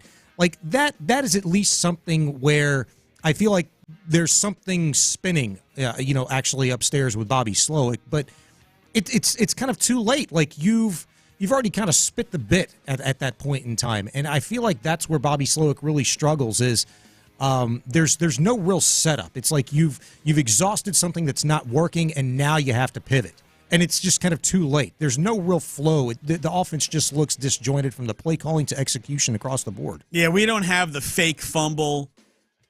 Throw a touchdown play. Yeah, that's nice. Only the Lions have that play. You can do the fumble Rooski. Boy, it would have been nice to pull the old fumble Rooski against the Chiefs on Saturday, right? And ode to the commercial, Fumble bundle Rooski. That would have been nice. Let's get out to Chris. You're on Area 45. What's up, Chris? Hey, what's up, boys? Happy New Year. Well, Merry Christmas, I guess I should say. Merry Christmas and a Happy New Year. We'll take both, and same to you, my friend. Thank you. Listen, Houston fans are becoming so much like Cowboy fans. It's ridiculous. When we win, everybody's, we're so great. We're the greatest. We're the greatest. And then when we lose, we're crap. Now, last year, everybody loved Bobby Slowick, didn't want to see him leave or anything like that. But, I look at that game that they played against Kansas City, and I really think that's the best game that they played all year. Yes, everybody played a part in it. He plays a part in it. CJ plays a part in it, and the offensive line plays a part in it. I don't recall Bobby making the pass against the Detroit Lions where Tank Dell was open in the end zone, and he just floated the ball. That wasn't Bobby's fault, okay? So, and I'm tired of hearing Larry bring his loud ass on this radio for years. Man, you're loud and you're wrong. You don't know Bobby's job, bruh. If you were an offensive coordinator, you'd be in the NFL. Bobby might have been setting them up. I agree with you, Sean. I was thinking maybe he's setting them up for something. Yeah, he came back across the field with Joe Mixon. But he might have been like, okay, we're going to fake it to you, Nico. If they come storming down on you, then you head up the field. Who knows? I mean, that's a hard job, man, okay? So I don't try to put people down for doing their job. They're doing their job.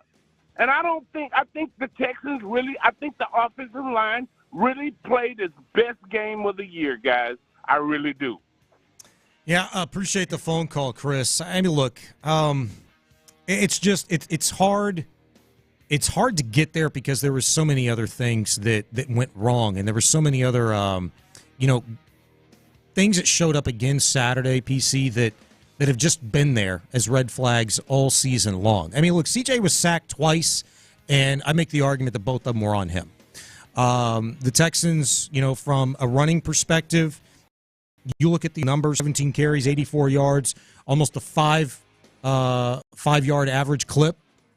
You look at that and you're saying, okay, yes, from a statistical standpoint, offensive line, results-oriented business, yeah, it's not bad. But, I mean, you watch the game and it's just a tough ask when Chris Jones and that Kansas City defensive front is as active as they were and affected as many plays as they did. We talk about this from a Texan perspective. You're not seeing the results all the time with Will Anderson or Daniil Hunter or Danico Autry or whatever, but they're affecting plays. And I thought they were disruptive enough to where they really threw the Texans' offense out of whack many more times. And so I give them credit for that. From a results perspective, you could make the argument, as, Chris is, hey, it's one of the best games the offensive line played all season. Yeah, maybe, I guess. Relatively speaking, it's still not good enough. Still not good enough. Hey, man, I'm just here for the caller wars. Well, we do have an official war that has been started between wars. Chris and Larry. Is Chris and Larry. Appreciate that. 713-572-4610. We got to all those guys. We'll talk to Adam Spillane and Clint Stoerner here in just a few moments. But I wanted to bring up something that we've gotten multiple times, and you and I actually discussed this off air earlier today, PC, in regards to Bobby Slowick, and a couple of the callers actually hit on it. People don't want him back, and Chris is kind of making excuses, and I can understand a little bit of that. Last year you didn't want him to go. You saw some promise and things like that. But if in fact he is gone, the Texans bump up Gerard Johnson from being in-house the quarterback coach to offensive coordinator, play caller. From our perspective, outside looking in, I don't understand why that's kind of like the go-to for a lot of people, because between Ben McDaniels, the pass game coordinator, wide receiver coach, to Bobby Slowick, the OC, to Gerard Johnson, the quarterback, and Bill Lazor, all these guys, they meet all week long.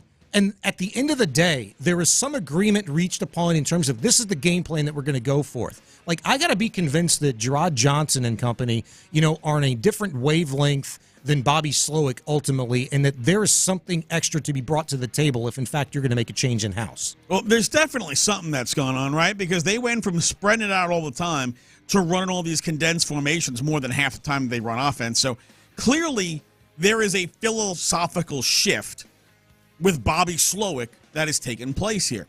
I don't know how much Gerard Johnson does or doesn't agree with that, but the theory is if you value Gerard Johnson's work with C.J. Stroud and you want to keep some sense of continuity, then you would look to move Gerard Johnson up into that role where the offense, let's say the crux of the offense is more or less the same, but how they execute it and how they call it would be different.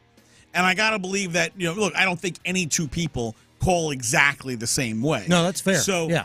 From that point of view, I think that's what it is. I also think if you bring in an outside OC to replace Bobby Slowick, Gerard Johnson's gone. He's going to look for his own OC job. So how much continuity do you want to keep?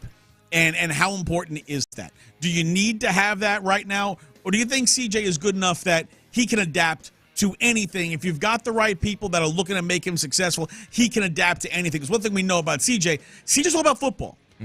And if he feels that you're not coaching him the way he needs to be coached, he's going to tell you. Yeah. I need this. I need that.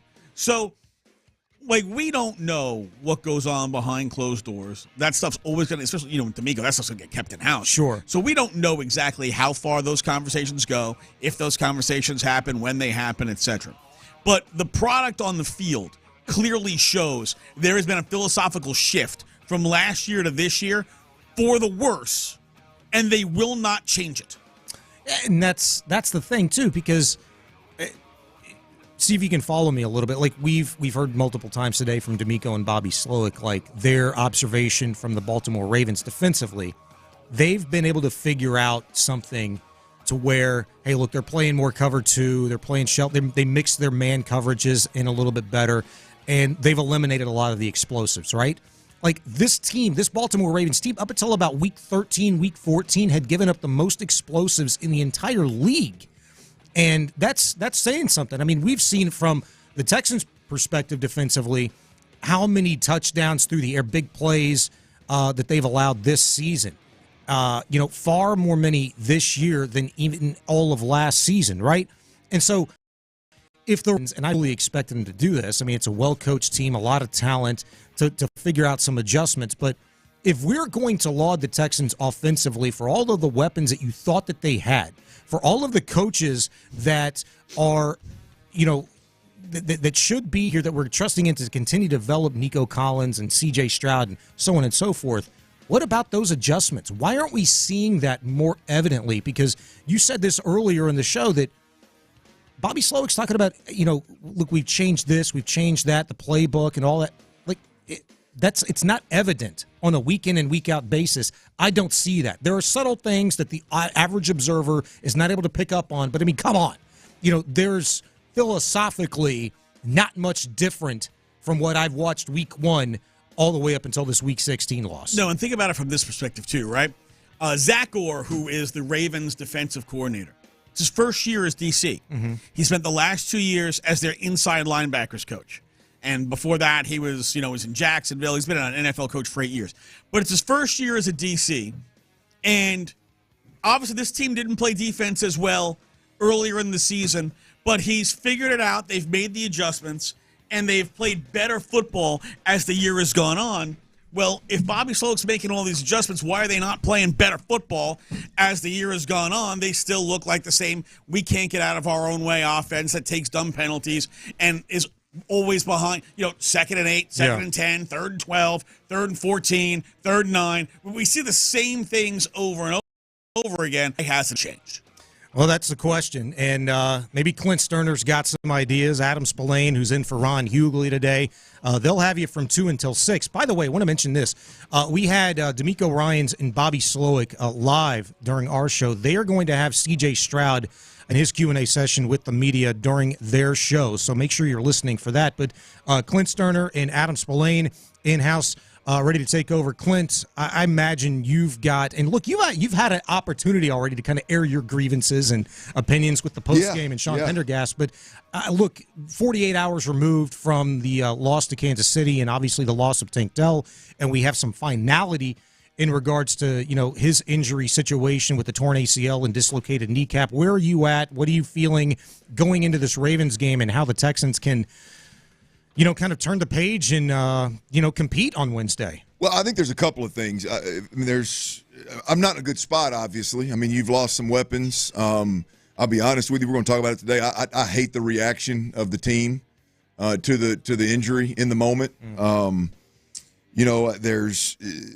So I say that to say, like, how you're dealing with it now, if it's any way, shape, or form similar to how you dealt with it on Sunday when it happened, I'm seriously concerned. Yeah. Right? You want to make a 3-day week shorter than it already is and spend a lot of time worrying about Tank Dell's knee at this point in time, right? I mean, it's unfortunate. It happens in sports, and I hate to see it happen to that guy. But to your question in particular is it's just, it's for my confidence in terms of how they're going to deal with this, how they're going to deal with better football teams, you know what I mean, whether it be an injury or something else. How are you going to deal? Because good football teams, you can't sleepwalk through a drive and go 3 and out and punt You know what I mean? You can't do it. Have delay of game penalties and stuff like that. Like, you just can't. You can't do that, and you never know when somebody's going to get hurt. So to answer your, I didn't mean to do this, but to answer your question specifically, I'm not real comfortable about what we watched in terms of what we thought the Texans could potentially be against Kansas City. I'm with you, man. It's hard for me to get to a place that I feel like the Texans can compete, and you've got at least 3 games left to go in the season, and this next one. We've been saying it for a couple of weeks now. It's the biggest game of the year. Yeah. And you're shorthanded. Yeah. On a short week, you can say all of these things. But you know what? So are the Ravens. Yeah. It just so happens they've got a far better taste in their mouth to come Wednesday, Christmas Day, than the Texans do. I tell you, here's the thing, though. Like, I feel better about the Texans' football product. Now, they're not executing things, and they're not. But you're not getting your quarterback killed. Yeah. Right? I mean, there's plays out there to be made. Your quarterback is playing some of his best football. Your offensive line is playing some of their best football. Your defense is a Super Bowl caliber defense kind of deal. I mean, you got there's a lot. The product is good, but as it pertains to a short week, Baltimore Ravens, Super Bowl contending team, I mean, hey, it's a little hairy there for you. It's lit. You hear it. That's Clint Stoerner and Adam Spillane. They've got you from 2 to 6. You're listening to KILT, KILTH station. The Drive is now officially live. Yeah, we are, baby. We're live. Nothing like getting handed off the mics and the studio from these old boys, man. Ain't nothing like it, man. Sean Bijani, Patrick Creighton, you boys, appreciate y'all hanging in there over the 4 hours over lunch and keeping Houston entertained, man. There's like you said, I'm glad you guys let me know. I didn't know that we had CJ Stroud. So there's you some news. You just blew the hell out of your rundown up, didn't I? No, baby, I like it. I can always move and shake now. I like it. So we'll have some CJ Stroud here for you before too long. That'll always be good. We've already, as they mentioned, they've already had D'Amico Ryans and Bobby Slowick. And I'm telling you, Bobby Slowick for me, I don't know about you, Spo. By the way, Ron Hughley is out. Adam Spolane is in. And, Spo, I don't know about you, but Bobby Slowick is must-hear audio for me this time of year right now. No, he really is, and it's been this way now for weeks because of how the offense has simply underachieved throughout the course of the season. And so you're trying to get answers as to why. And he said something interesting today that I think we'll get to at some point about just like how the playbook changes in times like this when you start losing guys, whether it's offensive linemen or skill position guys. And he said something about how you got like those plays in your playbook that you know you can go to and that they're going to get you positive plays.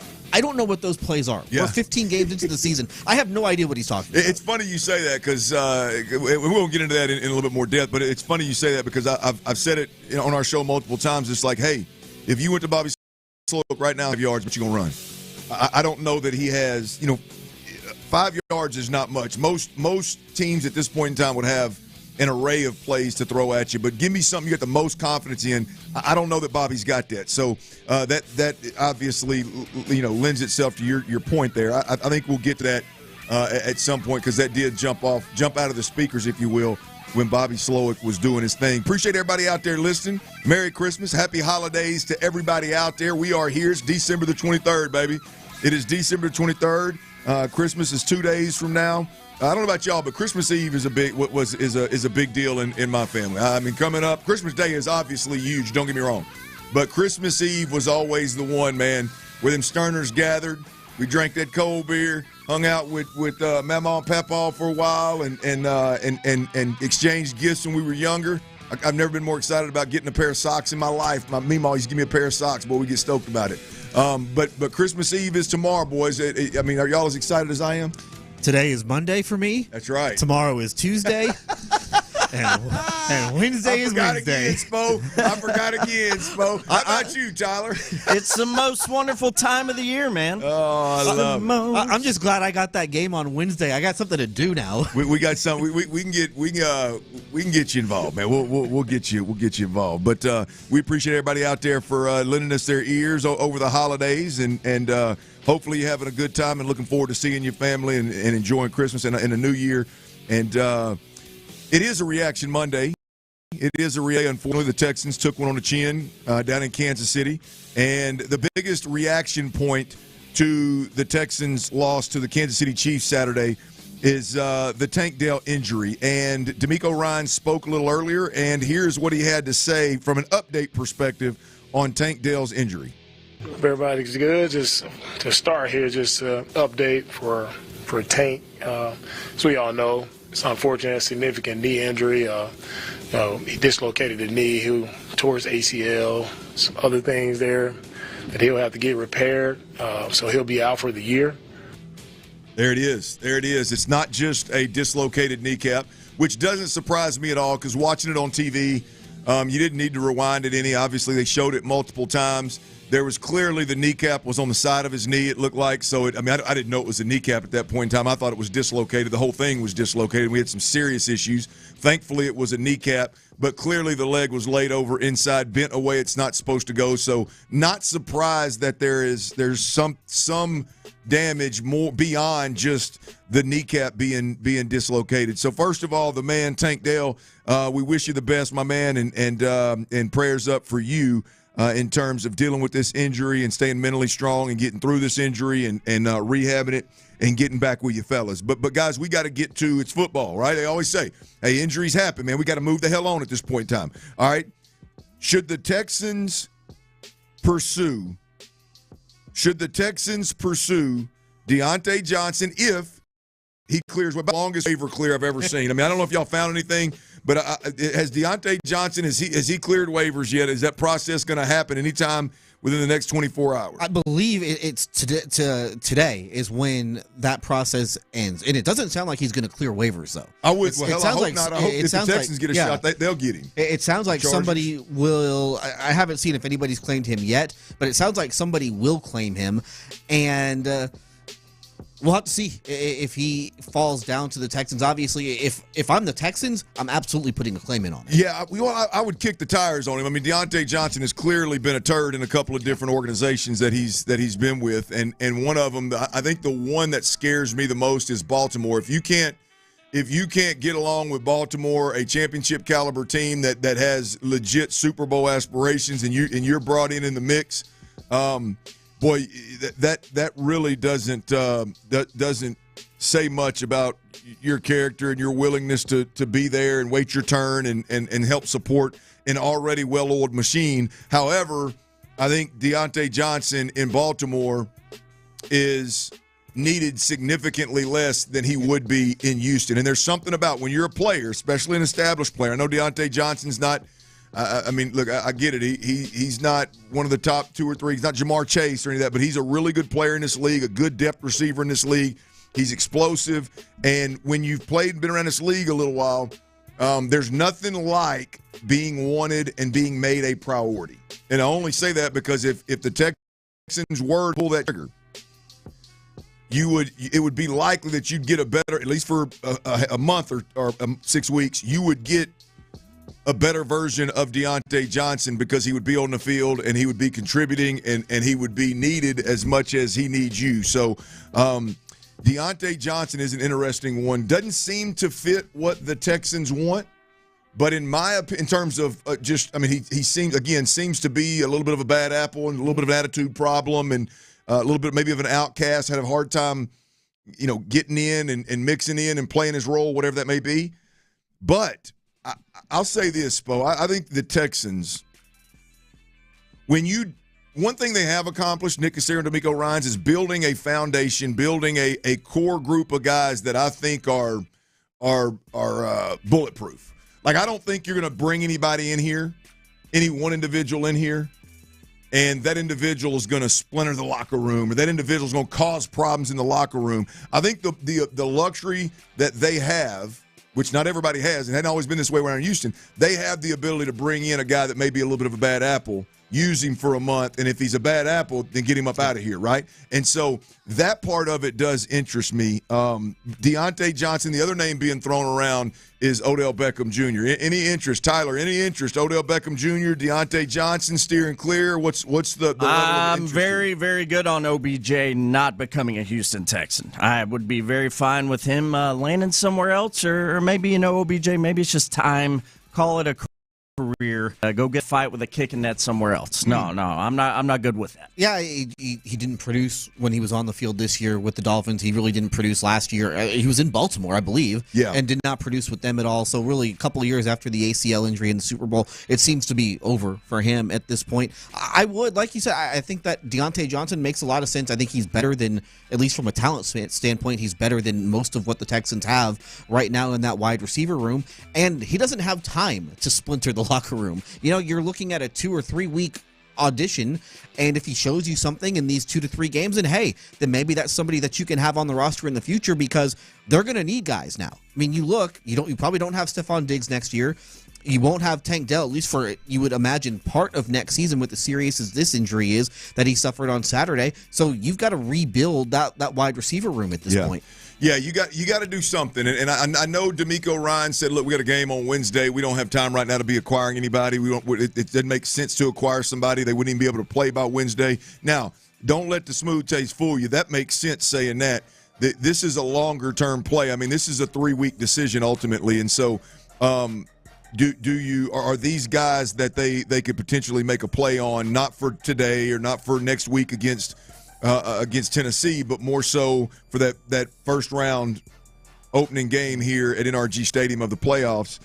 Can you spend 2 weeks with a guy to give you a better chance at the wide receiver position to build some depth at the very beginning? How confident are you guys on the same topic, real quick? How confident are you guys in what they have in-house right now? What they have in-house right now is Nico Collins, John Mechie, which, by the way, I think D'Amico Ryan said they should have him back by Wednesday. And Mechie said that he will play. And he will play. Okay, there you go. Hutchinson, and Dalton Schultz. Those would be your 4 main pass catchers right there. How confident are we in those 4 guys? Not confident at all. I mean, I'll take Nico Collins. Yes. But after that, it's really thin. And, I want to believe in Mechie. I really do. I want the Mechie thing to happen just because of what he's had to overcome since he got drafted. But we just saw him drop what would have been a touchdown pass against the Dolphins last week. Like, I can't trust that. Yeah, very similar over here. I mean, I don't know how you can be anyone who watches professional football right now, especially if you're a Houston Texans fan, and not have a huge amount of confidence in Nico Collins. I mean, this guy, he's there. He's established himself in finality as one of the top-tier receivers in the NFL. So very, very confident in Nico Collins. But after that, man, it's bleak.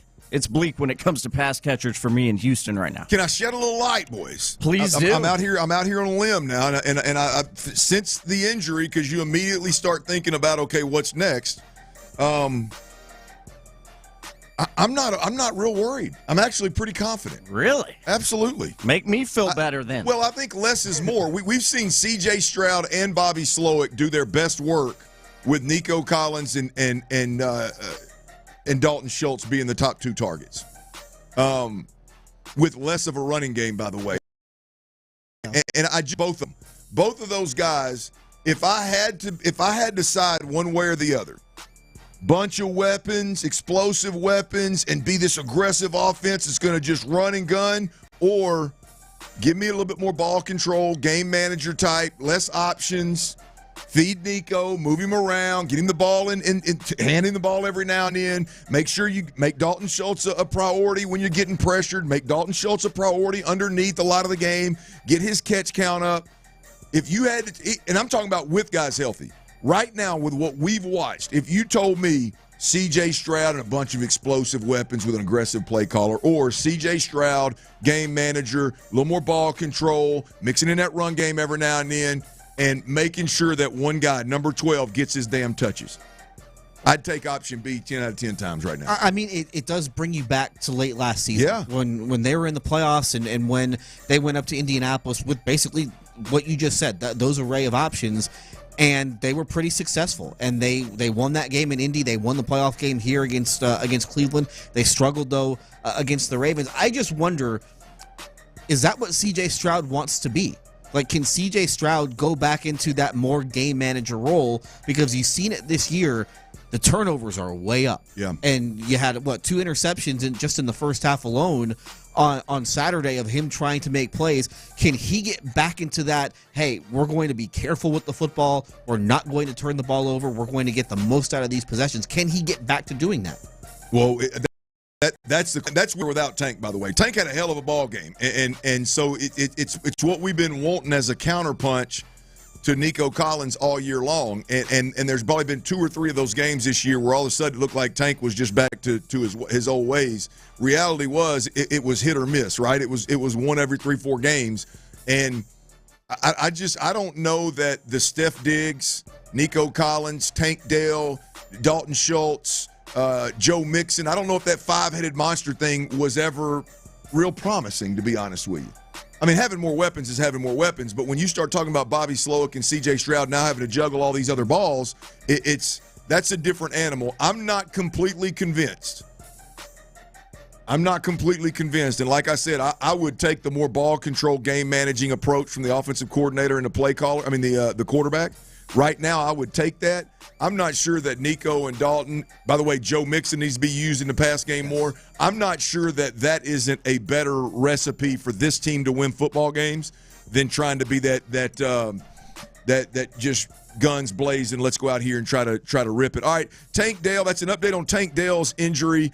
Let us know 713-572-4610. Shoot us a text. Let us know how confident are you in what the Texans have in-house in the wide receiver room, and Deontay Johnson, OBJ, any of that tickle you fancy. We'll see what the Texans do here in the coming weeks. That's more of a long-term play. There's a couple of other players that DeMeco Ryans had a little injury update on that we want to catch you guys up on real quick. Jimmy Ward and Jason. Here's the head coach on those 2 Texans players. So with Jimmy Ward, mid-foot sprain, he'll require surgery. He'll be out, for the remainder of the year as well. And Shaq, knee injury, he'll be week to week. It's just tough news. Those are, especially with Tank and Jimmy, 2 great guys, great players. They will miss them dearly. They meant a lot to our team. We know we have a lot to pick up losing those 2 guys, but those guys will attack the rehab the right way, and they'll be back in due time. So our thoughts and prayers are still with them as they attack the rehab and knowing everything that's to come. But they'll make a recovery. Hate to see Jimmy Ward go out, no surprise. Injury-prone, veteran, been in the league a long time, plays the game, lights out, plays with instincts, plays physical. Not a shocker there that he goes out, boys. But I'm going to tell you, we talked a little bit about this last week. We saw Jeff Okudah at outside corner some, Kamari Lassiter at the more nickel position. In fact, we saw him make a lights-out play, a monster play in the game across the middle. Who was he covering on that play? You're talking about Lassiter? Yes. I can't remember who. Yes. I know the player you're talking about. I just can't remember who it was. Gosh dang it, man. It was Worthy. It was Worthy. It was a speedster all the way across the field, undercuts it, boom, tips the ball down. It was a monster play. That's like if he's able to cover in the slot and run deep over routes with Worthy, his ass can play nickel. And I'm telling you, I'm not real sure that Kamari Lassiter doesn't find his way inside. I know I said this in the preseason, but that was out of concern, and I didn't think he could play outside. Now I know he can play outside, and I'm still not sure that his best work and the best place for him to impact this team isn't inside. We saw that. So Kamari Lassiter, expect them to just probably expand that package with Okudah outside, Lassiter inside, and Shaq Mason week to week. I thought the offensive line played really well this week. I don't know what the hell Rex Ryan was talking about in the reaction on Saturday evening and Sunday, but the offensive line played really well. In fact, Kendrick Green, tip my damn cap to you, brother. I mean, he went in there at right guard. We've seen him play left guard. He went in there at right guard and held his own and played really, really well. But Jimmy Ward going out, Spo, any concern there? No, the Mason injury is kind of the one that I have more of a reaction to, just because he was the one consistent guy that you had on that offensive line last year. You had that musical chairs where it seemed like there was somebody going out every single week last year, and then he was the one constant. He started every game at right guard last year. Same thing this year, but this year he hasn't been nearly as effective as he was last year. And you saw it, on Saturday. He goes out and they held up pretty well without him in there. So I listen, it's not a good thing that Shaq Mason isn't in there, but I do think that they can hold up without Mason, just because I don't think he's been nearly as good this year as he was last year. Well, I thought they did a tremendous job this week. Speaking about holding up without Mason, one, Mason has not been good, but two, They did a tremendous job this week of making 95, Chris Jones, arguably the best interior defensive lineman in the league, who, by the way, decided at the end. They played well enough inside in terms of directing their double teams to him that he decided when the game was on the line in the fourth quarter, he was going to go out there and get some of the best pass protecting tackle in the game. He went back-to-back snaps and had Laramie Tunsil in CJ's lap a couple of times. And so the fact that he was out there speaks volumes to when the game's on the line, that guy could be anywhere he wants to be, and he didn't pick Kendrick Green. He didn't pick Jarrett Patterson. He didn't pick Titus Howard. Hell, he didn't pick Blake Fisher, the rookie on the other side. He went straight to Laramie Tunsil, and that was a straight dogfight. Now, that was fun to watch. So, luckily, Shaq Mason is week to week, and we're going to have Shaq and Kenyon Green and Kendrick Green and Patterson and Titus, and it looks like everybody's going to be healthy. Juice, I hadn't seen a report on Juice yet. I don't think he was mentioned today. But we'll get they get a practice report at some point before the end of the show. Yeah, they should be somewhat whole at the offensive line. For what it's worth, in terms of all their depth, we'll see exactly what that looks like. But to put a bow on the injury report, Tank Dell injury update: dislocated a kneecap and torn an ACL. Which, by the way, there's a caveat that they said along with other damage, I believe is how they phrased it.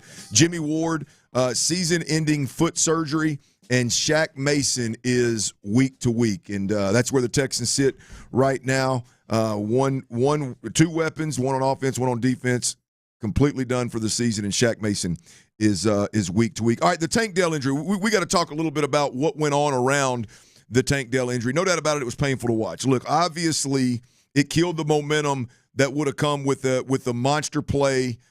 Big touchdown that should have tied the ball game, ended up tying the ball game. It was that level momentum swing, which was a buzzkill because of the injury. The reaction by the team was super dramatic.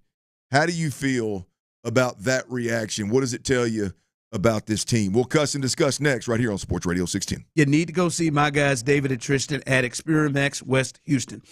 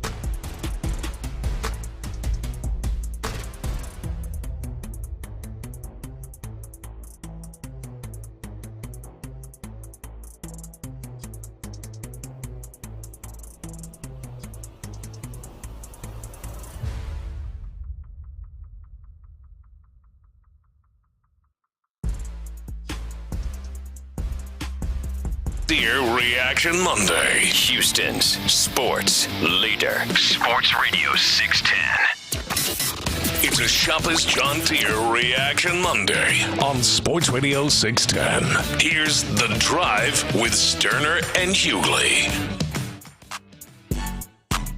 Steps back, now fires to the end zone, and caught Tank Dell. Touchdown, Houston! Stroud to Dell. They score and can tie the game with the extra point. And Dell is slow to get up. He hung on to the ball, but man, he's hurting. And he and Jared Wayne, who's up today, collided, and they are taking a long look at the second-year receiver from the University of Houston. Dre, that does not look good. That was the play. Would have been probably the play of the year. Probably would have been the play of the year. Had the Texans, that momentum, worked in their favor and had won that game, that would have no doubt about it been the play of the year. Monster throw by C.J. Stroud, huge catch by Tank Dell, even bigger catch given that he tore his knee up in the process and had to remind folks like, I can't get up right now, bro. My knee is out of whack here. So no doubt about it, it was a monster play. And here's the reality of it. That is a play that should have tied the ball game up and should have gave the Texans a huge amount of momentum moving forward. In fact, instead, the injury occurs. The Texans fall apart. Literally, C.J. Stroud is brought to tears. D'Amico Ryans is in a spot where several times the camera panned over to him and he seemed to be kind of staring off in space. Multiple times, Joe Mixon is on the bench having to console C.J. Stroud. And the next series, the Texans go out there, and I know they had one delay a game. Did you say they had two? They had two delay. And don't forget, they missed the extra point after. Yeah, Kaimi Fairbairn goes out there and misses an extra point. And then they go out there and have a drive where clearly their minds aren't in the right place. Whether it was in the moment not in the right place or that was because they spent time on the sideline dealing with their emotions around Tank Dell's injury instead of worrying about what's next man up, let's ride. All right, now look, here's where I'm at. This is a tough topic to tackle. But the reality, I got to be honest. Like the reality of it is, we had a phone call on the post game show when it happened. He said, "I'm surprised it's taken this long." But Wood, whoever, I don't know your whole name, but Wood, it was an unbelievable call, and I tip my cap for you voicing your opinion. I think that's where Texans fans are. I think some of them are okay with the emotion. I think some of them want to see better. And I'm going to be honest with you, I'm not where Wood is because Wood went on for two. We can't play the audio because it was a two-plus minute call, so I can't do it justice. But I'm more on Wood's side of things, boys. I mean, if we're just talking football, like a couple of things. I need my head coach and my quarterback to be the most stoic, unemotional, I'm the leader, I'm the rock guys in the damn building. I don't care what happens. And if an injury pulls them from that, and even if it's you waste one series and you're out of pocket one series, let's just call it what it is. Let's not be sensitive. Let's just call it what it is. There was a missed opportunity with momentum. There was points left on the field, and there was a wasted drive with two uncharacteristic delay of games, right? And I'm going to be honest with y'all, I don't like it. I don't like the way that CJ responded. I don't like the way D'Amico responded. I'm not a fan of what it means moving forward for this team. Again, at any moment, any game, no matter how big it is, no matter what goes on, things are going to happen. Players are going to get injured. And I don't need someone on the sideline consoling my quarterback. I need my quarterback being the guy that's consoling others and letting everybody else up, get right, get your mind right. We got to get this thing moving in the right direction. So I'm just going to be real about it, guys. I don't like the statement that it made for the Houston Texans. I don't totally disagree, but I don't agree with you 100% on it just because the guy's knee is sticking out. Mm-hmm. And this is a guy who broke his leg last year, came back from that, got shot over the summer, came back from that, and now it's another thing to go on top of that. Like that's tough to deal with, especially when it's one of your close friends. Yeah. Now, with that being said, you're the guy. you're the leader of the team. You do need to be the one to bring everybody back together, and you need to be the one that gets everybody back on the same page. And also, this is football. And as heartless as it is to say this, that's part of what football is. Yeah. Guys get hurt again, it's the same guy who broke his leg last year. Same guy who broke his leg last year. And you just have to be prepared for it. We saw it. We saw it last week. I thought Grant Dubose might have died on the field last year, on the field last week for the Dolphins, and you didn't see the Dolphins react in quite the same way. Now that's, I don't know why that is, but you can't. Yeah. I don't think that you can take it to the extreme that they took. Well, look, I mean, I can somewhat relate. Anthony Lucas was my go-to receiver in college, and when we got to the league, he ended up getting picked up by the Cowboys, and twice. One time, Jerry Jones comes over to us and says, "Hey, man, Luke, it's a bye week. Go visit your family. We're going to come you back. We're going to put you on a roster. We're going to see if you can make some plays for us." 2 plays later in a team drill, non-contact leg, his kneecap, coincidence, his kneecap shatters into 3 pieces. Right there on the field. Dreams down the drain. The next was on Hard Knocks. I mean, it happened. He comes back, rehabs on Hard Knocks. He's decelerating to run a route. Boom. Kneecap splinters in 4 pieces. Right? So, I mean, I've seen it. I understand the feeling. I get it. I understand what's going on.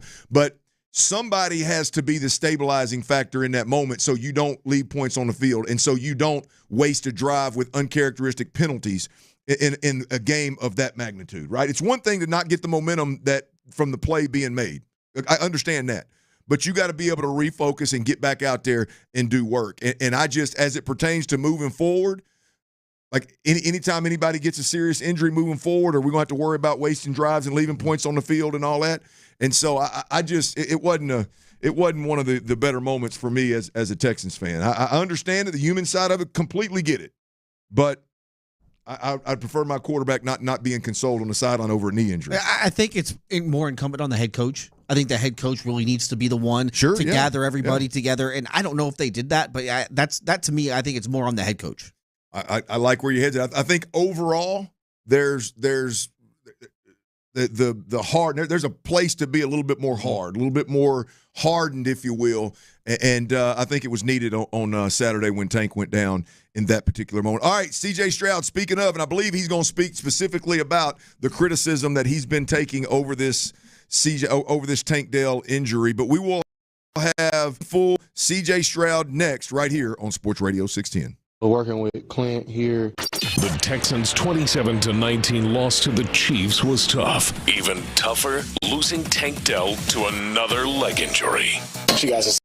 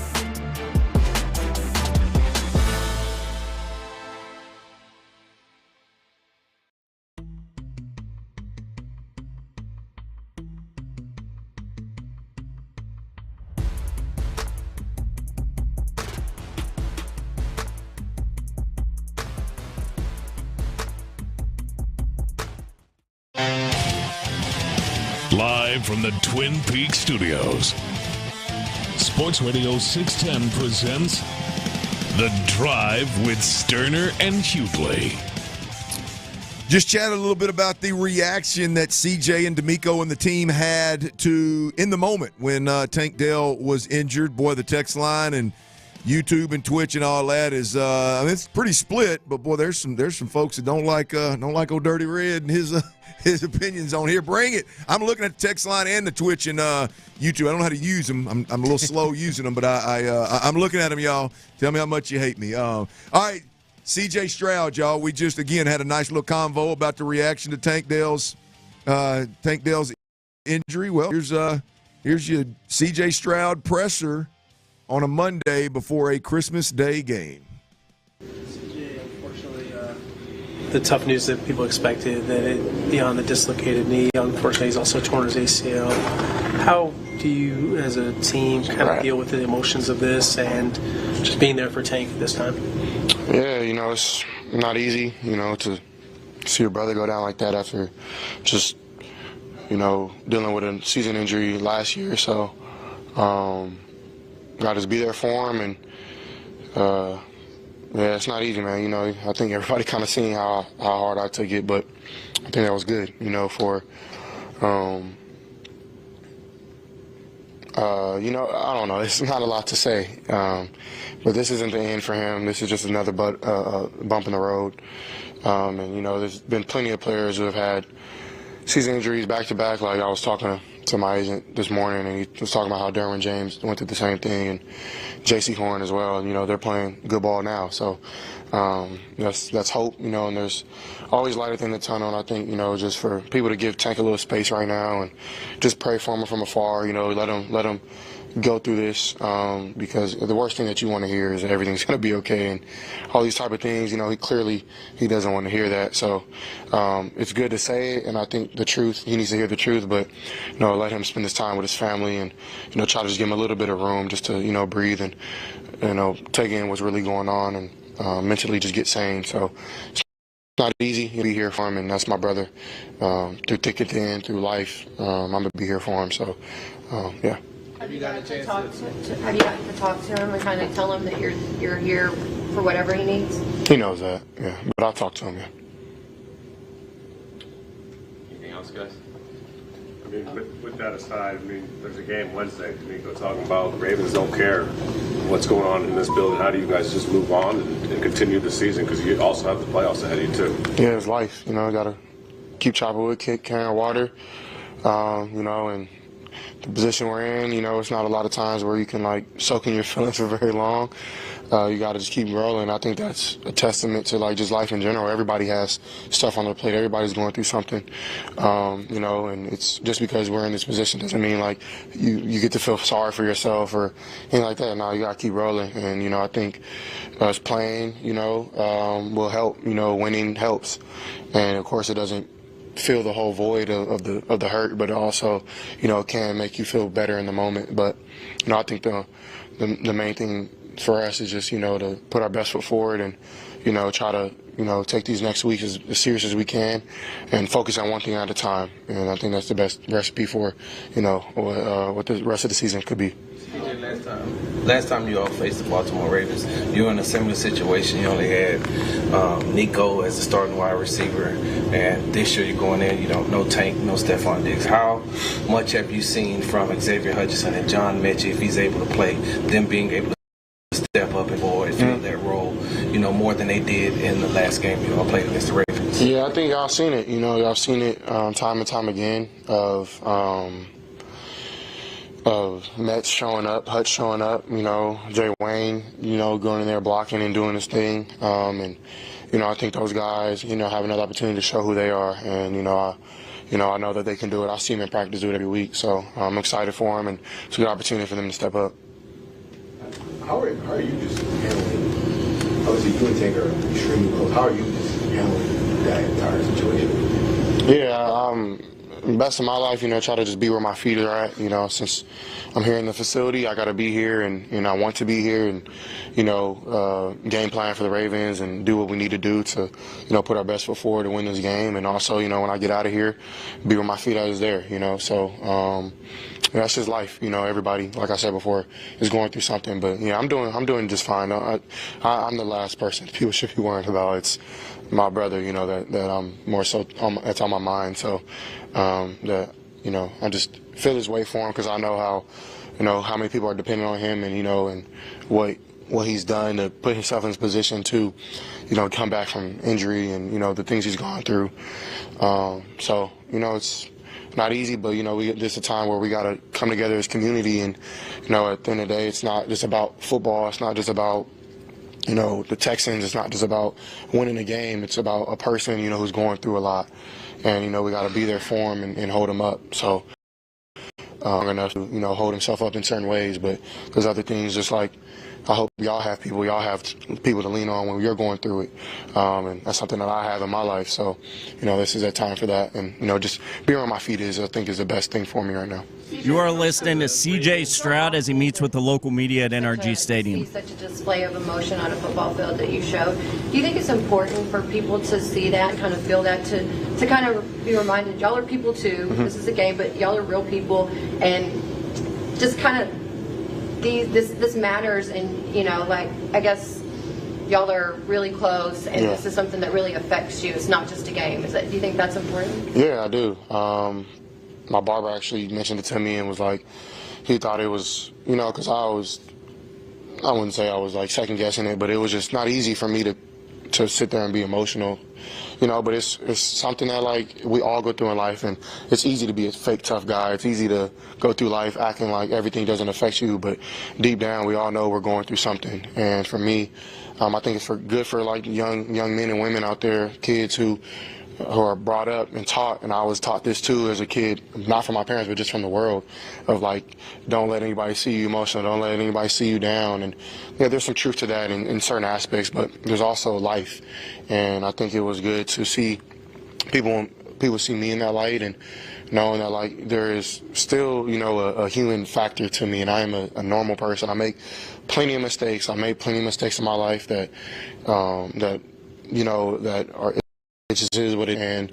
And to see something that he had really no control over, and it's not easy. So that's where that comes from. And I think it's just, what God is doing in my life. He's softening my heart in so many ways, because I wouldn't have done that probably last year. But just the new creation that I am in Christ. I'm constantly growing and just knowing who He is, and and reading His Word. And me and Tank do a Bible study every week, at least twice a week. And I hope that we can continue to keep going with that. But there's so much hope that we have and had, and that stuff doesn't go anywhere just because tragedy strikes. So I believe that we'll get past this. There is light at the end of the tunnel, but it might be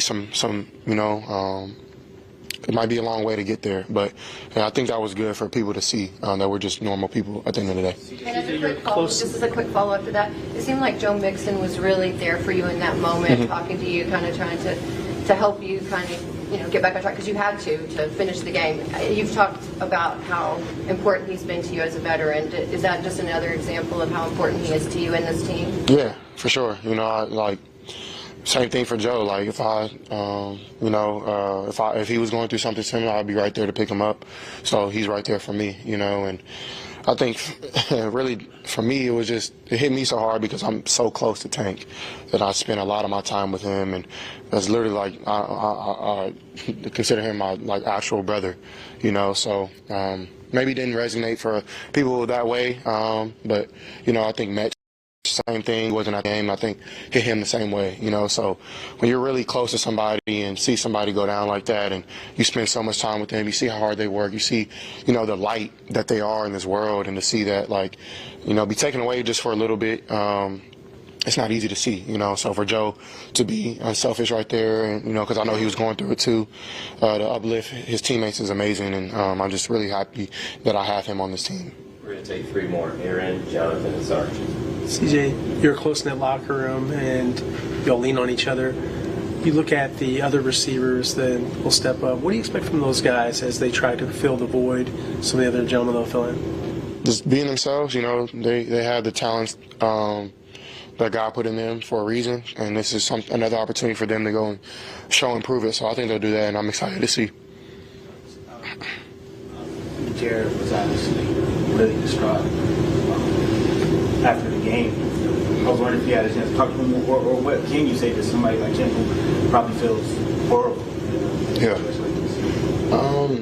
So with Jay Wayne, that guilt and that shame is something I deal with a lot too. I think for him, the best thing that he can do is just be around us. And I've been able to pray over him. We went to church yesterday morning, and I think for him, I try to tell him it's not to internalize it. Like, it's football. God didn't cause this. Like, it's some things in life. It's just what you're in, which is football. Things like that happen, and just because something tragic like that happens doesn't mean you should point the finger at yourself or anyone else. It's part of the game. So I feel for him. I understand what he's going through, and I think it's good for him to be around just brothers right now. And we've been able to actually build our relationship even before this happened through the Lord, and I think that's how we got to continue to go. So I think just what he's feeling right now isn't easy, and it's not something that I wish on my worst enemy. Excuse me, my worst enemy. But it's something that I believe that had to happen, I guess, and it's not easy to sit up here and say that because I wish it didn't. But we got to be here for him just as much as we're here for Tank, because you can just see it on him, and I think it's important for us to be around him. We know that losing Tank was very important, but you also lost two other starters during that game in right guard, Shaq Mason and Jimmy Ward. Yeah. With such a short weekend preparing for such a good team like the Baltimore Ravens, how do you all, rally around that and get back into what you all need to do, replacing three starters now in such a short time? Yeah, you got a next man up mentality. Got to. If your number's called, you got to make the play. So we're all prepared for these moments. We do. D'Amico does a great job on, competition periods and and practice during the season for practice squad guys to get an opportunity to play against the starters, and I think that's good for them, and it's an opportunity for them to and ride the occasion. So I think that this is something that it happens on everybody's team. Like, injuries happen to everybody, so and it's not easy to say that it's the worst part of our sport, but it's a part of it, and you got to be prepared for it. I think Nick has done a good job of that, and D'Amico done a good job of preparing us that way to to have that next man mentality up, and to be able to execute at a high level when your number's called. All right, you guys. There it is. That's Texans quarterback C.J. Stroud after the Kansas City loss, the Tank Dell injury, and before the Christmas Day matchup against the Baltimore Ravens. We will we'll see how they handle this week, how they handle the injury, and how it all works out for the Texans on Christmas Day. We'll all be able to sit around with the families, watch a little football, and hopefully the Texans can pull it together and get this thing rolling. All right, let's talk about this screen game, y'all.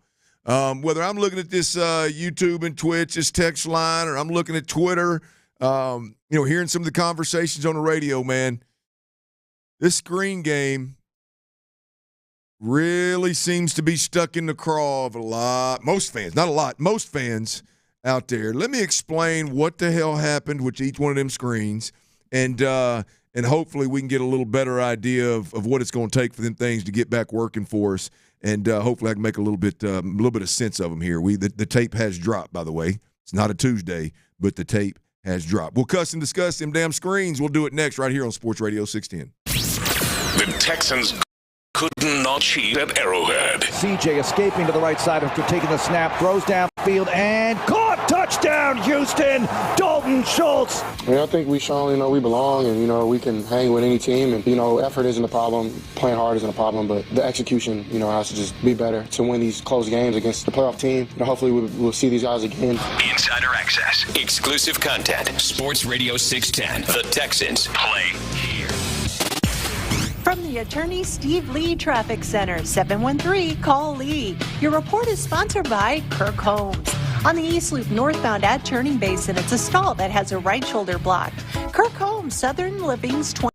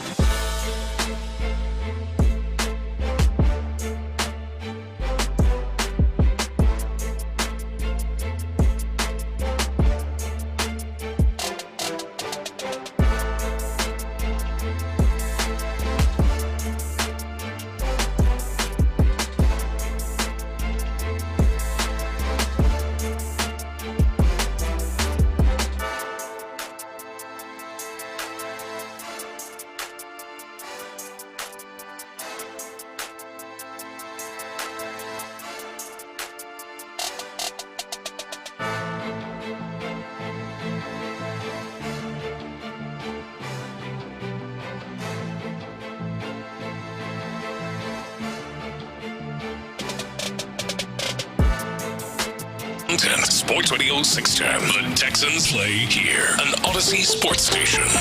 Oh, it's 3 o'clock. It's a Shopper's John Deere Reaction Monday on Sports Radio 610. Here's The Drive with Stoerner and Hughley. All right, I know the Texans and this play calling. I know every game it's something else. Why'd he run it here? Why'd he throw it so much? Why'd he do this? This week it is the Texans quick screens to the wide receivers.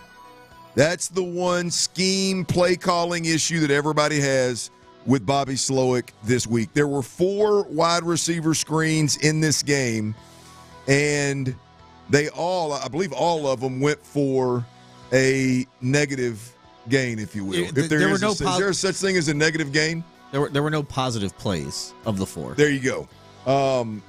And I'm going to run down it real quick. If you want, I just follow me on Twitter at Clint Stoerner. And I gave a breakdown. On one post, I posted the video of all 4 screens, and I gave a breakdown of each one of them. And the call is not the problem. The call is not the problem. Not Bobby Slowick is not the problem. The call is not the problem. The first screen to the right to Nico Collins, the throw is the problem.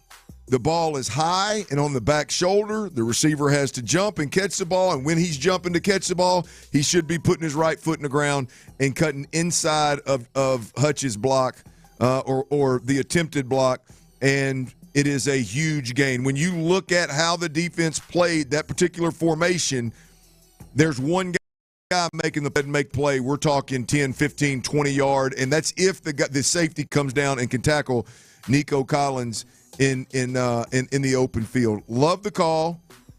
I don't like the design because the DB's already outside because of alignment, and so you're swinging a bubble screen type motion. Nico's going to the sideline. The DB's already outside the wide receiver that's blocking him, so you're just giving him a clear path. I don't like the design. I don't like the effort by Xavier Hutchinson either. Hutch has to be better. Then there is that's the first screen. The second screen is a play action screen, and the timing is all screwed up, right? This goes to me, this is a team that hadn't practiced it enough. This is a team that it's not coached well enough. Whether that's Bobby Slowick or anybody on the staff below him, the timing sucks. It's way out of whack. It doesn't make sense. And the timing is what ends up screwing up this particular call. I'm not sure, by the way, this is a problem that in the screen game blows my mind anyway. I'm not sure why in this particular screen Woods isn't blocking the most dangerous man in this situation.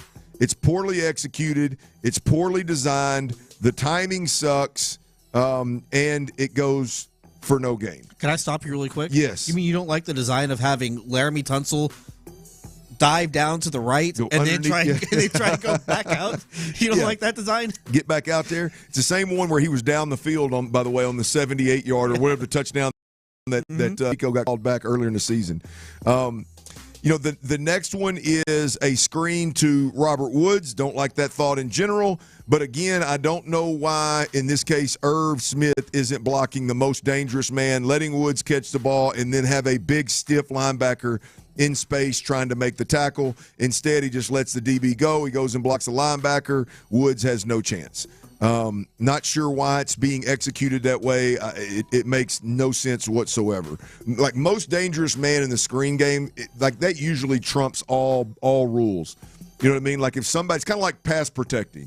If I'm responsible for the linebacker, but he's 6 yards deep, and I pass set, and all of a sudden I see a D tackle come screaming on a loop, I'm going to hit his ass, right? I mean, he's the closest guy to my quarterback. I'm going to hit him. Like, screen game, most dangerous man, it has to be a part of this, and it clearly is not on any of these screens.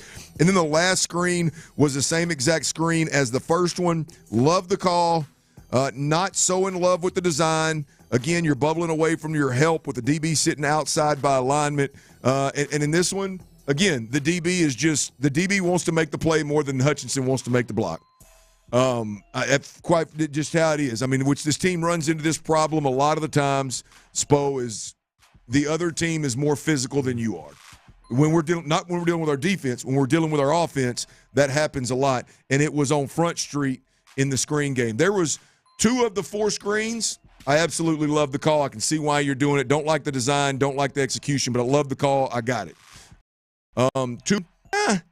I'm not in love with the call, and I'm damn sure not in love with the execution. But at the end of the day, if you had guys that were selling out, if you had guys that were blocking most dangerous man instead of being robots and blocking the safety 15 yards deep, they would have been productive plays. Yeah, I look at it, and there have been times where they've run these plays, and it's been Mechie who's the blocker. Like, that's not going to work. Like, the idea that you're going to put Mechie in that position, it just doesn't work. I don't know. Do they have a receiver that you feel like you can trust to make that block in that spot, or do you just have to throw that out of the playbook altogether? Here's the interesting thing is that Hutch would be the guy because he's a bigger receiver. Mm-hmm. If you're not going to throw it to Nico, how about we use Nico in that situation? But hell, they used the tight end. The tight end goes out there and doesn't block most dangerous man. Instead, he goes to the linebacker that's 5 or 6 yards deep. And so the DB, more fleet of foot DB goes and makes a tackle. Robert Woods doesn't have a chance. So I mean, they can try. This is kind of like the offensive line to me. Like, there is just a lack of physicality. Like, nobody dislikes physicality and contact more than Dalton Schultz. But it seems like it happens quite a bit. Now, I'll take it one step further. The counter punches off of those wide receiver quick screens, they faked it one time and threw a running back screen to Mixon. I think it went for a chunk explosive, I think. Mm-hmm. So that was a really good one. And then the other counter punch was the same formation, and Hutch stalks like he's going to block, and then he runs like a slant, like a quick. It's there, and I don't know why CJ didn't throw it. Again, poorly designed because Mixon is to that side, and Mixon's linebacker could have potentially been in his window. Don't know why you would have a running back running a route underneath the slant right there like that. That was poorly executed as well. But it was there, and it would have been for a first down. Instead, he throws it away. We punt. So the counter punches were there. A couple of the screens should have been significantly better. But I do believe if you're going to have a problem with Bobby, it's not calling them. It is the design.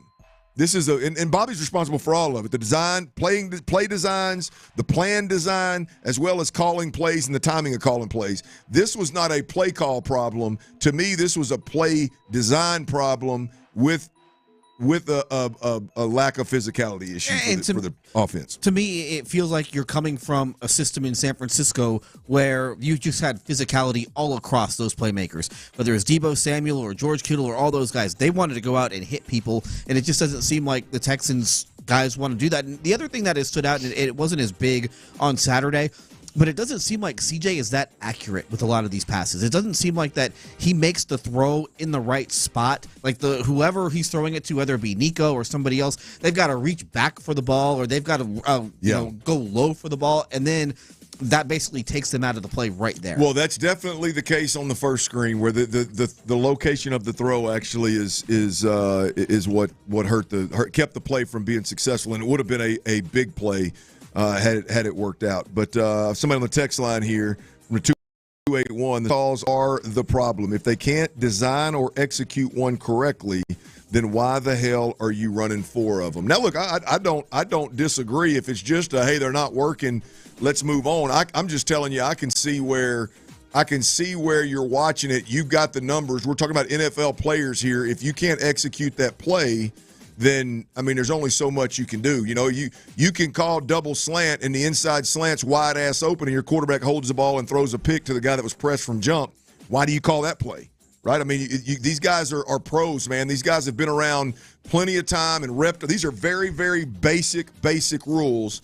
And they've been doing this stuff since they were in Little League and can't execute those problems. You know, guys, this is one question that we got quite a bit on the postgame show Saturday night was, you know, who are we? Like, where are we? As it pertains, the Chiefs are over there figuring out, hey, man, if we get the ball back in the fourth quarter with 5 minutes on the clock, what are we going to do to put a knee in it? If we get you know a 3-point lead or a 7-point lead or a double-digit lead, what plays are we going to run? If we get an important 3rd and 8 or 3rd and 10, we got 2 or 3 plays that they ain't seen yet that we got in the holster and we're going to run. We're still figuring out how to block a damn bubble screen. You know what I mean? Like that is who the Texans are offensively. They lack physicality. Just flat ass that they lack physicality to the point of where when somebody is physical, you're like, whoa, that was good. that was a great block. Like, I'm in love with Irv Smith right now. Is he perfect? No, right? But you watch Irv Smith plays the game. Damn it, when he hits somebody, his head is over his toes. He is leaning forward. And he's trying to hit somebody. He ain't got arms wide open like he's bear hugging his mom. I mean, there's a problem with this football team. I don't know, Spo, if it's coaching or inability to take the coaching. I don't know. I'm not there every day. But there is for some reason, this offensive football team they struggle doing the basic crap. Like, if you'd have told me 2 years into this thing and D'Amico Ryan's coach football team with an offensive coordinator that came out of San Francisco, one of the most physical bunches on the offensive side of the football in the game, with the exception of maybe Baltimore, if you'd have told me that we would still be like, if I were Bobby and D'Amico, I'd be embarrassed of the lack of physicality, the lack of just want to, like just softness in certain situations. Like, if you'd have told me, hey, man, we're going to be 2 years into this thing and we're still going to be out there patty caking trying to block DBs. I'd have called you a bold-faced liar. You know what I mean? Like, that's who this team is. Right now, your offense is still trying to do the basic football 101 things. And we, for some reason this year at times, have thought that they are in the same category of teams that have an identity, impose their will on people, and literally work at 5 different situations, 5 different plays in a game that they know is going to make a difference. Well, we thought this would be a top 5 offense when the season started. Yeah. And it's not. It's going to be closer to a bottom 5 offense than it is to a top 5 offense. Here's my issue. You talked about they ran wide receiver screens. Yeah. All 4 were unsuccessful. Mm-hmm. They run one running back screen. It was successful.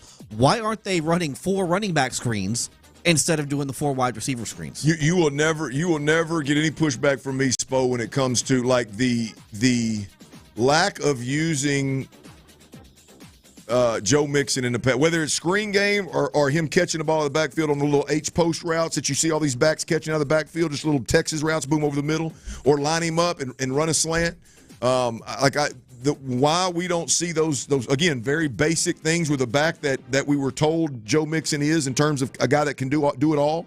I don't know why we didn't see more jet sweep motions with Tank Dell since just this week before he got injured. I don't think we saw it once, like a legit threat. Like, why we don't see those simple things done at like a crazy good level blows my mind. I thought that was at the very least what we would have. And we brought this up at the very beginning of the show, how Bobby Slowick said today that they've got obviously the playbook is going to change based off of availability of certain players, but they have their plays that they can go to whenever they need 5 yards or, whenever they need a play. Right. And I sat here and I asked you, and I've asked you a couple times, like, what are those plays? Because I don't know what they are. And Bobby. That showed up to me, that Detroit game, the last drive of the Detroit game. They have a 3rd and 4. They call a timeout. Mm-hmm. They have time to set something up. And what happens? The first option is taken away, and they've got nothing. And CJ run around, try and make a play, throws an incomplete pass. Detroit gets the ball. They're in a 3rd and 6. Call timeout, and they get the ball to their best player in stride. Just boom. Yeah. Why is it that Detroit can do that and the Texans just have no chance? That's when I learned that there was such a huge difference between those two teams. Yeah, well, there is, again, you bring up a team that is just, I mean, they're focusing on how do they get Amon-Ra St. Brown the ball in critical moments. You know what I mean? How do they that's what they're focused. They're working all week on. They're not working on how do I protect the quarterback. You know what I mean? They're not working on how do I block for a screen. I mean, they're working, okay, we're going to have 5 to 10 plays offensively in critical situations where we got to figure out a way. How are we going to get St. Brown or Laporta? How are we going to get these guys the ball? Right? Or we're going to turn around and we're going to act like we stumble. I still think my play against Tennessee, my fumble against Tennessee, maybe inspired the Detroit Lions this week. We're going to turn around. We're going to hard play action. The running back's going to fall down. The quarterback's going to act like he's going to fall down, and he's going to stand up and throw a touchdown to Laporta behind the defense. Right? I mean, that's what those guys are doing, and we're just not there yet. So we'll hopefully we'll get there, and hopefully we got a short time to get there, and hopefully it'll happen. Christmas Day. Be a hell of a Christmas present, wouldn't it? All right, the college football playoff weekend was hyped as one of the best sports weekends ever, if I remember correctly. Was it a buzzkill for you, or did you actually enjoy it, given the fact that it was several blowouts? My man Spo, I ain't going to tell you where, but he was freezing his ass off in one of them stadiums. We'll cuss and discuss next right here on Sports Radio 16. They are Houston area's premier turnkey.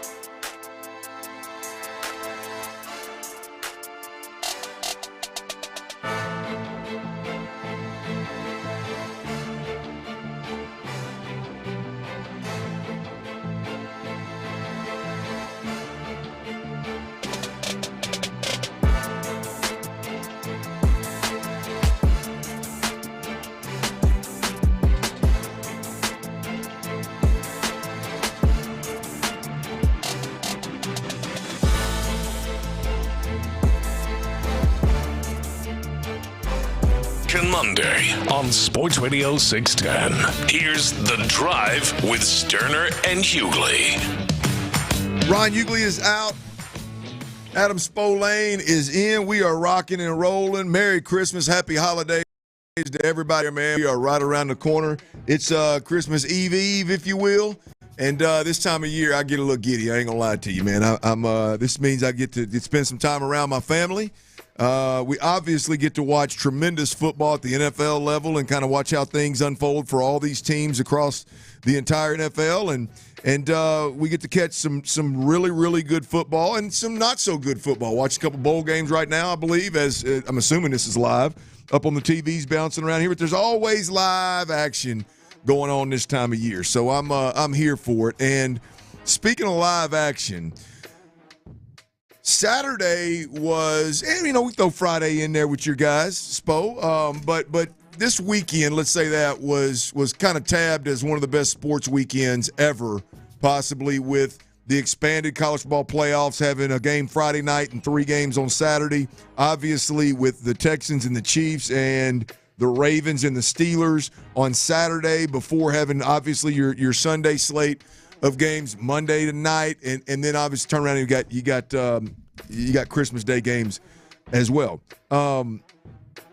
Where are you boys at with what y'all watched this weekend? Let's start with you, Spo, because I know you being a Hoosier, you went up there and you caught the Notre Dame Indiana game yourself, and just your thoughts on how that game unfolded. Well, it wasn't great. Could have been better. I promise I didn't mean that to be that come across that bad. It could have been, been nice if we could have punched the ball in the end zone before I walked out of the stadium when it was 23 degrees or whatever it was. But it was a great environment to be in. And one of the things that I really enjoy, and listen, the games were bad. Let's be honest. Indiana Notre Dame was the closest of the 3 just in terms of final margin. Clemson, Texas was the better game that weekend. But I loved having the games on campus. I think it added a different dimension. It added just an intensity to the crowd that you don't see in these bowl games when it might be a 50-50 split with the crowd and half the people that are there don't really care because they might be from whatever town the game is being played in. Yes, yeah. So I thought that having the game at Notre Dame Stadium was great. I thought that having playing a game in Austin, playing a game in State College, playing a game in Columbus, I thought that was just a really cool aspect of it. Oh, I thought it was killer, man. Two game days. Which, by the way, with Saban and Pat McAfee, I'm in, man. That is just phenomenal TV.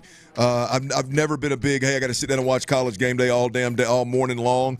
But it was fun to have 2 of those, and then the most beautiful thing of it is, as you mentioned, home games on college campuses in late December, mid to late December is absolutely in the north. Yeah, I mean you get all of it. You had 60 degree in Austin, and you had snow up at Notre Dame. So I looked at this was beautiful, and it couldn't have worked out any better in terms of the venues. Again, Notre Dame, Penn State, Texas, and Ohio State all having home games. And I think the big topic here, guys, is SMU and Indiana. SMU and Indiana are the 2 teams, at least in this first round, because you're going to see Boise and Arizona State in the second round, that are lower tier teams or haven't yet arrived teams that have to prove something. But SMU and Indiana, there's a lot of chatter about, we just want to see the best football teams compete for a national title. Clearly, SMU and Indiana didn't belong. And, I think in hindsight, it's easy to go there. I think we want to see the best 12 teams compete. I think is a pissy poor way to look at it. To me, the beauty of a 12-team playoff is that you are going to have teams, whether it be SMU who got lucky and the first year they jumped into the ACC was down, and you were able to run through it undefeated, right? Indiana, I mean, you get a new coach, they get hot, the schedule's forgiving. You really haven't been tested to this degree, with the exception of one game, and you lost that game. But to me, that's what it's all about. It's why you expand the playoffs. Spo, for me, like this is like you can't have committees making the decision of SMU's SMU. Mm-hmm. That's not a big brand. It don't matter if they go 8-0 in the ACC. To hell, Indiana, it's the first year. Their schedule wasn't hard. The beauty of the playoffs is the fact that you're going to get a group of 5, what used to be a group, I don't know what to call them anymore, Boise State. You're going to get Arizona State not just getting in, but getting hot at the right time, winning their conference, and getting a damn bye. You're going to get SMU, who proved that they didn't belong, but they earned the right to have the opportunity to prove it. And to me, that is precisely why I'm stoked about a 12-team playoff. Here's the deal. Next year, Spo, I'm all for the betterment of the game. Next year, every Division I college football player and coach is going to wake up and go to training camp and know if we just handle our business, we can get in the dance. Can I point something out? Yeah. We have breaking news that we need to get to on the Texans.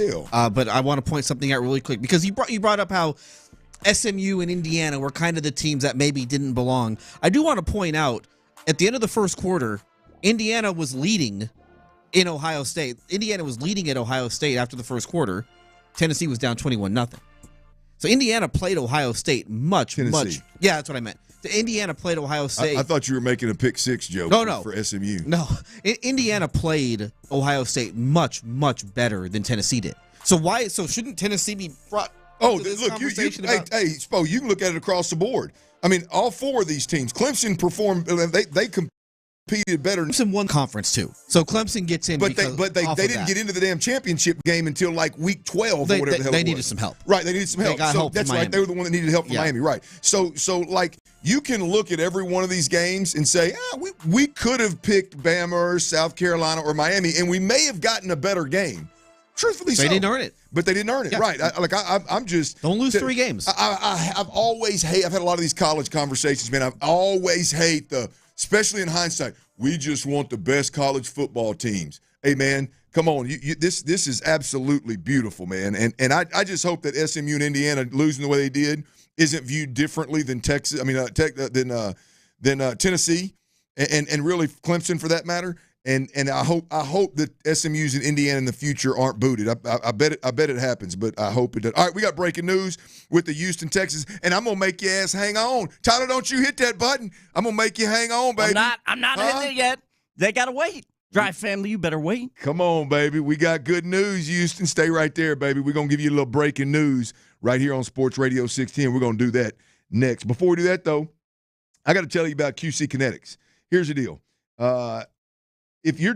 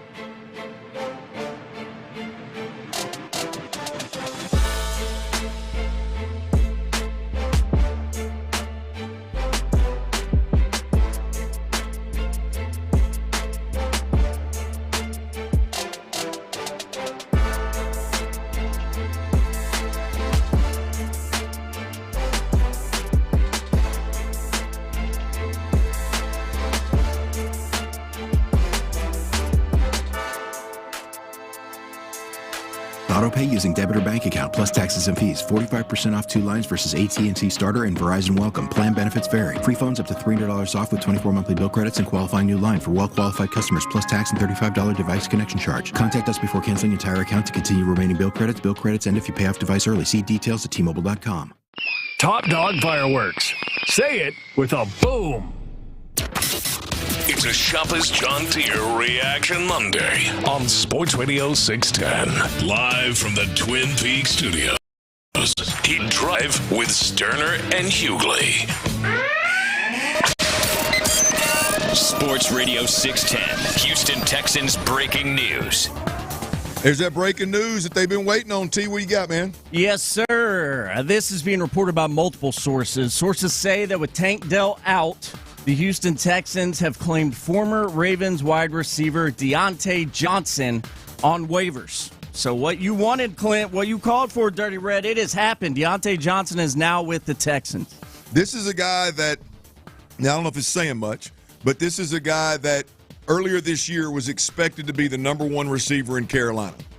This was a guy that was expected to be with Bryce Young and help lead the way with Bryce Young. Some of the stuff I'm reading, elite route runner, and has been a really good player. Like shown a lot more upside than maybe he has played to consistently.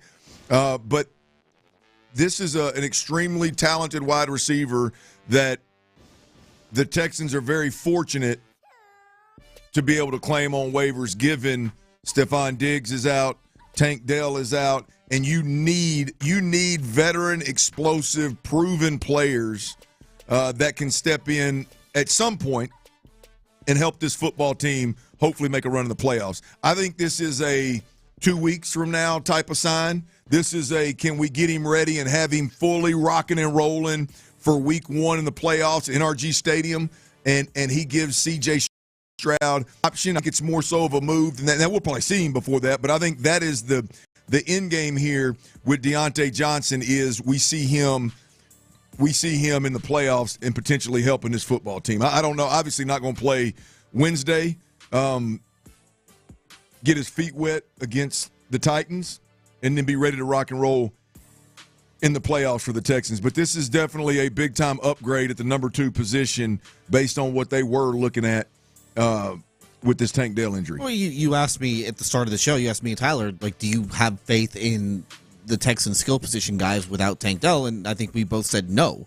And I do think that this is somebody who is an upgrade just in terms of talent. This guy who was a Pro Bowler in 2021, 86 catches in 2022. He's had productive years in the NFL, and it's been a weird year for him. Got off to a slow start when Bryce Young was the quarterback in Carolina, but had back-to-back really good games once Andy Dalton took over at quarterback. He got traded really for nothing to Baltimore, and really for whatever reason made no sort of an impact with the Ravens. He had 1 catch in 4 games with Baltimore, only got targeted 5 times. But again, when you look at what the Texans have in that wide receiver room, it's not much after all the injuries.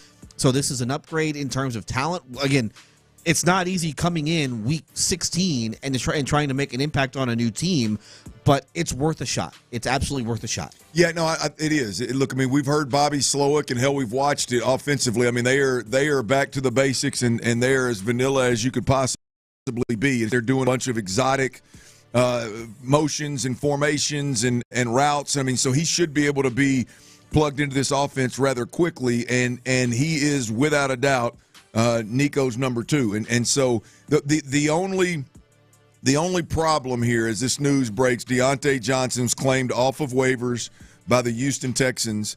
The only complaint is he left Pittsburgh, and it wasn't necessarily with warm and fuzzies. No. Right? Got traded from Carolina, which is a dysfunctional organization that has very little in the wide receiver room. You've really got to do something for them to want to get rid of you, right? Or just not be a good fit for a rebuilding franchise and a young quarterback, right? And then you go to Baltimore, and as you mentioned, one of the more, reputation-wise, Baltimore is one of the more well-ran organizations, more well-respected organizations. To not fit in there and ultimately get placed on waivers after refusing to go in the game, like literally in the middle of a game, and the linebacker out in San Francisco is taking a ton of heat right now for it, but Deontay Johnson apparently did it as well in Baltimore. Now, I don't have all the details, but the only concern is with Deontay Johnson, the only thing that makes you pause just briefly is that little bit of a history. Clearly, doesn't appear to be a guy, at first glance, doesn't appear to be a guy that DeMeco Ryans wants to bring in this building. Doesn't appear to be a guy that Nick Caserio is looking to bring in and add to this roster. Now, the Texans are obviously in a rough spot at the wide receiver position.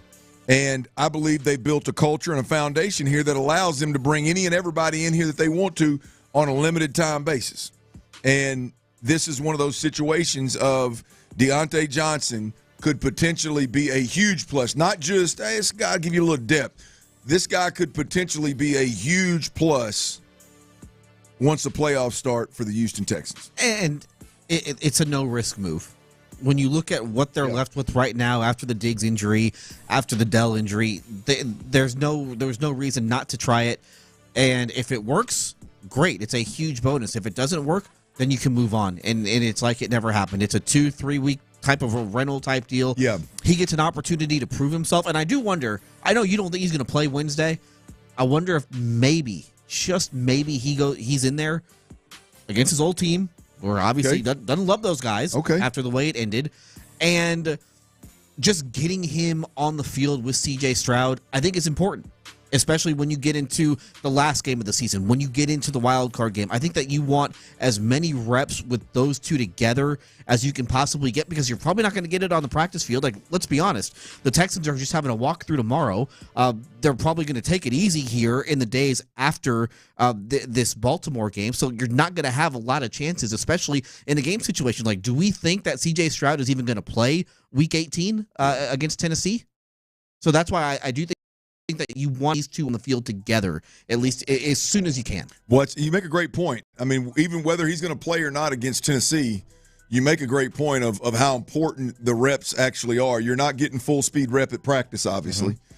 So, if you want full speed reps, that you're gonna have a chance to get some Wednesday. It would benefit him greatly, obviously, to play against the Titans, even if it is Davis Mills, to get in there and get accustomed to the offense and things of that nature. So, man, this is exciting news. Deontay Johnson, wide receiver. Many folks thought that he would get claimed well before the Texans got their turn, but he didn't. He slipped to the Texans, which I don't even know right now where the Texans would be in that claiming process. I would say, they got to be middle of the pack, right?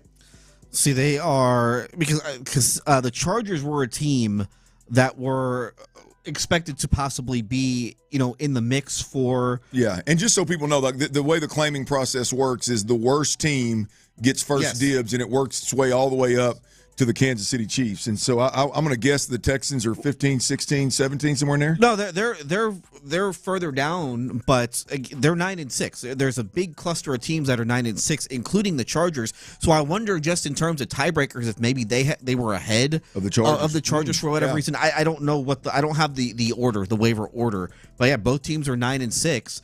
And you look at a lot of these other teams that were further below the Texans in terms of record. They don't really need Deontay Johnson right now. They're not at a playoff run. They're probably not looking to add him to their wide receiver room, whereas the Texans clearly have had a need. Well, and I said this before, guys. Even if Deontay Johnson and the recent history here with him, even if it is real and it has legs, and he's been a problem everywhere he goes. The best remedy for that, right, is to be wanted. The best remedy for that is to be needed. And there's no doubt about it, the Texans are going to welcome him with open arms.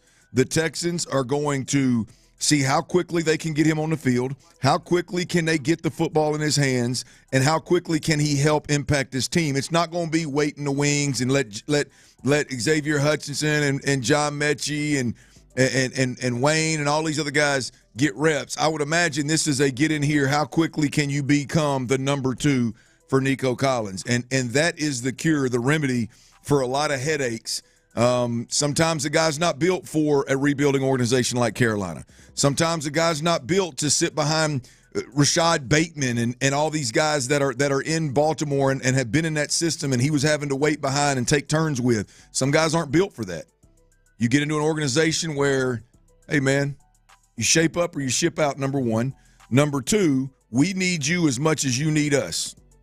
Let's get this thing rolling.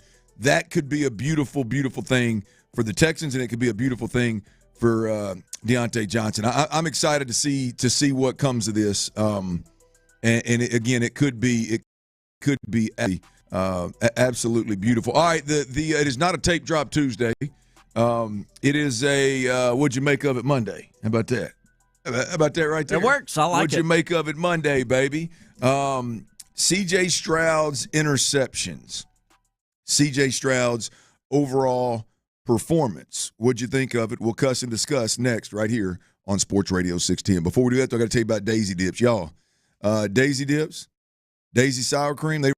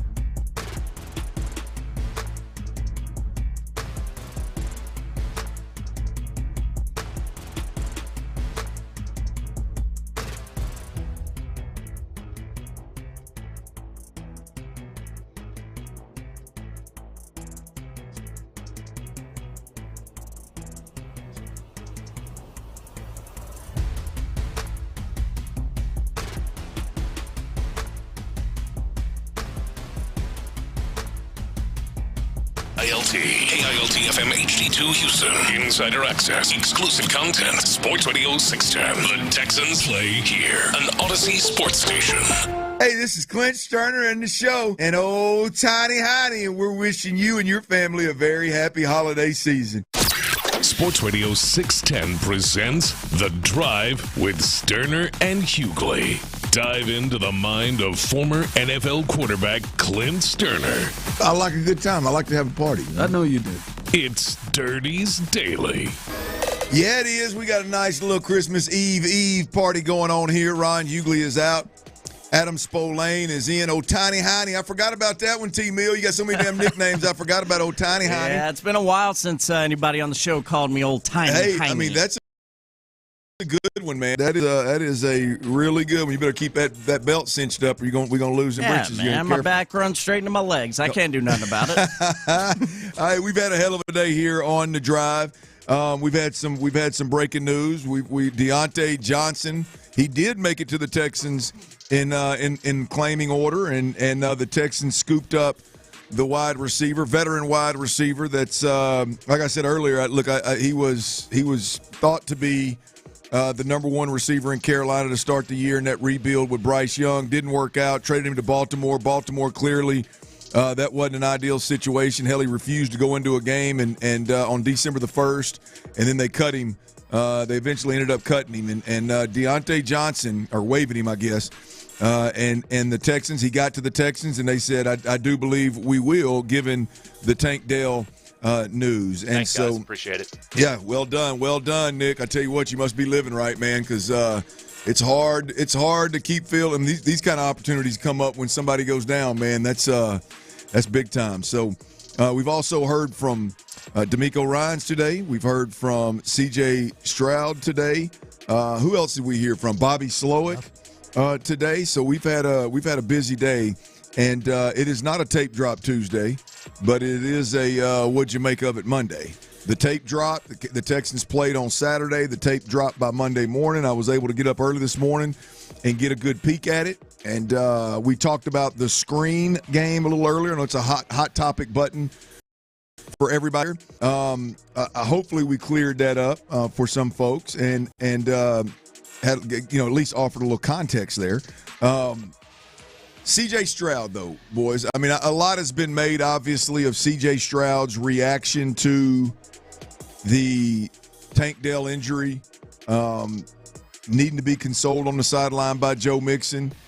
We've already cussed and discussed that today. We may circle back around to it this hour, but right now I want to focus in on C.J. Stroud in general. Before I get to what the tape said, Spo, I know, were you able to watch? You were able to watch the game. Yes. What did you think of Stroud's overall performance? I thought it was okay. I mean, they scored 19 points. Yeah. Like, you can't be great when you're only scoring 19 points. Made some plays downfield. The throw to Tank, which obviously is the one that got him hurt, that's a great throw. Yes, sir. And you just wonder, why aren't these plays happening more often? Yeah. And then the other thing that kind of annoys you are the turnovers. And this is what C.J. Stroud was so good last year at avoiding turnovers. And obviously, you get lucky sometimes when you avoid turnovers the way that he did. But there are too many throws that he's making that he shouldn't be making. And it's surprising that in year two, he's kind of gone backwards in that regard. Yeah, look, there was no question. I mean, what he was able to do last year is I said it when it happened. It's crazy to think that it's the same thing's going on right now with my man in Washington. You know, I mean, he is having an unbelievable year. It's week to week in terms of defensive coordinators being able to game plan for him. They're going to hire all season to figure out. He's probably going to lose Cliff Kingsbury in the process, and so he's going to figure that out. Year to year, it's just totally different. And when these guys have these unbelievable rookie years, it sets unrealistic expectations. So, like the touchdown to interception ratio, the yards per game leading the NFL as a rookie in that category, taking a team that was that was the most dysfunctional organization I've ever seen and winning 10 ball games and taking them to the second round of the playoffs. That is a hard follow up right there for anybody, much less a second year quarterback. But as it pertains to this game right here, Tyler, we talked about this on Thursday and I believe on Friday too. You know how I like to beat a dead horse now. Yeah, you're just making sure your point is received well. I said last week when Bobby Slowick spoke, Tyler. Mm-hmm. I picked out one piece of audio. I said I hate it. I hate when Bobby Slowick is asked about his offense and he talks about being aggressive, talks about stretching the field, talks about how good they are when they get what they want, and in any way, shape, or form paints this picture of being an aggressive offense that wants to throw the football down the field. Explosives. I hate it. I absolutely hate it. I mean, I guarantee you there's some bad teams in this league that have a lot of explosive plays because they're always playing catch up. Right? Those kind of I just don't like those comments coming out of Bobby's mouth at this point in time in the season. And I'll be damned if CJ didn't show us exactly why. Here's the problem with CJ's intercept, Joe, is as a quarterback, you walk to the line of scrimmage and you pray. You pray. You hope and you pray. Not really. I'm just exaggerating here. But you get the point. That the team lines up and shows you what they're going to do. And you hope that it is blatantly obvious what they're doing as you snap the football and you peek them safeties and confirm, right? Pre-snap, I think, ball snap, boom, I'm going to confirm. Okay, I got what I want. Now let's ride. That was a two-shell any way you look at it. Throwing the football down the field with a defender running underneath in a trail position, a two-man technique. Throwing the ball down the field in that situation should have never crossed his damn mind. And he tried to force the football. Now, clearly, piss poor decision. But I can't help but think if this young man was on a day-to-day basis, snap-to-snap basis, was reminded, hey, man, be smart. Hey, man, let's just trust your eyes. If it's a two-shell, if they go two-man, they're in the trail position. They're going to kick their eyes back around. It's going to be a tight window. It's 3rd and 82 anyway. Don't turn the football over. First drive of the ball game, he goes, and that's exactly why, Spo, I don't like all of the aggressive, drive the ball down the field, get what we want, get explosives, take shots. I hate station now with the Texans. Well, here's the other aspect of it. Teams are trying to take those away. Like, that's now kind of the focus of all NFL defenses. D'Amico talked about it today, right? Baltimore. We are trying to take away all your explosive plays. We are going to make you drive down the length of the field and dink and dunk the entire way down and make you go on one of those long drives because we don't think you can do it. Because we think at some point you're going to make a mistake. Either it's a penalty, either it's a turnover, either it's a negative play, and the Texans play right into that. And it doesn't seem like they are able to have the long touchdown drive. They can get the long field goal drive, but at some point they are going to do something that shoots them in the foot. And it happened in this game against Kansas City where we've talked the field goal drive that they had to make it 24-19. They had 2 delay of games on 3rd and long. They were able to pick up 1, but you're not going to be able to pick up a 3rd and goal from the 20, and you wind up having to settle for the field goal. So too often it's either a sack, a penalty, a negative play, a turnover, where they can't get those long drives. Right. Well, the first interception was a clear force. I believe it was a 3rd and long. The second interception was an equally as poor decision. When the quarterback comes to the line of scrimmage, he had some kind of double slant move. I don't know exactly what they're calling it, little inside route from Dalton Schultz. Nico was in the slot, and I can't remember what receiver was outside of Nico, but he had a little in-breaking, like a delayed in-breaking route as well. And pre-snap, Nico was the only one even threatened in terms of anybody being able to knock him off his route and to undercut a route, to disrupt a perform. Pre-snap read, it was saying throw the football to Dalton Schultz, and even post-snap, as horny as that cover defender was, you kick the ball back outside to one of the soft corners, and it's easy pickings. Now I know there was a chaotic pocket; it was collapsing around him, but if you pick the right, if you pick the right receiver based on how deep their cover guys are, it's taking candy from a baby. So I don't know why he looked at Dalton, but he didn't throw the ball. I don't know why he didn't take advantage of that. So both interceptions proved to be extremely costly in a football game versus an opponent that you just can't afford to make too many mistakes. When you look at the interceptions and you look at the penalties on the defensive side of the football that kept drives. I think 3 different drives were kept alive on third down penalties by the defense. And look, I understand the refs were garbage. I get it. I mean, a lot of people want to get on I get it. I understand that.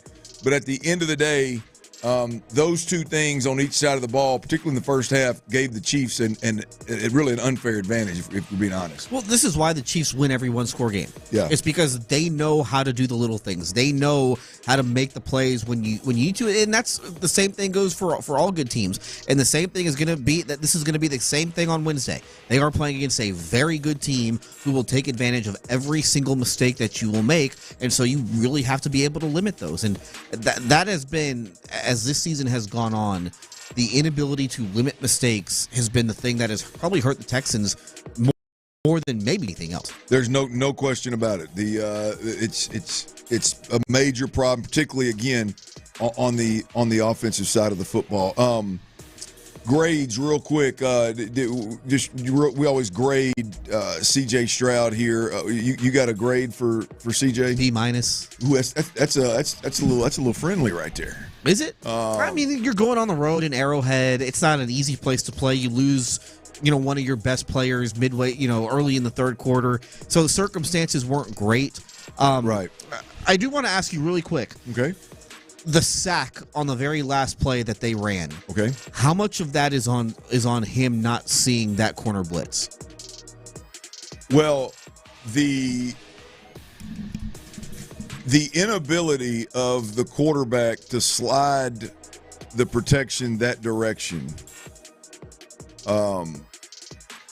I don't know. I don't know from firsthand. Haven't heard it, but I've heard that he doesn't have the freedom to overrule the center's call, which at this point in the season, given what C.J. Stroud's done, if he doesn't, he's the only quarterback in the league that doesn't have the ability to do that.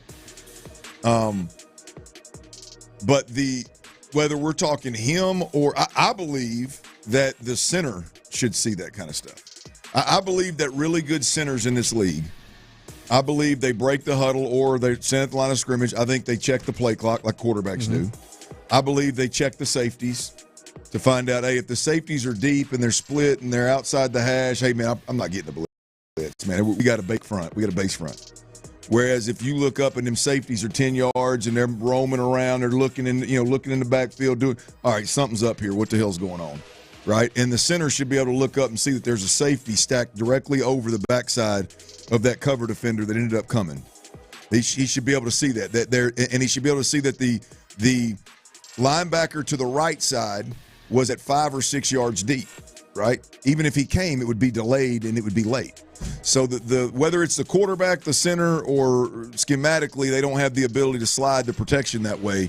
It's a crying ass shame that this offense, December 23rd or December 21st, I guess that was the 21st, yeah, the 21st, that they don't have the ability to pick that up. Is that they've got a second-year center right now? Like, is that the pitfall of having a young center like this, to where maybe he's just not ready for it, and you're going up against a really good defensive coordinator who's going to throw a bunch of stuff at you? No, I think it's very, very simple. Dan Orlovsky actually broke this down on his Twitter page.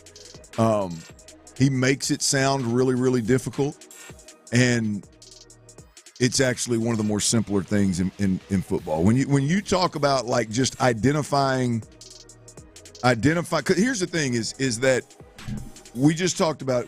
Does the system not allow C.J. Stroud to do it? Is C.J. Stroud incapable of doing it? Is Jarrett Patterson incapable of doing it? All questions, fair questions. And then you look up and you go, okay, if they're going to block it, where are the answers? Right? So you got several issues like, why can the quarterback not overrule something? Why does the center not see it?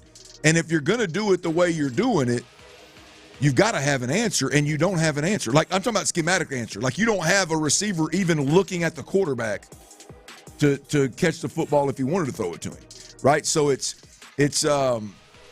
again, the Ravens, the Chiefs, the Bills, the Eagles, the Vikings, I'm sure I'm leaving somebody else that's playing good ball right now off. Detroit. All of those teams are figuring out what they're going to do on 3rd and 5 in the fourth quarter that nobody in the league has seen, throw a wrinkle so they can win a game. The Texans are trying to figure out how to pick up a 4-week blitz, right? There's a lot of bodies flying around, but the reality of it is if you just take a steal shot, you walk the line of scrimmage and you look at it, linebacker to my right is at depth, 5 or 6 yards deep. Cover guy to my left is on the line of scrimmage. There's a safety stack behind him. We got to push this thing left, boys. We got to push this thing left. And damn it, if I'm wrong, this backer is going to come from depth, and hopefully my quarterback can make him miss or he's got time to make a throw. But the last thing I can do is slide right and let that guy hit my quarterback immediately off the edge. Can't happen. And so that is football 101 stuff, Spo. That should be – like whoever it falls on, I can't tell you from watching the film because there's so many different ways teams pick it up. I'm not asking that it is a problem. Right? I ain't worried. Like with Bobby Slowick, I'm not worried about the screen game. You know what I mean? Like with Bobby Slowick, like there's only so much he can do to protect the quarterback. Like I'm talking about man on man when you get a hat for a hat. Like some guys just ain't winning, right? I mean, the run game, we're just not a very physical football team, man. Yeah, it all lays at Bobby's feet, but we're just not a very physical football team. This kind of stuff, this is on Bobby's ass. Like this is crying. That's a crying ass shame that in a critical situation, a team can bring a basic pressure and show it to you from jump. And you have no answers in protection or in route. It's unacceptable. So glad you brought that up because I wanted to make sure we got to that today at some point in time. But yeah, it's unacceptable. We'll see if they can get all that stuff fixed. And this was to be honest with you, it was much better this week. There were a couple of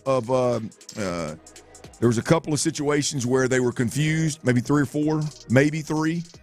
And then there was an early snap that screwed up Titus that got him. Everything else was, you said Blake Fisher got beat one time, I think. Karlaftis got him. But man, it was the O-line was pretty clean, man. So I don't have too much to complain about those guys. All right, we're gonna switch gears, change sports, y'all. Dana Brown over at the Astros, he's talking. I think they're introducing Christian Walker, that new first baseman, which I don't know if y'all saw him on was it ESPN or I don't know what he was on, but he was doing one of them TV shows. And he was talking about his routine, his regimen, his what he does to stay prepared. And my man's up there in some jeans, a flannel, and some boots now, talking baseball. I absolutely love what we're hearing from Christian Walker so far. We'll see what Dana Brown had to say and hopefully maybe even hear from Christian Walker. Before we do that, though, I got to tell you about QC Kinetics. QC Kinetics, look, if you're out there and you're dealing with chronic joint pain, you're dealing with any kind of joint pain, QC Kinetics is the absolute answer without a doubt, right? QC uses the healing properties of your own body to attack the root cause of your pain, which gets your joints right so you can move again pain-free. Pretty simple, man. And QC Kinetics are the best in the business. They are the future of medicine. If you're dealing with joint pain as we speak, it's time to call QC Kinetics. They've helped over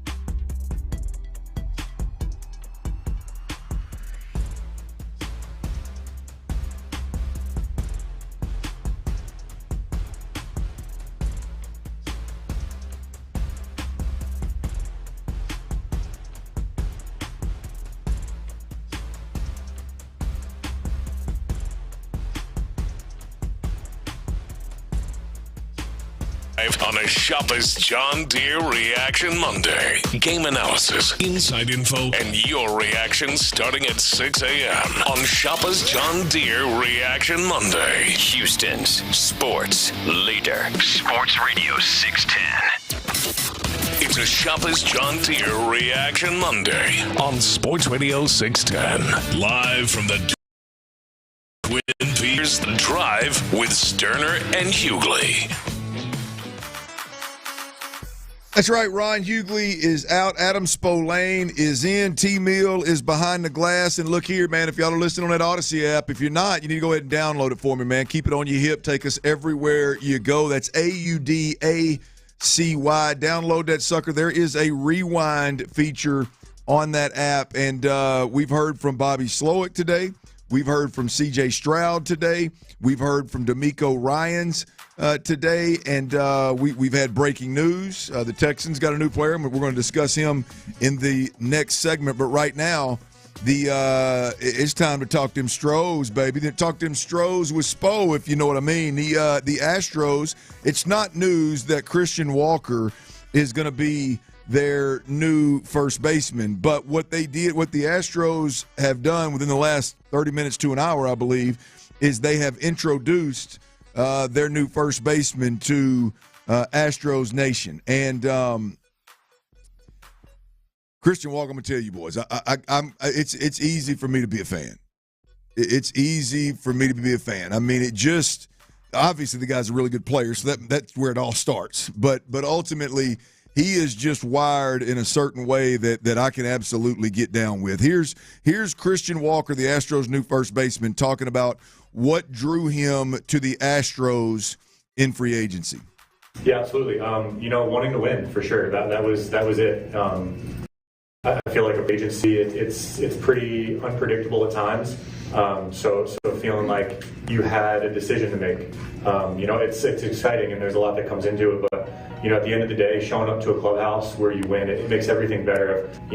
I've experienced the other side of that at times, and that energy is it can be weird. So to come up to the ballpark every day and there's a standard and you know what you're getting. You know what to expect. From a fan base, from your teammates, from your staff. It's everything that we were looking for. It checked a lot of boxes for us. Yeah, no surprise that when you talk about the Astros clubhouse, when you talk about the chemistry, when you talk about the togetherness, and the accountability and all the things that go into, creating a true unbreakable chemistry in a clubhouse, the Astros, I've said it multiple times. I mean, it's one of probably two or three in all of sports that seem to be a real part of why they win so much and how they win so much. It's coach speak. Everybody wants to get there. Everybody wants to talk about getting there. But boy, when a program gets there and the clubhouse and the front office and you're winning and all of it is working together, it's unbelievably powerful.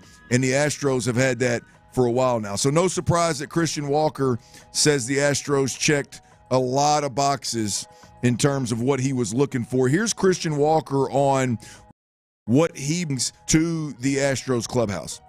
The easy answer is, I guess, the lead by example type of mentality. I take the game very seriously. I take my preparation very seriously. I understand everybody has a different angle. Everybody prepares in their own way, and I respect that for sure. But at the end of the day, I want my teammates to be the best version of themselves, and I owe it to them to do that to them. So, preparation is key for me. And I think, we're all really good at what we do, and if we can prepare the right way every day, and be good teammates to each other and treat each other the right way and treat the game the right way, I don't think we can lose.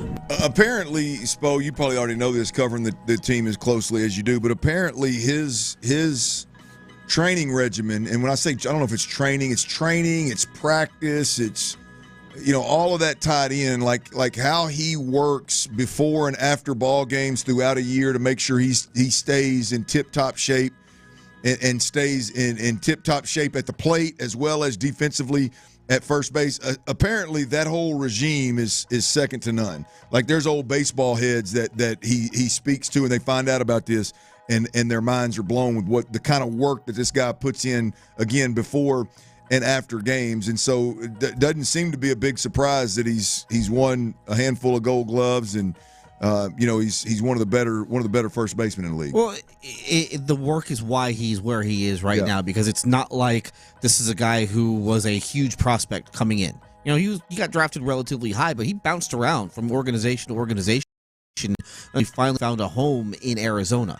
And so he has played his best baseball as he has gotten older. You don't normally see guys play their best once they hit 30, but that's what Christian Walker has done over the last couple of years in Arizona, winning the Gold Gloves. I think that's what makes him really attractive to the Astros. Obviously the power, but then the defensive ability at first base is really important. Well, I tell you the other thing too, and I don't know, I'm not gonna crown a guy because I have no idea authentically who the guy is in terms of how vocal of a leader he is and how. But boy, with Verlander being gone, Verlander was kind of that old head that would pull somebody aside and say, "Hey, man, this is how it needs to work as a pro." Bregman had did that last year with Spencer Arrighetti, I think it was at one point, and so when you're losing a couple of those guys, boy, it's good to get a guy in that seems like immediately is going to be as respected as anybody because of the way he goes about his business. The legitimate, genuine, sincere hard workers, not the guys that grunt and groan so the coach looks at you, but the guys that legitimately have this routine and go through it and stay on top of it. I mean, there's no quicker way to for a locker room or a clubhouse in this instance to embrace somebody than that right there. Now, a byproduct of the Christian Walker sign is the situation with Alex Bregman, and there's been no light shined on Alex Bregman, the negotiation by anybody. Well, Dana Brown, he had some comments. I think it was before they actually introduced. It was after. Was it after? Yeah, it was after. In a little scrum after? Okay, after they introduced Christian Walker, he was asked about Alex Bregman, and here's what the Astros general manager had to say about the Bregman negotiations. Yeah, so the way I view it right now, it's Paredes is going to play third base, and Walker's going to play first base, and Bregman's still a free agent. Where did you guys go negotiating wise with him? Did you guys up your offer at all? Yeah, I think the negotiation stalled. I won't get into specifics, but I feel like the negotiation stalled.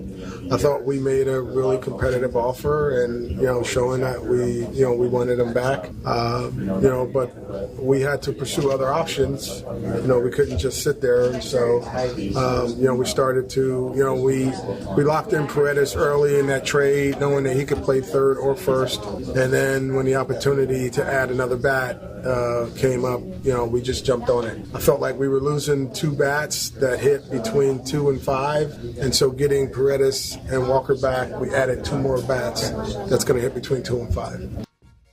Spo, you cover this team as close as anybody, man. Your thoughts on the Bregman negotiations? I mean, obviously it's clear that it appears that they've moved on, but just overall kind of how this thing played out. It's strange because Dana Brown literally 2 weeks ago, said Alex Bregman is our number one priority this offseason. And in less than 2 weeks, he was basically off the table for them. So I'm surprised at that, and it doesn't sound like they made an offer. It's a 6-year, $156 million. Call it competitive all they want. It was not a competitive offer when you consider what Bregman wants. They're $50 million apart. When you're $50 million apart from someone, that offer is not competitive. You might think it is, but the other side doesn't see it that way. So to me, they were never really serious about bringing Bregman back. If they were serious, they'd have gotten it done, or they would have upped the offer. And Chandler Rome asked Dana Brown today, did you up your offer? Did you up the original offer? And he wouldn't answer it. He refused to answer. And so the fact that they leaked the offer, listen, this is the same thing that happened with Correa 3 years ago. They made the bad offer to Correa that they knew he wasn't going to take. They leaked the offer, so it made it seem like, hey, they tried. They offered him $32 million a year or whatever it turned out to be. That's what they did with Bregman. They made the offer. The offer was the biggest free agent offer that the Astros have ever made to anybody. It would have been the biggest contract that they have given out. It makes it seem like they tried. But when you know that you're 50, when you make that offer, there's a $50 million gap. He's not going to take it. So it's not a serious offer. That old boy's just getting the auction started, isn't he? That's basically what it is. Just getting the bidding started, baby. It's you have the cruise to you have the cruise to wherever, and you bid $10. just get it started. Just get me started. We'll get the crowd rolling. Maybe this $10 bid will be good enough to win this cruise. That is great. All right, that's Adam Spolane right there. He's in for Ron Hughley. Tyler Milner's behind the glass. You listen to Sports Radio 610, Houston Sports Leader. I'm Clint Stoerner, and we are rocking and rolling on Christmas Eve, y'all. We got Texans injury updates. There were some big-time injuries this week against Kansas, and the Texans have added a big-time player at a position of need when they needed it the most, baby. That's next right here on Sports Radio 610. Before we do that, I got to tell you about Daisy Dips, y'all. Daisy Sour Cream, they've launched French Onion Dip and Ranch Dip. I'm telling you, we've had them here at the studio, and they are absolutely tremendous. And these dips, they are an absolute game changer, y'all.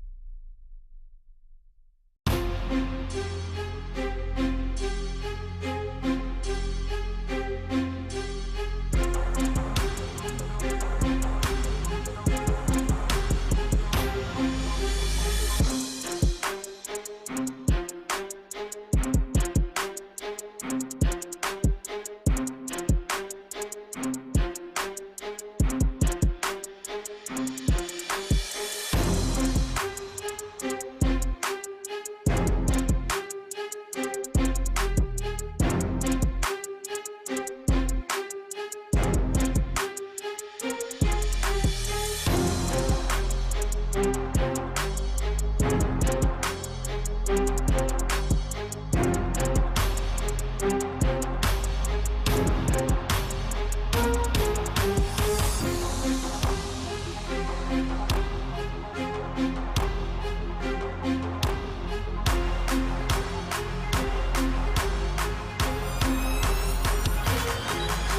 just remember, like a good neighbor, State Farm is there. State Farm, Bloomington, Illinois. Live from the Twin Peaks Studios, Sports Radio 610 presents The Drive with Stoerner and Hughley. Damn, that's dramatic, man. I like that right there. Brilliant, baby. That's the title of it. It's a dramatic version of whatever Christmas song this is. That is very good. Merry Christmas to everybody out there. Happy holidays to everybody out there from Sports Radio 610. I think I can speak for everybody on that. I mean, hell, we hope everybody's having a good time out there and their families are happy. It is a Reaction Monday, and we've got a lot to react to. Texans lost to the Kansas City Chiefs on Saturday. They've got a game coming up with the Baltimore Ravens, which, by the way, Beyonce is performing at halftime. So if you're out there and you're looking for tickets and boy, there's a big-time performance at half. You want to get out there and see that, Spo? You going to see that? Are they going to open the windows in the press box? Boy, I would hope so. They better. I would hope so. I'm going to tell you, my boy Randy Rogers got me. He got me a little. He moved me a bit this year. Beyonce, I got a feeling is going to take it to a whole other level now. Ooh, I'm telling you, man, I'm looking forward to this. You're raising the expectations for this. Well, are you looking more forward to Beyonce or the actual game? I'm going to be honest with you. It's Lamar Jackson. Yeah, it hadn't fared too well with the Texans and Lamar, man. No, Look, I think there's, I know a lot of listeners don't believe it because I'm just a realist. I don't try not to sugarcoat stuff. I don't try to. I don't sugarcoat crap, so people get frustrated with me sometimes and call me negative. But there's something about this team that I feel like some things are going to come together.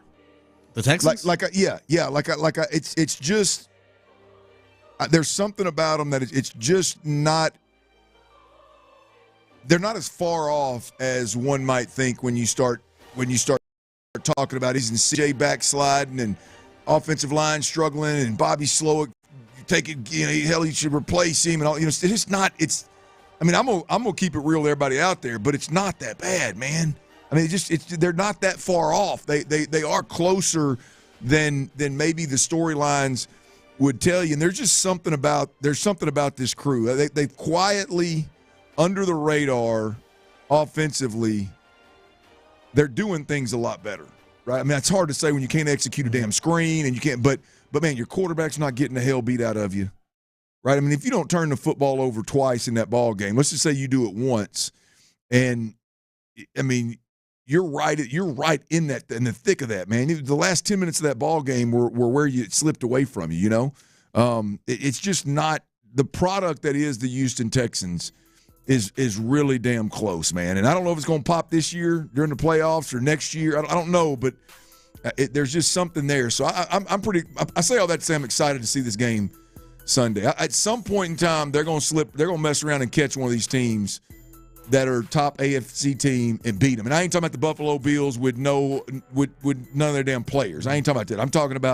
I'm talking about Derrick Henry, Lamar Jackson, Zay Flowers, Marlon Humphrey, all them boys, and they're gonna get them, and it's gonna be a legit win that we can sit up and say, "Damn it, I told you so." That these boys got it in them, and I just feel like at some point we're close to that happening. I'm not saying it's gonna be Wednesday, but we're close to it happening, so I'm pretty excited about Wednesday. I'm gonna ask you, how important is it to win one of these last two games? How much do you want to avoid the 3-game losing streak going into the playoffs? Does that matter? Does losing 3 in a row going into postseason matter? I think it matters for this team, yes. Okay.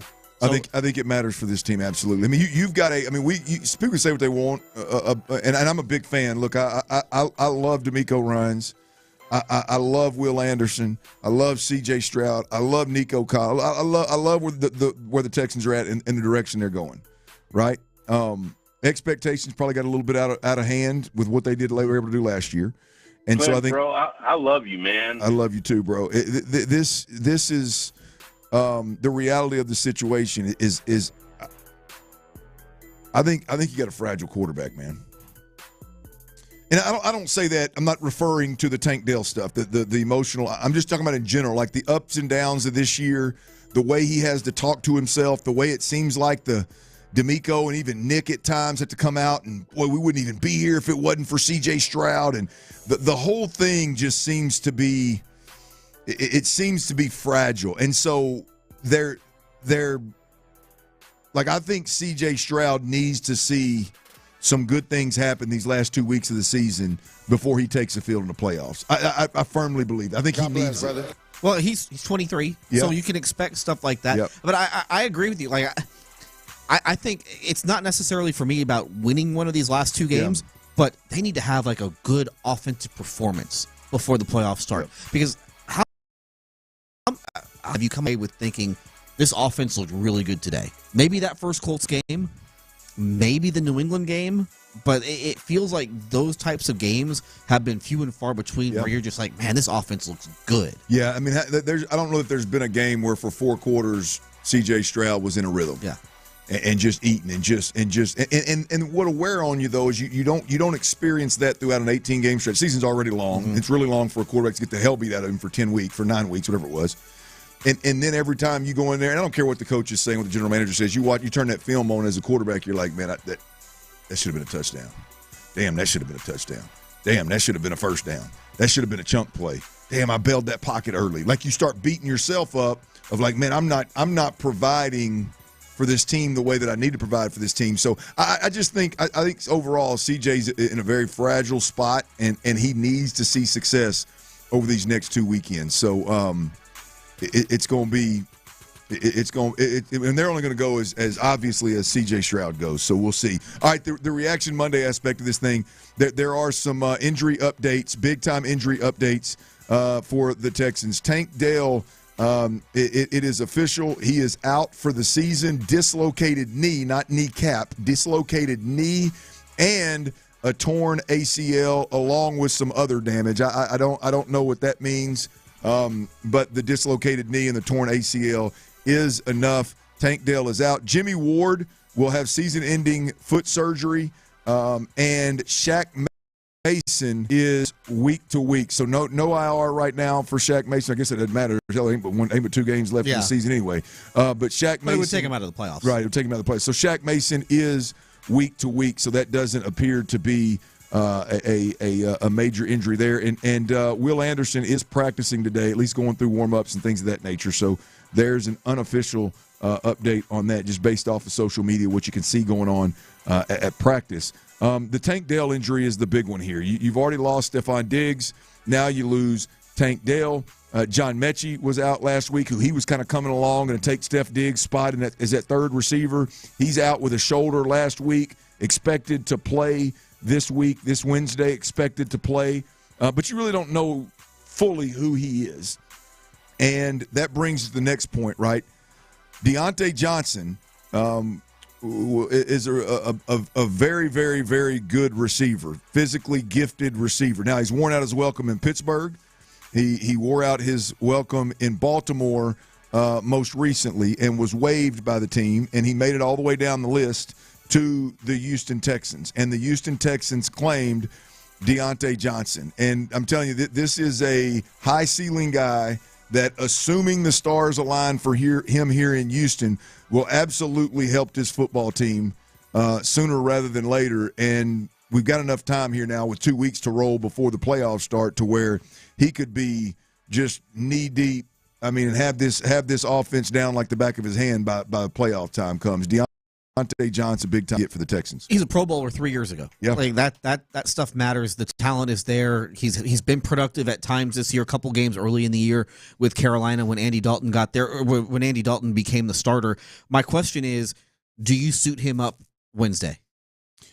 I think you made the great point earlier, man, is when whether we're talking C.J. Stroud or not, like you're talking about a guy that needs some run in this offense. Whether it's C.J. Stroud or Davis Mills or whoever, he needs some run in this offense. So I would suit him up, even if it's just to take the top off the defense a couple of times and clear out for Nico, which you're going to have to do anyway, or maybe even return some punts where Tank Dell was doing it. Maybe you can get him in there and do that. So, yeah, I think earlier I said no way, but I bet there is. I think there's a chance he can be out there Wednesday. He also knows the Ravens from having played played for them and then having played against them all those years in Pittsburgh. Absolutely. Texans All Access, the coaches show with D'Amico Ryans is up next 5 to 7 p.m. Saints at Packers Monday Night Football coverage courtesy of Westwood One starting at 7 p.m. For Adam Spolane, my man Tyler Milner, I'm Clint Stoerner. You're listening to Sports Radio 610, Houston Sports Leader, and we always love you, baby. Merry Christmas and Happy New Year, y'all.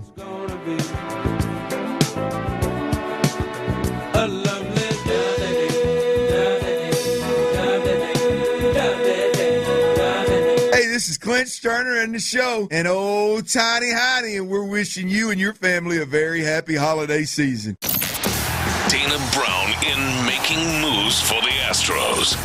Former Deep Space Christian Walker is headed to Houston on a 3-year, $60 million deal. The Stros have added a couple of corner infielders to the clubhouse. Will an outfielder or bullpen arm be next? Houston's sports leader, Sports Radio 610. All right, y'all, it's Clint Stoerner here, and I just want to take a minute and tip my cap to all my fellow Coors Light drinkers out there. Now, if you're drinking the world's most refreshing beer, dang it, you look damn good while you're doing it, man. You're making good decisions. You're living right. You're looking good. I don't know what else you could want to be during these holiday seasons, this holiday season. Look, if you're not drinking cold Coors Light, let me get your attention one time, right? This isn't hard. It's that time of year where you want to gather with your family, cook out, you want to watch live sports, make memories.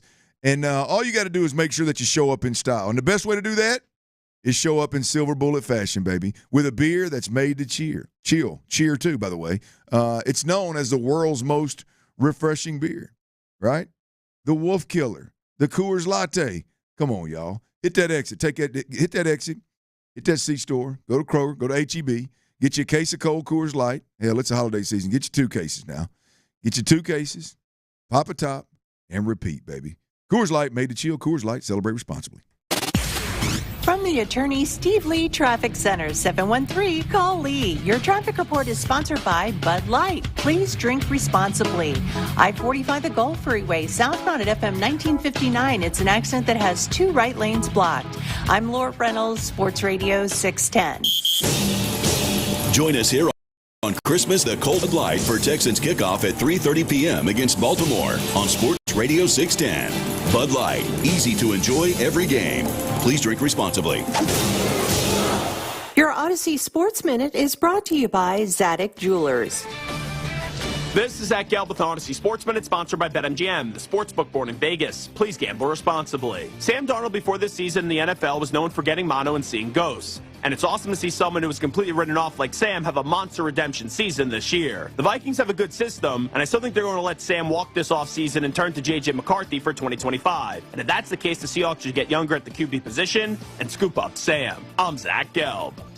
A cancer diagnosis can be overwhelming, but when you choose MD Anderson Cancer Center first, you'll have the nation's leader in cancer care with you every step of the way. Our world-renowned subspecialists collaborate across teams and disciplines to develop personalized treatment plans for every patient and their cancer. This unmatched expertise, delivered with the utmost compassion, brings hope and healing, even in the most complex cases. Choose MD Anderson first at mdanderson.org. As a business owner, you wear a lot of hats. One minute you're ordering today's inventory, and the next you're planning tomorrow's expansion. It's complicated, but your business credit card should be simple. With the Signify Business Cash Card by Wells Fargo, you earn unlimited 2% cash rewards on purchases for your business, with no caps or categories to track. Signify Business Cash, the deliberately simple business credit card. Learn more at wellsfargo.com/signify. Terms apply. I love spreading joy with gifts this time of year, but I try not to spread my budget too thin. Luckily, Kohl's has come through for me once again. I just went and used a 25% off coupon to score so many great gifts under $20, like cozy pajamas and fleece, amazing gift sets, and beauty must-haves. So if you're looking to give more for less this season, get to Kohl's. Select styles. Offers end December 24th. Some exclusions apply. See store or Kohl's.com for details. Hey, it's Sean Pendergast for the law firm of Daly & Black, and I'm talking to you homeowners or business owners out there whose homes or places of business have suffered storm damage recently, or you're worried about hurricane season. Daly & Black is who you need to go to if you're getting your insurance claims denied. They're an experienced team of trial lawyers that are going to be on your side. They don't get paid until they recover for you. That's right. No money out of your pocket till they recover for you. Their office is located right here in Houston, Texas. Visit them online. Talk to one of their attorneys right now at dalyblack.com. That's DALY, dalyblack.com. Last minute holiday gifts? Well, think smart with Suit Mart. Stacy Adams loungewear starting at $12.99. Take 20% off entire stock of men's solid turtlenecks and fashion sweaters. Sports coats and blazers from $49.99 to $89.99. Men's boots starting at $49.99. Fabian Couture dress pants, 2 pair for $40. It's not too late for those last minute holiday gifts. Think smart with Suit Mart. Yeah. Our daughter Jessie loves playing detective. A clue. But since we discovered she has sensitive skin, we've been playing detective too. We thought the problem was our puppy. But it was actually our old detergent. Aha. So we switched to Tide Free and Gentle. Tide cleans better than the leading competitive free detergent, and it doesn't leave behind irritating residues. Plus, Tide Free and Gentle has no dyes or perfumes, so it's gentle on her skin. Case closed. If it's got to be clean, it's got to be Tide Free and Gentle. Why pay more for prescriptions? Stop overpaying and start saving with SingleCare. It's easy. Find your prescription on singlecare.com, show the coupon at the pharmacy, and start saving. SingleCare works at pharmacies nationwide and is completely free to use, whether you have insurance or not. So the next time you fill a prescription, check SingleCare to make sure you're getting the best price. Take control of your prescription costs. Go to singlecare.com or download the free app today. Must qualify for enrollment. Results may vary. We all hear the radio ads about the IRS. They tell you to be afraid, to be scared, and they try to frighten you into calling. I'm not here to do that. Tax Relief Advocates is different. TRA is here to tell you that if you owe money to the IRS, whether it's $5,000, $50,000, or $500,000, we have a solution. It doesn't matter if you're sitting in your car, at work, or with your kids. No matter where you are, call now. 800-583-5795. Don't lose hope. TRA can eliminate or reduce what you owe to the IRS. Generous programs are now available that can give you a fresh start. Our passion is taxes and helping individuals fix their IRS problems. We have over 1,000 5-star reviews on Google and an A+ with the Better Business Bureau. You don't need to be afraid of the IRS any longer. End your tax nightmare today by visiting us online at tra.com or call 800-357-95. That's 800-583-5795. Tax Relief Advocates. Real solutions for real people. KILT FM HD2 Houston. Insider access. Exclusive content. Sports Radio 610. The Texans play here. An Odyssey sports station. It's Texans Radio. Yes, sir. The D'Amico Ryan Show. Communicate. Over-communicate. Brought to you by Amegy Bank. Hello, Texans. Welcome to the program, The D'Amico Ryan Show, here on Texans Radio, Sports Radio 610, the Odyssey app, wherever you might be listening to this, whether it's live or later in podcast form. We're grateful for you listening. In what is a very short week, you hear that term a lot. Well, last week was a 6-day week. That's a little bit shorter than normal. This week, very short, 4 days to get ready between the Chiefs game and the Ravens game on Christmas Day. Texans, of course, falling to the Chiefs in a one-score affair. They battled. They came up short. We'll get into it with the head coach. Where does it leave them? It leaves them at 9-6. Now, the Texans have, of course, already clinched a playoff berth. You've known that for a while now, as they are champions of the AFC South back-to-back. They took on the Chiefs. They lost. That dropped them to 9-6. They're the 4th seed currently in the AFC playoff standings. Pittsburgh is 3rd at 10-5 after falling to the Ravens, this Wednesday's opponent, on Saturday. And again, the Steelers played the Ravens. The Texans played the Chiefs. Now the Steelers host the Chiefs while the Texans host the Ravens.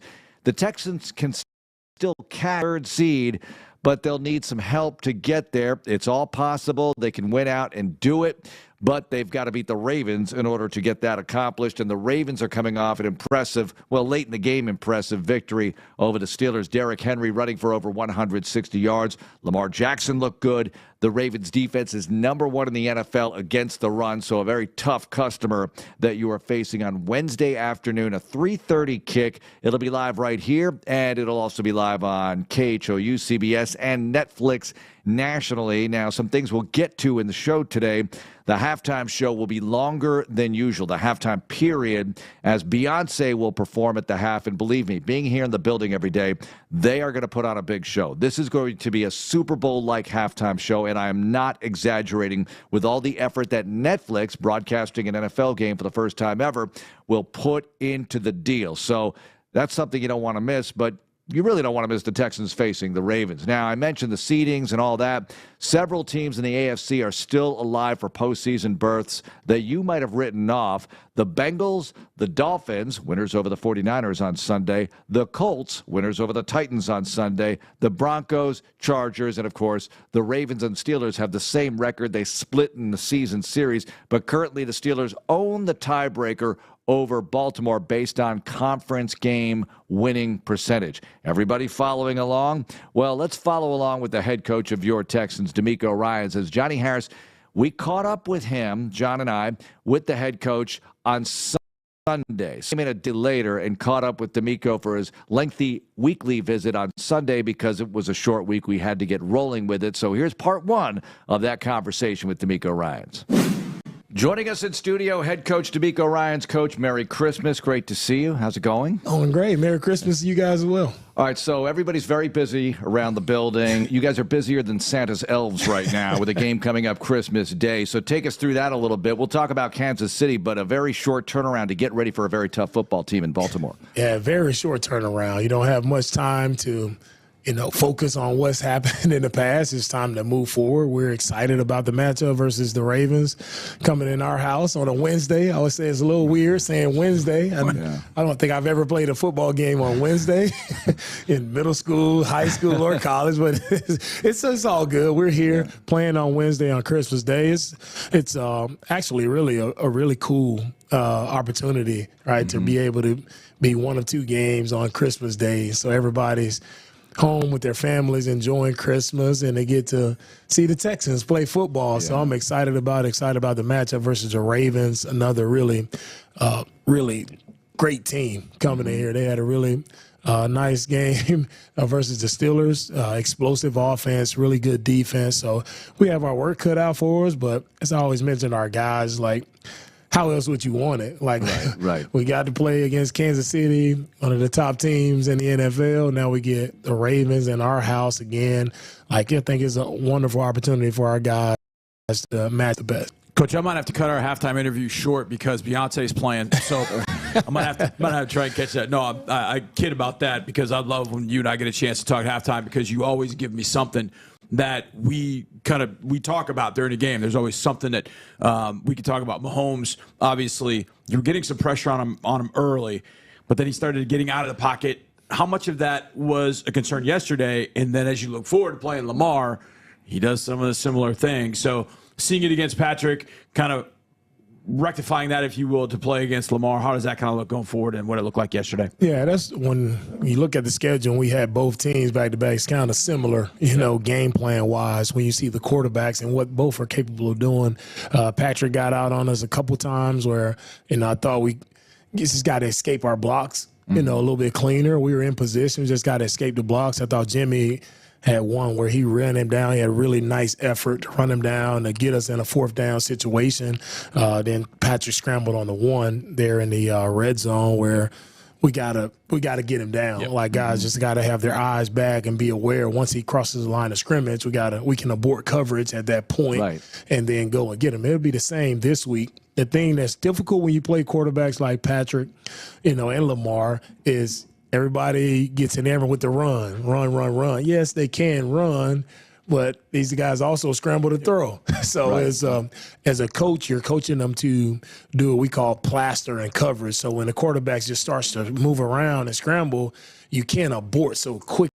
A lot of people got caught, especially versus Mahomes in the red zone, where he would run and he's like running towards the sideline. They would drop coverage and he would dump it over the head. But once he crosses the line of scrimmage, now we got to go. So we just got to, how we rectify that this week is just understanding, yes, plastering coverage, but once he breaks the line of scrimmage, everybody has to have elite pursuit towards him. In the game against the Chiefs, you talked about opportunities that you had, Coach, and there are no moral victories, but you could play with them, and you certainly established that. You just have to make the plays in crunch time, right? Yeah, for sure. We know we can play with them. We can play with anybody in the league. Mm-hmm. But one thing I always tell our guys, we can't play against the Texans and the opponent, right? So some things where we can clean up just in those critical moments, whether it's, third down, making the throw, making the catch on third down, being tighter in coverage, right?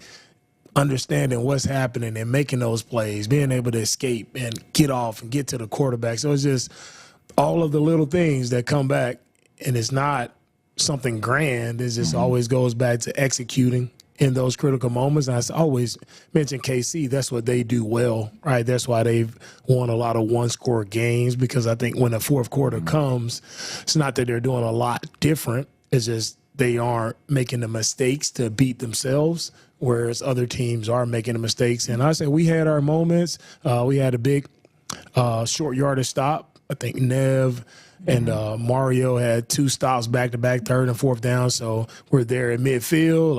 Like, man, we go down and get a drive right there to score, and then we don't get it. And they come down and have another big drive. They score. We drive back down. We have our moment again, and we just come up short. So we're going back and forth a lot, right? And we can go back and forth with all the teams. And then we did it versus the Lions. We did it versus the Chiefs. Now, how do we get over that hump and find a way to win? Coach, yesterday, Shaq goes down, 4th, 5th play of the game. He goes down early. Kendrick goes in there at right guard. And just watching the few plays, just focusing on him, felt like, man, he's going against Chris Jones, and he's not only holding his own, he's moving him a little bit in the run game. When you had a chance to go back and look at the film, how did you think Kendrick fit in there at right guard? And how did you think the offensive line played once he went in there? Yeah, I thought Kendrick stepped in and he held his own. Like, he played with that grit, tenacity. Like, he scrapped. Like, that's what I loved about, and that's O-line play. Like, it's scrappy, it's nasty in there. But, you see his athleticism jump off the tape, him getting up to the second level, finishing guys, him blocking against Chris Jones. Like, he can do it. It just has to remain consistent. And that's the thing, Kendrick just being consistent time and time again. But collectively as a group, thought the guys did a really nice job versus their D-line. We knew Chris Jones was going to be a problem. And I felt like we had really good awareness for Chris Jones and where he was at all times. I think they may have got us one time, but overall we had really good protection. And that allowed CJ, I think, to step up and make some really nice throws. I think the accuracy really showed. CJ making some nice throws across the middle of the sideline. So overall, I really liked, how we protected yesterday.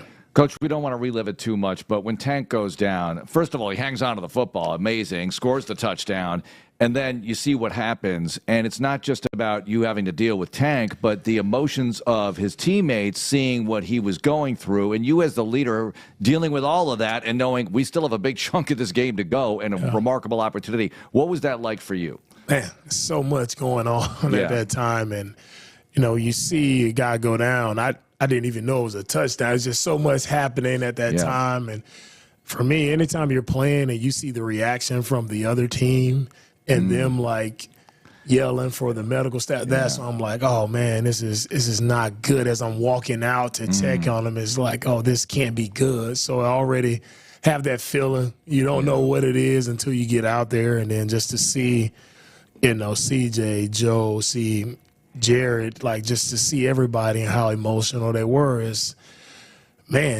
was no words that I could even give in that moment. I feel for Tank. Instantly start praying for him that he would be okay.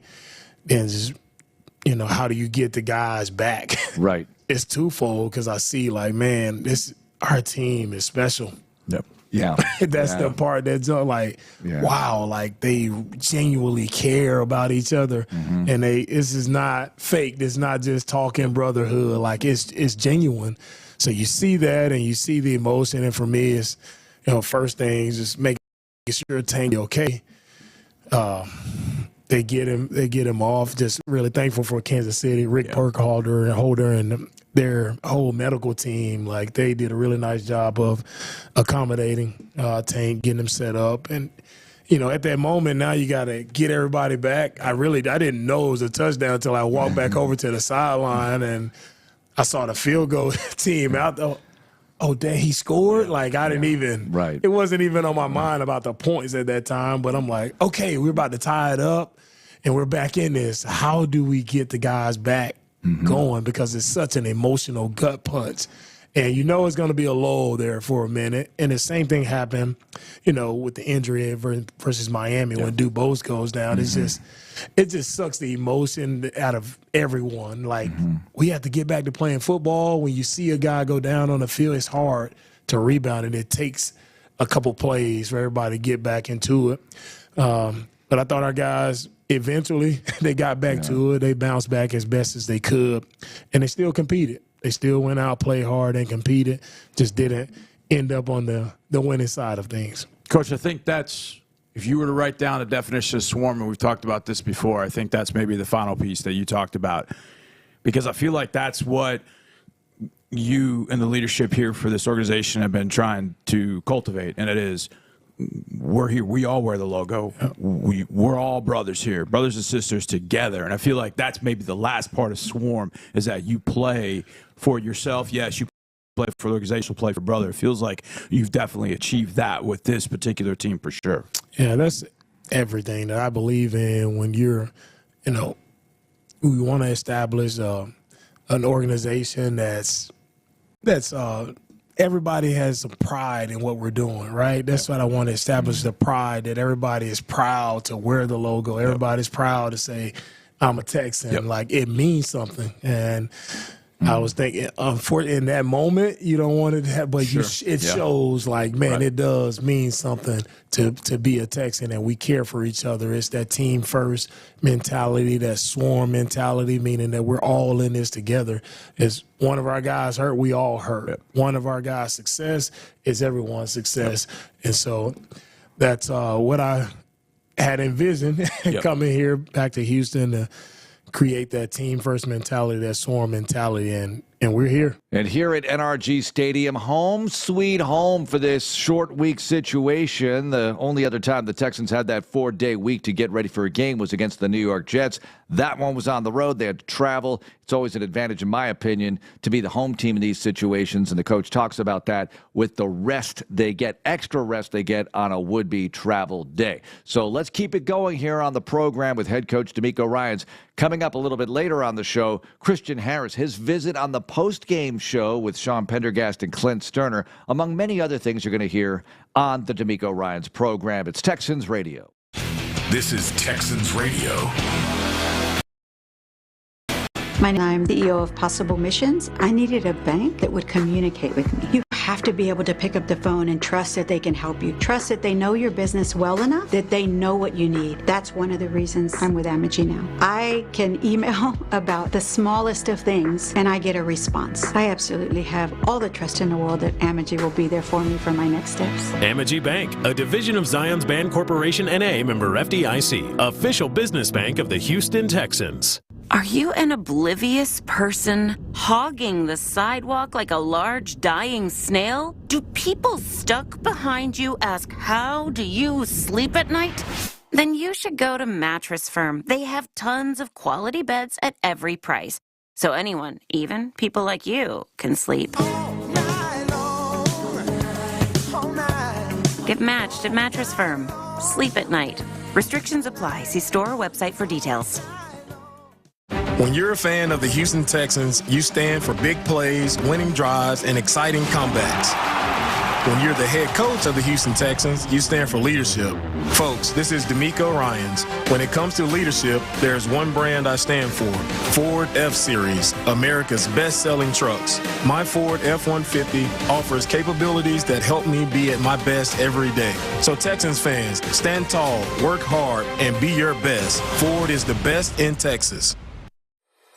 The excitement is building for the 2024 Houston Texans season, and as a Lux member, you can access the Texans like no one else. Entertain your Top clients at Texans Luxe Game Day Suite while cheering on C.J. Stroud, Will Anderson Jr., and the rest of your Texans. Limited memberships are still available, but going quickly. Visit HoustonTexansLuxe.com now to schedule a private tour with our Luxe team and secure your ticket to the best game day experience available.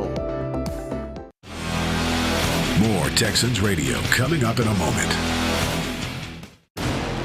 In H-Town, we got that hustle, that swagger. And now you can too with Houston Texans scratch tickets from the Texas Lottery.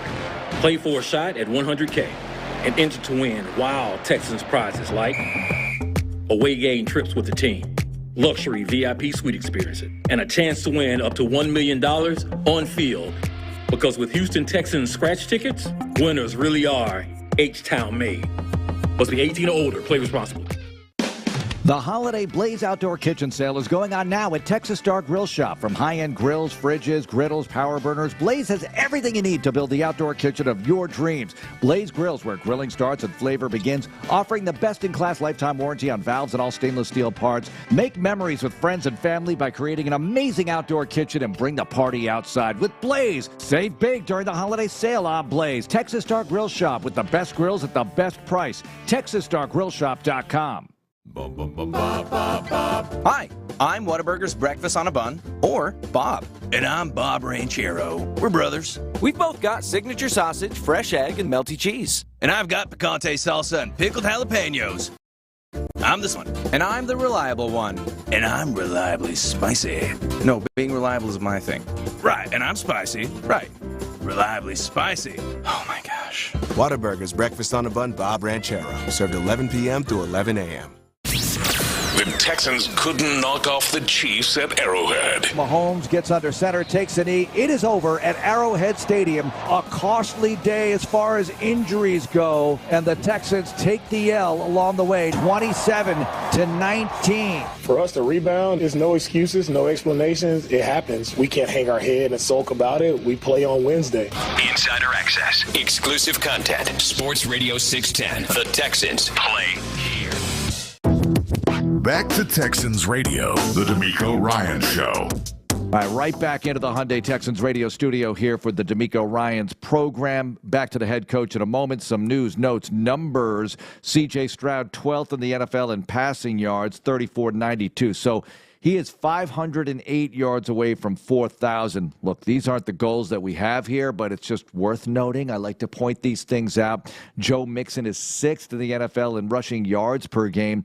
Nico Collins, he missed the 5 games, but yards per game, he's still 3rd in the league behind Jamar Chase and Justin Jefferson. So even on Saturday, not the biggest game for Nico Collins, but he adds to the number total. He's going to get over 1,000 yards this year. Mixon will get over 1,000 yards rushing this year. That's all going to happen. What about defensively? In the sack department, Danielle Hunter's this year tied for 2nd in the NFL in sacks. Myles Garrett has 12 along with Danielle Hunter, and Trey Hendrickson of the Bengals leads the way with 13.5 sacks. Will Anderson is tied for 8th with 10.5 sacks, and you have 2 games to go, so we'll see how that goes for them. And in the INT department, of course, couldn't get the ball away from Patrick Mahomes. Derek Stingley Jr. and Kalen Bullock have 5 picks apiece. They are tied for 5th in the NFL in interceptions. So get the takeaway train rolling again against the Ravens on Wednesday, 3:30 kick here and live on the Odyssey app, all the Texans radio affiliates, and, of course, on CBS, KHOU, and Netflix, like we said. All right, back to it with the head coach, D'Amico Ryans. We talked about how short a turnaround it is, and you mentioned in your press conference about regen, and you got to hit that hard. How do you hit that hard? How do you go about that in a short amount of time? What are the guys doing to help their bodies get back faster, if you will? Yeah, like a day like today, our guys they've been in the weight room with Coach Mike, and they have a program they're going through, recovering. At this point now, it's not a huge lift like in the weight room, but it's more so when you're just kind of resetting your body, recentering your body, some stretching, right? Some small exercises just to get your body moving again. We also have a yoga session set up later today. So everything the guys need, Roland and the medical staff, all of the treatment that the guys need is just around the clock at this point in time. Everybody in there. There are no closing hours. There's no time that we're closing. Like, we're open. Guys are here taking care of their bodies the right way. Coach, I know it was last year, but you faced the Ravens twice. Yeah. Now, I know they're constructed a little differently because of number 22. What's his name? Derrick Henry. Yeah, he's good. That guy. Slightly familiar. Yeah, that guy. But just your guys having – I thought about this yesterday about the number of guys that had not faced Mahomes. Even Sting had not faced Mahomes because he was hurt as a rookie. And then Kalen's facing him, and Kamara, they're facing him for the first time. But you've seen Lamar before. You saw him twice last year for the young guys that were here and the guys that were here. You faced Henry last year twice. Does it – and we'll find out on Wednesday. But is there any advantage as you see it that guys have seen them that – okay, the play speed's got to be at a certain rate because these guys get the ball. It's a little different. Is it good to have seen them at least even last year a couple of times? It is good to have seen them and to have guys who are out there that have done it. So they can relay the message of what it was like, playing against Lamar, playing against the Ravens. So there's no surprises. You know kind of where our shortcomings were, and you know what it's going to take. Like, hey, we were there, but we didn't do X, Y, Z to close it out. So hearing that from amongst the players will be, I think, very beneficial, especially that Sting sharing with Kamari and sharing with Kalen. Like, what is it going to take for us to win this game? So that is helpful. And our guys, they know they don't need to get up or make the game bigger than it needs to be. Like, we played them before. You understand who they are. You played Derrick Henry before. You know what type of runner he is. You know how we have to approach him, how, what our tackling style has to be going against him. And so we know what it takes. We've been here. We've seen these players before.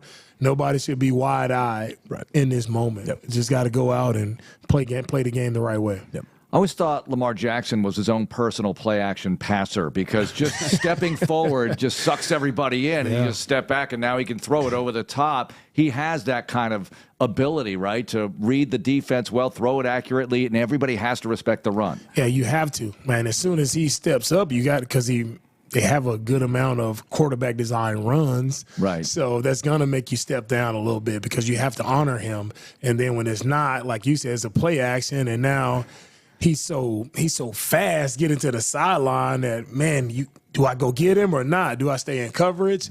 And that's where you find guys are wide open in the back end, right? And whereas if Flowers is wide open back there somewhere, Likely, Andrews, those guys are open because Lamar can buy time a little different than the other guys buy time just with his exceptional speed. You have to honor him. I know they're different players, Coach, but the way that when Jalen was healthy that you would employ Jalen Petrie, you had to find where he was on the formation because he'd be in coverage, maybe he's rushing, he's blitzing, etc. Ravens have one of those guys, too, in Kyle Hamilton, where he can line up. He might play some linebacker. He might play some safety. How important is it for the offense to understand where he is and B, what his role might be, how you account for a player like that can do so many different things on the field?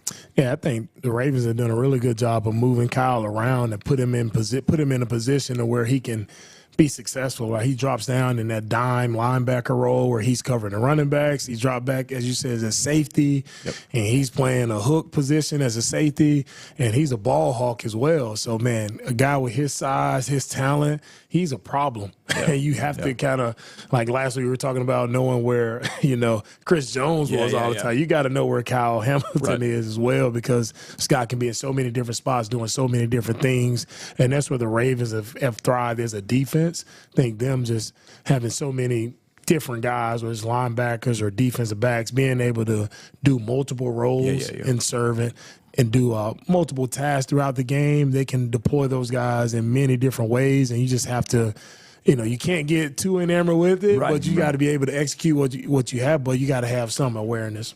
You were talking about what it means to be a Texan earlier, and the Ravens have their identity, right? And it adjusts year to year. Every team is different year to year, but they have that brand of the way they play and the way they are. And that's what you're seeking here, right? You just mentioned it. You feel like this team is achieving some of that, but I know you want to see more. Yeah, for sure. There's an identity that when a team plays, like the Ravens, they're going to be a physical football team. Right. Like, no matter in what year since Harbaugh has been there, they've always been a physical football team, played great defense, really really good on team, like offensively. They find a way to sustain drives, being aggressive on fourth down. Like that's their identity. They're going to run the ball. And so same with us. Like the Texans, I think when people play us, they know, man, those guys, they fly around. They play fast. They're going to hit you. Like you got to bring it when you play the Texans. I think that's the identity that we're in our reputation that we're getting around the league. Can't tell you like how many coaches come up after a game and like, man, we love the way you guys play. Like you guys play hard. You got the guys rolling, playing. So that's the biggest compliment a coach can ever give me is that when they see our tape and they see our guys play, they know it's different. And that's always how I always stress that to our guys, that everybody doesn't play like we play. Everybody's not going to play all out hard every single snap. But I just say, man, you have to maximize, the time that you have playing this game. Like, why wouldn't you? Like, you don't know how long you have to play this game. So if you're going to do it all out.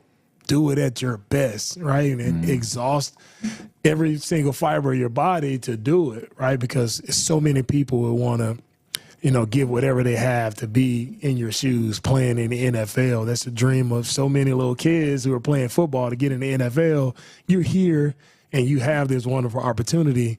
Man, go out and be the best that you can be. Coach, the one thing that's different other than the team we're playing, when we played the Jets, we played here Sunday, but Thursday, where we had to travel the day before. Now we play away, but now we're playing at home.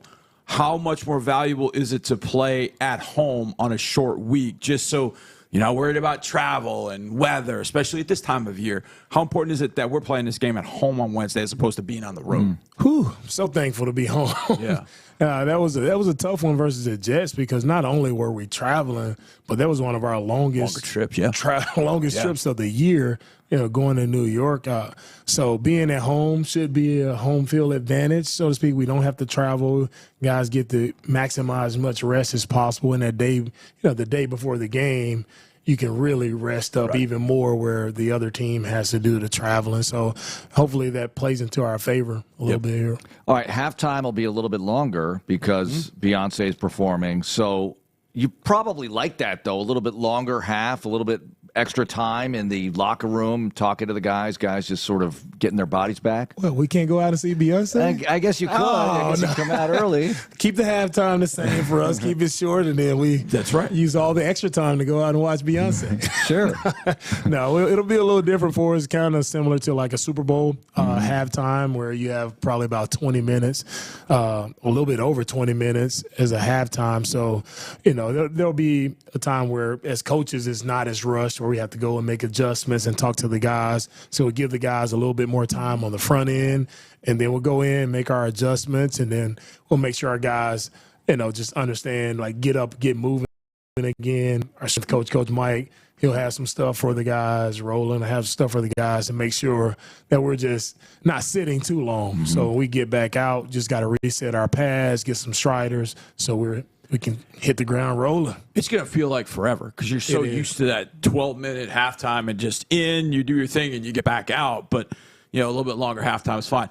So this game's on Netflix. No, locally it'll be shown. I'm not sure what station it's going to be on locally, but the game's going to be on Netflix. Have they asked you to do a number of things because this is the first time that they've had NFL games on Netflix? Have you been asked to do like a number of different things for Netflix? You know what? I have not. Okay. All right, let's stop it right there. Don't ask any more questions. Good. All right, we're good. Yeah. We're good. No, don't give them any more time. It's good. We got to focus on the matter at hand here, Yes, Coach. there we go. Do you have a favorite Beyonce song, though? Favorite Beyonce song? Oh, man. That's a good one. I've seen Dreamgirls. I thought there were some good songs I think it's there. what is it? Before I Let You Go? I think that's it. I think that's one. Yeah, that's sounds a good one. Okay, if you could sing it, just kidding, Coach. All right, the Amegy Bank Ask Coach question of the week. Christmas tradition. All right, so is it okay to open up a present or two Christmas Eve? And how do you handle the stockings? Some people do stockings Christmas Eve, but then how does Santa come into play? I don't know, Coach. Wow. There are a lot of complicated issues here with the kids. A lot of complicated issues. I think that, especially with us playing on Christmas Day. It is okay to open up gifts on Christmas Eve. Okay. I think that gets the excitement going. So I always like to let them open some things up there. Then with the stockings, I don't think anything's in their stockings right now. We got work to do over the next couple of days. Nothing at the hotel gift shop when you were traveling. This has been a big discussion in the Harris household last night when we got back. I mean, it was at least an hour long going back and forth about what we were doing for Christmas because how we want to do the game and all that kind of stuff. So, yeah, it's a big discussion. Yeah, for me, and as I told our guys, like, this is such a hectic week, right? It's such a short week. Our energies can be diverted in many different directions. It's like, okay, let's keep the main thing the main thing. I know Christmas. I know it's important, but can we do Christmas after the game? Yes, yeah. And you still got time. We'll have the weekend off, so guys will have some time to relax with their families. But let's keep the main thing, focus on the Ravens, and then Christmas will be even better. I like that. Coach Johnny, deliver that message to I your will. family, Coach. I delivered it already last night. All right, there's head coach D'Amico Ryans. Now we'll have some other D'Amico Ryans audio for you in the next segment. Greg Bailey from ABC 13 catching up with D'Amico. Johnny Harris after the game. We will also have some audio from Christian Harris, who visited with the guys on Texans postgame, Sean Pendergast and Clint Stoerner, and much more. It's all coming up here on Texans Radio. This is Texans Radio. The Texans and SLB are proud to present the Houston Texans Stats Challenge for our 9th consecutive year. This program is designed to help 6th grade students learn and sharpen their math skills using the game of football. With interactive worksheets and fun videos from Houston Texans representatives, the Stats Challenge presented by SLB makes math fun for everyone. Last year, over 340 teachers and 4,500 student Texas completed the challenge. Help your local middle school be the next to join them. Visit HoustonTexans.com. Go Texans! Don't you love the sounds of the holiday season? The bells, the sleighs. Woohoo! If so, your holiday's now even more magical because now during the Hyundai Getaway Sales Event, you can take home your favorite Hyundai with some of the season's greatest savings. Drive away now in one of our most popular models with 0% APR and 0 payments for 90 days. Now, during the Hyundai Getaway Sales Event, the official car of the Houston Texans. Offer ends January 2nd. Call 469-405-7740 for details. We believe in champions at Texas Children's Orthopedics. The runners, the receivers, the strikers, the dreamers. As the only children's hospital partnered with the U.S. Olympic and Paralympic Medical Network, our nationally ranked team brings a caliber of care normally reserved for professional athletes to every patient. Because we champion one thing above all. You. Texas Children's. The difference is life-changing. The Texans' 27-19 loss to the Chiefs was tough. Even tougher, losing Tank Dell to another leg injury. You guys can see what he means to our entire team. It hurts to see him go down like that. He was in a really great spot, and we just want to keep him in our thoughts and prayers right now. Insider access, exclusive content. Sports Radio 610. The Texans play here. More Texans Radio coming up in a moment. Wada Wings from Whataburger are tossed in honey barbecue, sweet and spicy buffalo, and now for a limited time, try our new Nashville hot sauce. Now, we know some people are going to say these premium chicken tender bites are not real wings. And to that we say, so what? It's okay to be deliciously incorrect. Butterflies aren't made of butter, French fries are not from France, and your daddy's famous pork butt, not actually butt. Boneless Wada Wings from Whataburger. Get them Nashville hot for a limited time, no matter what you call them. Wada Wings. Whataburger, Wada Wings. Something amazing is happening. Data is powering insights and innovation. Network security has cyber attacks playing defense. Devices are improving the quality of work and the quality of life. That's what happens when you partner with CDW. Our experts help you get the most from your technology. We work with you to plan it, build it at scale, and manage it, so you can do amazing things. CDW. Make amazing happen. Learn more at CDW.com. Each home game, nonprofit groups are given the opportunity to staff concession stands at NRG Stadium with members from their organizations. In partnership with Aramark, the Houston Texans donate a portion of each game's profit back to the organizations who dedicated their time to a successful game day. Since the 2002 season, over $7.4 million has been donated and reinvested in the Houston community. Be sure to stop by the concessions this season at NRG Stadium to help support Houston.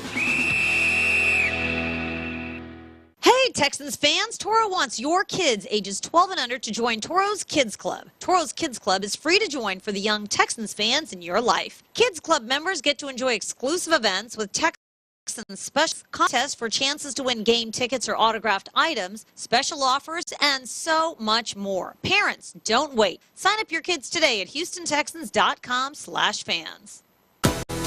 Now, more Texans Radio, The D'Amico Ryan Show. Moving right along with the D'Amico Ryan's program here, presented by Amegy Bank, the official business bank of the Houston Texans. We will not do Amegy Bank Amazing Plays of the Game this week, coming off a loss to Kansas City, but I hope to have a ton of them on Monday after the team plays the Ravens on Christmas Day. Now, after the Chiefs game, Christian Harris, he was back for Miami, back for Kansas City, so 2 consecutive games, and he was a guest on Texans post-game with Payne Pendergast and Clint Stoerner. It was a good conversation with the linebacker who needs to factor big in these final couple of games and the entire postseason. Let's have that conversation. Christian, not the result we were looking for today, but I know Coach Ryan said this week that this was going to be a week where you guys are able to really see how you kind of stack up with the best of the best. How do you feel like you guys competed today against the Chiefs? I think from an effort standpoint, we were there. I don't feel like they're a better team than us. I feel like a lot of stuff was self-inflicting for us. I know for myself, I have to be better at executing my job. I know, we had some penalties that hurt us sometimes. But, man, like I said, if you want to – these are playoff teams, so you see where you match up at, going head-to-head against these guys. You're going to see them again down the road. So, really can't reflect on this too much right now. We got another game in a couple of days, so we're right back on. Hey, Christian, we all saw it on TV, obviously, man, the injury to Tank Dell, and could see the emotion line. But can you either personally or just as a group take us to that sideline and kind of what you guys felt and how difficult it was to get back in the groove of playing football or something like that? Man, it's terrible, though. It's hurt. You hate to see somebody who's worked so hard to be out there, for one. And, he's had stuff in the past as well that he's had to overcome and that he did overcome. And then, for some to just pop up like this is not fair. But, God doesn't make mistakes, and he knows that we're going to be here for him. God, we know for sure God's going to be there by his side, and he's not going to give him more than he can bear and handle. So we all know he's going to overcome this. But obviously that doesn't take away from it being a tough situation, like you just said. So, obviously on the sideline we were hurting, but we're just going to continue to fight and come to work every day for him. For you personally, Christian, we know you've battled through injuries this year, too, getting back on the field against Miami. I know you had an ankle injury that popped up on the injury report this week as well. How are you feeling, and how's it felt for you to get back out there? Like, to what percentage of the ceiling level Christian Harris are we seeing right now? I'm feeling good. Percentage, I couldn't really give a percentage. I feel good, It's nothing but football stuff going on, like little nicks and bruises, but I'm all good. Like, I played the whole game, and so I'm still feeling good. So I just got to get recovery and get ready for next week. Hey, Christian, you mentioned that you got a game in 3-4 days here, man. If you don't mind, take all of us, the fans and everybody. We obviously can count the days and know it's not easy, but can you take us through what the next 3 days holds for a guy like Christian Harris, playing linebacker, one of the more physical positions in the sport, and how you get your body and your mind back ready to play football? Yeah, straight recovery, I'm telling you that. Make sure I'm getting the body right, most importantly, and then seeing whatever our game plan is as soon as we can get on that. Like I said, I know everybody's going to try and hop on that because we got the quick turnaround playing on Wednesday. So trying to take that process day by day. But, yeah, a lot of recovery, a lot of film study. You can't hang your head, even win or lose with this game. We was going to have to get on to the next one. Well, this is definitely one that's going to be easy to get on to the next one because, again, hell, you ain't got a chance to blink. But look, do you guys do you sleep in them leg sleeves and that are creating circulation and getting y'all? Is it to that extent, or do you leave it at the stadium? I got some Normatex at my crib that I use at nighttime. Like I sleep in sometimes. I might do that for sure for probably every day. But, yeah, we got all type of stuff. Our training staff has, like, a whole recovery room full of stuff for us to use at the facilities if we wanted to be there all day, if we don't have stuff at our house. So they have everything we need to make sure we get back. Texans linebacker Christian Harris joining us on postgame. Last one before we get you out of here, Christian. You came back last week against Miami. By the time you're back, Azeez Al-Shaair is serving a 3-game suspension. Obviously, he's got one more game here against Baltimore. Eventually, you guys are going to get on the field together here, and this is a combination I know a lot of Texan fans have been very excited about, seeing both of you out there at the same time. How excited are you to get out there with Azeez eventually here? No, I'm excited for sure to get him back out there, man, and just, get the fulfillment of what I was missing out on the whole year. Watching everybody out there flying around, 11 hats to the ball. I just wanted to add my little piece to it when I was missing out. So excited to see that, excited to see him lead us. He's definitely a leader for us, a captain, inspiring, definitely in the linebacker room for us. Being a vet, being that he's had a lot of success in this league, it's great to have him back. There's Christian Harris with the guys on Texans postgame, Sean Pendergast and Clint Stoerner. Now, also after the game, Johnny catches up with D'Amico Ryans. So does Greg Bailey from ABC 13's Inside the Game. That's a Texans show. And let's have that conversation with Greg Bailey and D'Amico Ryans after the Texans played the Chiefs. D'Amico, just how tough is it for your team emotionally when they see somebody like Tank go down? He is such a popular figure inside your locker room. The love that your players have for him was evident. Yeah, that was a huge gut punch for us, just emotionally. When it shows what Tank means to us, just as a person, as a young man, he means so much to everybody in our locker room. So it was a tough moment for everyone, and rightfully so, just because of the guy. Like, everybody loves Tank. He always brings great energy, always has a smile on his face, and I feel like he was in a really good spot. Like, I feel like Tank was back to Tank over these past, few weeks, and today he was having an outstanding game. Even the play he unfortunately got hurt on was a huge play in the game for us. We're just praying for him. He has to stay here overnight in Kansas City, so we're just praying that everything checks out fine for him and that he's able to get back home soon. You mentioned in postgame that one of the first things you addressed was his status. I know there's so much private in there. How was that received, just hearing your words, giving the update and letting them know where Tank is? Yeah, right now it was hard. Yeah. And I think anytime you hear that a teammate is staying overnight and they're not getting back on the plane with us, it's a significant injury. So that hit hard, it hurt. It's tough to swallow that one. And we just, again, that's what our guys are. That's where our team is. I couldn't be more proud of our team, just how we battle for each other. There's some tough moments and adversity that hits you as a team. It's all about, how are we going to respond? How do we come out of this? And we got to come out together. Your team did battle a great Kansas City team. What did you like about the way they fought? I know execution wasn't always perfect the way you would like, but what did you like in that regard? Yeah, I really love the effort. I love the mindset. Our guys fought, they scrapped, and it came down to executing in the critical moments, which we knew on last Tuesday, going through watching the film on this team, that's what it was going to come down to. So overall, we're right there. We're in the game. And it just shows the caliber of team that we have going against the top team in the NFL. We're right there. We have our opportunity. We have our moment, and we just got to find a way to make those plays in a critical moment, whether it's offense, sustaining the drive there at the end of the game, or defensively, we're in 4-minute mode. How can we find a way to get the ball back?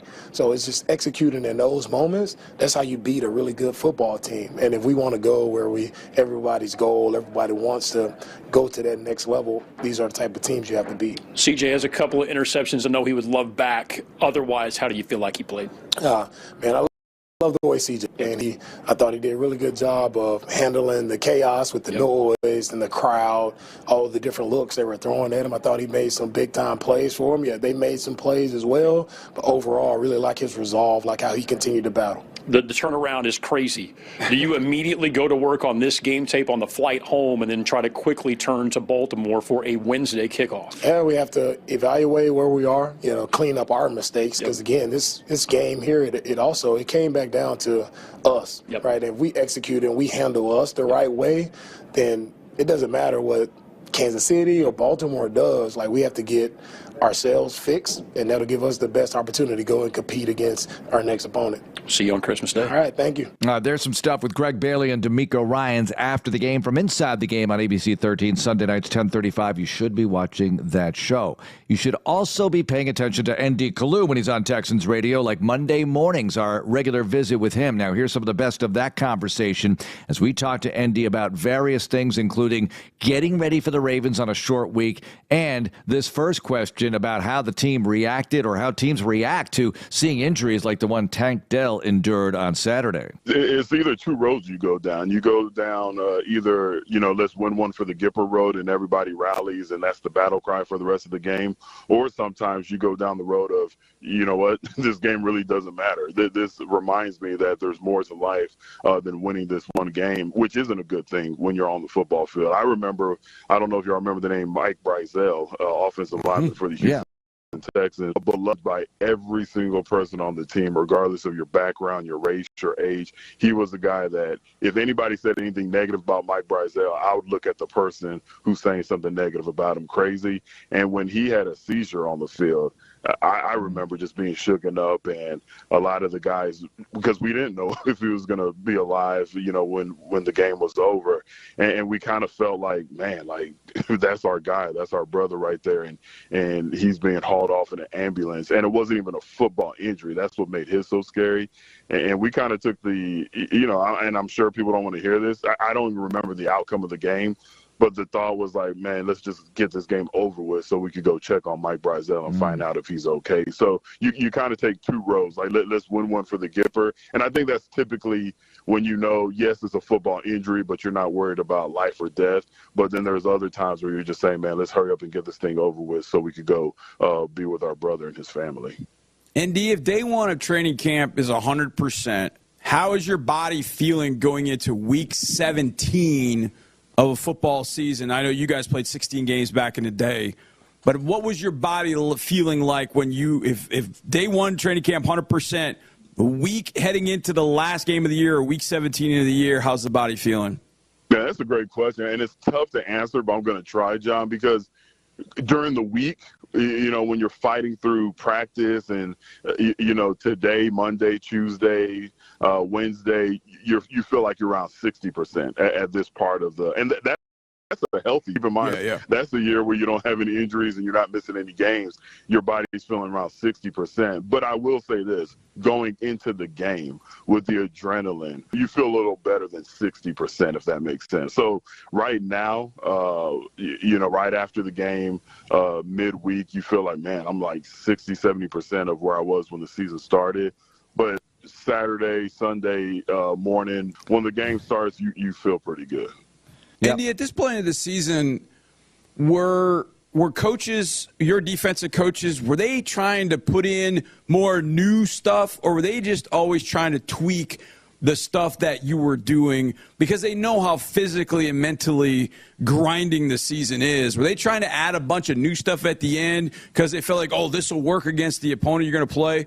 Or was it more, this is what we do, this is how we do it, we just got to clean up and know what they do so we know how to apply our stuff? How did coaches handle it near the end of the year with kind of the mental game plan scheming type stuff? The latter, just what you said. The good defensive coordinators, the Jim Johnsons, may soul rest in peace of the world, just what you said, John, because they introduced everything in training camp. They introduced the entire playbook during training camp, and then you tweak it according to your opponent. And this late in the season is just what you said. I mean, he would pull a playbook, because we get weekly playbooks. So they give you the big playbook, and then every week you get a summarized version depending on who you're playing.